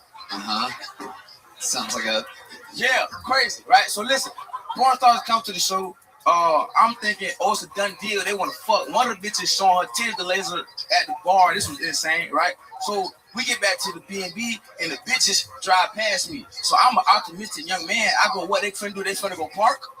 And he was like, nah. I was like, what you mean, nah? What happened? There was 4 bitches in the car, porn stars, and Uncle Laser. I said, what happened? And he said the main porn star bitch got a text message from her dad, and her dad said he was finna kill herself, and he was finna kill himself.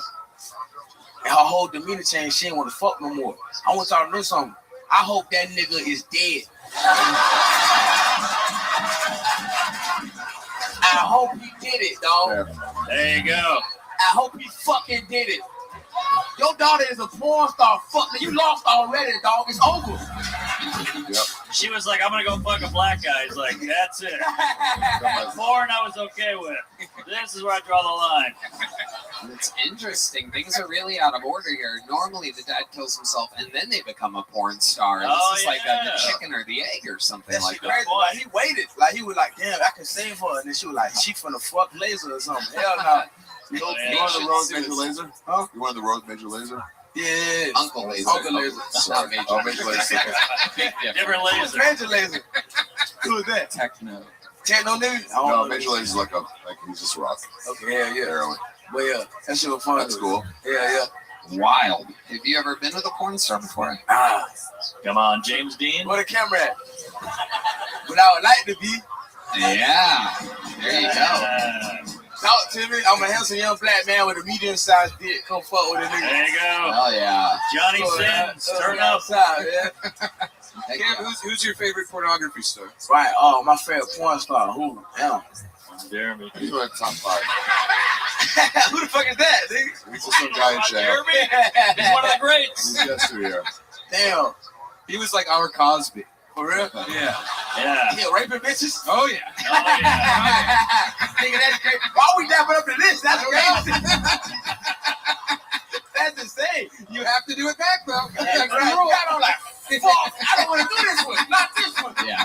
Solving racism with rape. Hey, that's crazy. Rapism. Oh no, I like Pinky till she got fat. Pinky was cool, then she got fat. Pinky? Yeah, you know Pinky. Yeah, my research. You know Pinky. Yeah. This guy know Pinky. Hell yeah, everybody know Pinky. Nigga, he get it. She a big bitch, not old bitch. When she was, I love big bitches. That's my fucking problem. I love all types of women. I love all women. All women are dope. Oh yeah, we can confirm Pinky got a little fat. Pinky got big as fuck, dog. Oh, wow. Red Man always brings up God the damn, things it's right very there. quickly. Holy shit. See, look at this. Red Man already had that pulled up. That was weird. Wow. It's his homepage. It's the whole time. Wow. PinkyXXX.com. Is that a African American lady? Yes. Oh.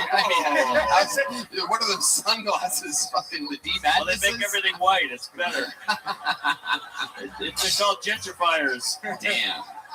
Pinky got old. That's too. rough. Wow. Got Yeah. rough, dog. She It is got good. rough. She looks like David Lucas. I don't know. That's a bad idea. Cam, you did it again. Another amazing performance. So Cam. much fun. There goes the great Cam Patterson, everybody. Go see Cam live. It's very funny. He really is. Check the dates. We're about to be in Florida this weekend. Fuck yeah. Cam Corner.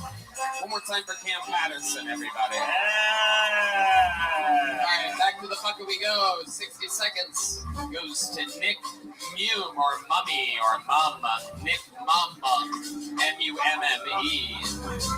Hey, Mama. What the fuck is going on? Shows were so much fun when I was growing up, you know? Like, I remember there was a show called Pimp My Ride, where, like, they would get a mom with 3 kids. They're like, all she had was a crippling mortgage, you know, with just her car. The guy would walk down and be like, man, we heard you didn't have any money. That sucks. Anyway, we turned the back of your car into a hot tub.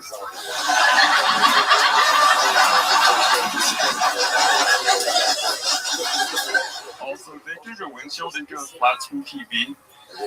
Don't ask me why. Yeah. The girl I'm seeing has like really high standards, but not really low standards. So when we do stuff in the bedroom, the bag goes on my head. Yeah, that's all I'm gonna do. Oh, nice. Power Give me move. 3 Power seconds move. from Nick. Is it Mum? Mume? Mummy. Motherfucker's got Muppet mouth. Oh, yeah. Very nervous. Say what? Very nervous. Kinda. Yeah. I kinda hate it. Nick, welcome. How long have you been doing stand-up comedy for? When I say it's right around 3 years. 3 years. And what do you do for work other than put body parts into your refrigerator? And fuck Miss Piggy. Mostly just work with dogs. Yeah. Yeah. What do you do with dogs? You work with black guys? Just pretty much just like watch them. Wait, what? Nothing. Keep going. Wait, what is exactly what I thought, Nick? Keep Yeah. going. What do you do with dogs exactly? Just watch them. Like Come on. Watch them lick peanut butter off of what? You make them fight. No, it's kind of like a daycare thing where they just like fuck around and I just sit there and watch them pretty much. So people, you knock on their door, No, and no. then they answer the door, and then you go, "Hello, I'm here to watch your dogs." I wish it was that easy. No, they come to us and they just drop them off and we just. Right. Yeah. Dude, why do you sound that way? Did you go deaf this morning? Yeah. Wait, what? Your voice is ridiculous. Your voice sounds like AI generated it. I'm a human being? Maybe. Great question. What is that accent? Where are you from? What did you witness as a child? Yeah. I'm from here. You're from Austin, Texas? I mean, not Austin, but from Texas. Yeah. Yeah. Okay. And why do you think you don't notice that you have a little bit of a twang, if you will? I mean, I don't pay attention to it, honestly. What? Like, I don't pay attention to it. You don't pay attention to your own voice. No. Would you if you sounded that way? So interesting. Nobody's ever mentioned this to you? Do you sound kind of, What is that? I don't know what that is, but I love it for this. Phenomena. What's that?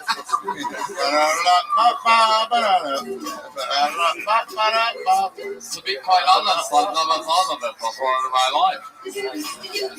Funny you should ask, I'm from here. I love that song. I'd say of all the people I've met in my life, your Adam's apple is top 7. You got a whole orchard in your throat. That is true. Man, you did a bunch on that one. Now I see it. The Adam's apple is aggressive. Pronounced. Does your dad sound like you? No, not at all. Not at all. So the Adam's apple falls far from the tree on this one. Very far. I'm sorry, I never saw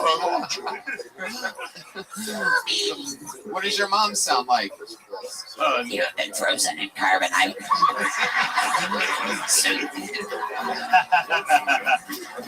It sounds like RFK Jr. The effects will wear off. You're temporarily blind. Don't make the mistakes I made. Understand the risks of smoking. All right, in feet, how close can you get to kids?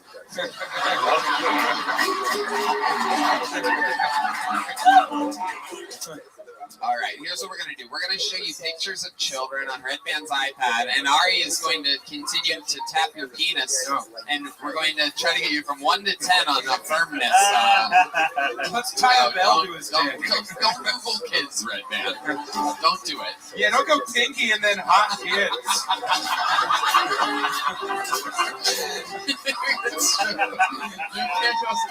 You can't go pink and get hot kids. It's okay. They signed everybody signs a special piece of paper. We can technically molest people up there. I can't get hard anyway. Oh, man. Oh, this this guy's gonna choke the shit out of a puppy. What do you do to let some anger out when you have to kill some energy? What do you do? What are some guilty pleasures of yourself? You ever killed a foreigner? I mostly play games, jack off, watch movies. Yeah, what do you jack off to exactly? Mostly just big tit porn. Man, That's no harm, no foul in that. Yeah. Victimless crime. You have a girlfriend? No. Do you have a victim? Who did that? All right, as someone who's talking, do you hope to make a girlfriend? Huh? I'm gonna keep asking questions, and I'm gonna have Sam answer for you. It's a lot more interesting. Have you had a girlfriend before? I wouldn't call it a girlfriend. Well, I mean, if you wouldn't call it a girlfriend, I mean, what would you consider it? A barista that didn't know I was there.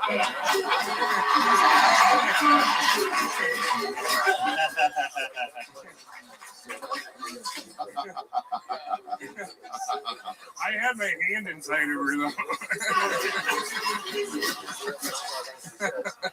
Dark Cooks. Amazing. Why does it make you sound like a henchman for the Venture Brothers? I thought he was doing pretty good on that. Wait, who said that? Me or you? That is a spot-on impression of Sam Talon's impression of you. What's your goal? What do you want to do in life? I want to make a mask of a human face.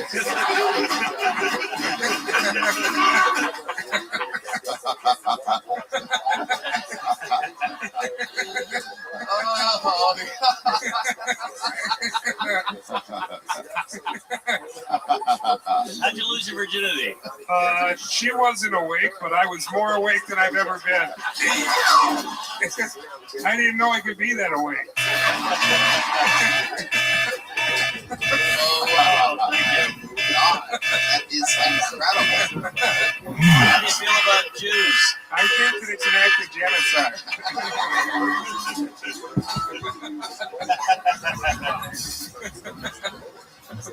You said that, not me. Absolutely amazing, Nick Mummy. What an interesting force you are. Other than stand-up comedy, is there anything you could ever picture yourself doing? You seem like you're, hell-bent on this. Probably work in the movies, doing something. What kind of job in movies could you possibly do? Muppets Take Austin.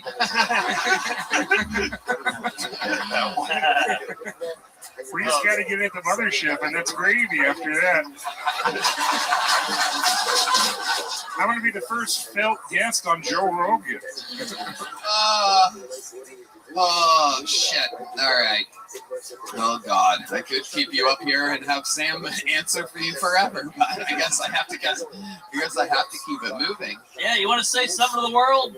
Yeah, come on. A final message. It could be anything in the world. Fuck you. Oh, come on. Oh, hell yeah. All right. Nick, here's a big joke book. Congratulations, my friend. Hell yeah. He's going to go practice blinking in the back. I bet that guy rolls with thundersticks. Oh, all right, pull another name out of the bucket. Make some noise. 60 seconds for Caleb Silvers, everybody. Caleb Silvers. Anything can happen. Possibly And here we go. It might be Jewish. So I don't know if you guys can tell by looking at me, but I don't get laid very often, you know? Kind of sucks. Hashtag me too. Shit. More like hashtag what about me? Jesus Christ. I wake up every morning praying today is the day somebody at work finally slaps me on the ass. Not once. Not once. I'm gay, so you don't have to worry about me getting all pissed off about nobody wanting to fuck me, you know? The difference is straight guys who can't get laid look in the mirror and say, I don't know why nobody wants to fuck me. And then they shoot up a food court. Gay guys, on the other hand, look in the mirror and say, yeah, I wouldn't fuck you either. You're disgusting. your breath stinks, your personality sucks, and your mother is a cunt. And then we just spend the rest of the night crying alone in the shower. Is that 60 seconds? Jesus Christ. No. No? Oh, fuck. It's 51 seconds. 51 I seconds. figured I'd let you. My favorite part of that was the few of you that pretended to relate to gay culture. And chuckled at his fucking thing about the showers. Yeah, I loved you in Making a Murder. It was, it was fantastic. That was my best part. Hell yeah. But you're gay? Yeah. Oh, no. You don't seem gay at all. You don't seem gay. Want a beer? Sure, thank you. You don't seem gay. You must be the fucker. Wait. Generally, yeah. Always talk. Never might want talk. this one.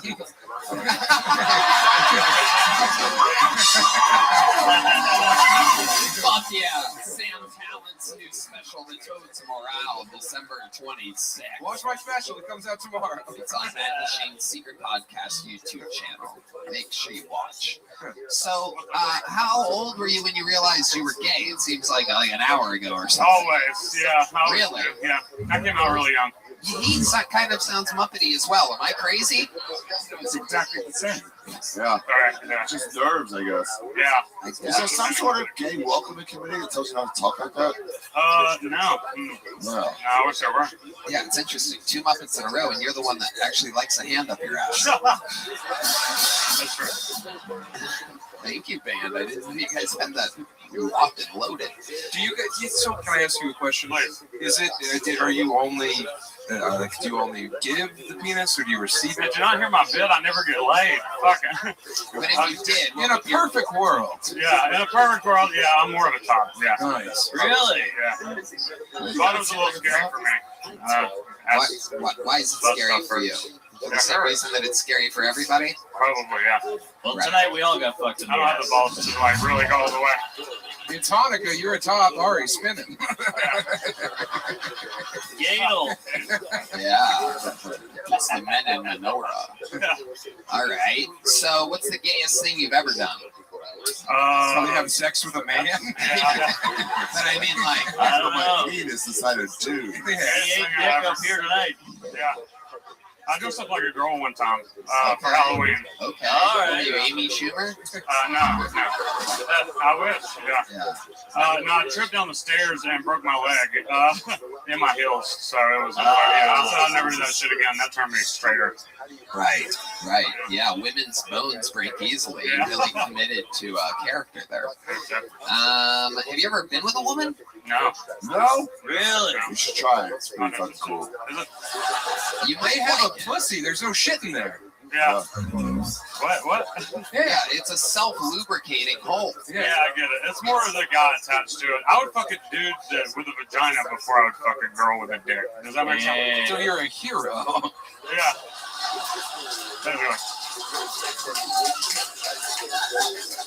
So it's really not about genitalia. No. It's really about like man face is what you're Basically, into. yeah. Is there a specific type you like? Manly men. I like them all. Can I ask a question? I like twinks. I like everything. Can I ask a question? Yeah. Rank them. Mark.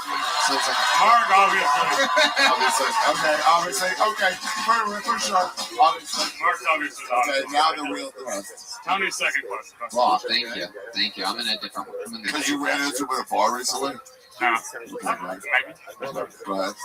We rank the rest of us too. Yeah, Sam. let's go. Yeah, you Red Man. No, not on my worst day, probably. Damn. Wow, not on your worst day. No.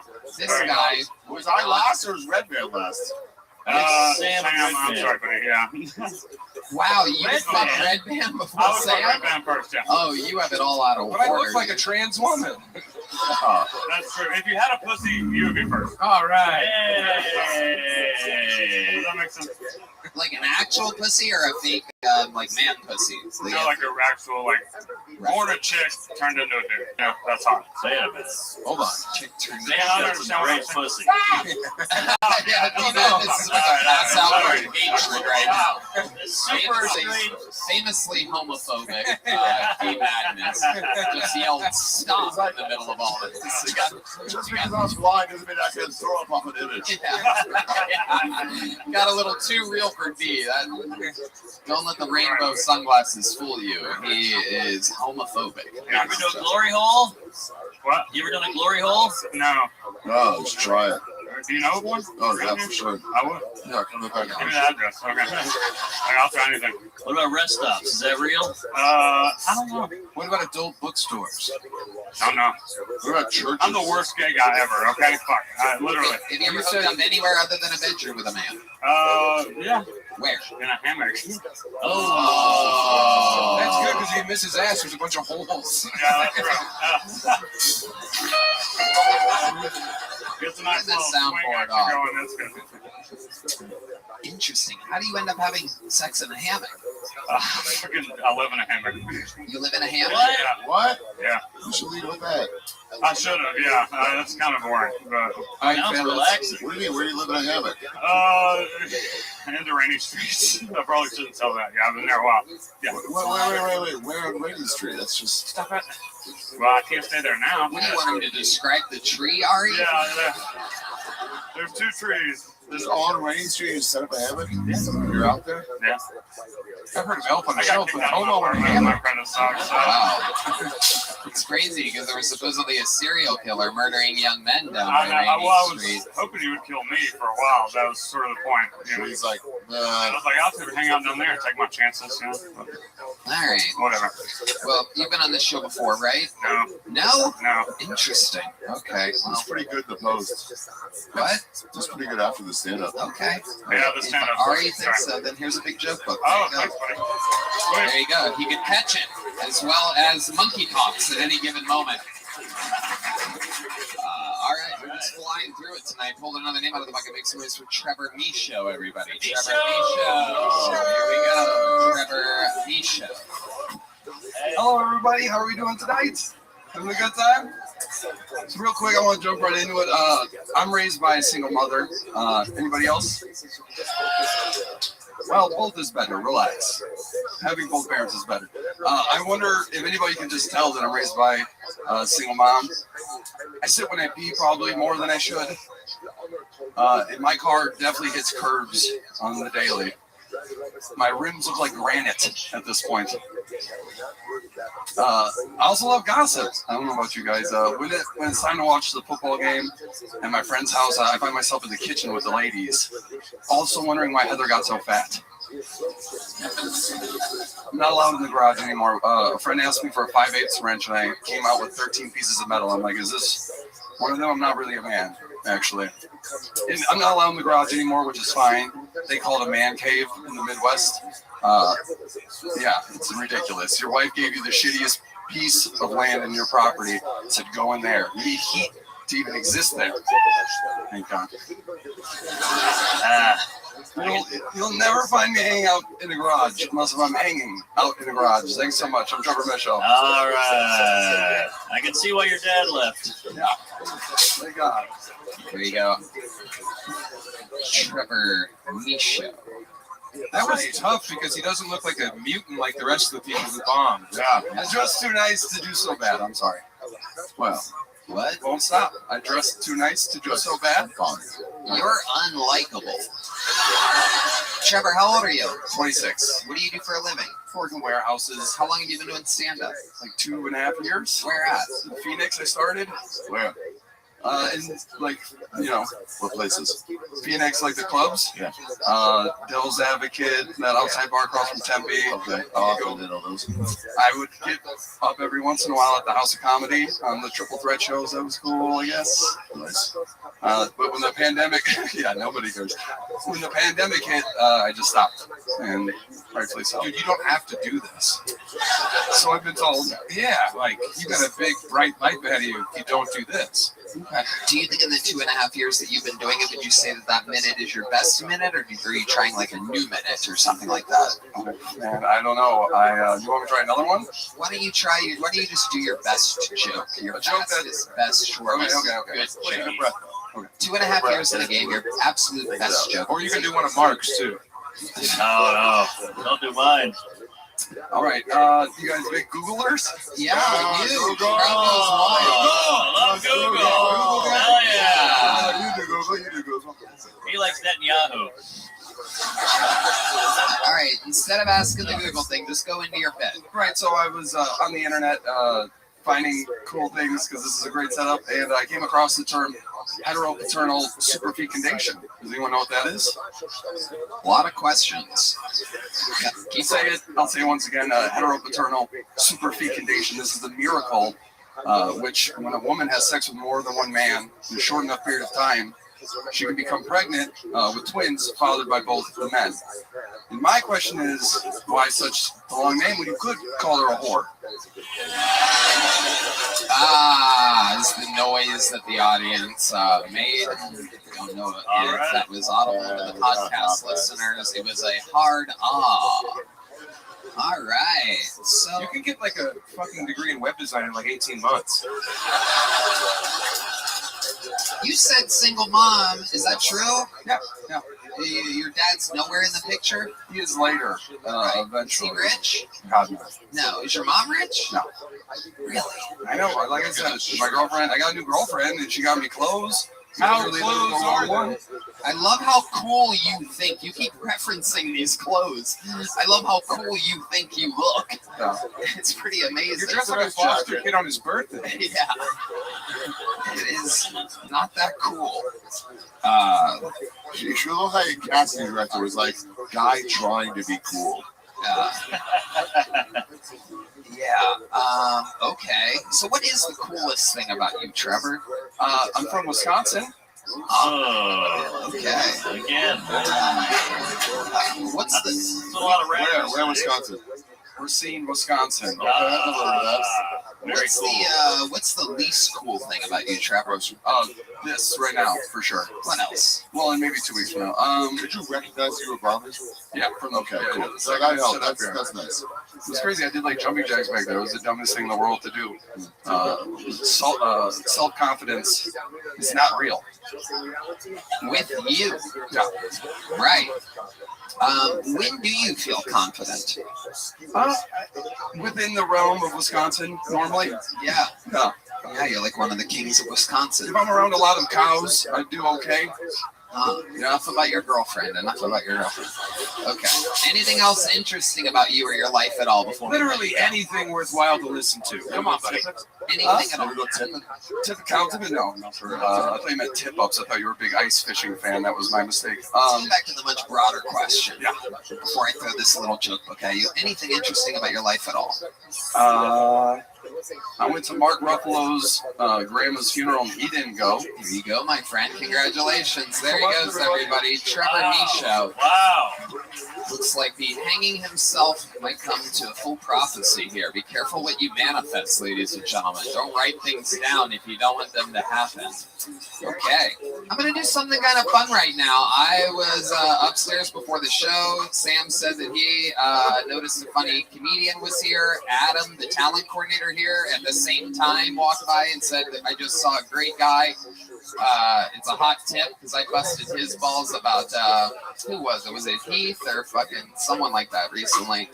And I said, they never tell me when anybody's good. I always send everybody to them. So this is the first time that I'm going to get to see somebody that my friends have told me is funny. And he's from Estonia and isn't in town for long, so I'd never literally seen him before. But funny people have told me he's funny. We're going to give him a shot. Make some noise for Ari Matti, everybody. Here we go. Ari Matti making his Kill Tony debut. Yes, hello America.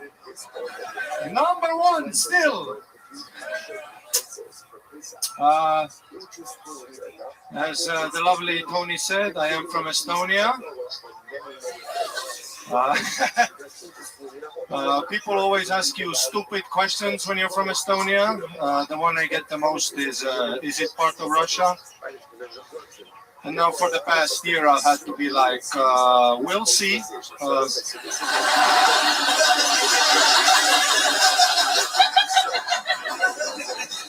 Whose side am I on? The winners.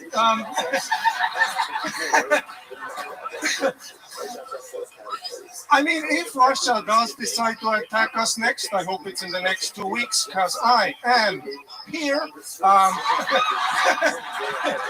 Estonia, I've never heard of it. Go, Cowboys!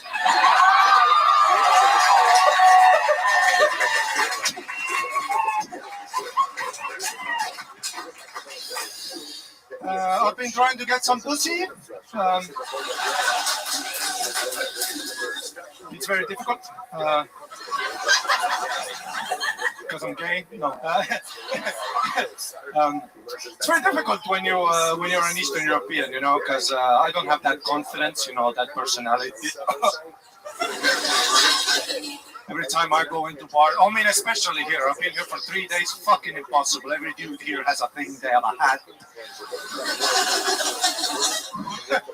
I went to bars here, I'm just in the corner with my creepy Eastern European energy. I come up to you, I sound like a vampire. I'm interested in pussy.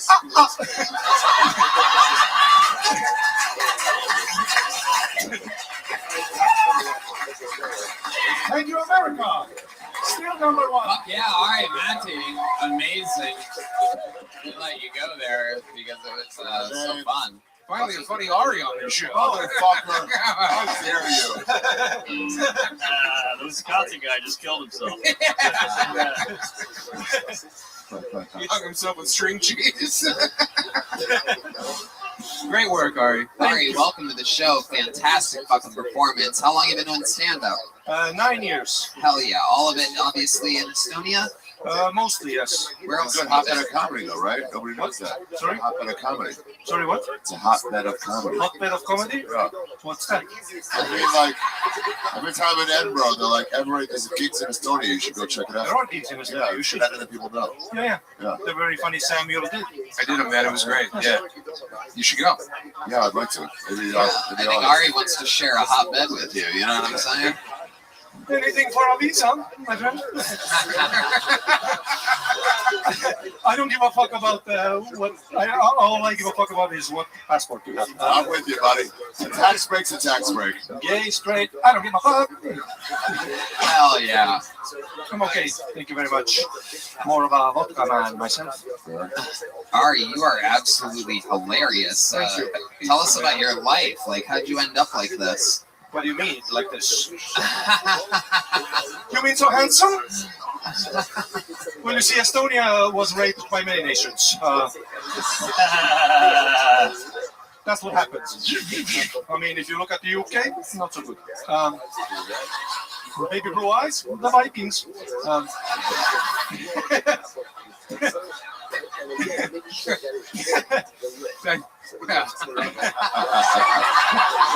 He doesn't need help. It's great. It's amazing. It is incredible what can happen if someone is funny on this show. It's like a whole different show. It's like a fucking all the way through comedy show. I did a show in Estonia, and they were buying me shots of vodka on stage, and they were from like regional different drinks from the region. And the third shot was a shot of Ukrainian vodka. And I shot it, and then I said, well, you can really taste the cowardice. Yeah. And then this guy in the front row was like, what do you mean? What do you mean Ukraine is not coward? Then I had to do like 30 more minutes. Yeah. It was tough. The Ukrainian vodka. Incredible. Amazing. So what is... Thank you, Tony. Yeah, Thanks for the saver there, buddy. A little something, but... Amazing. So let me ask you, what is different from Estonian comedians to American comedians? How is the culture different there? Bilingual, you know, multiple languages, we travel, you know, we know stuff. Intellectual people. Super. Yeah. Everybody in Estonia? No. Yeah. Me and 3 other guys. Number 1 comedian in Estonia out of 4. Yeah. What is Estonia known for? What's it like famous for? Skype. Ah. Oh, yes. Use that little app. Yeah, we haven't done that. Not that much anymore. It was big for a while until FaceTime happened. No, Zoom took our shit. Yeah. Where's Zoom from? China. Yeah. Yes. Hey, here's a question about Estonia. Where's like an underrated place to go? Tartu. Yes, exactly. What's going on there? Students. All the middle schools are in Tartu. Great little university town. Very cute. Very lovely. Tar me too. Everybody has a sauna. Everybody has a sauna. I had my sauna before I had my bed. Yeah, everybody has a sauna. And due to Joe Rogan, that has boosted our economy. Yeah, absolutely. I have a new one on the way right now. Hell yes. Yeah, very exciting. Sweaty with the boys. Do you get, well, I mean, that's one way of putting it. I was planning on mostly doing it by myself, but I guess you just invited yourself over. So, you have a like one that you control with your phone, or do you do the wood burning? Fuck the phone. No. Traditional. Rocks, you put water on them, and it hurts, but you take it like a man. How do you heat the rocks? Electricity? I have an electrical one in my apartment, yeah. But you have a what? An electrical one. Okay. But the wooden one is the traditional one, yeah, where you can like burn alive, you know. But how do you heat the rocks on the traditional one? Like you put wood under, right? You see, and fire. Right, got it. Yeah, so I was just making sure because I got that a wood. You should right in your face, dude. Hell yeah, dude! I just got fucking roasted. Roasted in the sauna territory. I love it. And what is your love life like? Are you single? Yeah, it's tough. I don't know if you know this, but there's a guy that is single. He's on a hammock on Rainy Street. So while you're in town, feel free to just butt fuck the shit out of him. Sorry, Deep Madness. It's mad at me now. No. You could be gay in this country still. Yeah, you're alive. I know, it's crazy. I mean, what a world. Estonia has so many women. How do you decide which one to rape? Jesus. Mr. Arishef here. Sorry, he's a Jew at Christmas. He's upset.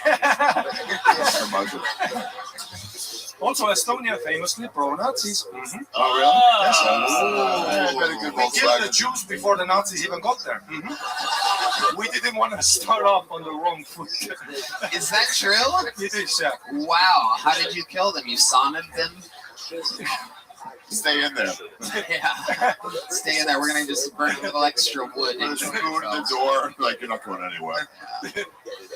Okay. I love it. Well, it's fun to have you. Anything you want to plug or anything like that? You're my visa, my K1.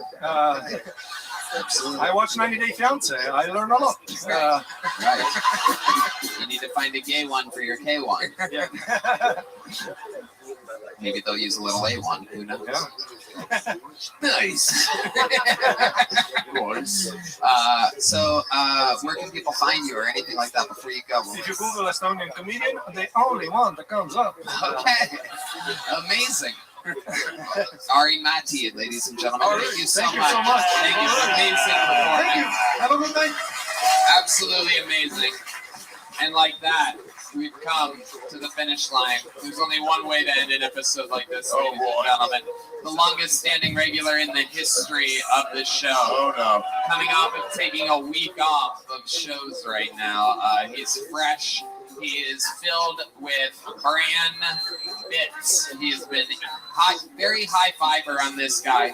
Some people call him the Tijuana Tarantula. Others have called him the Memphis Strangler. You know what I call him? What? My favorite comic. Ooh, Sam Talon's favorite comic, the Vanilla Gorilla, ladies and gentlemen. The Bronx Bomber, the Harlem Globetrotter, the Detroit Dixie Tale. Ladies and gentlemen, this is the Big Red Machine, William Montgomery, everybody.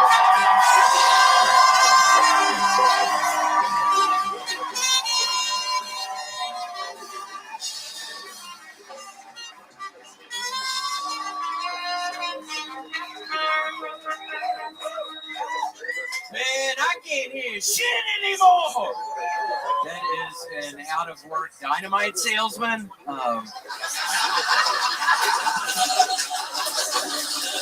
A masked man is leading the race to become president of Ghana, and it made me think Hillary should have just worn a mask. Last week, have you seen that bitch lately? She looking wrong. Okay. Remember that show, Are You Smarter Than a Fifth Grader? Yeah, so what was the fucking answer? That is an out-of-work dynamite salesman. Hunter Biden has been indicted in California because apparently he spent $872,000 on porn, hookers, and sex clubs. Hey, Red Band, any explanation for the $42,000 checks sent to your mom?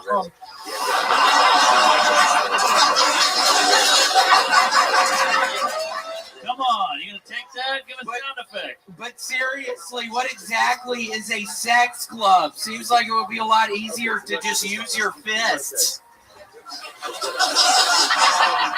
Okay, that's my time. Yeah, William Montgomery. That wasn't bad. William, do you know that jacket's inside out, bro? Oh wow! Yeah, I wore it on purpose like this tonight. Is inside out. Very interesting look. What made you do that? Just freezing cold outside, and it adds extra protection if the orange side is out. That's what the guy who sold it to me said. He's like, if the orange side is out, it stays warmer if the green part is. So that's what I'm doing. Can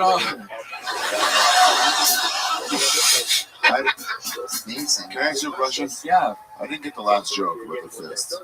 Just like a sex club, like you use it to, like, I don't know, put some girl's fucking pussy or something, but you can just use your fist. I get it now. My bad. No, all right. No, I get it now. I was wondering. I love it. The great Trey Campbell was up here earlier, looking a lot like you. You remember him? He was, yes. We were actually snorting Adderall out in my car before the show. And he has a really bad fever right now. That's why he was so red. Yeah, y'all are all probably sick up here. I was horrified. He looks like you got cholera. Yeah, he's sick as shit right now. But we were snorting the Adderall, so I'm sick as shit right now. Did you? How's your health been in real life? It's been good. I heard you have inoperable cancer. Well, I had a 50% chance of living, and they took it off. I'm better now. What was the other 50%? That I was gonna fucking die, coward. No, yeah, I don't know what the other 50%. They would never tell me. I was asking. I was like, what, to live or to die? I was like, what's the other 50%? 50% live, 50% who knows? Yes, that's what they gave me. So that's worse than death. Can you guys just touch beards and get it over with? I just kind of, Ari, last time you sucked my dick, I saw your fucking dick earlier, dude. Holy shit, Ari, it's so nice to see you again. Yeah, can we... Oh, can we put our beards together a little? Oh. Yeah. And some homeless guy just got his own fentanyl. Hell yeah. A real meeting of the minds here. Shafir and Montgomery. William, do you have big Christmas plans? I know you guys love Christmas. Going back to Memphis, well, tomorrow I have to fly to New York City, and I'm going to be there at 1 p.m. I have to do this thing for Dr. Squatch. And I'll be honest, I'm wearing this fucking orange tonight because I think my angle on the show I have to do is that I'm looking for Dr. Squatch, and I'm killing Dr. Squatch. And no, actually, Tony, I don't know what my angle's going to be yet, so we're going to figure. Interesting. You're doing a corporate gig for the soap Dr. Squatch. Dr. Squatch. Yeah, What is Dr. Squatch? What does that mean? Yeah, explain the situation. Well, it's weirdly enough, they asked me because it's the type of soap that caused my skin cancer. So they're going to be in for a big surprise tomorrow night at this fucking show. Wait a minute. I had pinpointed it to fucking Dr. Squatch. I was using them several years before I started getting skin cancer. It's their fucking fault. Dr. Squatch gave me fucking skin cancer. So they're going to be in for a really big surprise tomorrow night, Tony. Wait. Corporate headquarters. orders. A little fun fact, because sometimes the line between truth and fiction with William is very blurry. He literally, I happen to know for a fact, because he mentioned it to me, on the back side of things in a green room or wherever it was. He goes, hey, I wanted to get your advice on something. I got offered this huge corporate gig with Dr. Squatch, and I asked him, I go, oh, what are they paying you? And he goes, long story short, I'll just tell you guys, he goes, higher. And I named another number, and he goes, higher. And I named another number, he goes, higher. So literally, you're watching him earn money in front of you right now. He's literally saying that the company that is paying him, and I'm going to be at their headquarters tomorrow in New York City. So do you think? I know it caused my cancer. And I had a 50% chance of living, Ari, and I don't know what the fuck the other percent chance was that I was gonna go to fucking corporate of fucking Dr. Squatch and lay down the fucking law. You should hold this episode back. The cymbal crash was lighter on that one. Yeah, the band is hilarious. So is this something you're planning on doing at this corporate gig that Dr. Squatch is paying you for, to say that it gave you skin cancer? Yeah, I mean, this is a perfect opportunity. Are you gambling on the fact that every single member of the Dr. Squatch corporate team in New York City? Oh yeah, no, Tony, they're all gonna be there. Yeah, but are you gambling on the fact that they're all Kill Tony fans? And they're like, oh, you don't know that's William, he's wild. I'm gambling on the fact that they caused my fucking skin cancer. I had a 50% chance of living on this earth with all y'all. And, but yeah, no, so we'll see. Yeah, I'm pissed off. We're going to see what. Tony, I'd hold this episode back by about 3 weeks. What? I'd hold this back by about 3 weeks before you release it. Yeah, cash the check tomorrow, Willie. Yeah, that's true. Yeah. Get it, and cash it. No, I'm not even going to try to get the check. I can't really go into details exactly what is going down in New York City tomorrow. Hey, William, did you take the mystery box? I took the mystery box.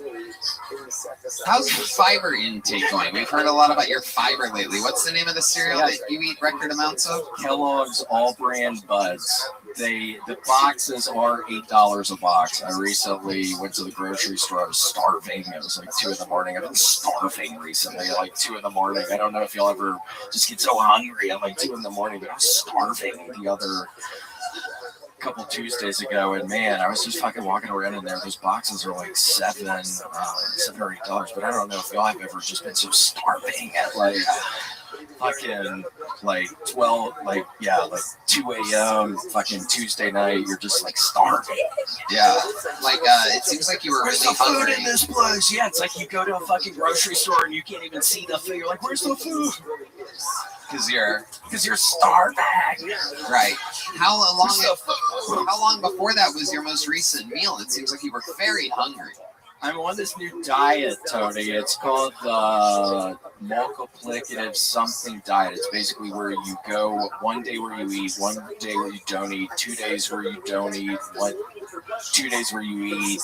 It goes up from there. You're getting up to, I don't know, a couple weeks where you're not eating, and you're eating for a couple weeks. And during that couple weeks, you got to really, because you're going to be starving. The Estonia guy must be so confused. This is what you guys do at comedy clubs. Why? Do I write jokes? Okay. William, interesting. And have you done any puzzles or anything to pass the time lately? You famously talked about a puzzle a couple weeks ago, and then you posted a picture, you sent it to me at least, of this puzzle that you described on the, oh, thank you, Ari, podcasting guru, Ari Shafir, everybody, just a little favor from Ari. So what have you been doing to pass the time lately, William? Been doing puzzles? Yeah, another 1,000 pieces in the works. Can you describe this puzzle for us? So it's like a sandcastle, Tony, and it's a funny puzzle where half of the sandcastle, half of the puzzle is in the daytime, half of the puzzle's in the nighttime, Tony. So there's like scenes where the moon is glistening on the sandcastle, and there's keep going. There's sandcastles everywhere. There's sandcastles everywhere. It's glistening, and it's like half of it's night, half of it's daytime. people don't even know if there's sand traps. And there's all kinds of sand, Tony. And then there's also Matt Rife, one-handed. there's boogie boarders. There's a bunch of boogie boarders out in the ocean. Oh, you found it. It's a decent. It's going to be 4 more weeks of spring. Sam, I have a really long torso. So it's not what y'all do. But yeah, no, I think the thing I like most about this puzzle, half is daytime, half is nighttime. There's a little cabana off to one of the sides. And the nighttime part, there's a cabana. And there's drinks and all kinds of stuff just glistening in the cabana. So it's been hard finding all the drinks and finding all the snacks. And all right. Anything else, William, before we let you go? That was like a Sam Harris punch. Yeah, what? Hold on. What just happened right there? I was horrified, literally trying to think about the puzzle, but Ari, I couldn't. You got groped. Kill Tony, the Pro Molestation Podcast. Now the Grinch stole your dick.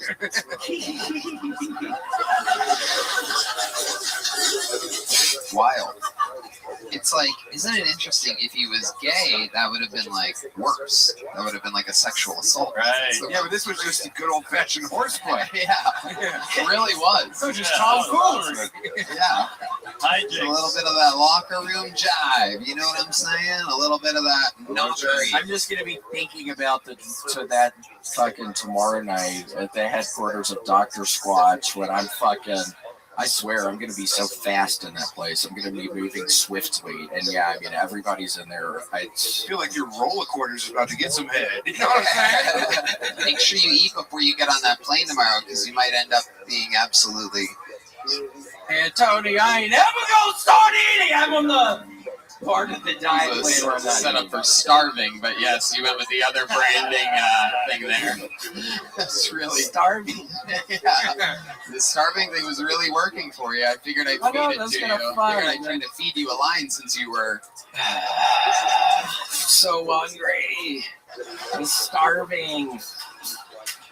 William Lights Out Montgomery, ladies and Willie! gentlemen, the legend of the show.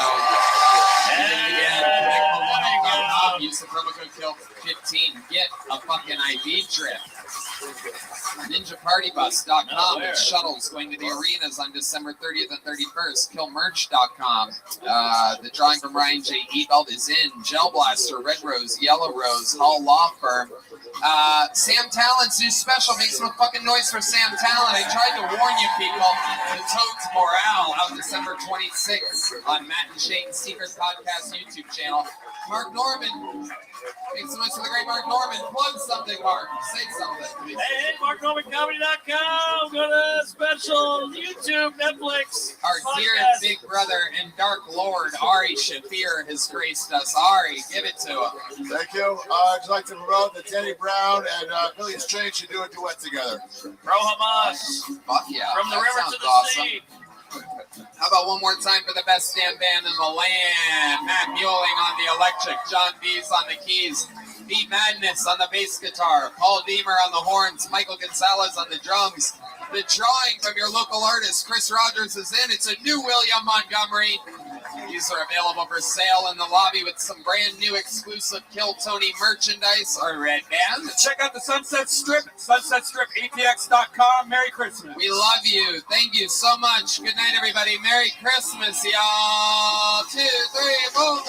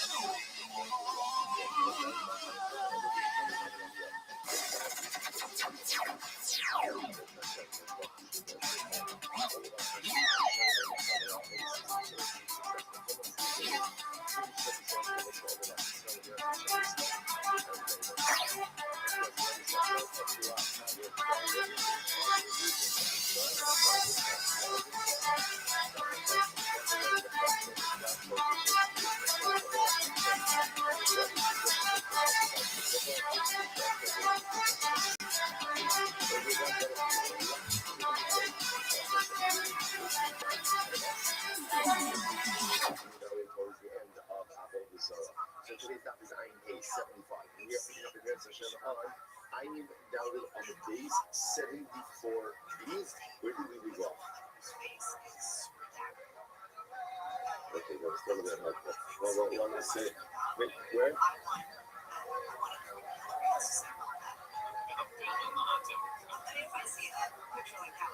Donna Sherlock? I'm allowed. 7 lines. 2, 4, 6. Perfect. Thank you. All right, you guys are great. Thank you.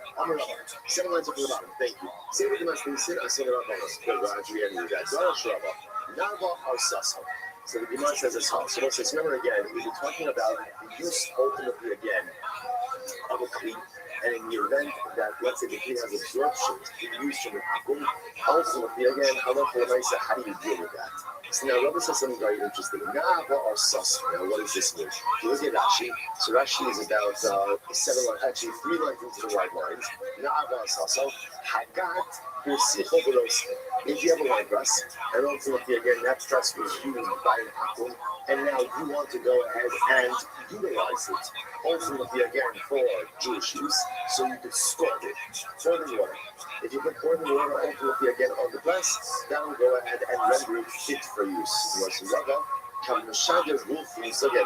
will say that halacha. Just, I'm going to tell you coming attractions. This is very exciting. In coming days, in Eretz Hashem is going to become the primary sugya of kashrut. That's what we're going to see again, how essentially when things go in, how do you get them back out? So hold on before we draw any conclusions. But again, Rabbi introducing this idea that essentially if you scald the press, ultimately renders it for food. So Rabbi, this is just the side point, because we just mentioned Rabbi, when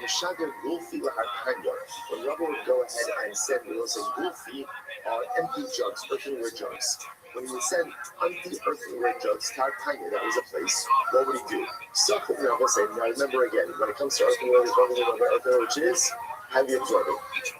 So you gotta be careful with this. So now Rabbi is sending empty earthenware jugs, Tartanya.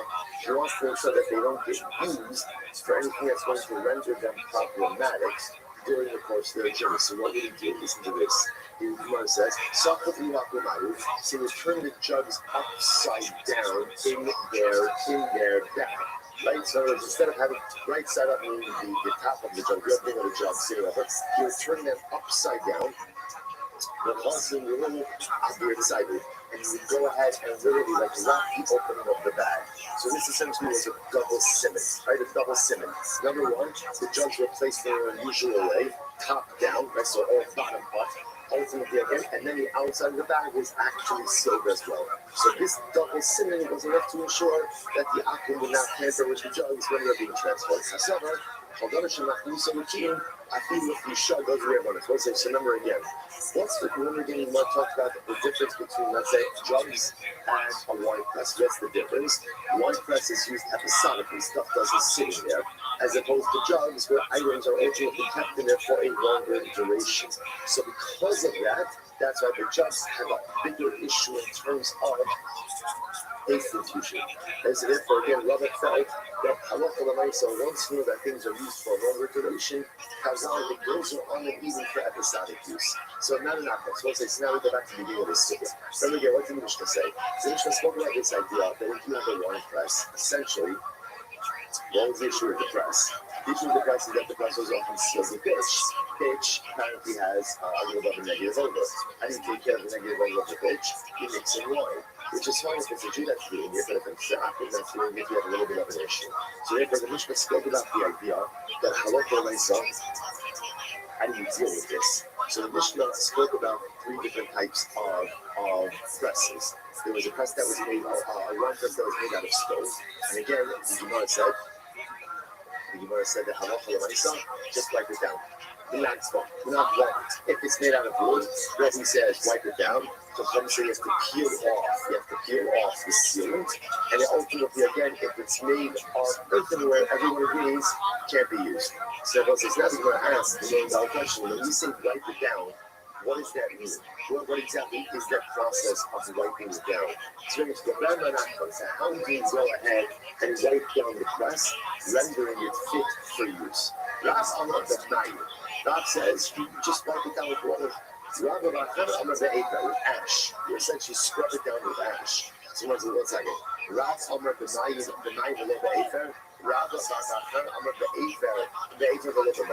So it's strange. So is Rav saying you only use water and not ash?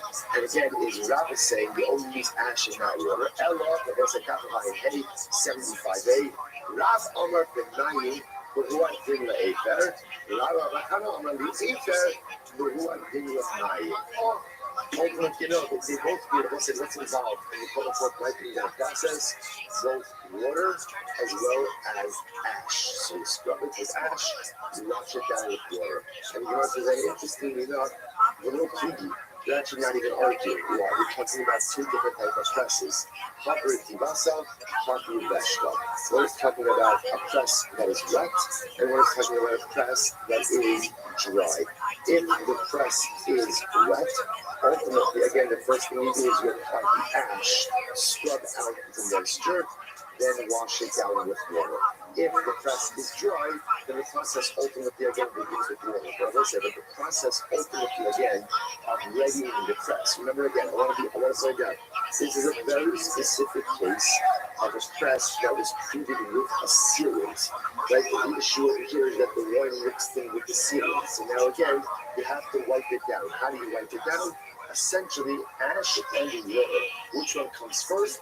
Depends on what the status of the press is. If the press is wet, start with the ash first, and then go to water. If the press is dry, start with the water, and then go to ash. Interesting. If not, they might be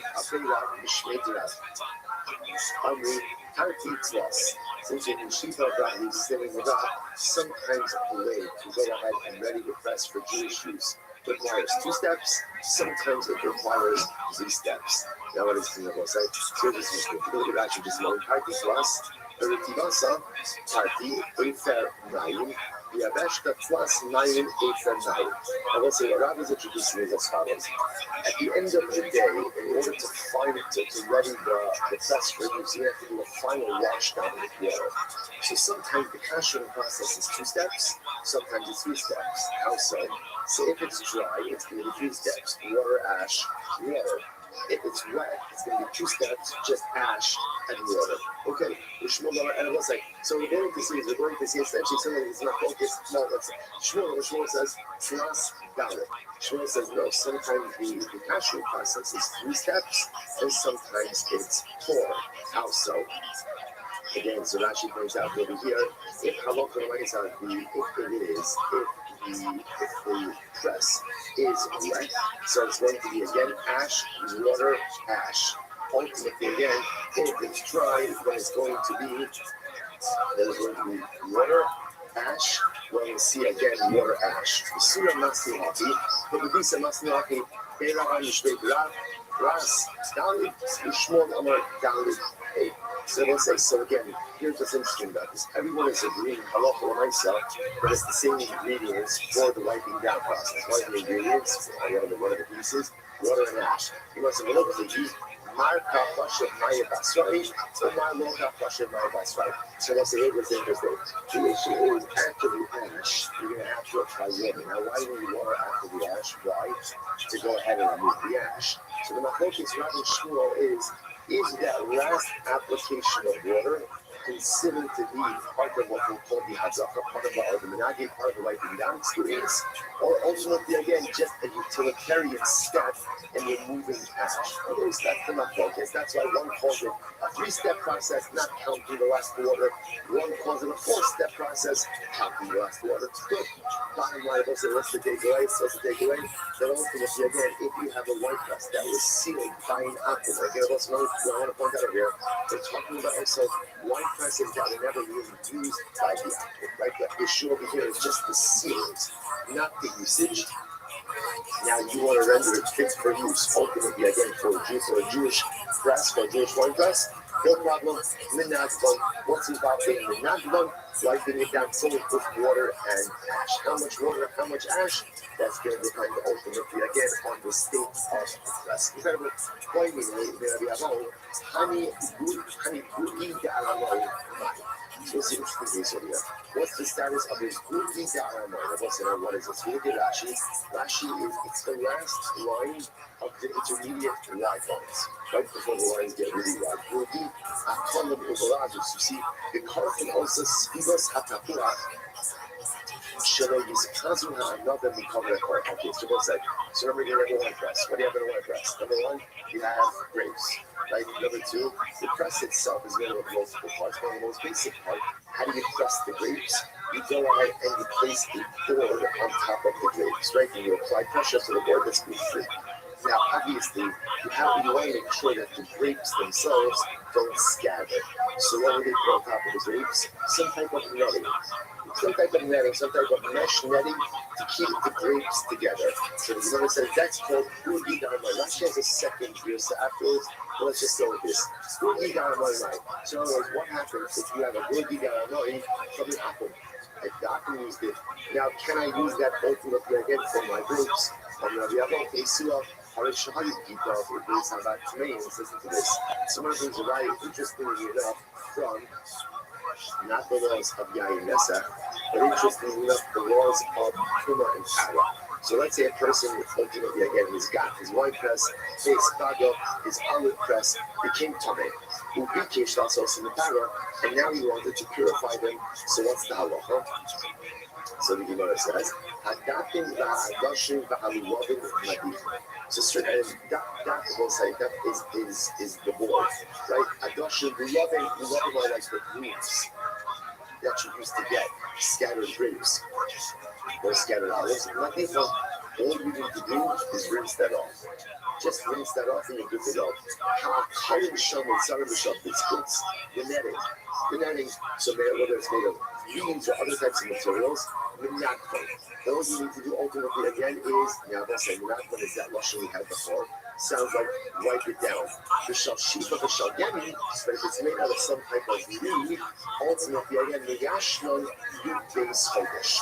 We let it sit unused for 12 months. Now, what's that? That is very important because we will see this concept that sometimes for kashering, time is all you need. Nigashnon yud-beis chodesh. You should know what Jimmy says. No, essentially, you let it sit unused from one pressing season to the next. Here's the Gemara. So, second, I use Tanakama. So, Shimon Gamliel sees Tanakama. Tanakama said, don't use it for a year. Shimon Gamliel says, don't use it for one pressing season, another pressing season. The Pashtos, how much time is there between pressing seasons? A year. The Pashtos, so I'm saying the same thing. If sometimes you have to before the harvest work out, sometimes you can go from one harvest or one pressing to the next pressing. There's an earlier crop, a later crop. So sometimes it's not exactly a year. Rabbi Yossi says, if you want to be a taher, again, in this case over here, my wine press and all its accessories, or my olive press and its accessories became kameh. Now I want to make it tar. What do? Magilam for roasting, or holding of the mazes. Literally, again, put it in boiling water, or pour boiling water on it, or hold them in the mazes, or scald it with olive juice, which effectively is the same thing. They scald it. So that's what we will call later on, we'll know this process as Hagala.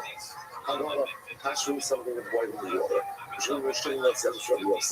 Manichan Takas Sinor, Shemaim of Nikafin, place it underneath a faucet or a pipe that has constant flow of water. Open Mayon Shemaim of Rothschild, or by a stream that's water is flowing. The Gemara says, and put it there. The Kamo, how long do you have to leave it there? Oh no. Or no, no. We don't know how long an owner is going to get to it. Kidar Shalom B'Yayin Nesa, Ha Amut Talis. So one says, oh my God, remember, why are we doing this? Because the Gemara is talking about this idea that is, I went ahead and I went ahead and I got, let's say, a wine press and all the other pieces, all the other wine press accessories from an apple. So now, what can I do with it? So the Gemara is trying to say, essentially, the process that one would use to go ahead and purify a wine press from tumah and tara, well, from tumah to tara, would effectively be the same process that the wine press would undergo to go from what we call here Yayin Nesef to ultimately again Jewish wine. That's the Gemara says like the Dash on the Yayin Nesef, under the tara. So the Gemara says the same process we use for Yayin Nesef is the same process we use. Let's say that doesn't make any sense. Klape Mayov. The Taros kind of the process we just outlined was the process ultimately again from Tumah to Tara. Whereas the Yirai Elo, Kidera Sham Taras, Ha of the Yayin. This same process that we just outlined, ultimately again to bring a press, a wine press, an olive press, from Tumah and its accessories, from Tumah to Tara. Ultimately, again, will be the same process that should be used for Yayin Nesef. So if I will say, ultimately, again, a little bit of a machlokes over here. What exactly do you need to do to regard the accessories and the press itself? But whenever the process goes for Tumah Tara, that is the same process, ultimately, again, that will work from Yayin Nesef. So that's a use for Jewish words. And by the way, Kama Oda. So remember, one of the things I said is one of the ways to go ahead and retire everything is essentially even underflowing water for an Oda. For an Oda. What's an Oda? I'm going to give an Abba. Oh, Yom, oh, Laila. Either a day or a night. That wasn't out. It's not 24 hours. What it means is a daytime period or a nighttime period. In other words, the batch goes 12 hours. 12 hours. Now, let's say, interestingly enough, there's much of the Chana episode that we talked with. The Chana Sheila, the Chana Tar Sheila, Rabbi Chana, Rabbi Yochanan, Chatzi Yom, the Chatzi Laila. So it's half the amount on the daytime period and half the amount on the nighttime period. So I'm going to show you the Kivi, they're not arguing. Hobbit to Kufas Nisa, the Tishrei, Hobbit to Kufas Tamar, the Kodesh. So what's it? It's very interesting. During the times of Nisa and Tishrei, right, which essentially is like your fall and spring equinox, right? So ultimately, again, the days and nights are the same length, 12 hours, right?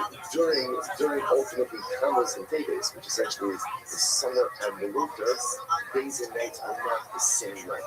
So bottom line, interestingly enough, what Ona means is 12 hours.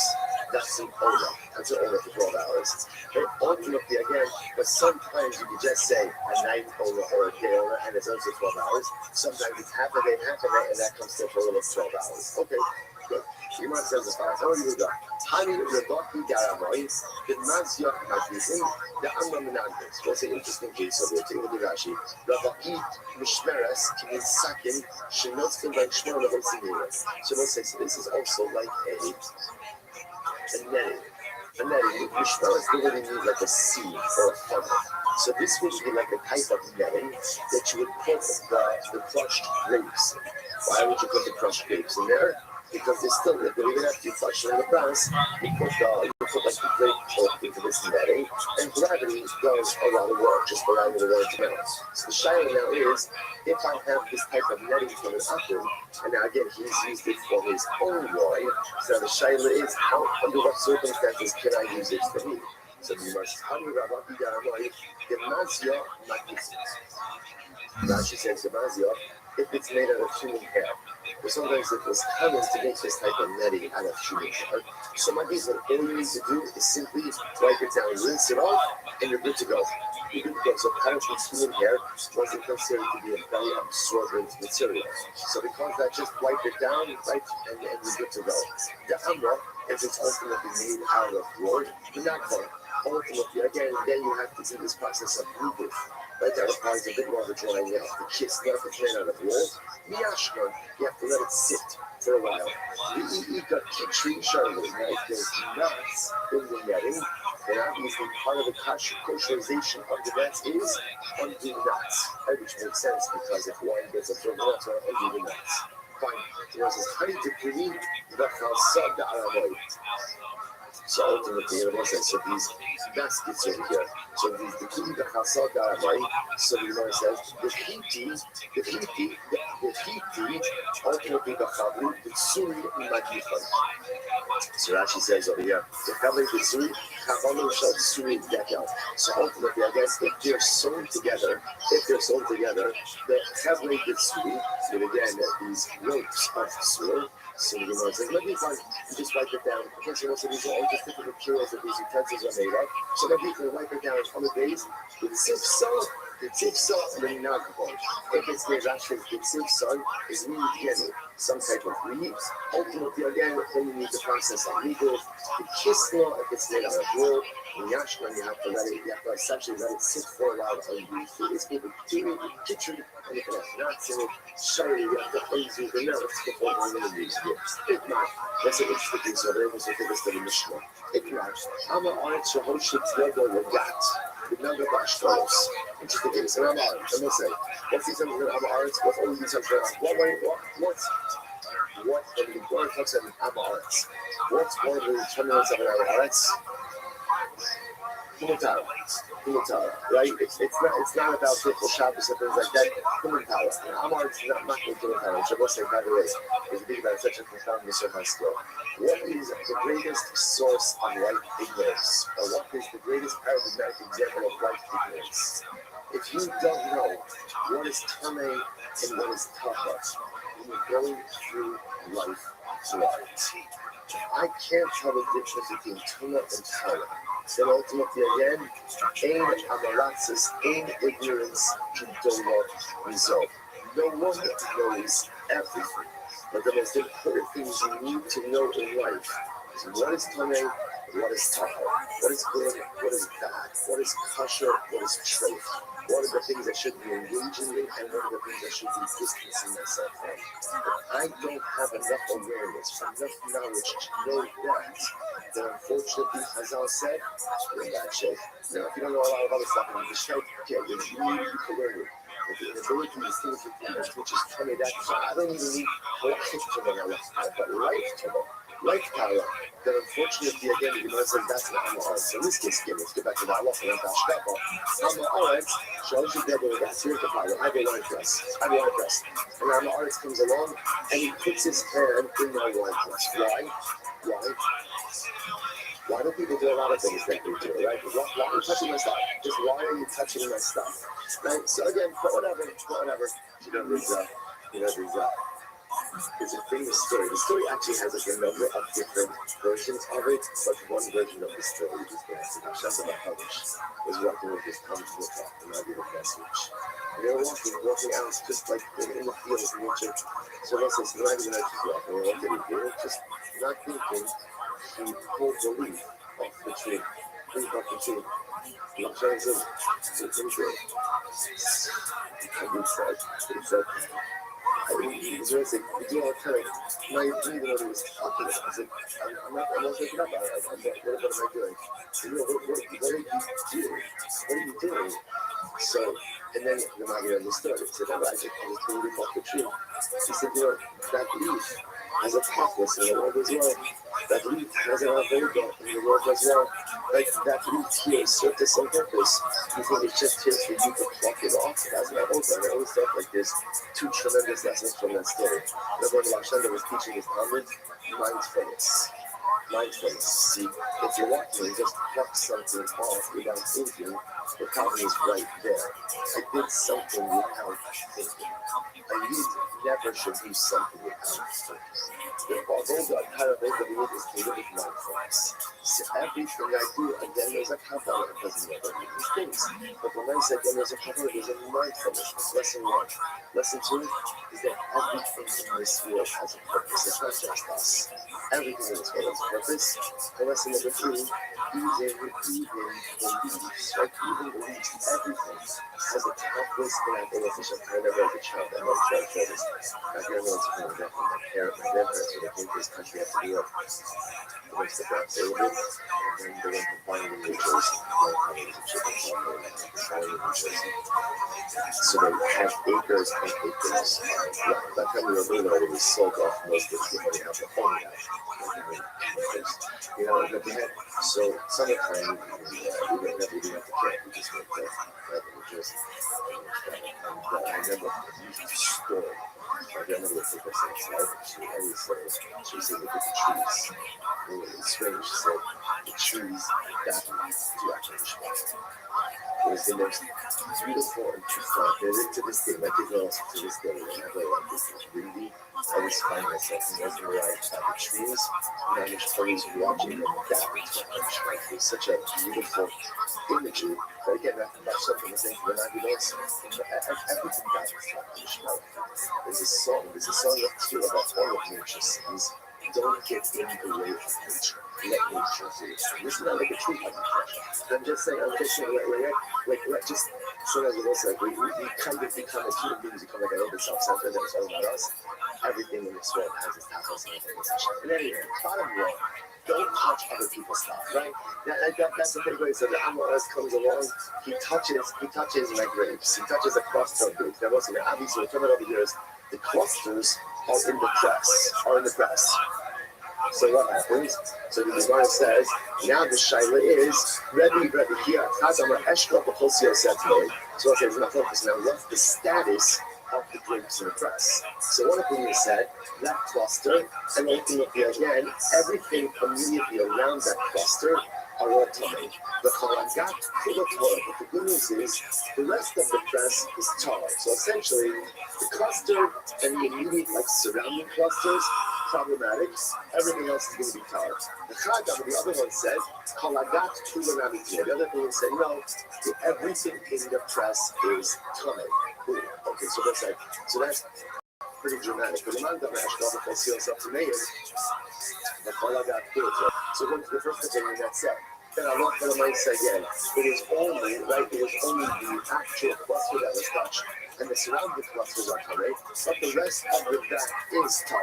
What about the following case? Nice coming up this night, Sheraton, if you find a Sheraton, if you find a grand rodent in the olive press, they know the Kame, ultimately, again, it's only the Kame, the place where it all contact. And how you mashkin the olive tummy.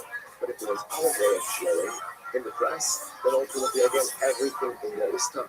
So interestingly enough, why is it that by the olive oil, everyone agrees that everything is tummy? But yet, again, by the wine press, there's this opinion that only the cluster of contact and the immediate surrounding clusters of a tummy. First, you imagine very simple.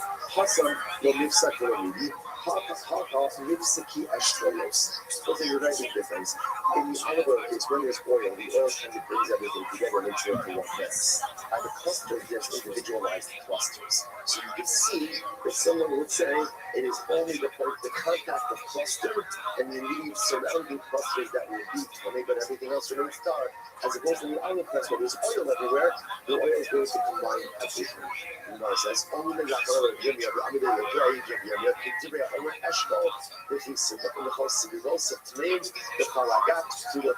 what's it ultimately again?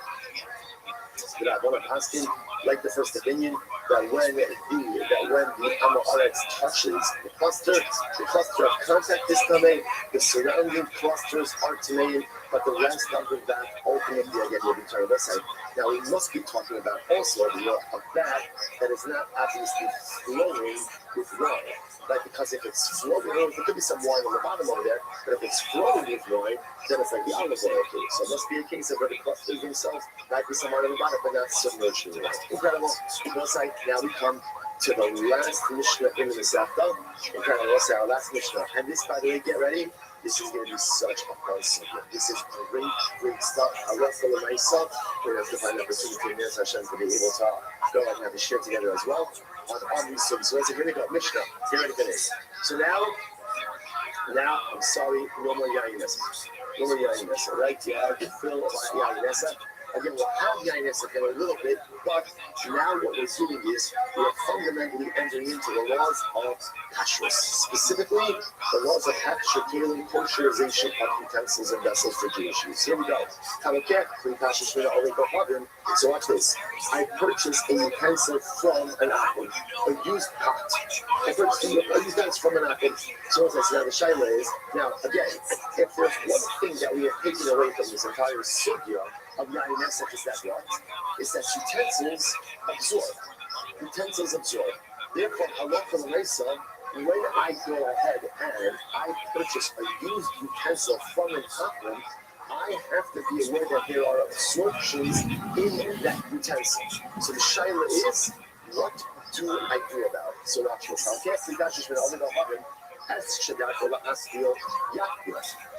So again, we'll have to see exactly what this means. So that which is already immersed should be immersed. Now Rashi says, what does this mean? Look at Rashi in English. The first circle, right? Clean Hawaii declare its female, Asian science particular attack against Pushing Musha against Sumi, Yakos Lotzak. Also, we're going to see that when you purchase a utensil from an apple, there are really two steps involved in rendering it fit for Jewish use. Number one is kosherization, which means extraction of any non-kosher absorption that may be in that utensil. That's step one. After the utensils have been kosherized, then you require tevila, immersion in a mikvah. Immersion in a mikvah has nothing to do with absorptions. Immersion in a mikvah has to do that whenever a Jew acquires a utensil, be it used or new, a Jew consecrates and inducts that utensil into his religious service. Here, looks like the beautiful thing is everything that a Jew does in his work is avodas Hashem. It's all avodas Hashem. Even my eating is avodas Hashem. How do I show that? I get my utensils, and what do? I bring them to the mikvah.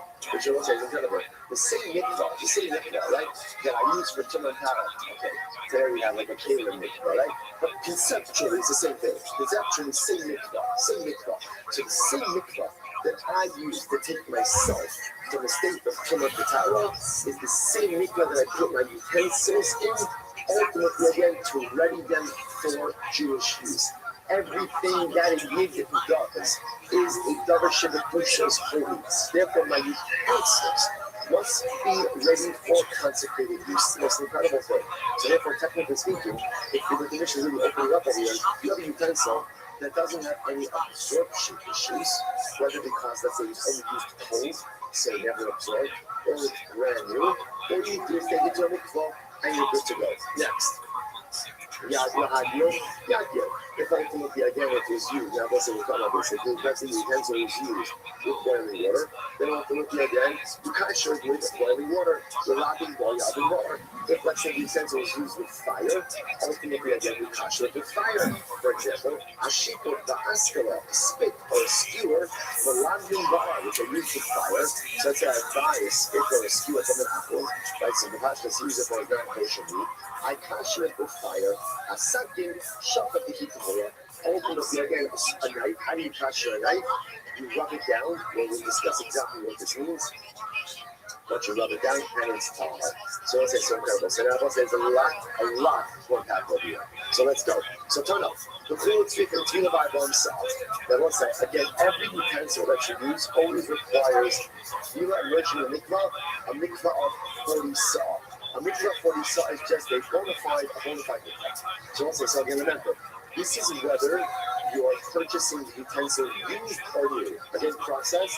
If you're purchasing the utensil used, then step one is kosherization, kashering, and then immersion in the mikvah. If you're purchasing it new, you don't need kosherization, so therefore you just go straight to immersion in the mikvah. What type of mikvah? A mikvah 40 saw. So don't say just a regular mikvah.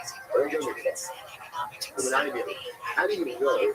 How do you know that utensils require immersion in a mikvah? Like where do you get that from?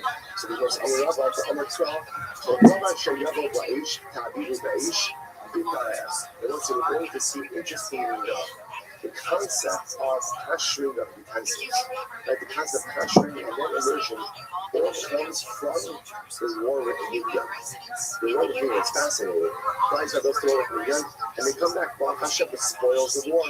So Moshe Rabbeinu tells them, Chevra, before you use anything, you have to kasher it. So we're going to see. Moshe Rabbeinu says, any utensil that was used, let's say, by the Midianites with fire, you have to kasher with fire. We're going to see that the method of kosherization mirrors the manner of usage. So and then it ends on some bitaher, and you should purify it. Now we'll say that extra bitaher, that's an extraneous word. The Torah adds on another purification process after kosherization. What's that additional purification process? We'll say, what is that? Immersion in mikvah. So around the need to immerse your utensils in a mikvah comes from the extra word, bitaher. So you got Hosipah plus of karachas. The Meida, now the Torah says you have to immerse the item. The Meida means mitzvah. So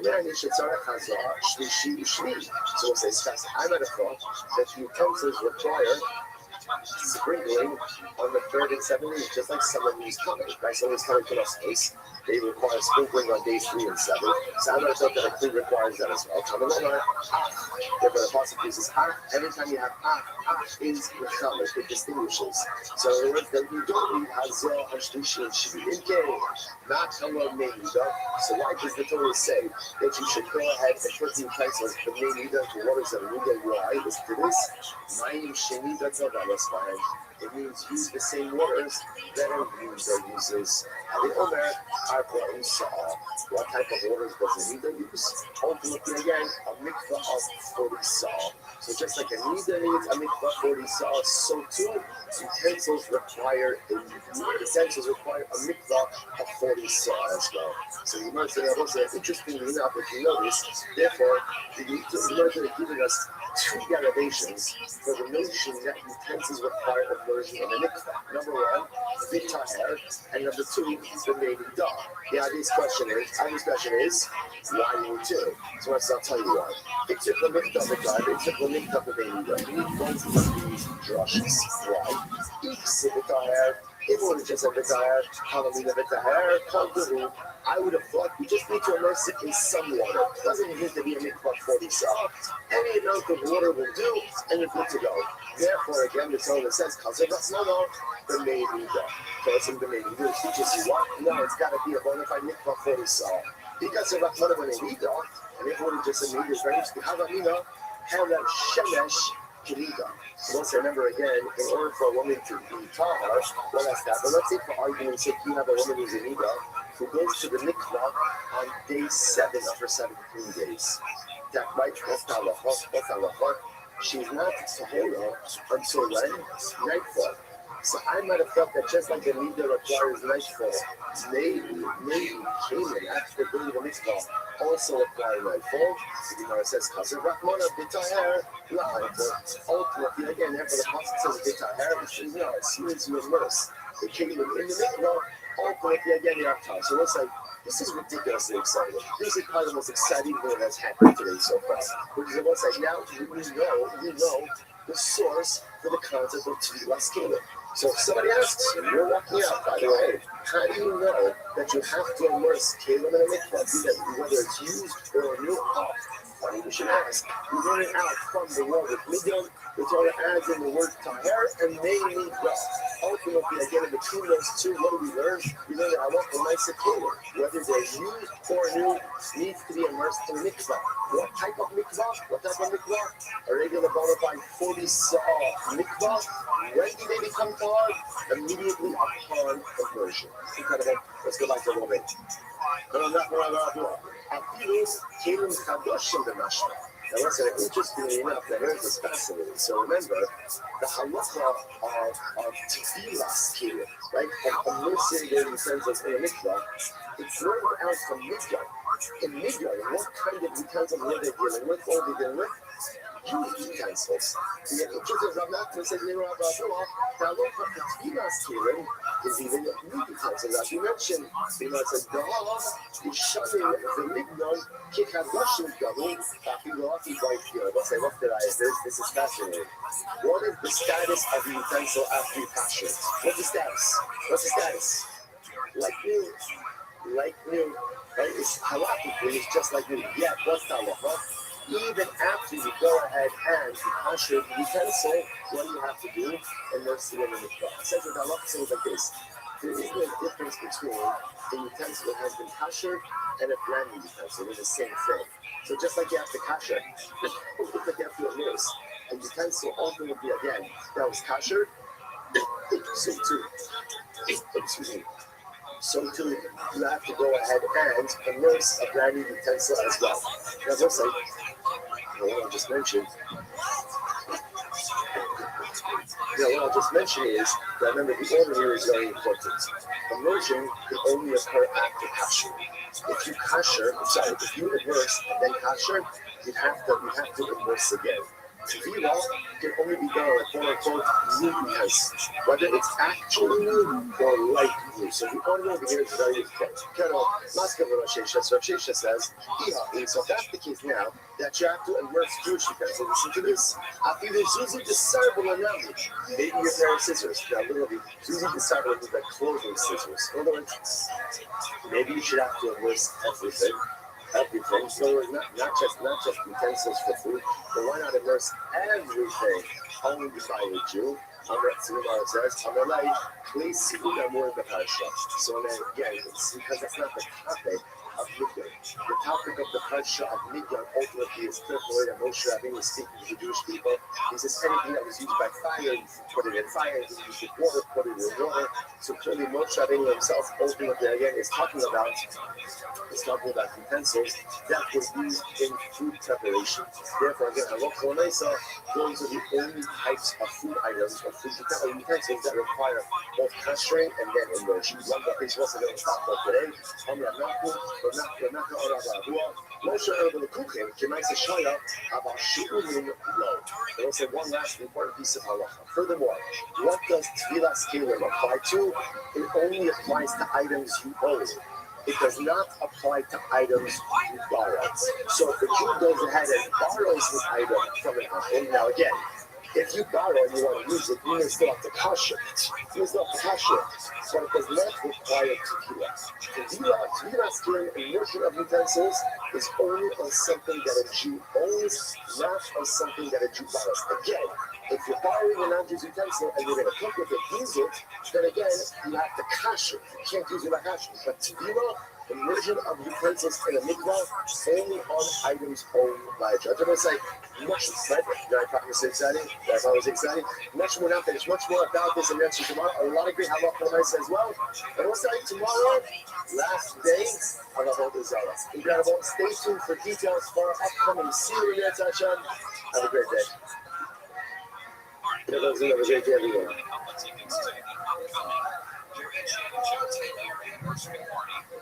It's going to be Saturday, March 7th in the afternoon at ROEX in Anaheim. Make sure that you go.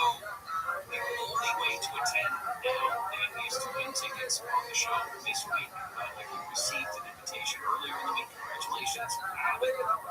All right, can I say good morning? All right, I want to say good morning. Good morning. Let us begin by thanking all of our sponsors for this morning share today.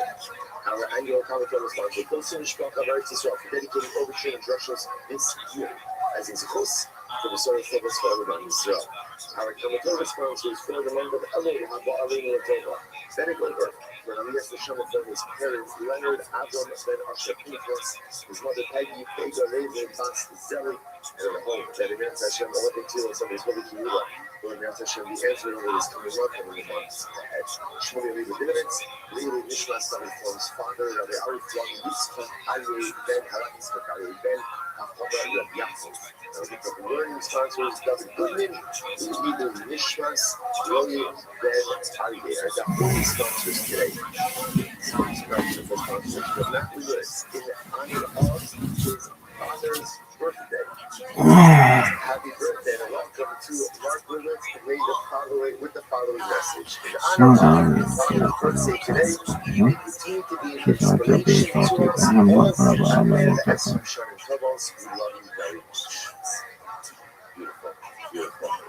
The needs from all of us. We can pay for it. You some pay for it. But then again, but we all love it. It's really absolutely beautiful. So touching, very touching. I'll say just, sometimes the most beautiful relationship connect with our loved ones. Going to a baseball game is great, right? And going, hanging out on a Sunday is great. And those are beautiful things, important things that we often do with our children as well. But more concerned, we go to the time to recover, we go to connect.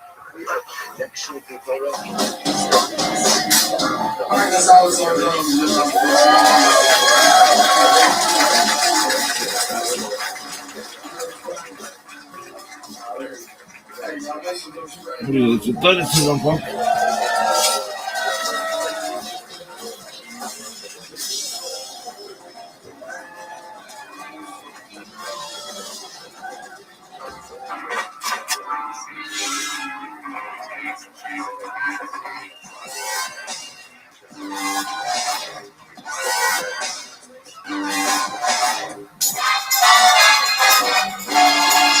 Hey, this is Rabbi coming to you live from the Comedy Mothership here in Austin, Texas, for a brand new episode of Kill Tony. Get up for Tony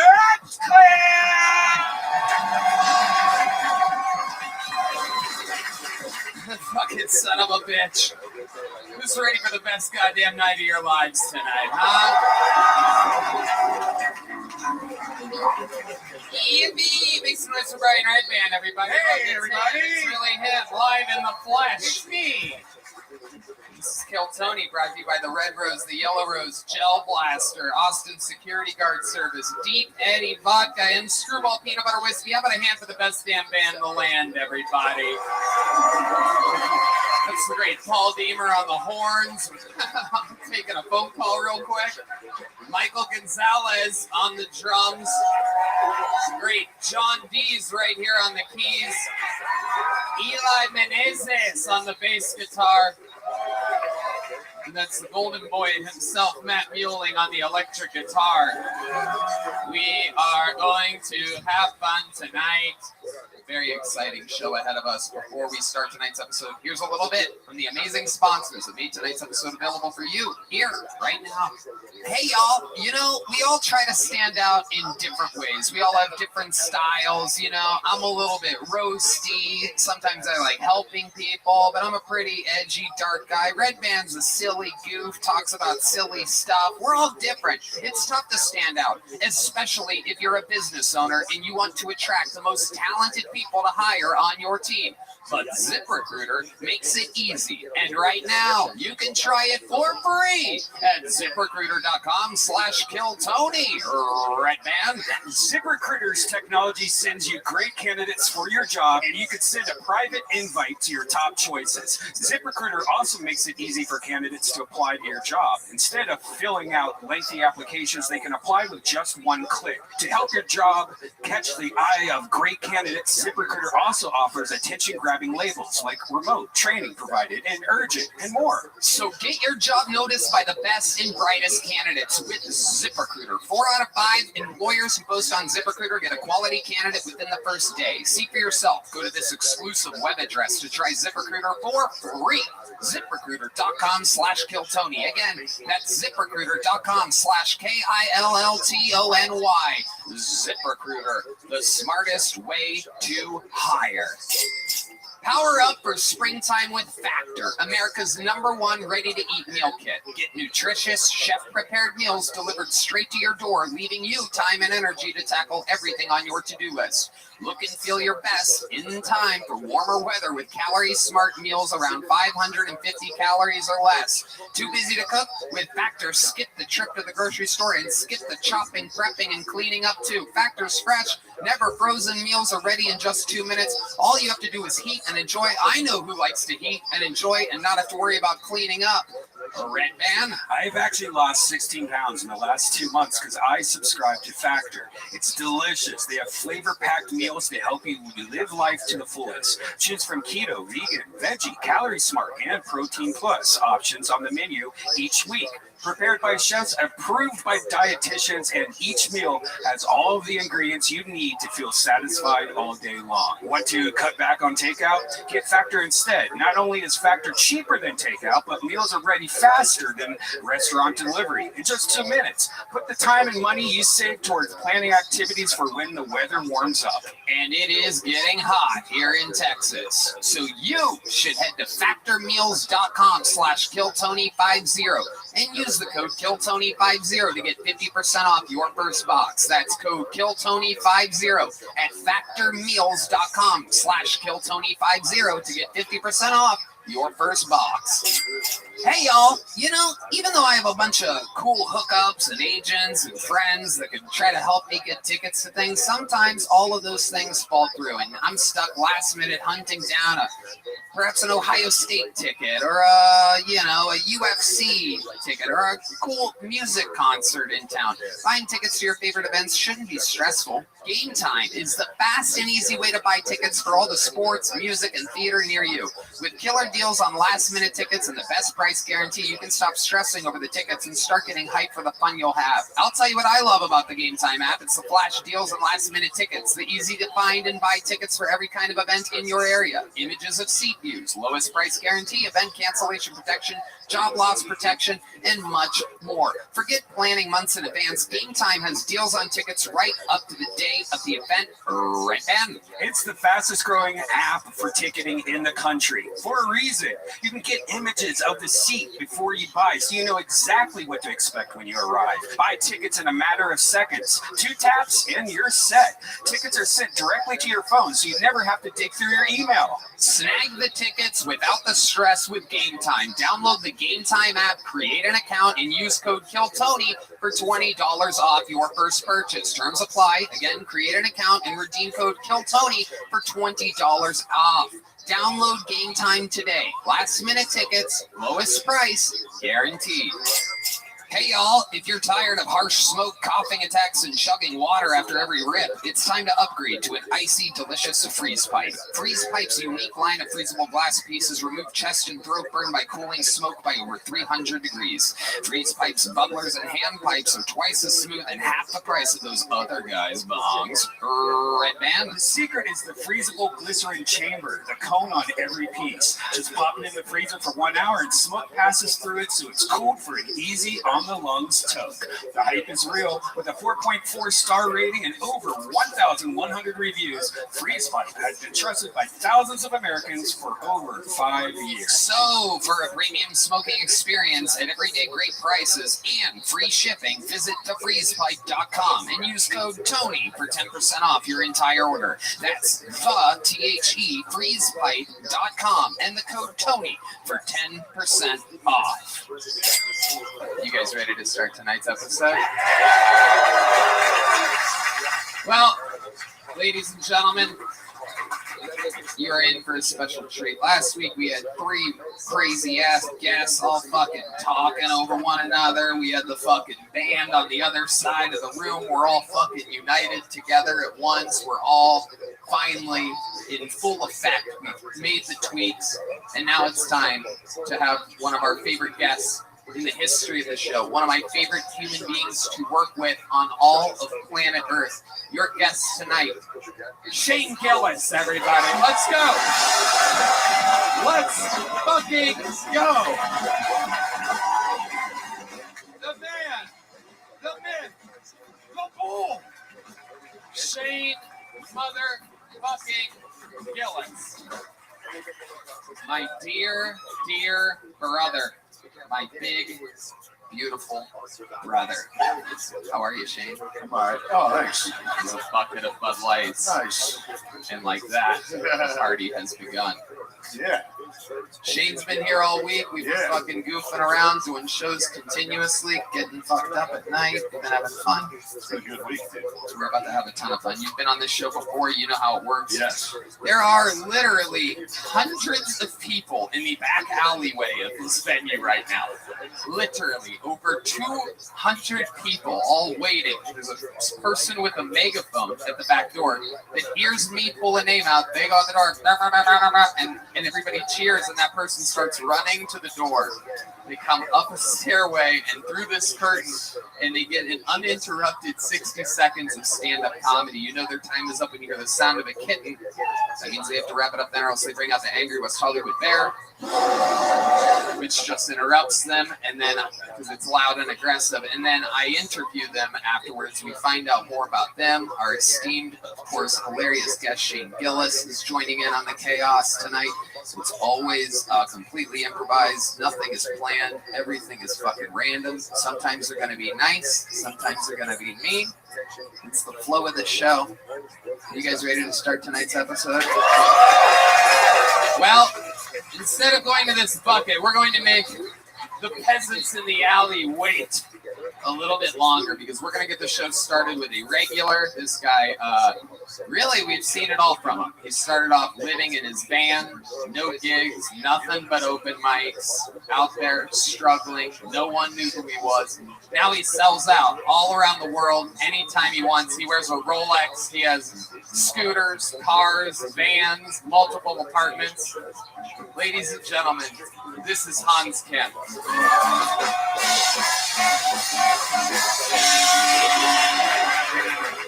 Hey, it's great to be here at the Comedy Mothership, the capital of stand-up comedy, right here on 6th Street, where you can see homeless people playing music by scratching scabs on their face.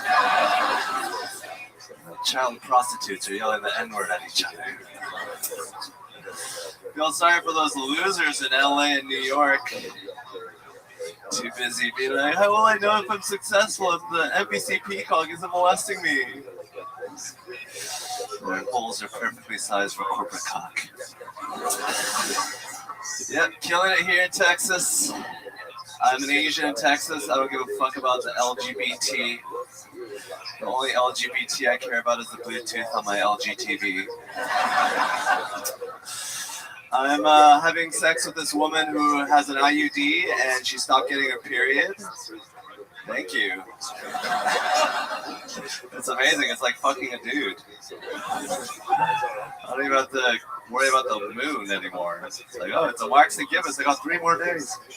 All right, that's my time. Thank you. All right. Hans Kim with a full minute stand-up comedy. How do you feel, Hans? I feel amazing. This is a 2 a week. This is kind of a lot for me, but you know, I'm happy to be here and not in the alley. Right. Of course, you're talking about the fact that we are doing a special taping here. There's another one tomorrow night, so you have to write 2 minutes this week. And we know that you have a new girlfriend who's been distracting you a lot from the actual art forming and performing. You are being a white girl giving you pussy anytime that you want. She was in the green room this week, and I don't like it. I don't. She's pretty attractive, and I don't like it. I'm sorry, Shane. I was mad when I saw it. Yeah. He has a fucking Rolex and a hot white girlfriend. I was here a month ago, and it wasn't going swell. It's starting to fucking bother me. It is true. Hans made his way into the green room one of these nights. I specifically remember because he was wearing a weird brown Indiana Jones cowboy hat, and I said, how do you look like both of the heroes from Indiana Jones? And he was moving around. He didn't sit down, and he kept taking his hands in and out of his pockets. And I said, Hans, what the fuck are you on? And you said, 2 bumps of cocaine. So let's talk about this. Yeah, that did actually help. I liked you more. You wear that Rolex around town? Yeah. You're a target. Yeah, so how often are you doing little bumps of cocaine? As often as my girlfriend makes me. Oh, so you're getting it from her. Yeah, she's a bad influence. Oh boy, now the plot thickens. This is interesting. I didn't know this about this girl. Has this been like this the whole time? Yeah, she's really big at the whippets. Oh my God. Wow. Okay. Sounds like a keeper. How often is she doing these type of illicit drugs? Every day. Every day? She does cocaine every day? She's on ketamine right now. Wow. She's a fucking wolf of 6th Street? Come on, guys. Yeah. Let's go. So, give us some examples of how her drug use has affected your life. Like, give us some, like, you know, have you ever ended up in a shady situation because of her? What's it been, like a month or two you've been with her? Yeah, we just usually sit on her couch and she does whippets, and then she's like, and then like I try to like rub her feet or something. But mostly she's been really passing out a lot. Yeah. How old is she? She's legal. Oh my God. What kind of answer is that, Hans? What does that mean? How old is she? She's 24. Oh, okay. All right. Whippets, though. I mean, that's like a high school thing. Yeah. Yeah, she's. Redman wants to know what you're doing with all the unused whipped cream part. What a waste, am I right? Just using all the gas, none of the ass. You know what I'm saying? Cracker. What? Who said cracker? Yeah. So you said that? Yeah. To me? Yeah. You're calling me a cracker? Well, that's what you use to make whippets. Oh, you know that shit. Yeah. You've also. I used to do it in high school. Wars. Okay, we got both of our jokes in. That was great. At the same time, there's like twice the power of both jokes. Okay, Hans. So let's talk about it. Are you happy in this relationship? Very happy. She's a very happy girl. Sometimes I catch her singing. That's just going on inside her head constantly. Holy shit. And why do you think she likes fucking you? I got a good jawline. I'm pretty skinny. Also, I'm like fun to be around sometimes. I try to make her be happy. You know, sometimes I'm like sad, but sometimes I'm not. So maybe she likes it when I'm not sad. I honestly don't know. Yo, is this actually how you talk? Is this a character or is this for real? Yeah, no, he's like this. Sometimes I'm sad, sometimes I'm not. Yeah. Is this a Drake song? Is the IUD thing real? Yeah, she doesn't get periods. So how long's that been for? Her whole time she's known me. Wow. It's amazing. Are you just dumping your fucking loads and loads? Wow. Incredible. Incredible. You never pull out at all. I used to, but then I was like, why? Right. Now you like it. Yeah. It feels better. It's like if your penis is just coming without anything touching it, it just like, it hurts.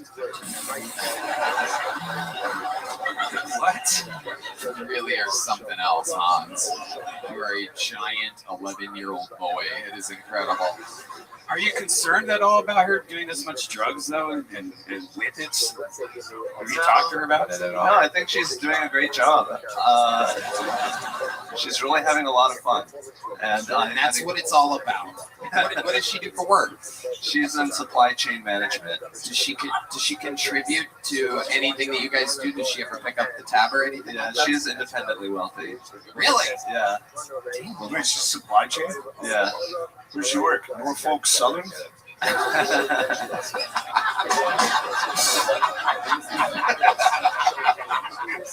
on, guys. Hans, Kim. Remember that? Remember what happened? Hans, you got the show started again. Congratulations. You're the man. Thank you so much. Hans Kim, everybody. That was Hans Kim. That was Hans Kim. And now my hand goes into the bucket.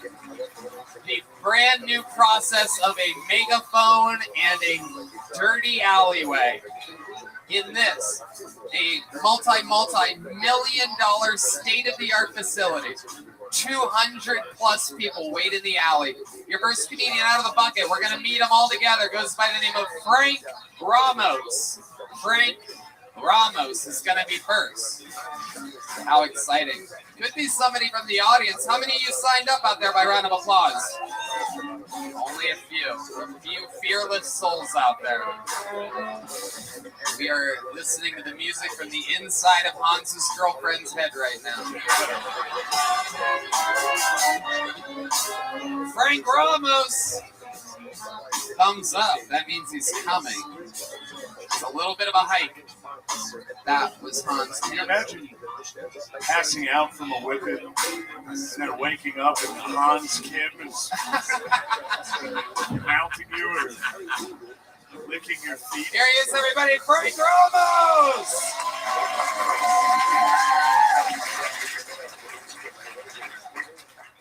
So I just moved to Austin about like 2 years ago, where there's this pandemic that happened. And I'm trying to figure out how to do dating here in Austin. The only problem is I tried Tinder and I was like, I think this fucking shit's broken.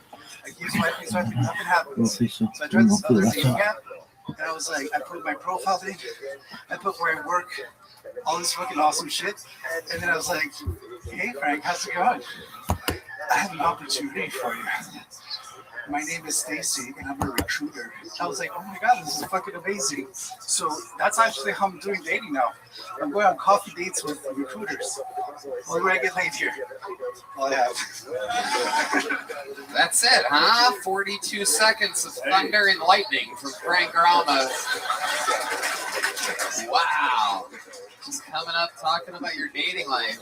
Incredible. Have you tried Grindr yet? That might work. Huh? That might work. I don't know. Well, what are you into? What kind of girl are you looking for, Frank Ramos? You got a little bit of a twang to you. Shane, what do you think about this guy? What kind of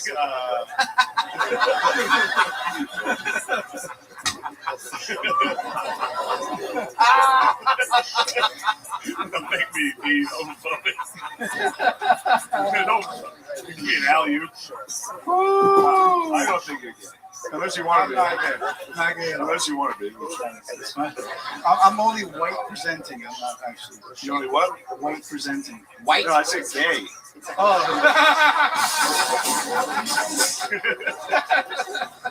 Oh my goodness, what a specimen you are, Frank. How long have you been doing stand-up comedy? About a minute and 42 seconds. That makes sense. Okay.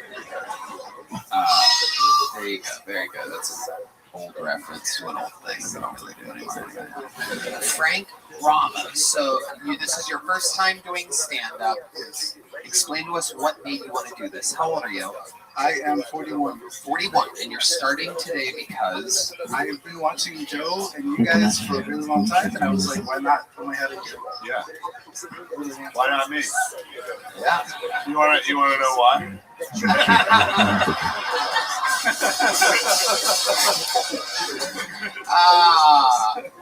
What do you do for work, Frank Ramos? Software engineer. Software engineer, absolutely. And how long have you lived in Austin? 2 years. Okay, where were you before that? Los Angeles. Los Angeles, California. Why'd you leave Los Angeles? During the pandemic? Way too expensive, yeah. Oh, okay. So I made it more expensive here. I just switched everything over. Okay. What do you like to do for fun? What are some hobbies? What do you have on your dating profile? Drone. I like drone racing, actually. It's really fun. Oh, yeah. Hey. How about that, babe?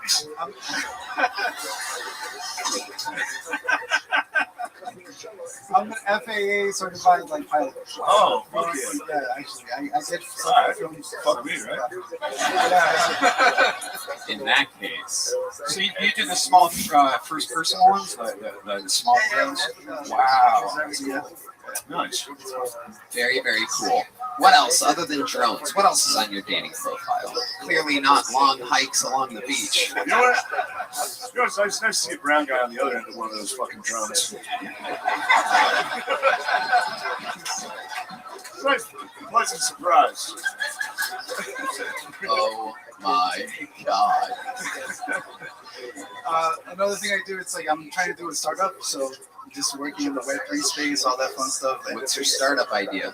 Called Movieplex. So basically, it's a That's fucking Netflix. Yeah, exactly. Yeah. It's like an uncensored Netflix. Okay. How's that going? It's going well. Yeah, we just raised some money for it, so you have like investors and stuff. Yeah. And you go and you pitch to them, and you're like, so here's what it's gonna be. Check it out. We have this idea. It's like Netflix, but uncensored. It's just cocks everywhere. Hey, look at that. You got a little trademark. You guys see that? Look at you. Look who made a funny up here accidentally real quick. Not even thinking about it. Frank. I'm so happy. It feels good, right? It's really nice, right? You do. You look genuinely happy right now. You're not? I am. Yeah, okay. You are. All right. Okay, so Frank, let's talk about this. You talked about dating for 41 seconds straight. What was your last date? Indiana is not. Yeah, so like I said, in Austin, everyone here is a little bit different than LA. So most people my age are like married multiple times, have kids. Right, they're straight.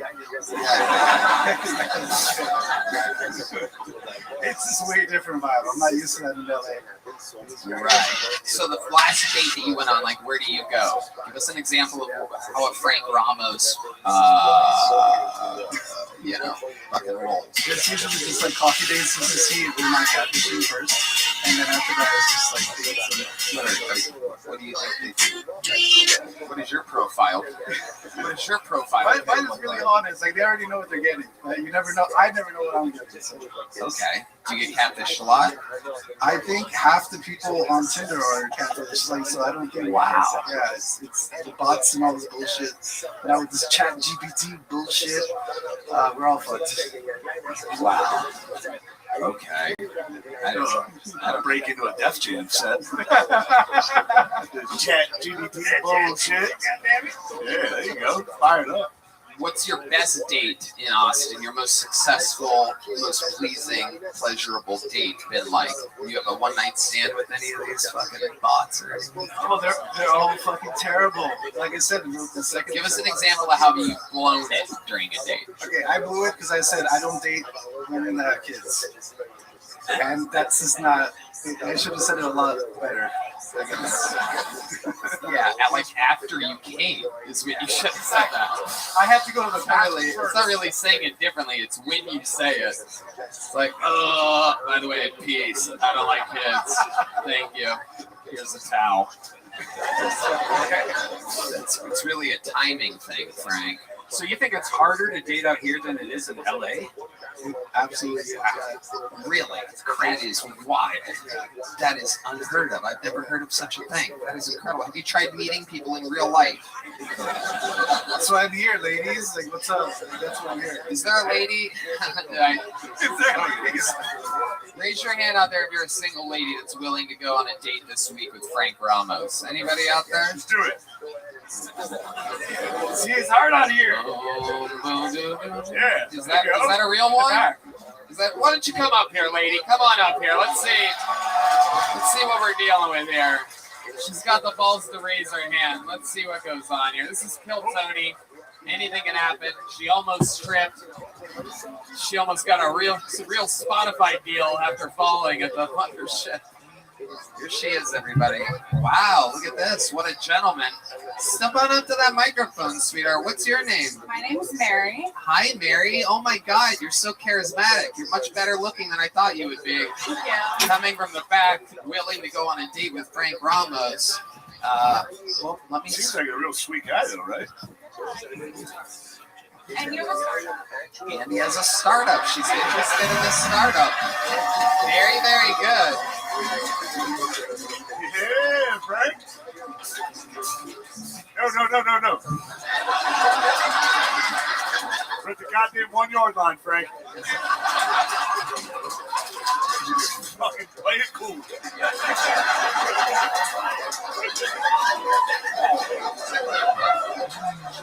He's about to take her back to his place for whippets. So you're close with Frank. You're right next to him. He's a good-looking guy. He's got a startup. Don't ever do that with your head again, Frank. That was literally the gayest thing you've done since you got on stage, which says a lot because at one point you went like that. Incredible. So, did you say Mary? Mary, did you sign up tonight? No. So you just came with some friends? Have you seen the show before? I've never seen the show. This is amazing. Me and my friend waited in line, and we got in. She said we were before, and here we are. I love it. You paid for tickets, right? Yeah. Goddamn right. Okay, perfect. You scared me there for a second. I thought we were gonna have our first fire door guy here tonight. That was close. Well, Mary, I'm gonna tell you something. We've been doing this show for almost 10 years, and there's a lot of magic that happens on this show. Sometimes it's somebody's first time and it goes good. Sometimes, somebody got their U.S. citizenship here a few weeks ago. One thing that we also have been famous for doing the last 10 years is having magical moments happen. And I was wondering if maybe to close out his time on the stage, if you'd be willing to give Frank Ramos a real Austin, Texas kiss. Oh.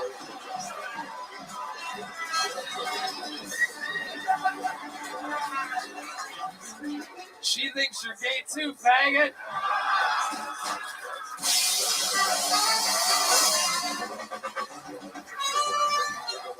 Make some noise for Mary, everybody. What a good sport. I'm going to buy Mary a drink.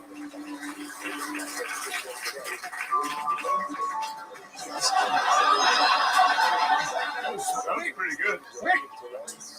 So she doesn't want to go on a date with him? I thought the whole thing was like he can go on a date with her.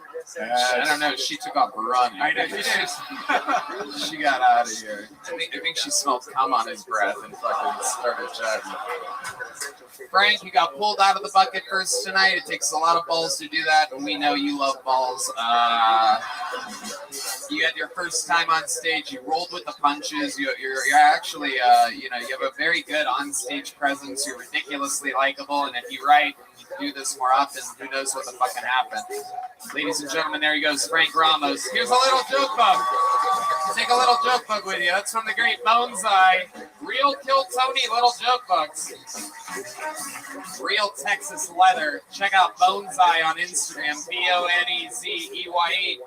Alex Olinger is next. Or Olinger, perhaps. You guys still having fun out there? A fun fact for you while we're waiting for Alex. These little joke books say Kill Tony on the front and You Suck on the back. Or it has a bomb on it. They bomb really bad. And the big ones are just cool. Alex Olinger is next. And here we go. Alex Olinger, hopefully any second, for the love of fucking God. It's a new venue. We're working on some of the kinks as we go. How many of you like it when comedians do good on this show? How many of you like it when comedians do bad on this show? All right, here he is, everybody. Alex Olinger.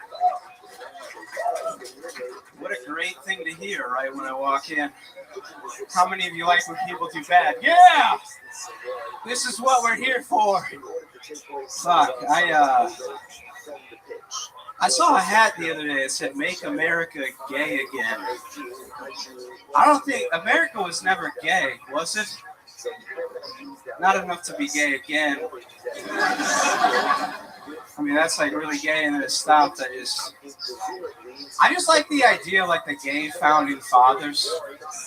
Just sit about like Quincy. Yes, Benjamin? I have a question. Do these slaves make me look fat?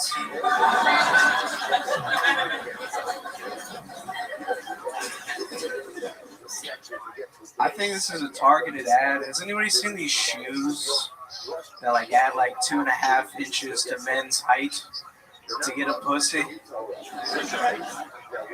Dude, who is 5'4" like me and then gets to 5'6" and is like, I can fuck her now.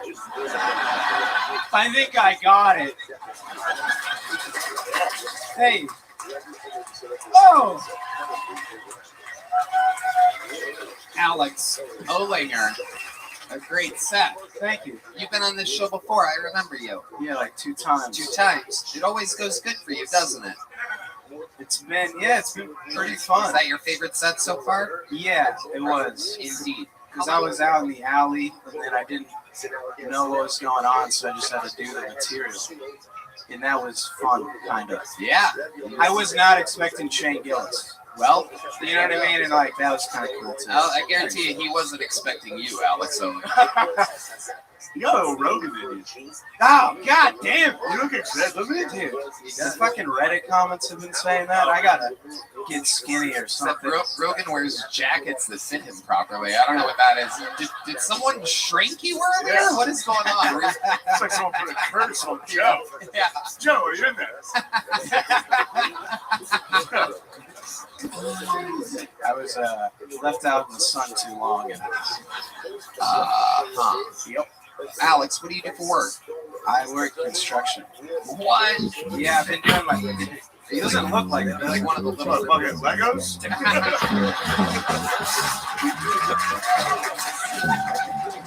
All right. Okay. No, we're good. We're done.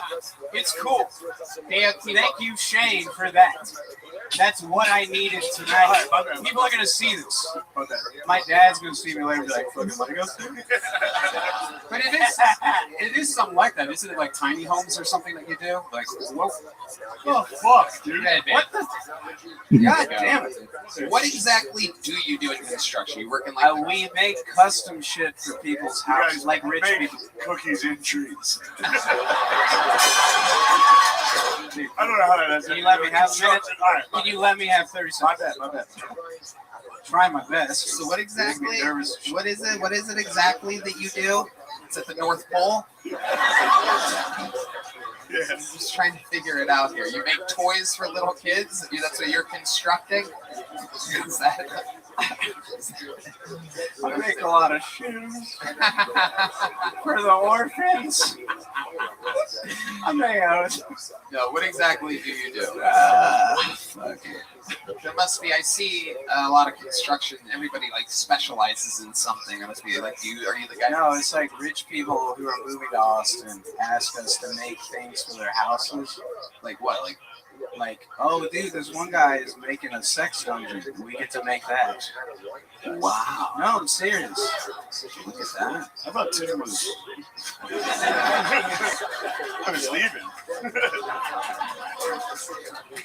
So, so what are you putting in this sex dungeon? Can you describe your method of approach here? There's some rings, like metal rings and chains for the dude to be like this, I think. And the whole stairway down is brass. Everything is brass going down there. Oh my god. Yeah. A lot of brass. And you can grab these rings at your height? I think if I jumped or like got a running start, I could be up there like a gymnast while someone fucks me in my little ass. How tall are you exactly for the podcast listeners? 5. Hold on, I hear you, bro. You gotta give him a good number. What did you 5'5". 5'5". Okay, but how about with the insoles taken out of the shoes? A hot 5'1". You have a girlfriend? Yes, I do. How tall is she? 6'4". That'd be fucking sick, wouldn't it? I bet. If I was fucking a 6'4" girl, none of you would be laughing right now. Yeah. You'd say, oh No, we would be because I'd be doing jokes about how you can't 69 with her. She's sucking your dick and you're just tossing her belly button salad. The old the old iceberg wedge, you know what I mean? The old fucking, yeah. All right. How toes in her pussy. How tall is your girlfriend? She's about like 5'1". Okay. Ooh, nice. Yeah. I got a shorter one. So it makes you feel normal. Now again, It does. my spine. You guys do it. What was that? I was gonna say he lived in the Shire. Both times.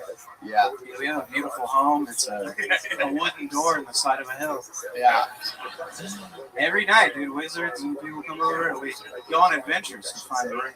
I think, all right, we gotta stop with this. You had a really good set. Yeah, no, it was amazing. It was incredible. Tell us how comedy's been going for you, Alex. It's actually been going better than it has previously. What do you think the adjustment that you've made recently? Again, how long have you been on it again? About 6 years. 6 years. So what has been your most recent adjustment or whatever that makes you think it's going better? Is there something in particular that you've been doing? I would just like forget about people's bullshit. No, like I just go up and do my thing. Don't fucking believe me. I had a good set. Clearly it works. Yeah. Fucking trombone player, whatever the fuck he's Oh, I can do it too. That was Mike. I can do it too. Hey, that's all right. It was a funny one. Don't ruin it. Be on my fucking friend, dude. What the fuck? Yeah. Turn it against each other. You know what's funny? I knew he was going to be good when he walked out. Like, right when you guys were saying, like, you want to see comics do bad, he walked out and was like, he just looked over and was like, what the fuck? And I was like, That's a really scary thing to hear, almost yeah, immediately. Yeah, I bet. I've never been in here. This is fucking cool. Yeah. Right. It's like You're there's like alien shit. Yeah, you're gonna be back in the alleyway in 30 seconds. So God. You better soak it in, my friend. I would like to. Alex, I would love to have you back on the Secret Show. Wow, you just got booked on the show. Thank you. Alex Zollinger, there he goes, everybody. On to the next one. Hans Hilton. Hans Hilton is next. Let's see if we can get this moving a little bit faster. Let's play some music or something. What's going on? How's everybody doing? I called the name. Hans Hilton is in the mix. This is definitely a new name. I would know if I had seen a Hans Hilton before. Incredible that 2 out of the 4 comedians so far tonight are Hanses. This is very exciting. Perhaps this is a cross between Hans Kim and Paris Hilton. Here he is, Hans Hilton, everybody. The Boston! I got 3 kids, so last year for my birthday, I got a vasectomy. The number one question guys ask me is, did it hurt? Did it hurt? Less than a 4th kid would hurt. But I was really nervous going into it, so I was trying to find ways to get rid of the nerves, and one clinic recommended nitrous oxide. You guys remember the laughing gas from the dentist's office? Their motto was, come laugh your balls off with us. And it was a great start, but I was so nervous, I kept researching. Another clinic recommends a brosectomy. That's where 3 of your friends come with you. You guys all get stick together. That's when I found out I don't have 3 good friends because I went alone. But the biggest thing I was worried about was that it wasn't going to work because they say it's supposed to keep you from having kids. And when you know I went home, those 3 fuckers were still there. It didn't keep me from having anything. I called my wife while I was waiting out in the alley and told her I was waiting, hoping to perform for 1 minute. She said I should be really good at that because I've got lots of experience. All right, Hans Hilton. Yeah. Is that your real name, Hans Hilton? What the fuck? I've been asked my whole life if it was my stage name and as my real name, but now it's also my stage name. Wow. What other stages were you on? I'm serious. Is it just comedy? Just comedy. All right. You got like a Christian vibe. Yeah. I've been told I've got youth pastor vibes, yeah. Oh, yeah. Big time, dude. Big time. That smile while someone's insulting you, just like, oh, yeah, yeah. Sure. I am way too nice, yeah. Nice. You are? Yes. Where are you from? California. Okay. What part? I was born in Linwood, California, and currently live in Downey, California. Oh, wow. A bunch of places I've never heard of. That's incredible. And Linwood's better known by our neighbors, Compton and Watts, so you could probably fill in the blanks.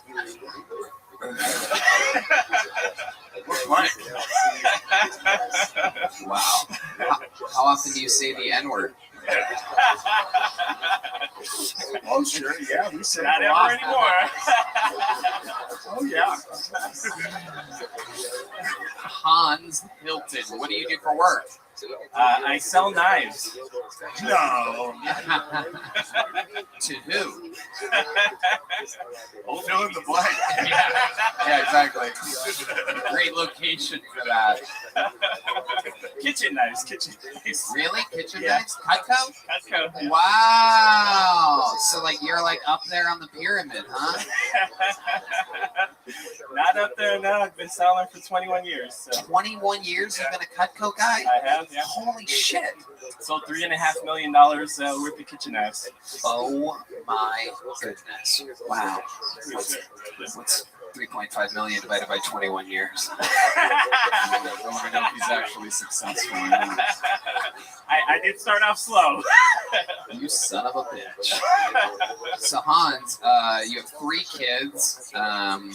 You now have a vasectomy, so you're pulling another Hans. You're just blowing loads inside of your lady ruthlessly as well, right?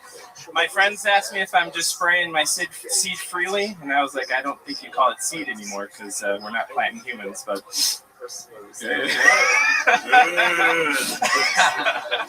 We go on.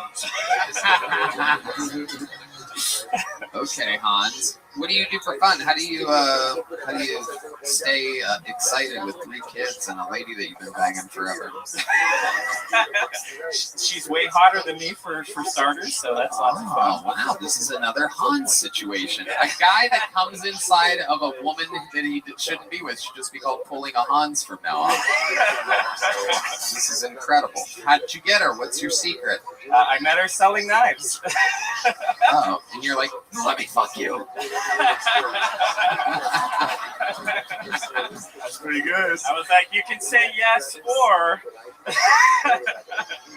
Goddamn right. I love it. You have any secrets to keeping it fresh in the bedroom? 3 kids in. You have any special moves that you do or anything? Is there anything that you think you specialize in the bedroom? You have like a move or something? Something you do with your finger or your butthole or something, perhaps? I don't know. Hans, do you love eating pussy or not?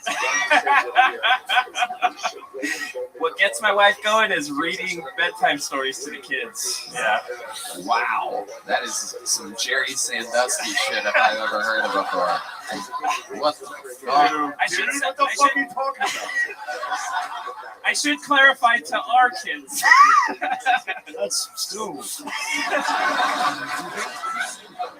wait, while you're reading, you're like, I'm getting my wife so wet. Do you know what's coming when you're reading? You're like, I'm gonna fuck after this. You're like, get the fuck to bed. Yeah, finally hard. Go to bed. For real.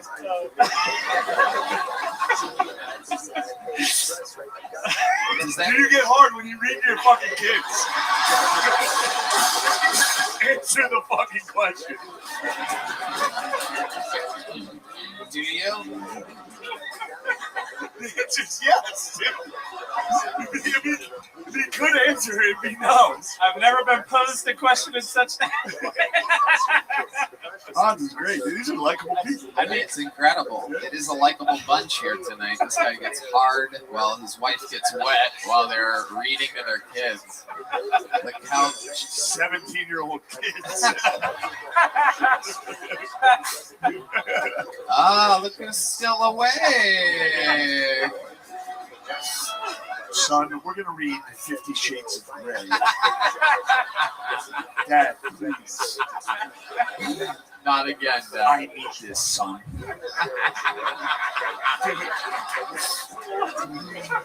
Holy shit. Hans, congratulations, man. You had your first set of your life. You got some laughs. It wasn't. I don't think it was the first set of his life. Oh, it wasn't? I've been doing this for 1 year.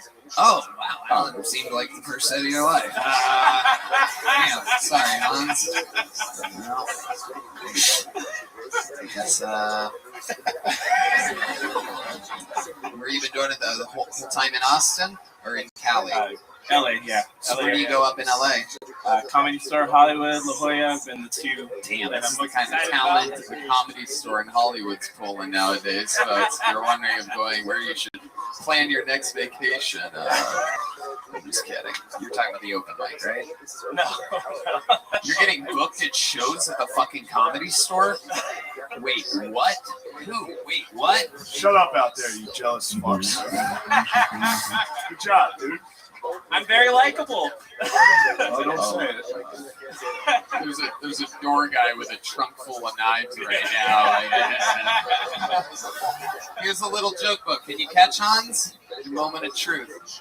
Very Yes. good. Hans, you suck. Make some noise for him. There he goes, Hans Hilton, everybody. We're going to get one of our regulars up here right now.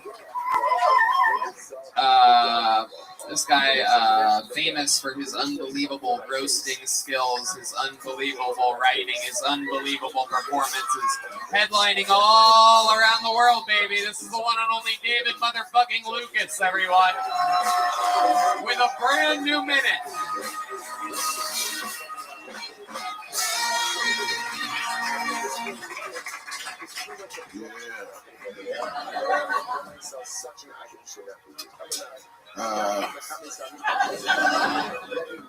My 8-year-old, she goes to private school, and I went to career day. And whenever the kid got up with their parents, they said some noble shit like, I want to be a doctor like my dad, a lawyer like my mom, an accountant. This bitch got up there and said, I want to be a rapper. I'm like, you ain't got to go to private school for that. You can go to regular school for that, bitch. If you want to be like Cardi B, what the fuck are you doing? If you want to pop your pussy, you need to catch the bus, bitch. Like,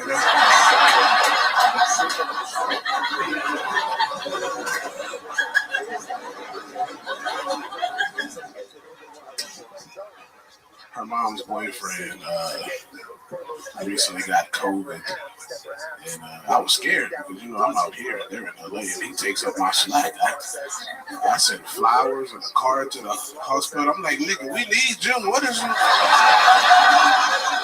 Like, how dare you try to tap out now, motherfucker? All right, thank y'all, man. Hell yeah, love it. Strong, on point, all real shit, your real life. David Lucas with another fucking stellar minute. How's it going, my friend? Shit. What you got, a jacket? Oh, come on. What's going on? You're already trying. You're just going to rush right into it? What are you wearing, a fucking heated blanket for a sweater right now? What the fuck is that, dude? Why are you in a baby? You look like a pastor of penis, nigga. Get your coming to you out of the book of scrotum. Oh, you son of a bitch. The fuck you got that jacket on for? Nigga? What do you mean? Like, how'd you, is it constrained his head? I'm just wondering why No, not all of us show up to work in fucking sweatpants wearing our fucking daughter's shoes. What the hell are those? Oh my god. Tony, you got your man shoes on, nigga. You wear 6 in women for real. I guess every pants are sweatpants when you're you. You have short legs for your body. Yeah, and you got a big asshole for your body, bro. That's true, actually. I do have a gaping asshole. I don't know how you know that. I know them cartel members like to stuff shit up your ass, nigga. You was a valuable asset to chop on, nigga. Your ass. He can get 12 pounds over the border. Yeah. No Vaseline. They can sneak humans up your ass, dude. Full-size illegal immigrants coming in, being shot out like baby zebras on the other side of the border. Unbelievable. The great David Lucas. Very sweaty today, huh? Nigga, but well, y'all don't know. Y'all ain't never walked the 30 million steps in the club to get back here. There's a whole bunch of steps. It is quite the trip. David Lucas is going to be fucking 100 pounds thin. Right. I'm going to be thin as a bitch. So you ain't going to be no straighter. That's crazy. That's well, you hang around all these masculine men and you still act like a bitch. Well, that's true. Fat guy. No, I love it. You are soaking wet. I love it. I'm just gonna keep you up here. I got a shacket on, nigga. What you expect? What is it? A shacket. A shacket? Yeah. It's a shirt jacket. Oh my. Kind of rhymes with faggot. You know? Oh my god. You don't know shit about fashion. You got a fucking gay dead man's jacket on, nigga. This is. He's not gonna need this anymore. I took it off him when he was in the coffin. He died from AIDS. He was an old friend. Jesus. I love it. Well, you'll walk 100,000 miles for AIDS, ain't it? Where do you even get something like that? Like, what Shit, I think, you're dressed like a Kleenex box right now. It is incredible. You like that one? Shane, shut your ass up. I know, don't do it. You look like you play wheelchair basketball, nigga.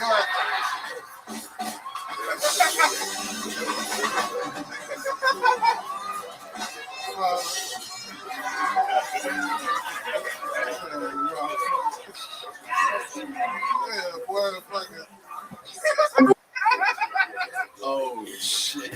Welcome. Copy face. Oh, go fuck yourself. That nigga Shane's face was like a scream ass, nigga. Man, I knew you were gonna do this. You've been on my dick all week. I knew these cameras would come out. Last night you should have heard how YouTube be like, this next guy's my best friend. He's my favorite comic in the world. You soft bitch. Fuck you. Oh, I knew you'd get nasty when the lights came on. That's what we do, man. You know I love retarded people, man. I got a retarded uncle, nigga. I've been fucking with them a long time, bro. Special Olympics all day. This nigga got 3 gold medals in the Special Olympics. Hell yeah.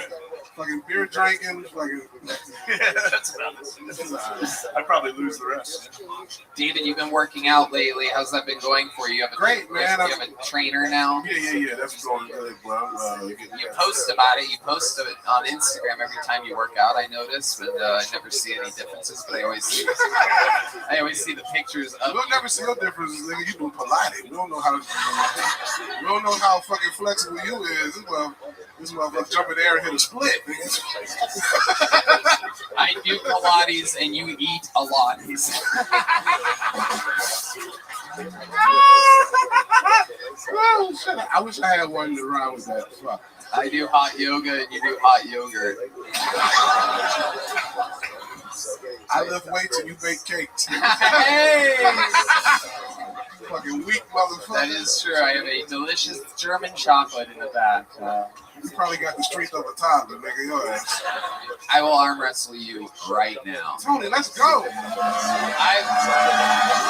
Let's go. Let's go. I mean, how would we even do it?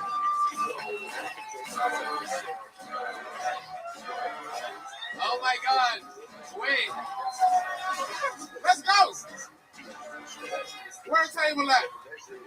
I will arm wrestle you tomorrow night. No, nigga, no. We'll set it up. Okay.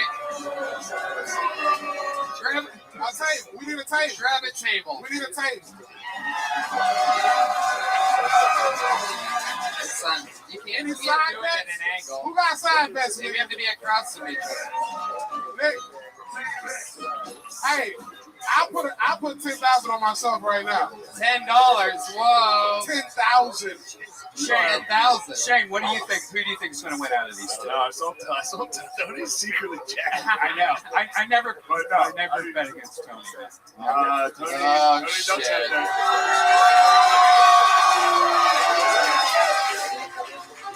Son of a bitch.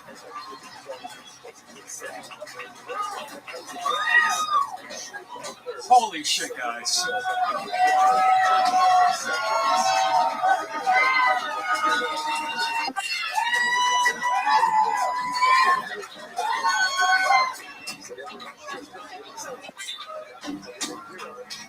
Welcome.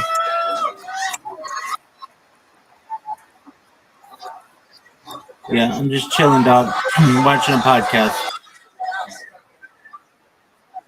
Word.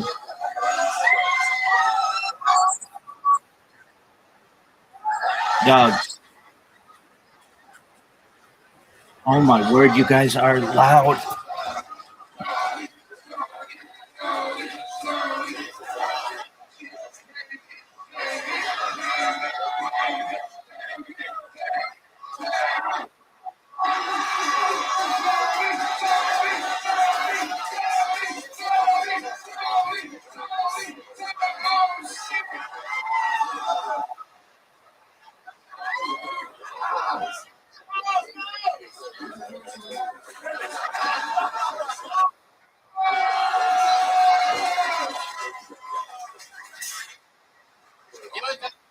He's a cheater.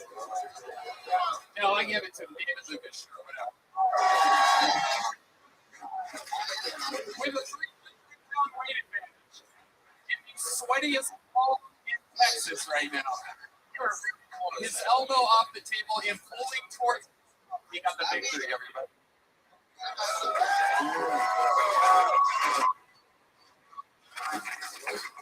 David, you're a legend. You do it every week. We love you. I appreciate y'all, man. Check out the tour dates. I'll be in Ontario, Irvine.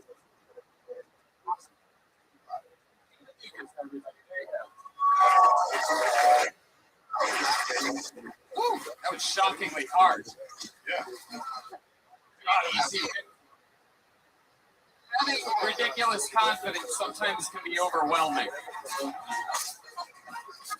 you did good. Callan Glaw, everybody. Callan Glaw. Whew, I'm out of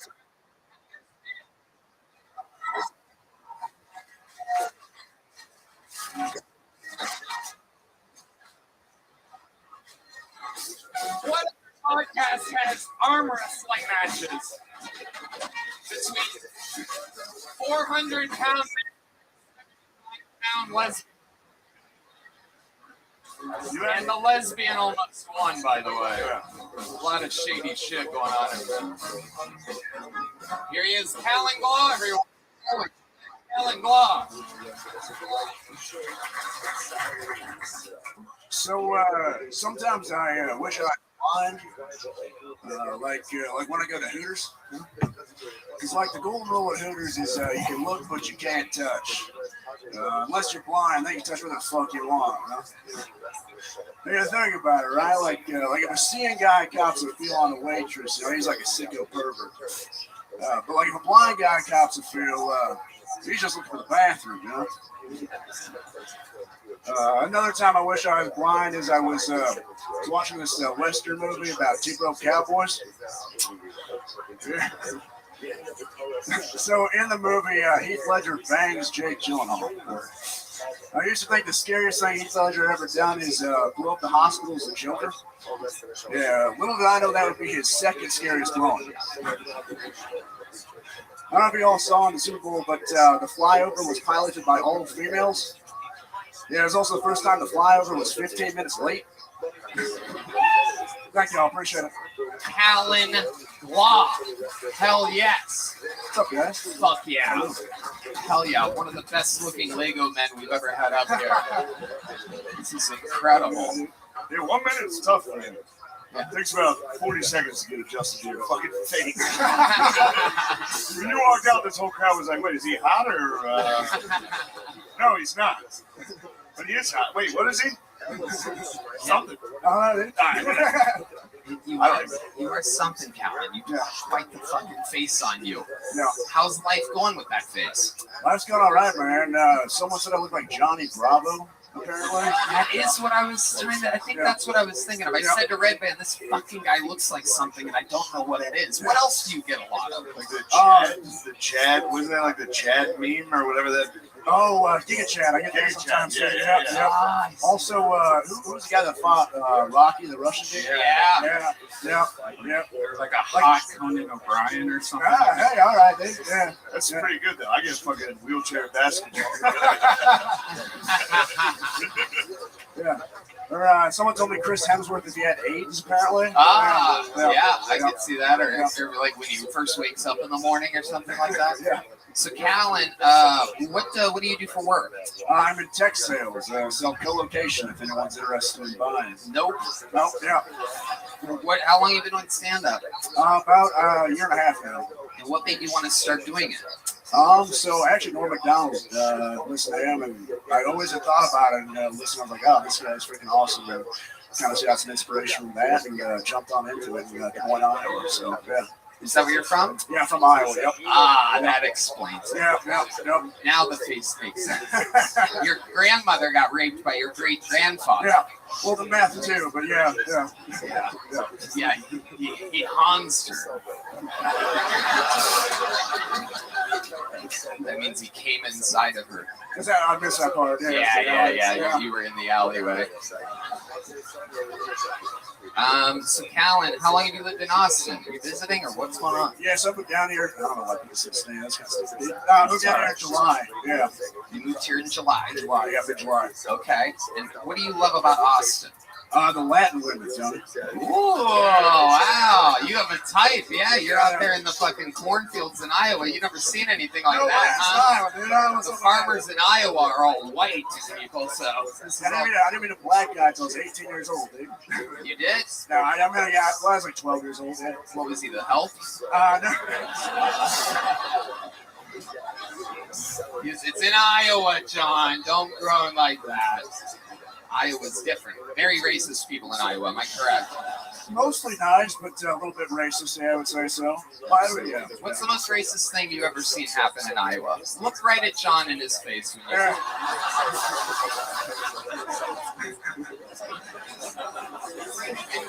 Yeah, well, honestly, so I was up here before, about a couple months ago. And, you were on Kiltony? Yeah, I was. How do I not remember this face? I never forget a face. Holy shit, look at that.